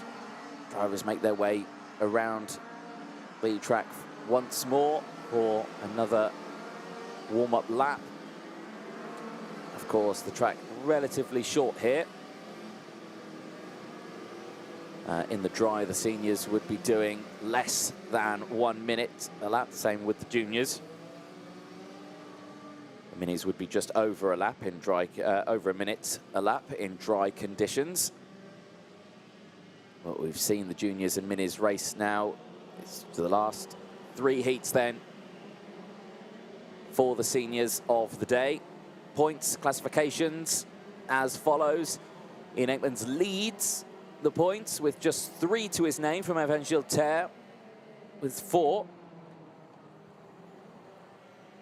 Gilter not in this one. Sam Shaw is. If he wins this one, he'll stay on 10 points. From Eduardo Villas, 11. McLaughlin's 12. Paramon's 16. And Alessandro Tedesca's 23 points. There's a big shake-up in the points, actually, in the top 8 alone. So we'll have to see what happens when the next 2 heats come out after this one. So around the final corner, the grid is not really in formation as of yet. There's a lot of drivers out of position. This might be a go-around again, unless they get it slowed down enough. I think they may have done it. Into the tram lines they go. Lights do not go out. They go round again. So, again, drivers not able to get the carts into formation. Race director Martin Bean, who is on the gantry that's borderline on the apex of turn 1. I think he's right down the end of the start-finish straight, has a good view of the starting procedure and deemed that one not suitable to go racing. That gives another lap, another bit of time to get everything up to temperature and ready to go. Crucially, though, it wastes another lap of the track drying with the tyres degrading and all sorts. So essentially, you don't want to have these false starts because, like I say, the wind's picked up. The rain seems to have gone away now, and the track, once again, is drying. You were saying, Liam, earlier on, who's just getting himself ready in the commentary box, that potentially we might be going onto slicks at the later stages of this race. That still technically could be doable if the track dries in time. We still got this race plus another one, and the final race of the day, maybe, question mark over the final. Could someone go onto slicks if they feel like the track dries enough or quickly enough? At the moment, it's definitely not slicks. It's wets all the way. So we'll have to see whether or not that could happen later on. Like we say, 3 more races to go. Everyone ready in the grid. Oh, there's a kart coming to a stop. It's the 324 that's come to a stop there. That is Tobias Norman for Ravit Racing, and that's not going any further. Green lights go out, though, and we are racing as Sam Shaw goes in towards turn 1. Nice clean start then from the rest of the field. Round the outside, the 265 getting a good run there. That's Tedesca, Alessandro Tedesca, who tries to hold that one. Andy Rattel, who's got second place. 2 karts off on the infield, though. The 236 is one of them. And I can confirm that was Mateusz van der Kerkhoff. Yeah. Yeah. And Tobias Norman was the other driver who actually stopped earlier on in the lap. So Sam Shaw leads the way from Rattel. And good clean start then for the rest of the field. You can see that the racing line seems to be drying out. It appears, at least by the look of our screens. Not enough yet for the drivers, as we suggested before, go for the gamble, the wild gamble of switching for slick tires way too early, and it might not be possible. We will see about that before the end of this day of racing. Lap 1 about to be completed, and yellow flags. You can see the 264 going around in the wrong direction into the hairpin. The 264 trying to identify who that is. This is indeed Mark Granada from Mol Racing. Fortunate spin in to the opening lap. Oh, another spin from one of the VDKs. Hopefully it wasn't hit by any other drivers, but we're going to try to catch that, the 307 that is. And we just lost him, at least at the back end of the grid. And this is Frederick. Yeah, Frederick from VDK, who went spinning into the entry of turn number 12. And one of his teammates, the 206, is finding his way through as well. Sam Balota up in P2, 1 win for himself, as we're going to see back what happened, and as a result of a wheel touching, do you think? Yeah, I think so. Very subtle wheel touching. Looked like it was maybe a T3M, maybe a Euro kart. Could have been Aaron Farazzano that he had contact with into that final corner.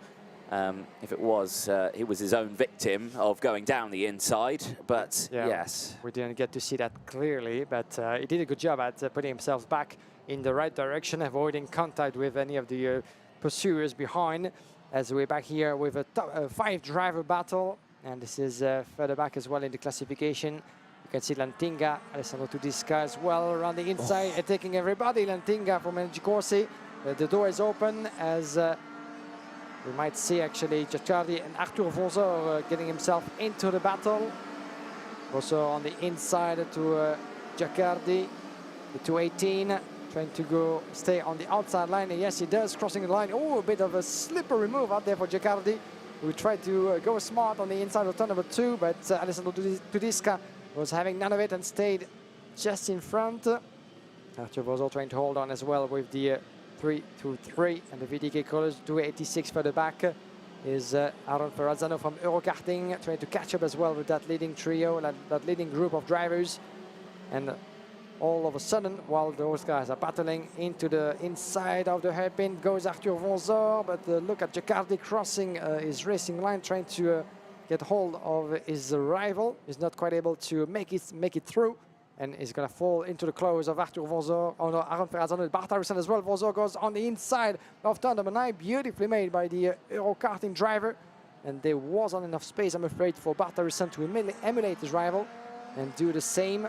Let's see, in turn number 12, there's a bit of space, and it dives through Bart Harrison, beautifully made. Yeah, Bart Harrison's been doing this all day, just working his way through the field. This time now, he's up into P10. He's already up 15 places. Off the track goes the treble 3 on your screens. That is, trying to see down there, it's Romeo Bouquet. Yeah, it is for the Spirit Racing team. And yeah, he's trying to get that cleared out and sorted. No, broken. I'm going to have to give that one up. There's another MDL kart in. That is Marc Granado, who's in the pit lane. And that is a shame. Nose cone clearly not attached. So that is a shame on that one. There was a spin for the triple 3, we're being told. So no incident, mistake on his own for the unfortunate French driver from Spirit Racing. That happens, and we've seen it a couple of times all throughout the races, even though conditions are improving by the minute. As you can see, there's even sun in the karting they find. It doesn't happen that much for the past few days, as we've been through all 4 seasons at once, even on Thursday practice. A bit of rain, a bit of sun yesterday, a lot of rain today, and we might expect the same conditions for tomorrow. And watch out, contact over there into the escargot. Going cross-country, that driver with the white crash helmet. And I think that's Granada, who is not particularly happy about that move. And he keeps on going, take the positions back. Try to identify that was. There was the 262, I think it was dangled. It was Saint-Nol, PCR Racing. And not particularly happy, dropping a couple of positions down to P23. Assault under pressure here from Ferranzano.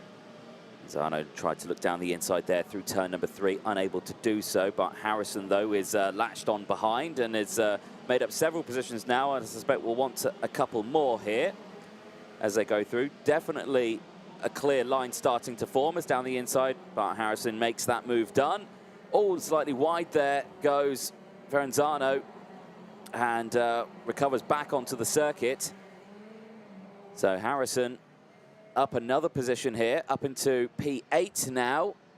16 or 17 positions gained so far after only 4 laps. The Brit's certainly on a move here. Yeah, there you go. And he certainly had another set of tires up into his sleeves to try to give it all for his last qualifying race of the day. Because by the look of it, this is way too slippery still to put the slick tires on. So good racing from Bart Harrison, 17 places gained.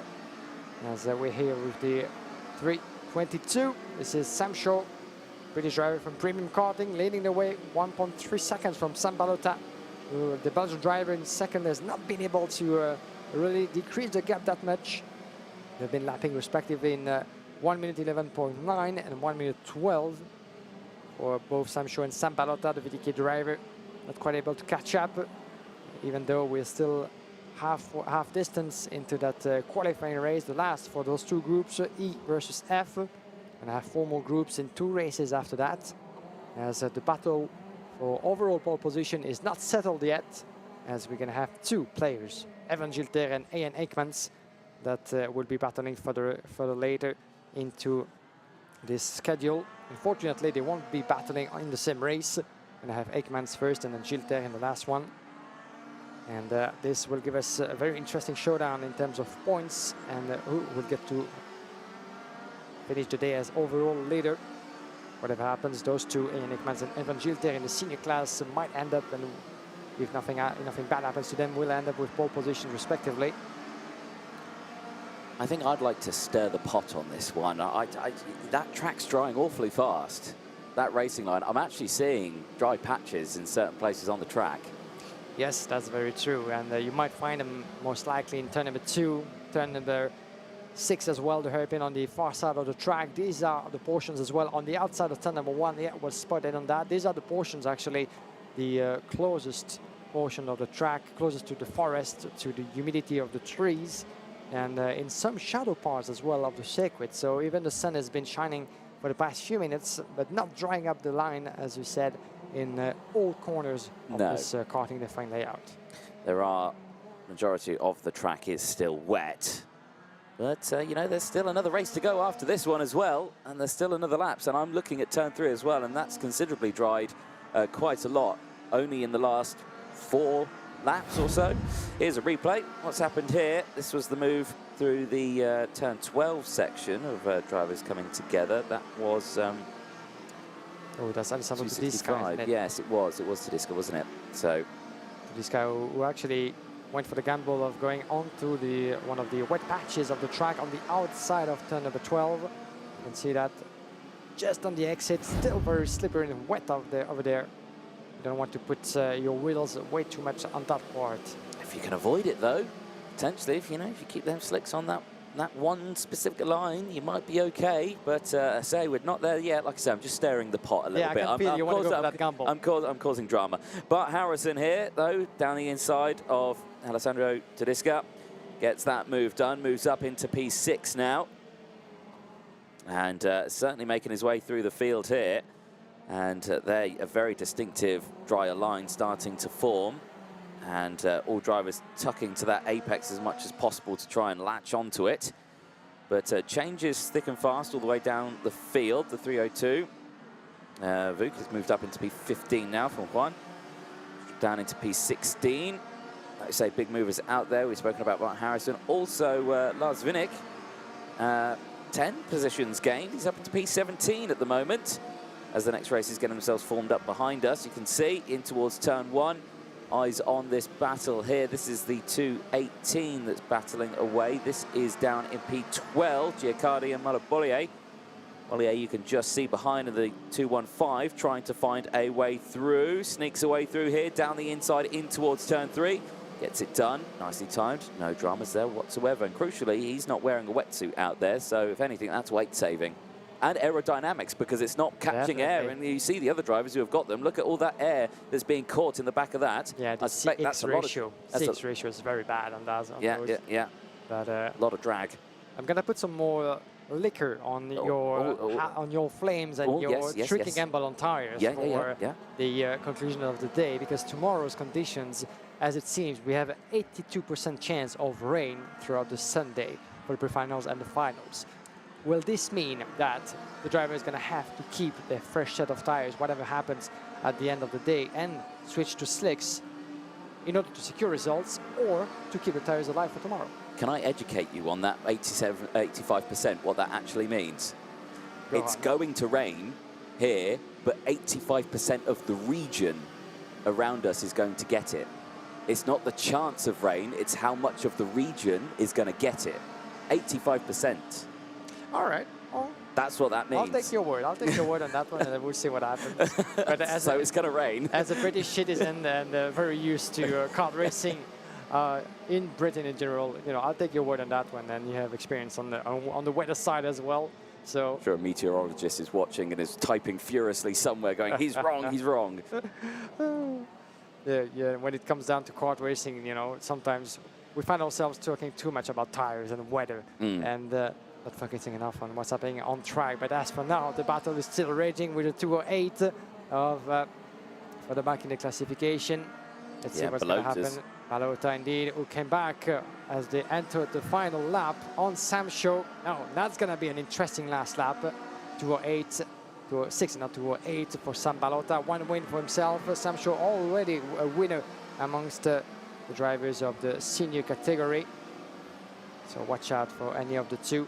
I don't think that Sam Shaw actually won already in one of the previous races. No, I don't think he has. So yes, indeed, yeah. this would be his first win if he can maintain this. Belota, though, is certainly going to make sure that he doesn't take his first win of the day, because he's all over that rear bumper of Sam Shaw as they go into the final section now, in towards Sector 3, and down the inside, there goes Belota. Sam Shaw not going to fight it. You know, it's still a P2, he's still happy. Sam Shaw losing that point would drop him to P5 from Eduardo Villa, but Eduardo Villa has not raced yet. So, yeah, Eduardo Villa has still got another race to go unless he wins that one. Sam Shaw will hold on to that one, and you can see Shaw's just dropped well off now and is maintaining the tyres. I think as very wide there into the corner goes Belota. He'll be pleased with this one, though. A overtake on the final lap, and he will take the win at the end of Senior X30 qualifying heats E and F. The last time we'll see these drivers race today. We'll come back into the pit lane and get everything sorted out ready for tomorrow. So the last race of the day for groups E and F. Sam Belota will take the win. Now, we spoke to him earlier on and we asked us, what is your secret to being so quick out on track? And he kept his cards very close to his chest. He didn't want to tell us anything, and rightly so. You know, you don't want to give your secrets away. So drivers will gently bring it back to the pit lane. And I would definitely say there is a firm, dry line starting to form as the next group crosses the line. Further down, Kumala, Martinez, Van der Kerkhoff, Knol and Trichard crossing in P25 in a big group across the line. They look like they were having a good little scrap further down the order.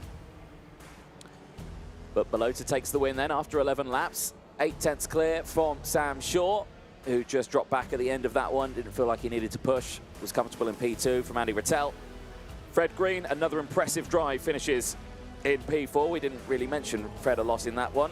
But for the great Jamie Green Racing outfit, he finishes in P4, another brilliant result.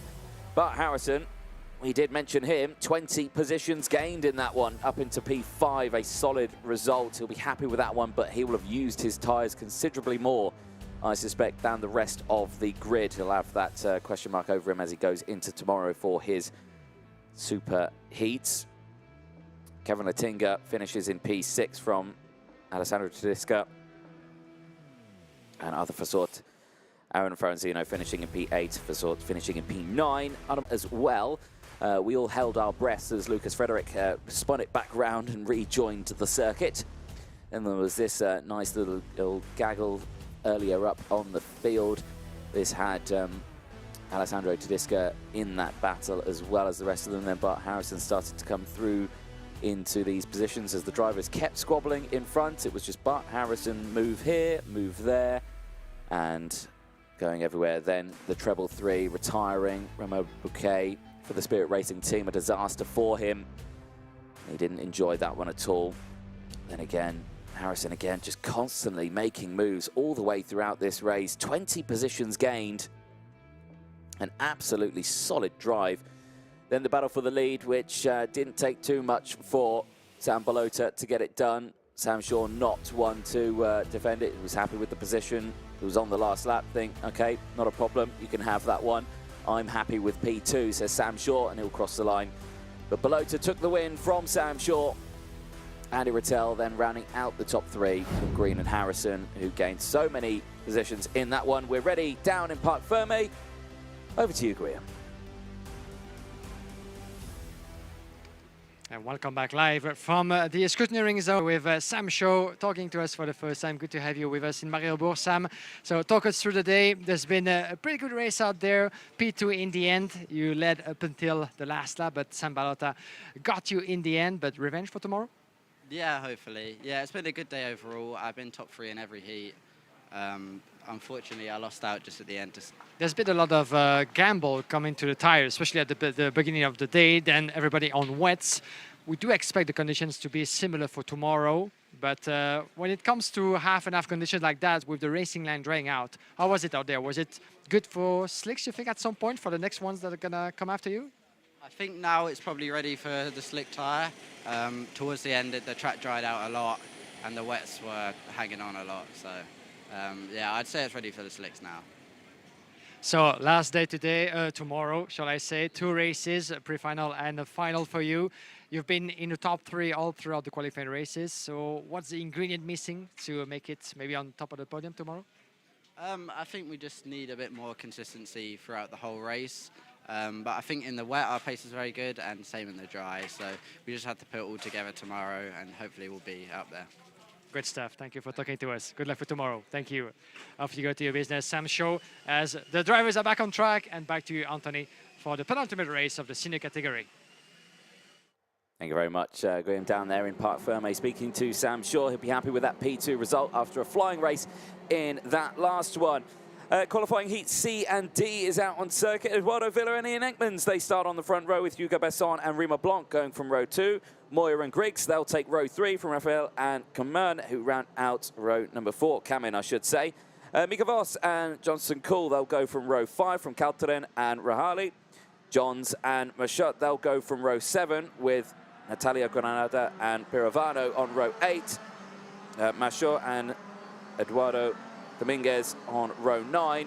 Christian Karun and Yuna Lup, they round out the top 20 on row 3. Andreas Davidsoglu and Marcus Glum, they round out the top 11 rows from Gus Lawrence and Mateo van der Kerkhoff, Olivier Fert and Miguel Silva. They go from row 13 from Alex Carauto.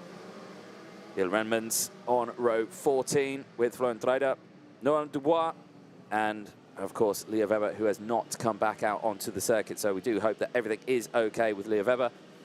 And again, still unsure as what has actually happened to him. We'll try again, update that over the course of this evening.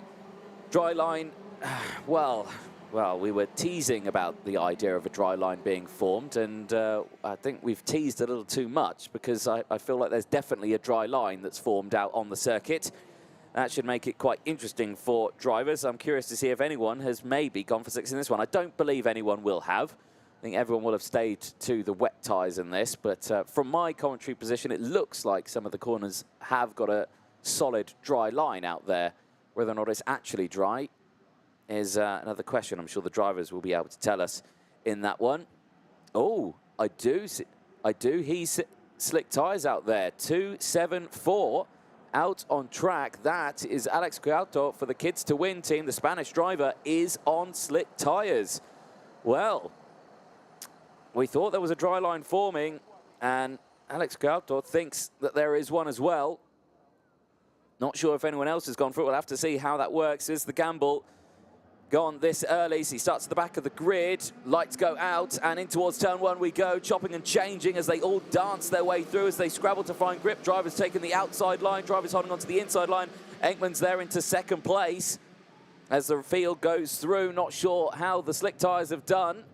I think it's not gone too well, to be honest, with the slick tyres. They're still gingerly making their way around at the back of the field to spin. And it's a 2.54 in the middle of the track.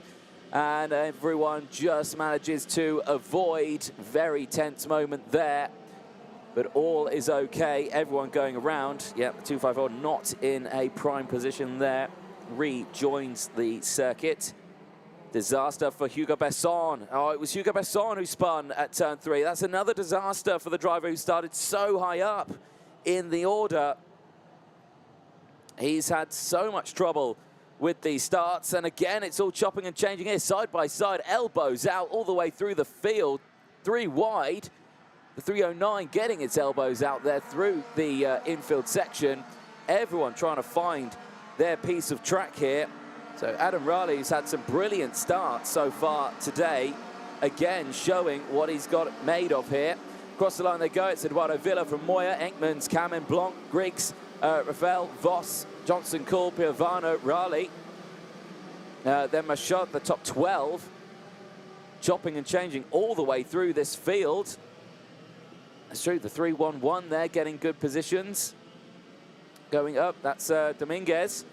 Getting positions 3 wide again. There's so much going on, it's hard to really keep up with what's actually happening. Yona Lup in the midfield there, trying to find his way through. The 2.53 also in that fray. I'm just trying to think what part of the group this is.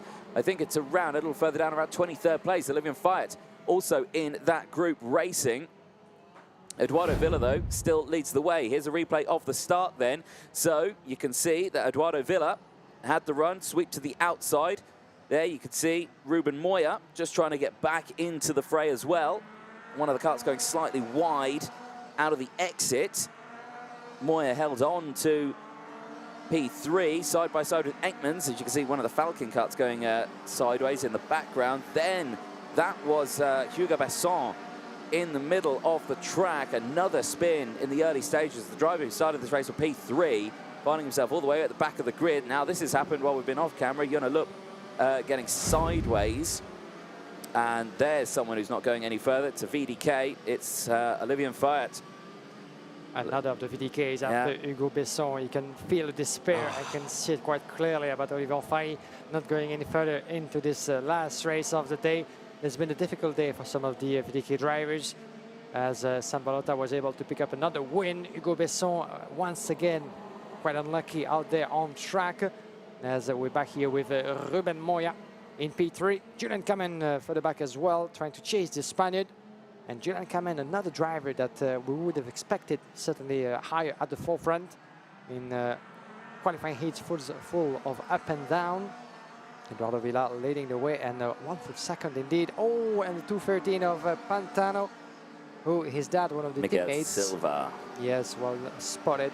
Miguel Silva, one of the teammates of Giorgio Pantano, but it is the team founder and team manager of Pantano, as we get back here in the lap number 1, turn number 1, shall I say, as the battle is raging. And another driver in trouble. This is the one from Falcon. Devizoglu, yeah, who's down there. The Greek driver who's now at the back of the field, gets it back onto the track. Good to see. And a quick, robust way to get over the pit lane there. That's through turn 12. Now, there's Jonalup, and that nose cone's certainly not attached anymore. I think the comings together at the start of that race, there was lots of cuts involved. Very tricky to get away without a clean nose cone in that one, I've got to say. But yes, his car's definitely suffered the most on that one. Also, he's received a warning flag as well in that one. So Stewart's keeping close on off the track. The 332. Okay, unfortunately, that's a disaster for the Belgian team. This is Van der Kerkhove, who is running in P19, climbing 5 places.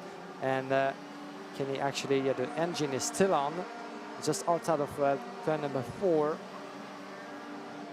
And if he can get it back onto the track by himself, as he has to do, we're here with the 263. Is it Natalia Granada? As this is a battle happening further back in the field. I think P12 this is happening. It's Louis Johnson-Cool she's battling with at the moment, and has managed to get past, back onto the circuit, yes, to get going. Like you say, yeah, disaster for the VDK team so far in this one. Several drivers having troubles in this race.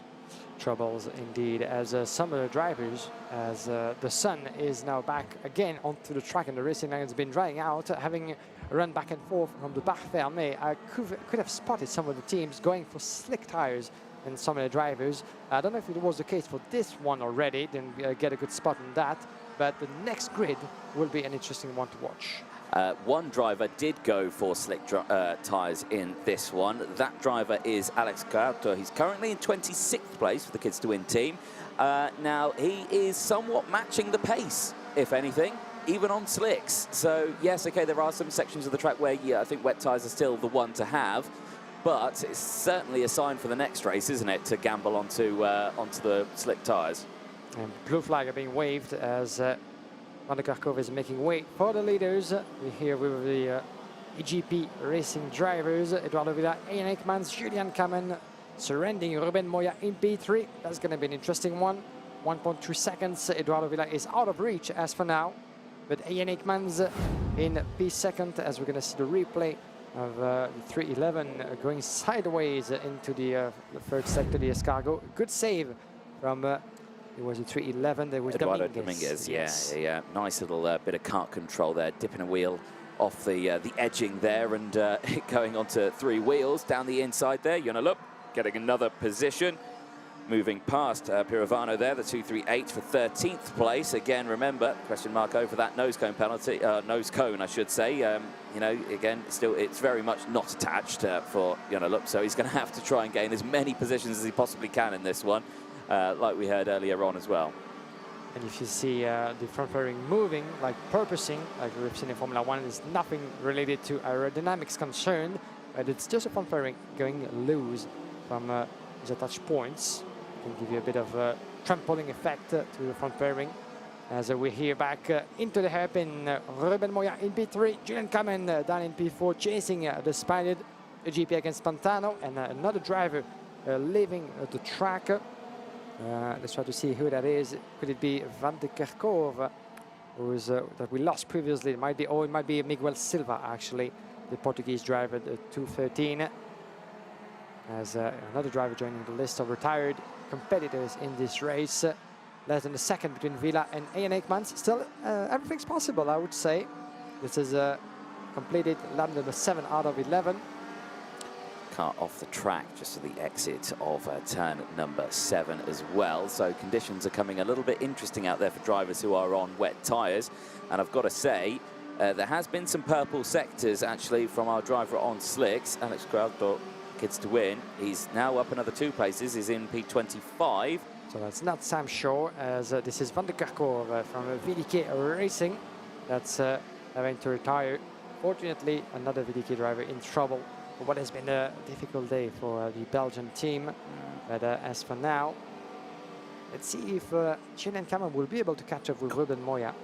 Because, again, we're talking about the gamble to go for slicks, but if you actually keep following the driver on one lap, you will see that even on the racing line, there's still patches on standing water that could ruin actually a fresh set of slick tires, and you know, not allowing you to give it the full performance out of it. Guess who's got the fastest lap by nearly over a second? Go on. Graudo on the slick tyres. There you go. It is coming in. I know we were just talking about it, but there are still those damp patches. Eyes on this battle here, though, because this is the battle for second place. Aikmans, Moya, and Julian Kamen, who are line astern here. Eduardo Villa is 1.3 seconds further up the road. I'm just trying to think on track. It doesn't look like 1.3 seconds. That if he's going through turn number 4 now, if that is him on track. Yeah, I think it is him just in front of these 3. 1.2 on our screens as well. Pretty much the same as you have, guys, on the stream. A yellow flag still waving. We have someone else at the hairpin on the far side of the track. Who did we lose? Another driver in trouble into this race, as Ruben Moya and Ian Aikmans now battling for P2. It's going to come down to the last lap. Watch out for Ruben Moya. Not as happy as he would have liked, with one mistake on his own as well into the last sector of the track that cost him a strong result. Ian Aikmans has been very solid. He's your current, I was going to say, leader, but if he stays like this, he will end up second on points. No matter what Evan Gilter is going to do in his last qualifying heat, Ian Aikmans needs to stay in front, even though Ruben Moya has no contention at all when it comes to the pole position. So Ian Aikmans could well let them go if he wants to save that positions. Ruben Moya needs that results more than anything. He needs to go defensive against Julian Kamen just behind, but thinking about going for the attack on Ian Aikmans, so not an easy trick at all for the Pantano driver. Not at all. Yeah, he's going to have to try and find a way through here. And so far, he's not been able to do so. Of course, all these drivers in the same boat here.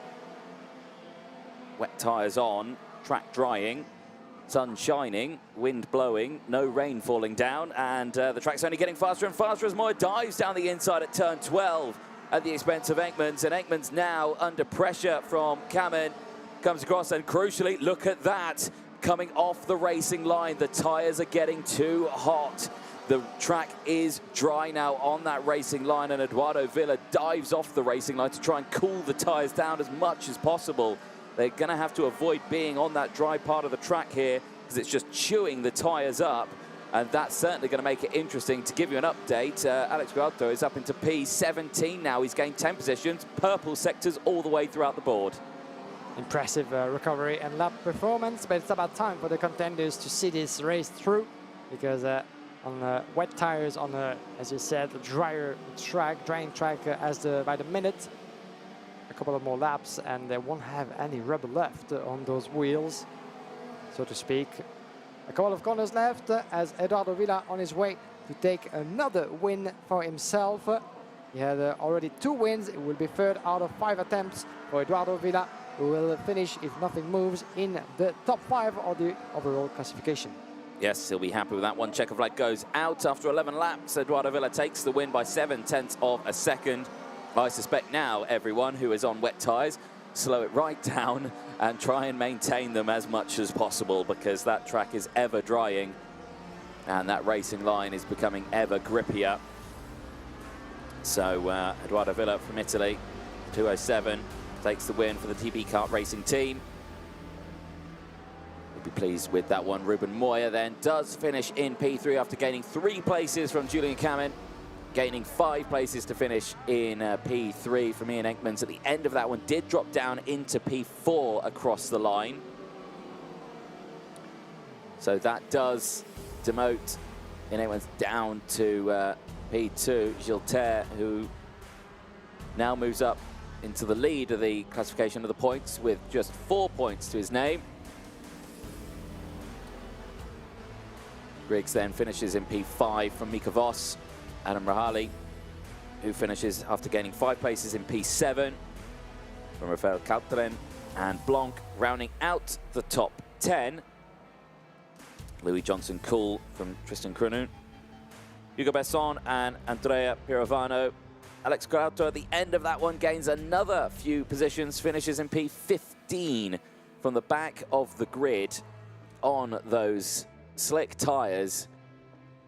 May have not been the right call early doors in that one, but the tyres certainly came in on those last few laps, and that begs the question, what on earth have the drivers in the next race gone for? I suspect the majority, if they were watching that race, may have gone for slicks. But questionable call on that one. There's a look at the rest of the field. Natalie Granado rounding out the top 16 from Gus Lawrence.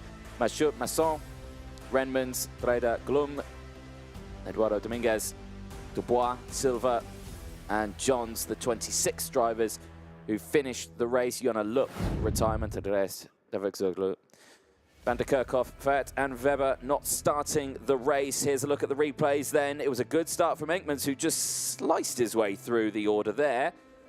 He started this one on the front row, got sent down the inside by all the drivers on that inside line. Then it all kicked off further back. One of the Falcons spinning,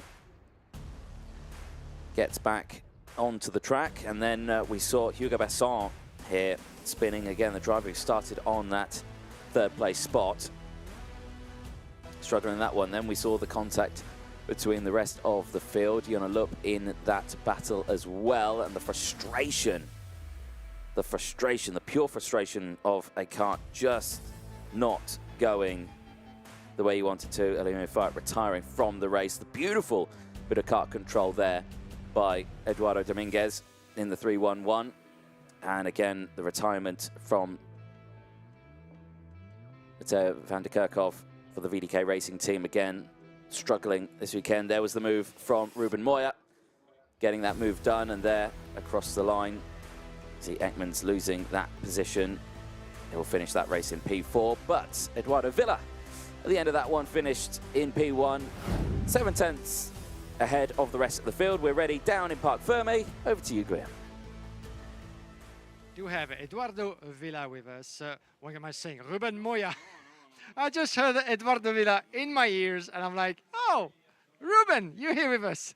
This has been a long day for you guys on track and for us as well. I'm getting crazy right here, right? My apologies for that, Ruben. Good to have you. It's been a long day, up and down for you. P2 in the end. Can you talk us through those races? Because we've seen a couple of mistakes from the drivers, even the most experienced, you included. So how would you sum up this day for you? Yesterday the track was difficult. Someone of us we did mistakes and someone didn't make mistakes. Was unfortunate mistakes. We will see. We'll see. So yeah, ups and downs. One DNF, big one DNF, and now we could almost win, but I made mistake. So second. So we will see what we do tomorrow. If we will see. There's been the evolution of the track, obviously. I'm sure that some of the drivers in the last seat will go for slicks because the racing line was drying out. Was it the case from your perspective, even though we could see some patches of wet still on the track? Now was completely dry. I wanted to put dry, but I have nothing to lose, but I have nothing. So yeah, the guy who made slicks. We were talking, and I said if I was you, I put slicks. So yeah, the slicks worked. So yeah, now it's completely dry. Completely dry, even though we're expecting rain tomorrow as well. So do you have any rain tires left after all those races of today? Yes, I have one completely new set of tires.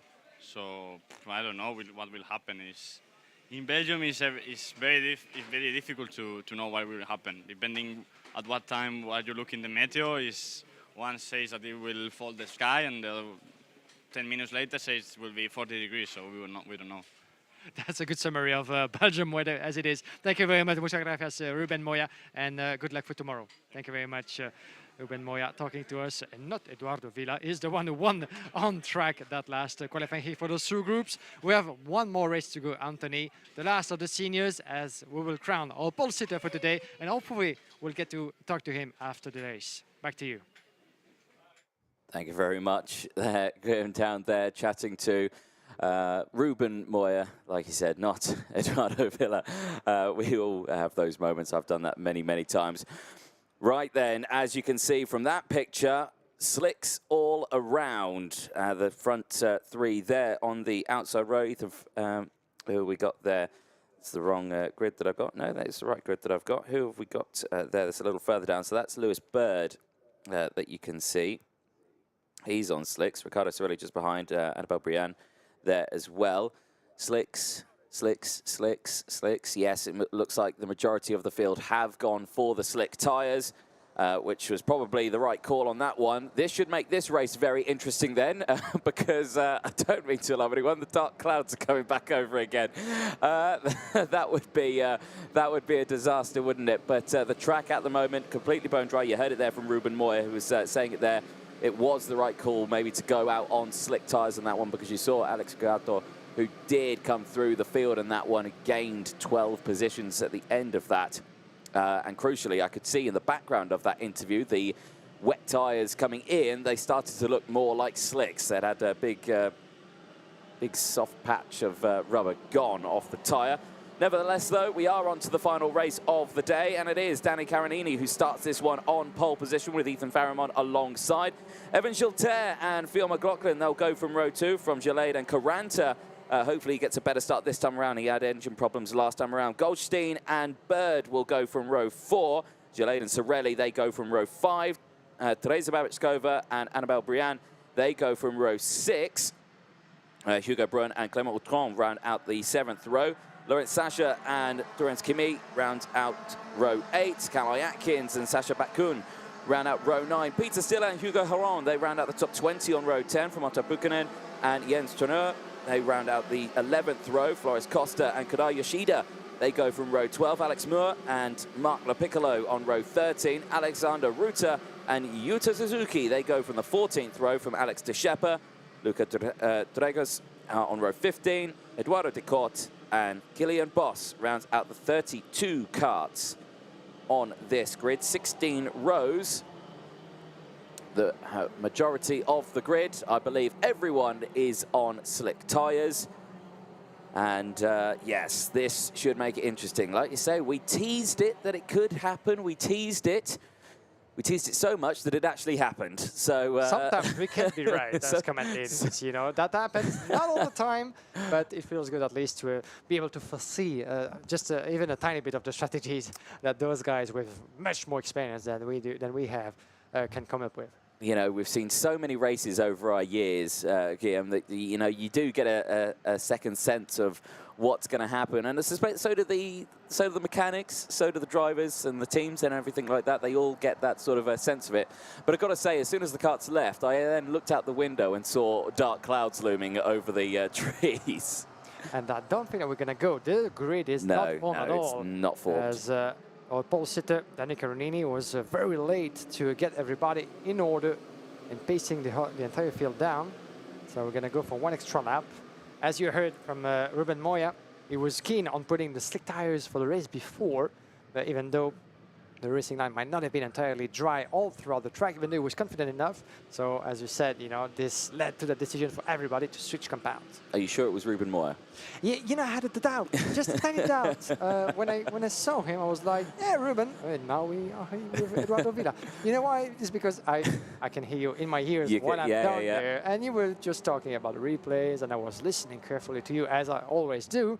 And the name Villa came into my ear, and then let's make a transition. Hey, this is Ruben. But, this has been a long day for the both of us and everybody here. It's been a very long day, hasn't it? Everyone's done a fantastic job. The drivers, the spectators, the medics, the marshalling crew, everyone out on circuit, the camera ops, race control there, David Manchester and Joanna in there as well, giving us all the insights to it. And it must be stressful in there. David Manchester, starting to see a little bald patch on the back of his head there. So I suppose he probably won't appreciate me saying that. It's a good thing that he's not able to hear you. Or maybe he's able to hear you. Maybe he's able to hear me. We'll come up to you after that. I'm sure he will. Are we forming this time around? I'm not quite sure. I don't think we are as well. We might be going around again. There's a lot of drivers actually dragging. Yeah, we are. We're going around again. Back. We go, and I know what they're doing. Martin Bean is not happy at all. We haven't seen this on screen, but our race director was just pointing straight to that temper everybody that has, once they come across the red line, to reduce the speed before they make it onto the start-finish straight. And is not doing that. And for the second time, if we go for a third, Martin Bean is coming down onto the track. Yes, he'll play his favourite game. Involves a clipboard. But yes, I think what they're trying to do here, it's slightly tactical. Yes, Martin Bean is not happy, but the drivers are just like, you know, we can get away from the track just that little bit more. I mean, they won't do that with slick tyres because, of course, that will just spread the water around. It won't disperse it. So, yeah, it's a tactic. Yeah, that the officials don't like. Sort of thing today. So let's see what's going to happen. The third time should be the one. They'll go this time. If they're clever enough, they'll go this time. I do know someone who's not happy at the moment, and yes. Hopefully we're going to go for this one. This is the last race of the day. Come on, guys. It is. Let's give it a go and finish on a high. It always comes down to the last race after a long day when you have to go through those starting procedures again. And same. It's because it's a single dry line through there. No one wants to put their slicks on the wet part of the track. And they're right about doing that, but it delays the formation of the grid. And the inside line here is on the wet part of the track. We are going. Green lights go out. They all scrabble to try and get the temperature into the tyres. Amazingly, everyone does get around turn one. Great stuff from the outside line, though. Faramond holds on to the race lead and maintains that one as they go through. He gets past Danny Caronini, who gets swamped, and it goes down into P3 now. I think that's Evan Gilter, who's up into some sort of positions there, but I also believe that could be someone else. It is Danny Caronini, who's still there as well. Yeah, so who's there in the VDK? It's McLaughlin, sorry, who's up into P2 now. Yeah, McLaughlin doing a good job as well from P4. Had a good getaway on the inside. And round into the hairpin. Everybody going through that opening lap without too much trouble, as we're going to get a clear run of the classification. And the start is being investigated. That's very much logical. Let's see what's going to happen post-race, but 2 extra laps, 3 attempts in total, 2 extra laps coming down to Danny Caronini's maybe responsibility into that formation of the grid. Let's see what's going to happen. We've got a kart off, it looks like a Falcon, and I think it's Eduardo Decourt, the 298, who has not crossed the Sector 2 timing beam, is out of his kart and is off the circuit. Yes, there he goes. And yeah, a big disappointment. Not the way you want to end the final race of the day. You've waited all day to get to it, and then it just ends on lap 1. Yeah, quite a disappointment to conclude that day. Ethan Faramond in the lead, 0.2 of a second from Fionn McLaughlin, Jules Caronta, Evan Gilter as it stands. Gilter is still second in the classification, 1 point down on Ian Aikmans. Aikmans did his bid already in the race before, so. And we have, outside of your screen, one of the VDK drivers at 3:30 in a bit of a trouble. This is Lo Piccolo from no, my apologies, this is Alex Moore from VDK, the German driver, who is stopping on track. You cannot see him, but he's between turn number 3 and 4. And he'd better get going very, very soon because the field is coming Field's across. on their way, yeah. There you can see him, and he won't be able to start, and he needs to get out of the way. Yeah, sooner rather than later for Alex Moore, but that's the second retirement that we're going to see from him, which I think has come from mechanical issues. Yeah, Definitely not a good day in memories of Alex Moore as we get back into the top of the field. McLaughlin has taken the lead in the meantime. Now we do have the British driver. One VDK retires, another one takes the lead in the meantime. Fionn McLaughlin, second as best result in the qualifying races. Ethan Faramond in second place. He won already today, Ethan Faramond. No, my apologies, he didn't win yet any qualifying race, Ethan Faramond, but that could be done if he gets past Fionn McLaughlin. Jules Carentin down in third, Gilter in fourth, and half of a second down. Evan Gilter, you can see him now behind Jules Carentin outside of the last turn. I say Carentin's looking quick here. He had a disaster earlier on when his kart failed to get off the start-finish line too well. He dropped way back into the field. This time around, it's all fixed. He's there in P3, potentially going for a move here on Faramond. These are very tricky racing conditions as far as Costa gets a technical flag. So not sure where the 225 is out on circuits, but Race Control wanting him in the pit lane sooner rather than later. Carentin, though, first year in seniors, looks to the inside here through turn 6, gets it done, no drama whatsoever, hugs that dry part of the track on the inside, getting past Ethan Faramond. Now Faramond becoming under pressure from Evan Gilter here. Gilter up into P4 now, wanting to get past. Goldstein just behind as well. So again, a large amount of quick drivers in this train.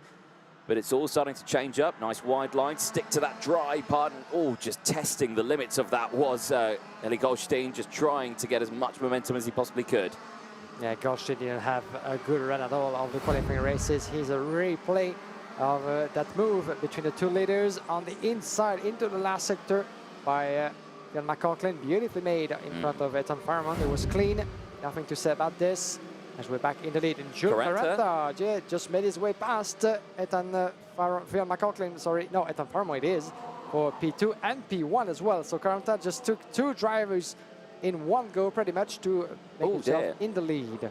Now that is a victory lane driver. Lane. Yes, it is. Let's try to see who that is that we've lost. Could it be Piccolo, who is no, he's still with us in this race? I think that was Hugo Gillade from 6th place. He's not come through Sector 2 right now, so you're right. That is a disaster for Hugo Gillade, for the Victory Lane team. This is the overtake for Carentin for the race lead, roughly about the P3 corner, or turn 3 corner, I should say. Yuta Suzuki with a warning flag. So Stewart's looking at something potentially that's happened out on circuit. So let's have a recap then of what's happened. So Carentin's leading from Gilter, who's now up into 2nd place. Faramond's still there in P3. Goldstein's up into P4. McLaughlin, who was leading a lap ago, is now down into P5. Absolutely crazy stuff. Real shake-up, despite the tricky conditions out there. Yeah, there is just good turn on its head. And as it stands, with Gilter up into P2, he should be leading the points as it stands for Gilter with 1 point advantage on Ian Aikmans. We have a couple of drivers under investigation at the moment. The 255 for the start, as we have also the 299 and the 316 being investigated at the moment, as Danny Carinini. We almost forgot about Danny Carinini, who tumbled down the order in P9. Yeah. It's only P9, actually. I do wonder what happened to Carinini. He wasn't able to keep on going. And as a result, the 243 is not Danny Carinini. Yes, is being investigated as well. That makes very much sense, since he was the pole sitter and the starting procedures had to be repeated twice. Gilter running very wide there out of turn 4. Just kicked up a bit of water, a bit of spray on that exit curb. We've seen him do it once today in the wet conditions where he ran wide. But yeah, nearly moment there. Hang on a minute. Go on. I do have investigation as well pending for Evan Gilter in P2. The 204 is being under investigation. So we do have Danny Carinini and Evan Gilter. So it's not quite clear yet. We have seen that it was for the start, at least, for Danny Carinini. But now we're just hearing that Gilter is under investigation as well. McLaughlin down the inside of Faramond there, moving up into P4 now. Nice little move through the inside of turn number 1. He's on a little recovery drive here after he did go up to the race lead, then fell down the order. Goldstein still there in P3 as well. So these top 5 having a good little battle. A little further back though, Bird still there in P5 from Utron, Karanini there in P8 from Gillet, Sasha and Atkins the top 11. Sorelli still there in P12 as well from Bakun, Brianne from Traneur, Hurun, and Babichkova in 17th place from Brun and Kimi in 19th and 18th. Yoshida and Pukinen running out the top 21 from Suzuki, Silla, Lo Piccolo and Dragones there in 25th place at the moment. And still watching these top 5.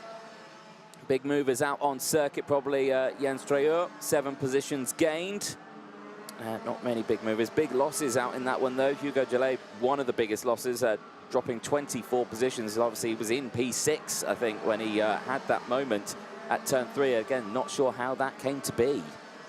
I've just come back to talk to one of the officials to gather some more information about the investigation on Evan Gilter. And even though it's not official yet, but the officials might have seen, we're waiting for confirmation with the footage of the start, but that Evan Gilter put 2 wheels outside of the corridors on his way to the lights out, which means that if it's confirmed, he could actually get a 3-second penalty, which means that whatever happens in this race, with the gaps being so thin, Evan Gilter could actually lose pole position overall to Ian Aikmans. We've got a yellow flag and a driver off the circuit. Now that looks like a crop promotions driver. Who's not come through? It's Lewis Bird from P6.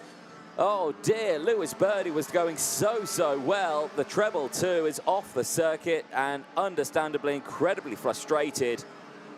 Oh dear me, he was going so well, and it's P6 that's struggling in this one. It was it was P6 for Hugo Gillet. Now it's P6 for Lewis Bird. Well, if I was Clement Autron, I'd be slightly worried right now about being in P6. P6, the new P13 in motorsport.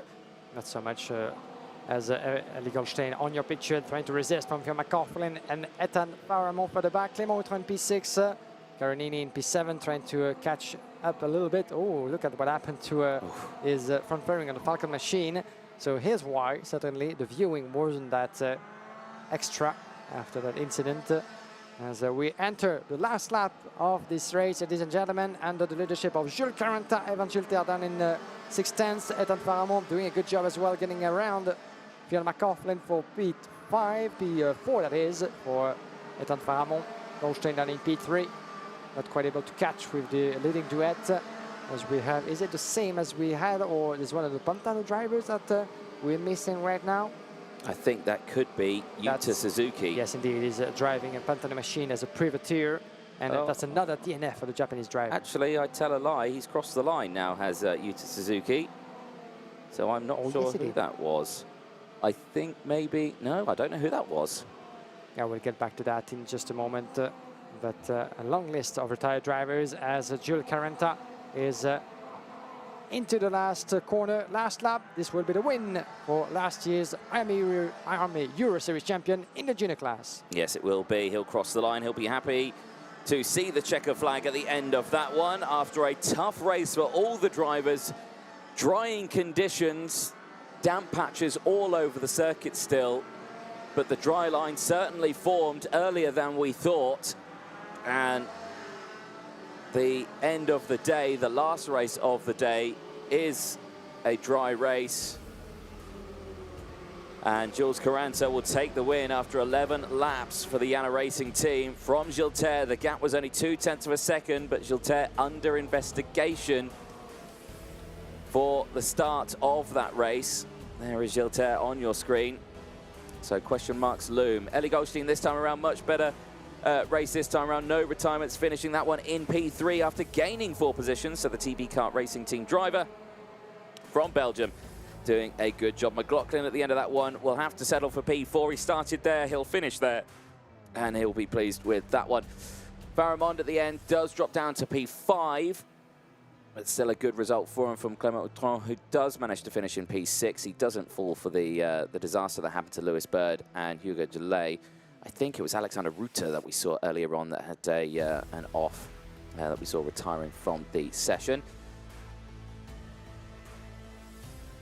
Lawrence Sasha and Hugo Gillet, 8th and 9th place out there, gaining positions from Callum Atkins. Sasha Bakun, I should say, from Riccardo Sorelli. against Tura. 9 places gained in that one, finishing in the top 13 from Hugo Heron. Teresa Babichkova and Hugo Brun, they round out the top 16 out on track from Kodai Yoshida.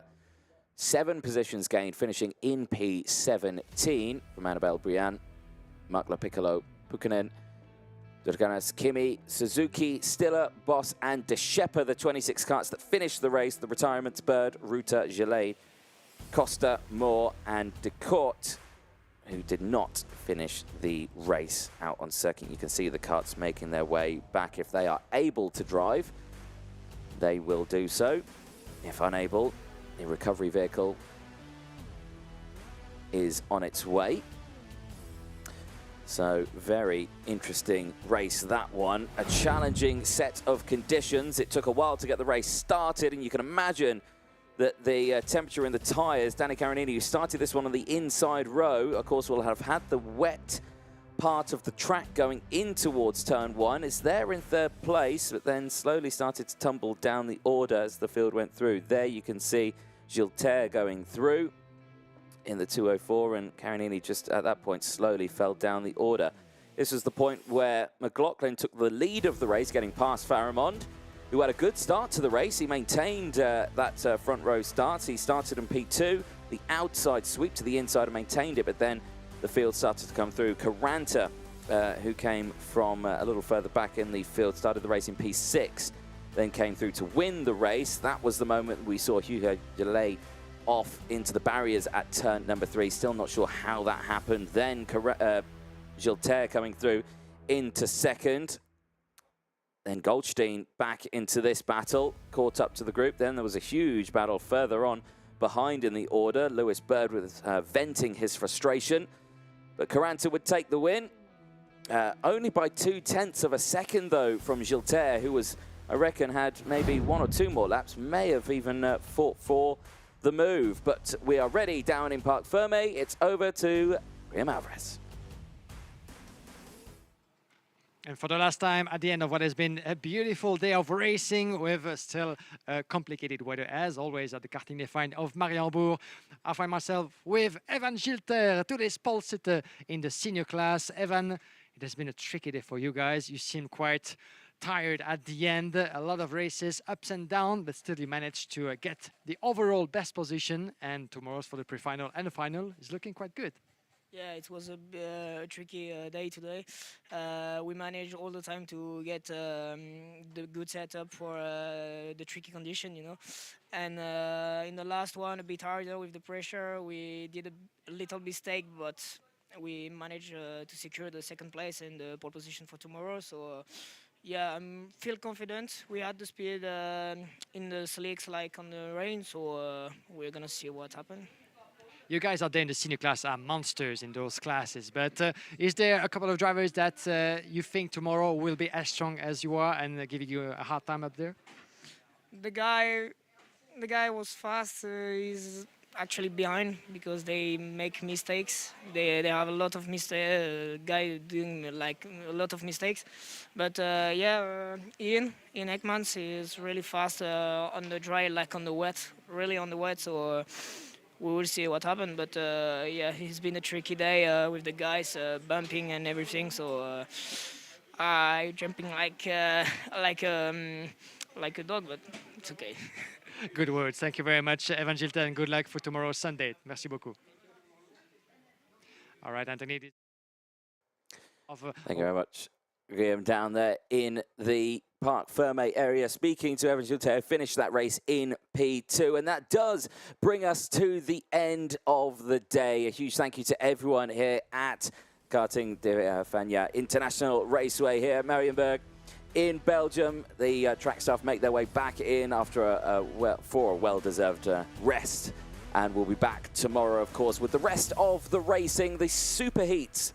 And the finals will be all tomorrow. They kickstart at around 10:20, meaning we should be live at around 10:15 local time here in Belgium with the minis for their super heats. 10 laps of racing for Group 1 and 2. Then we move on to the juniors. They're kickstarting at 11 o'clock for Group 1 and Group 2.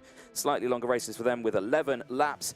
Then we move to the seniors that will be kickstarting a little later on in the day at 11:40 for their first superheats. They'll have Group 1, Group 2, and then the consolation race for the drivers who didn't quite make it to the actual superheats themselves. Their race will kickstart at 12:20. We then go to the lunch break, and the finals will start for the top 36 drivers at 1:30 local times, with the minis, then juniors at 2 o'clock, and the senior final at 2:30. So make sure your alarms are set and you do not miss that. The next race in 15.5 hours. So we've got plenty of time to get ourselves sorted out and rested before we get going for tomorrow's racing. Once again, it's been a fabulous day from everyone here at Belgium, here in Mariembourg. Stay with us. We'll be back tomorrow with all the action from myself, Anthony Jordan, and Guillaume Alvarez, all the staff here from RGMMC. Thank you so much for watching. We'll see you tomorrow.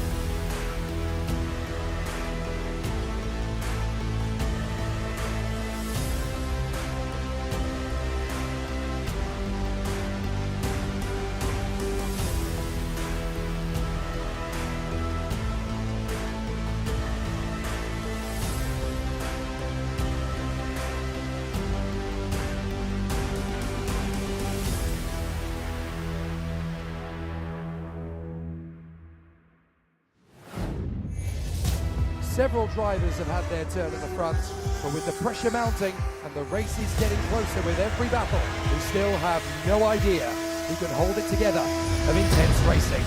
Dan Aleman wins in Mariembourg. Simon Ramakas wins at home. What a performance! Magnifique! Let's race at Champ de Cavagna. Ellie Goldstein does it! What a victory!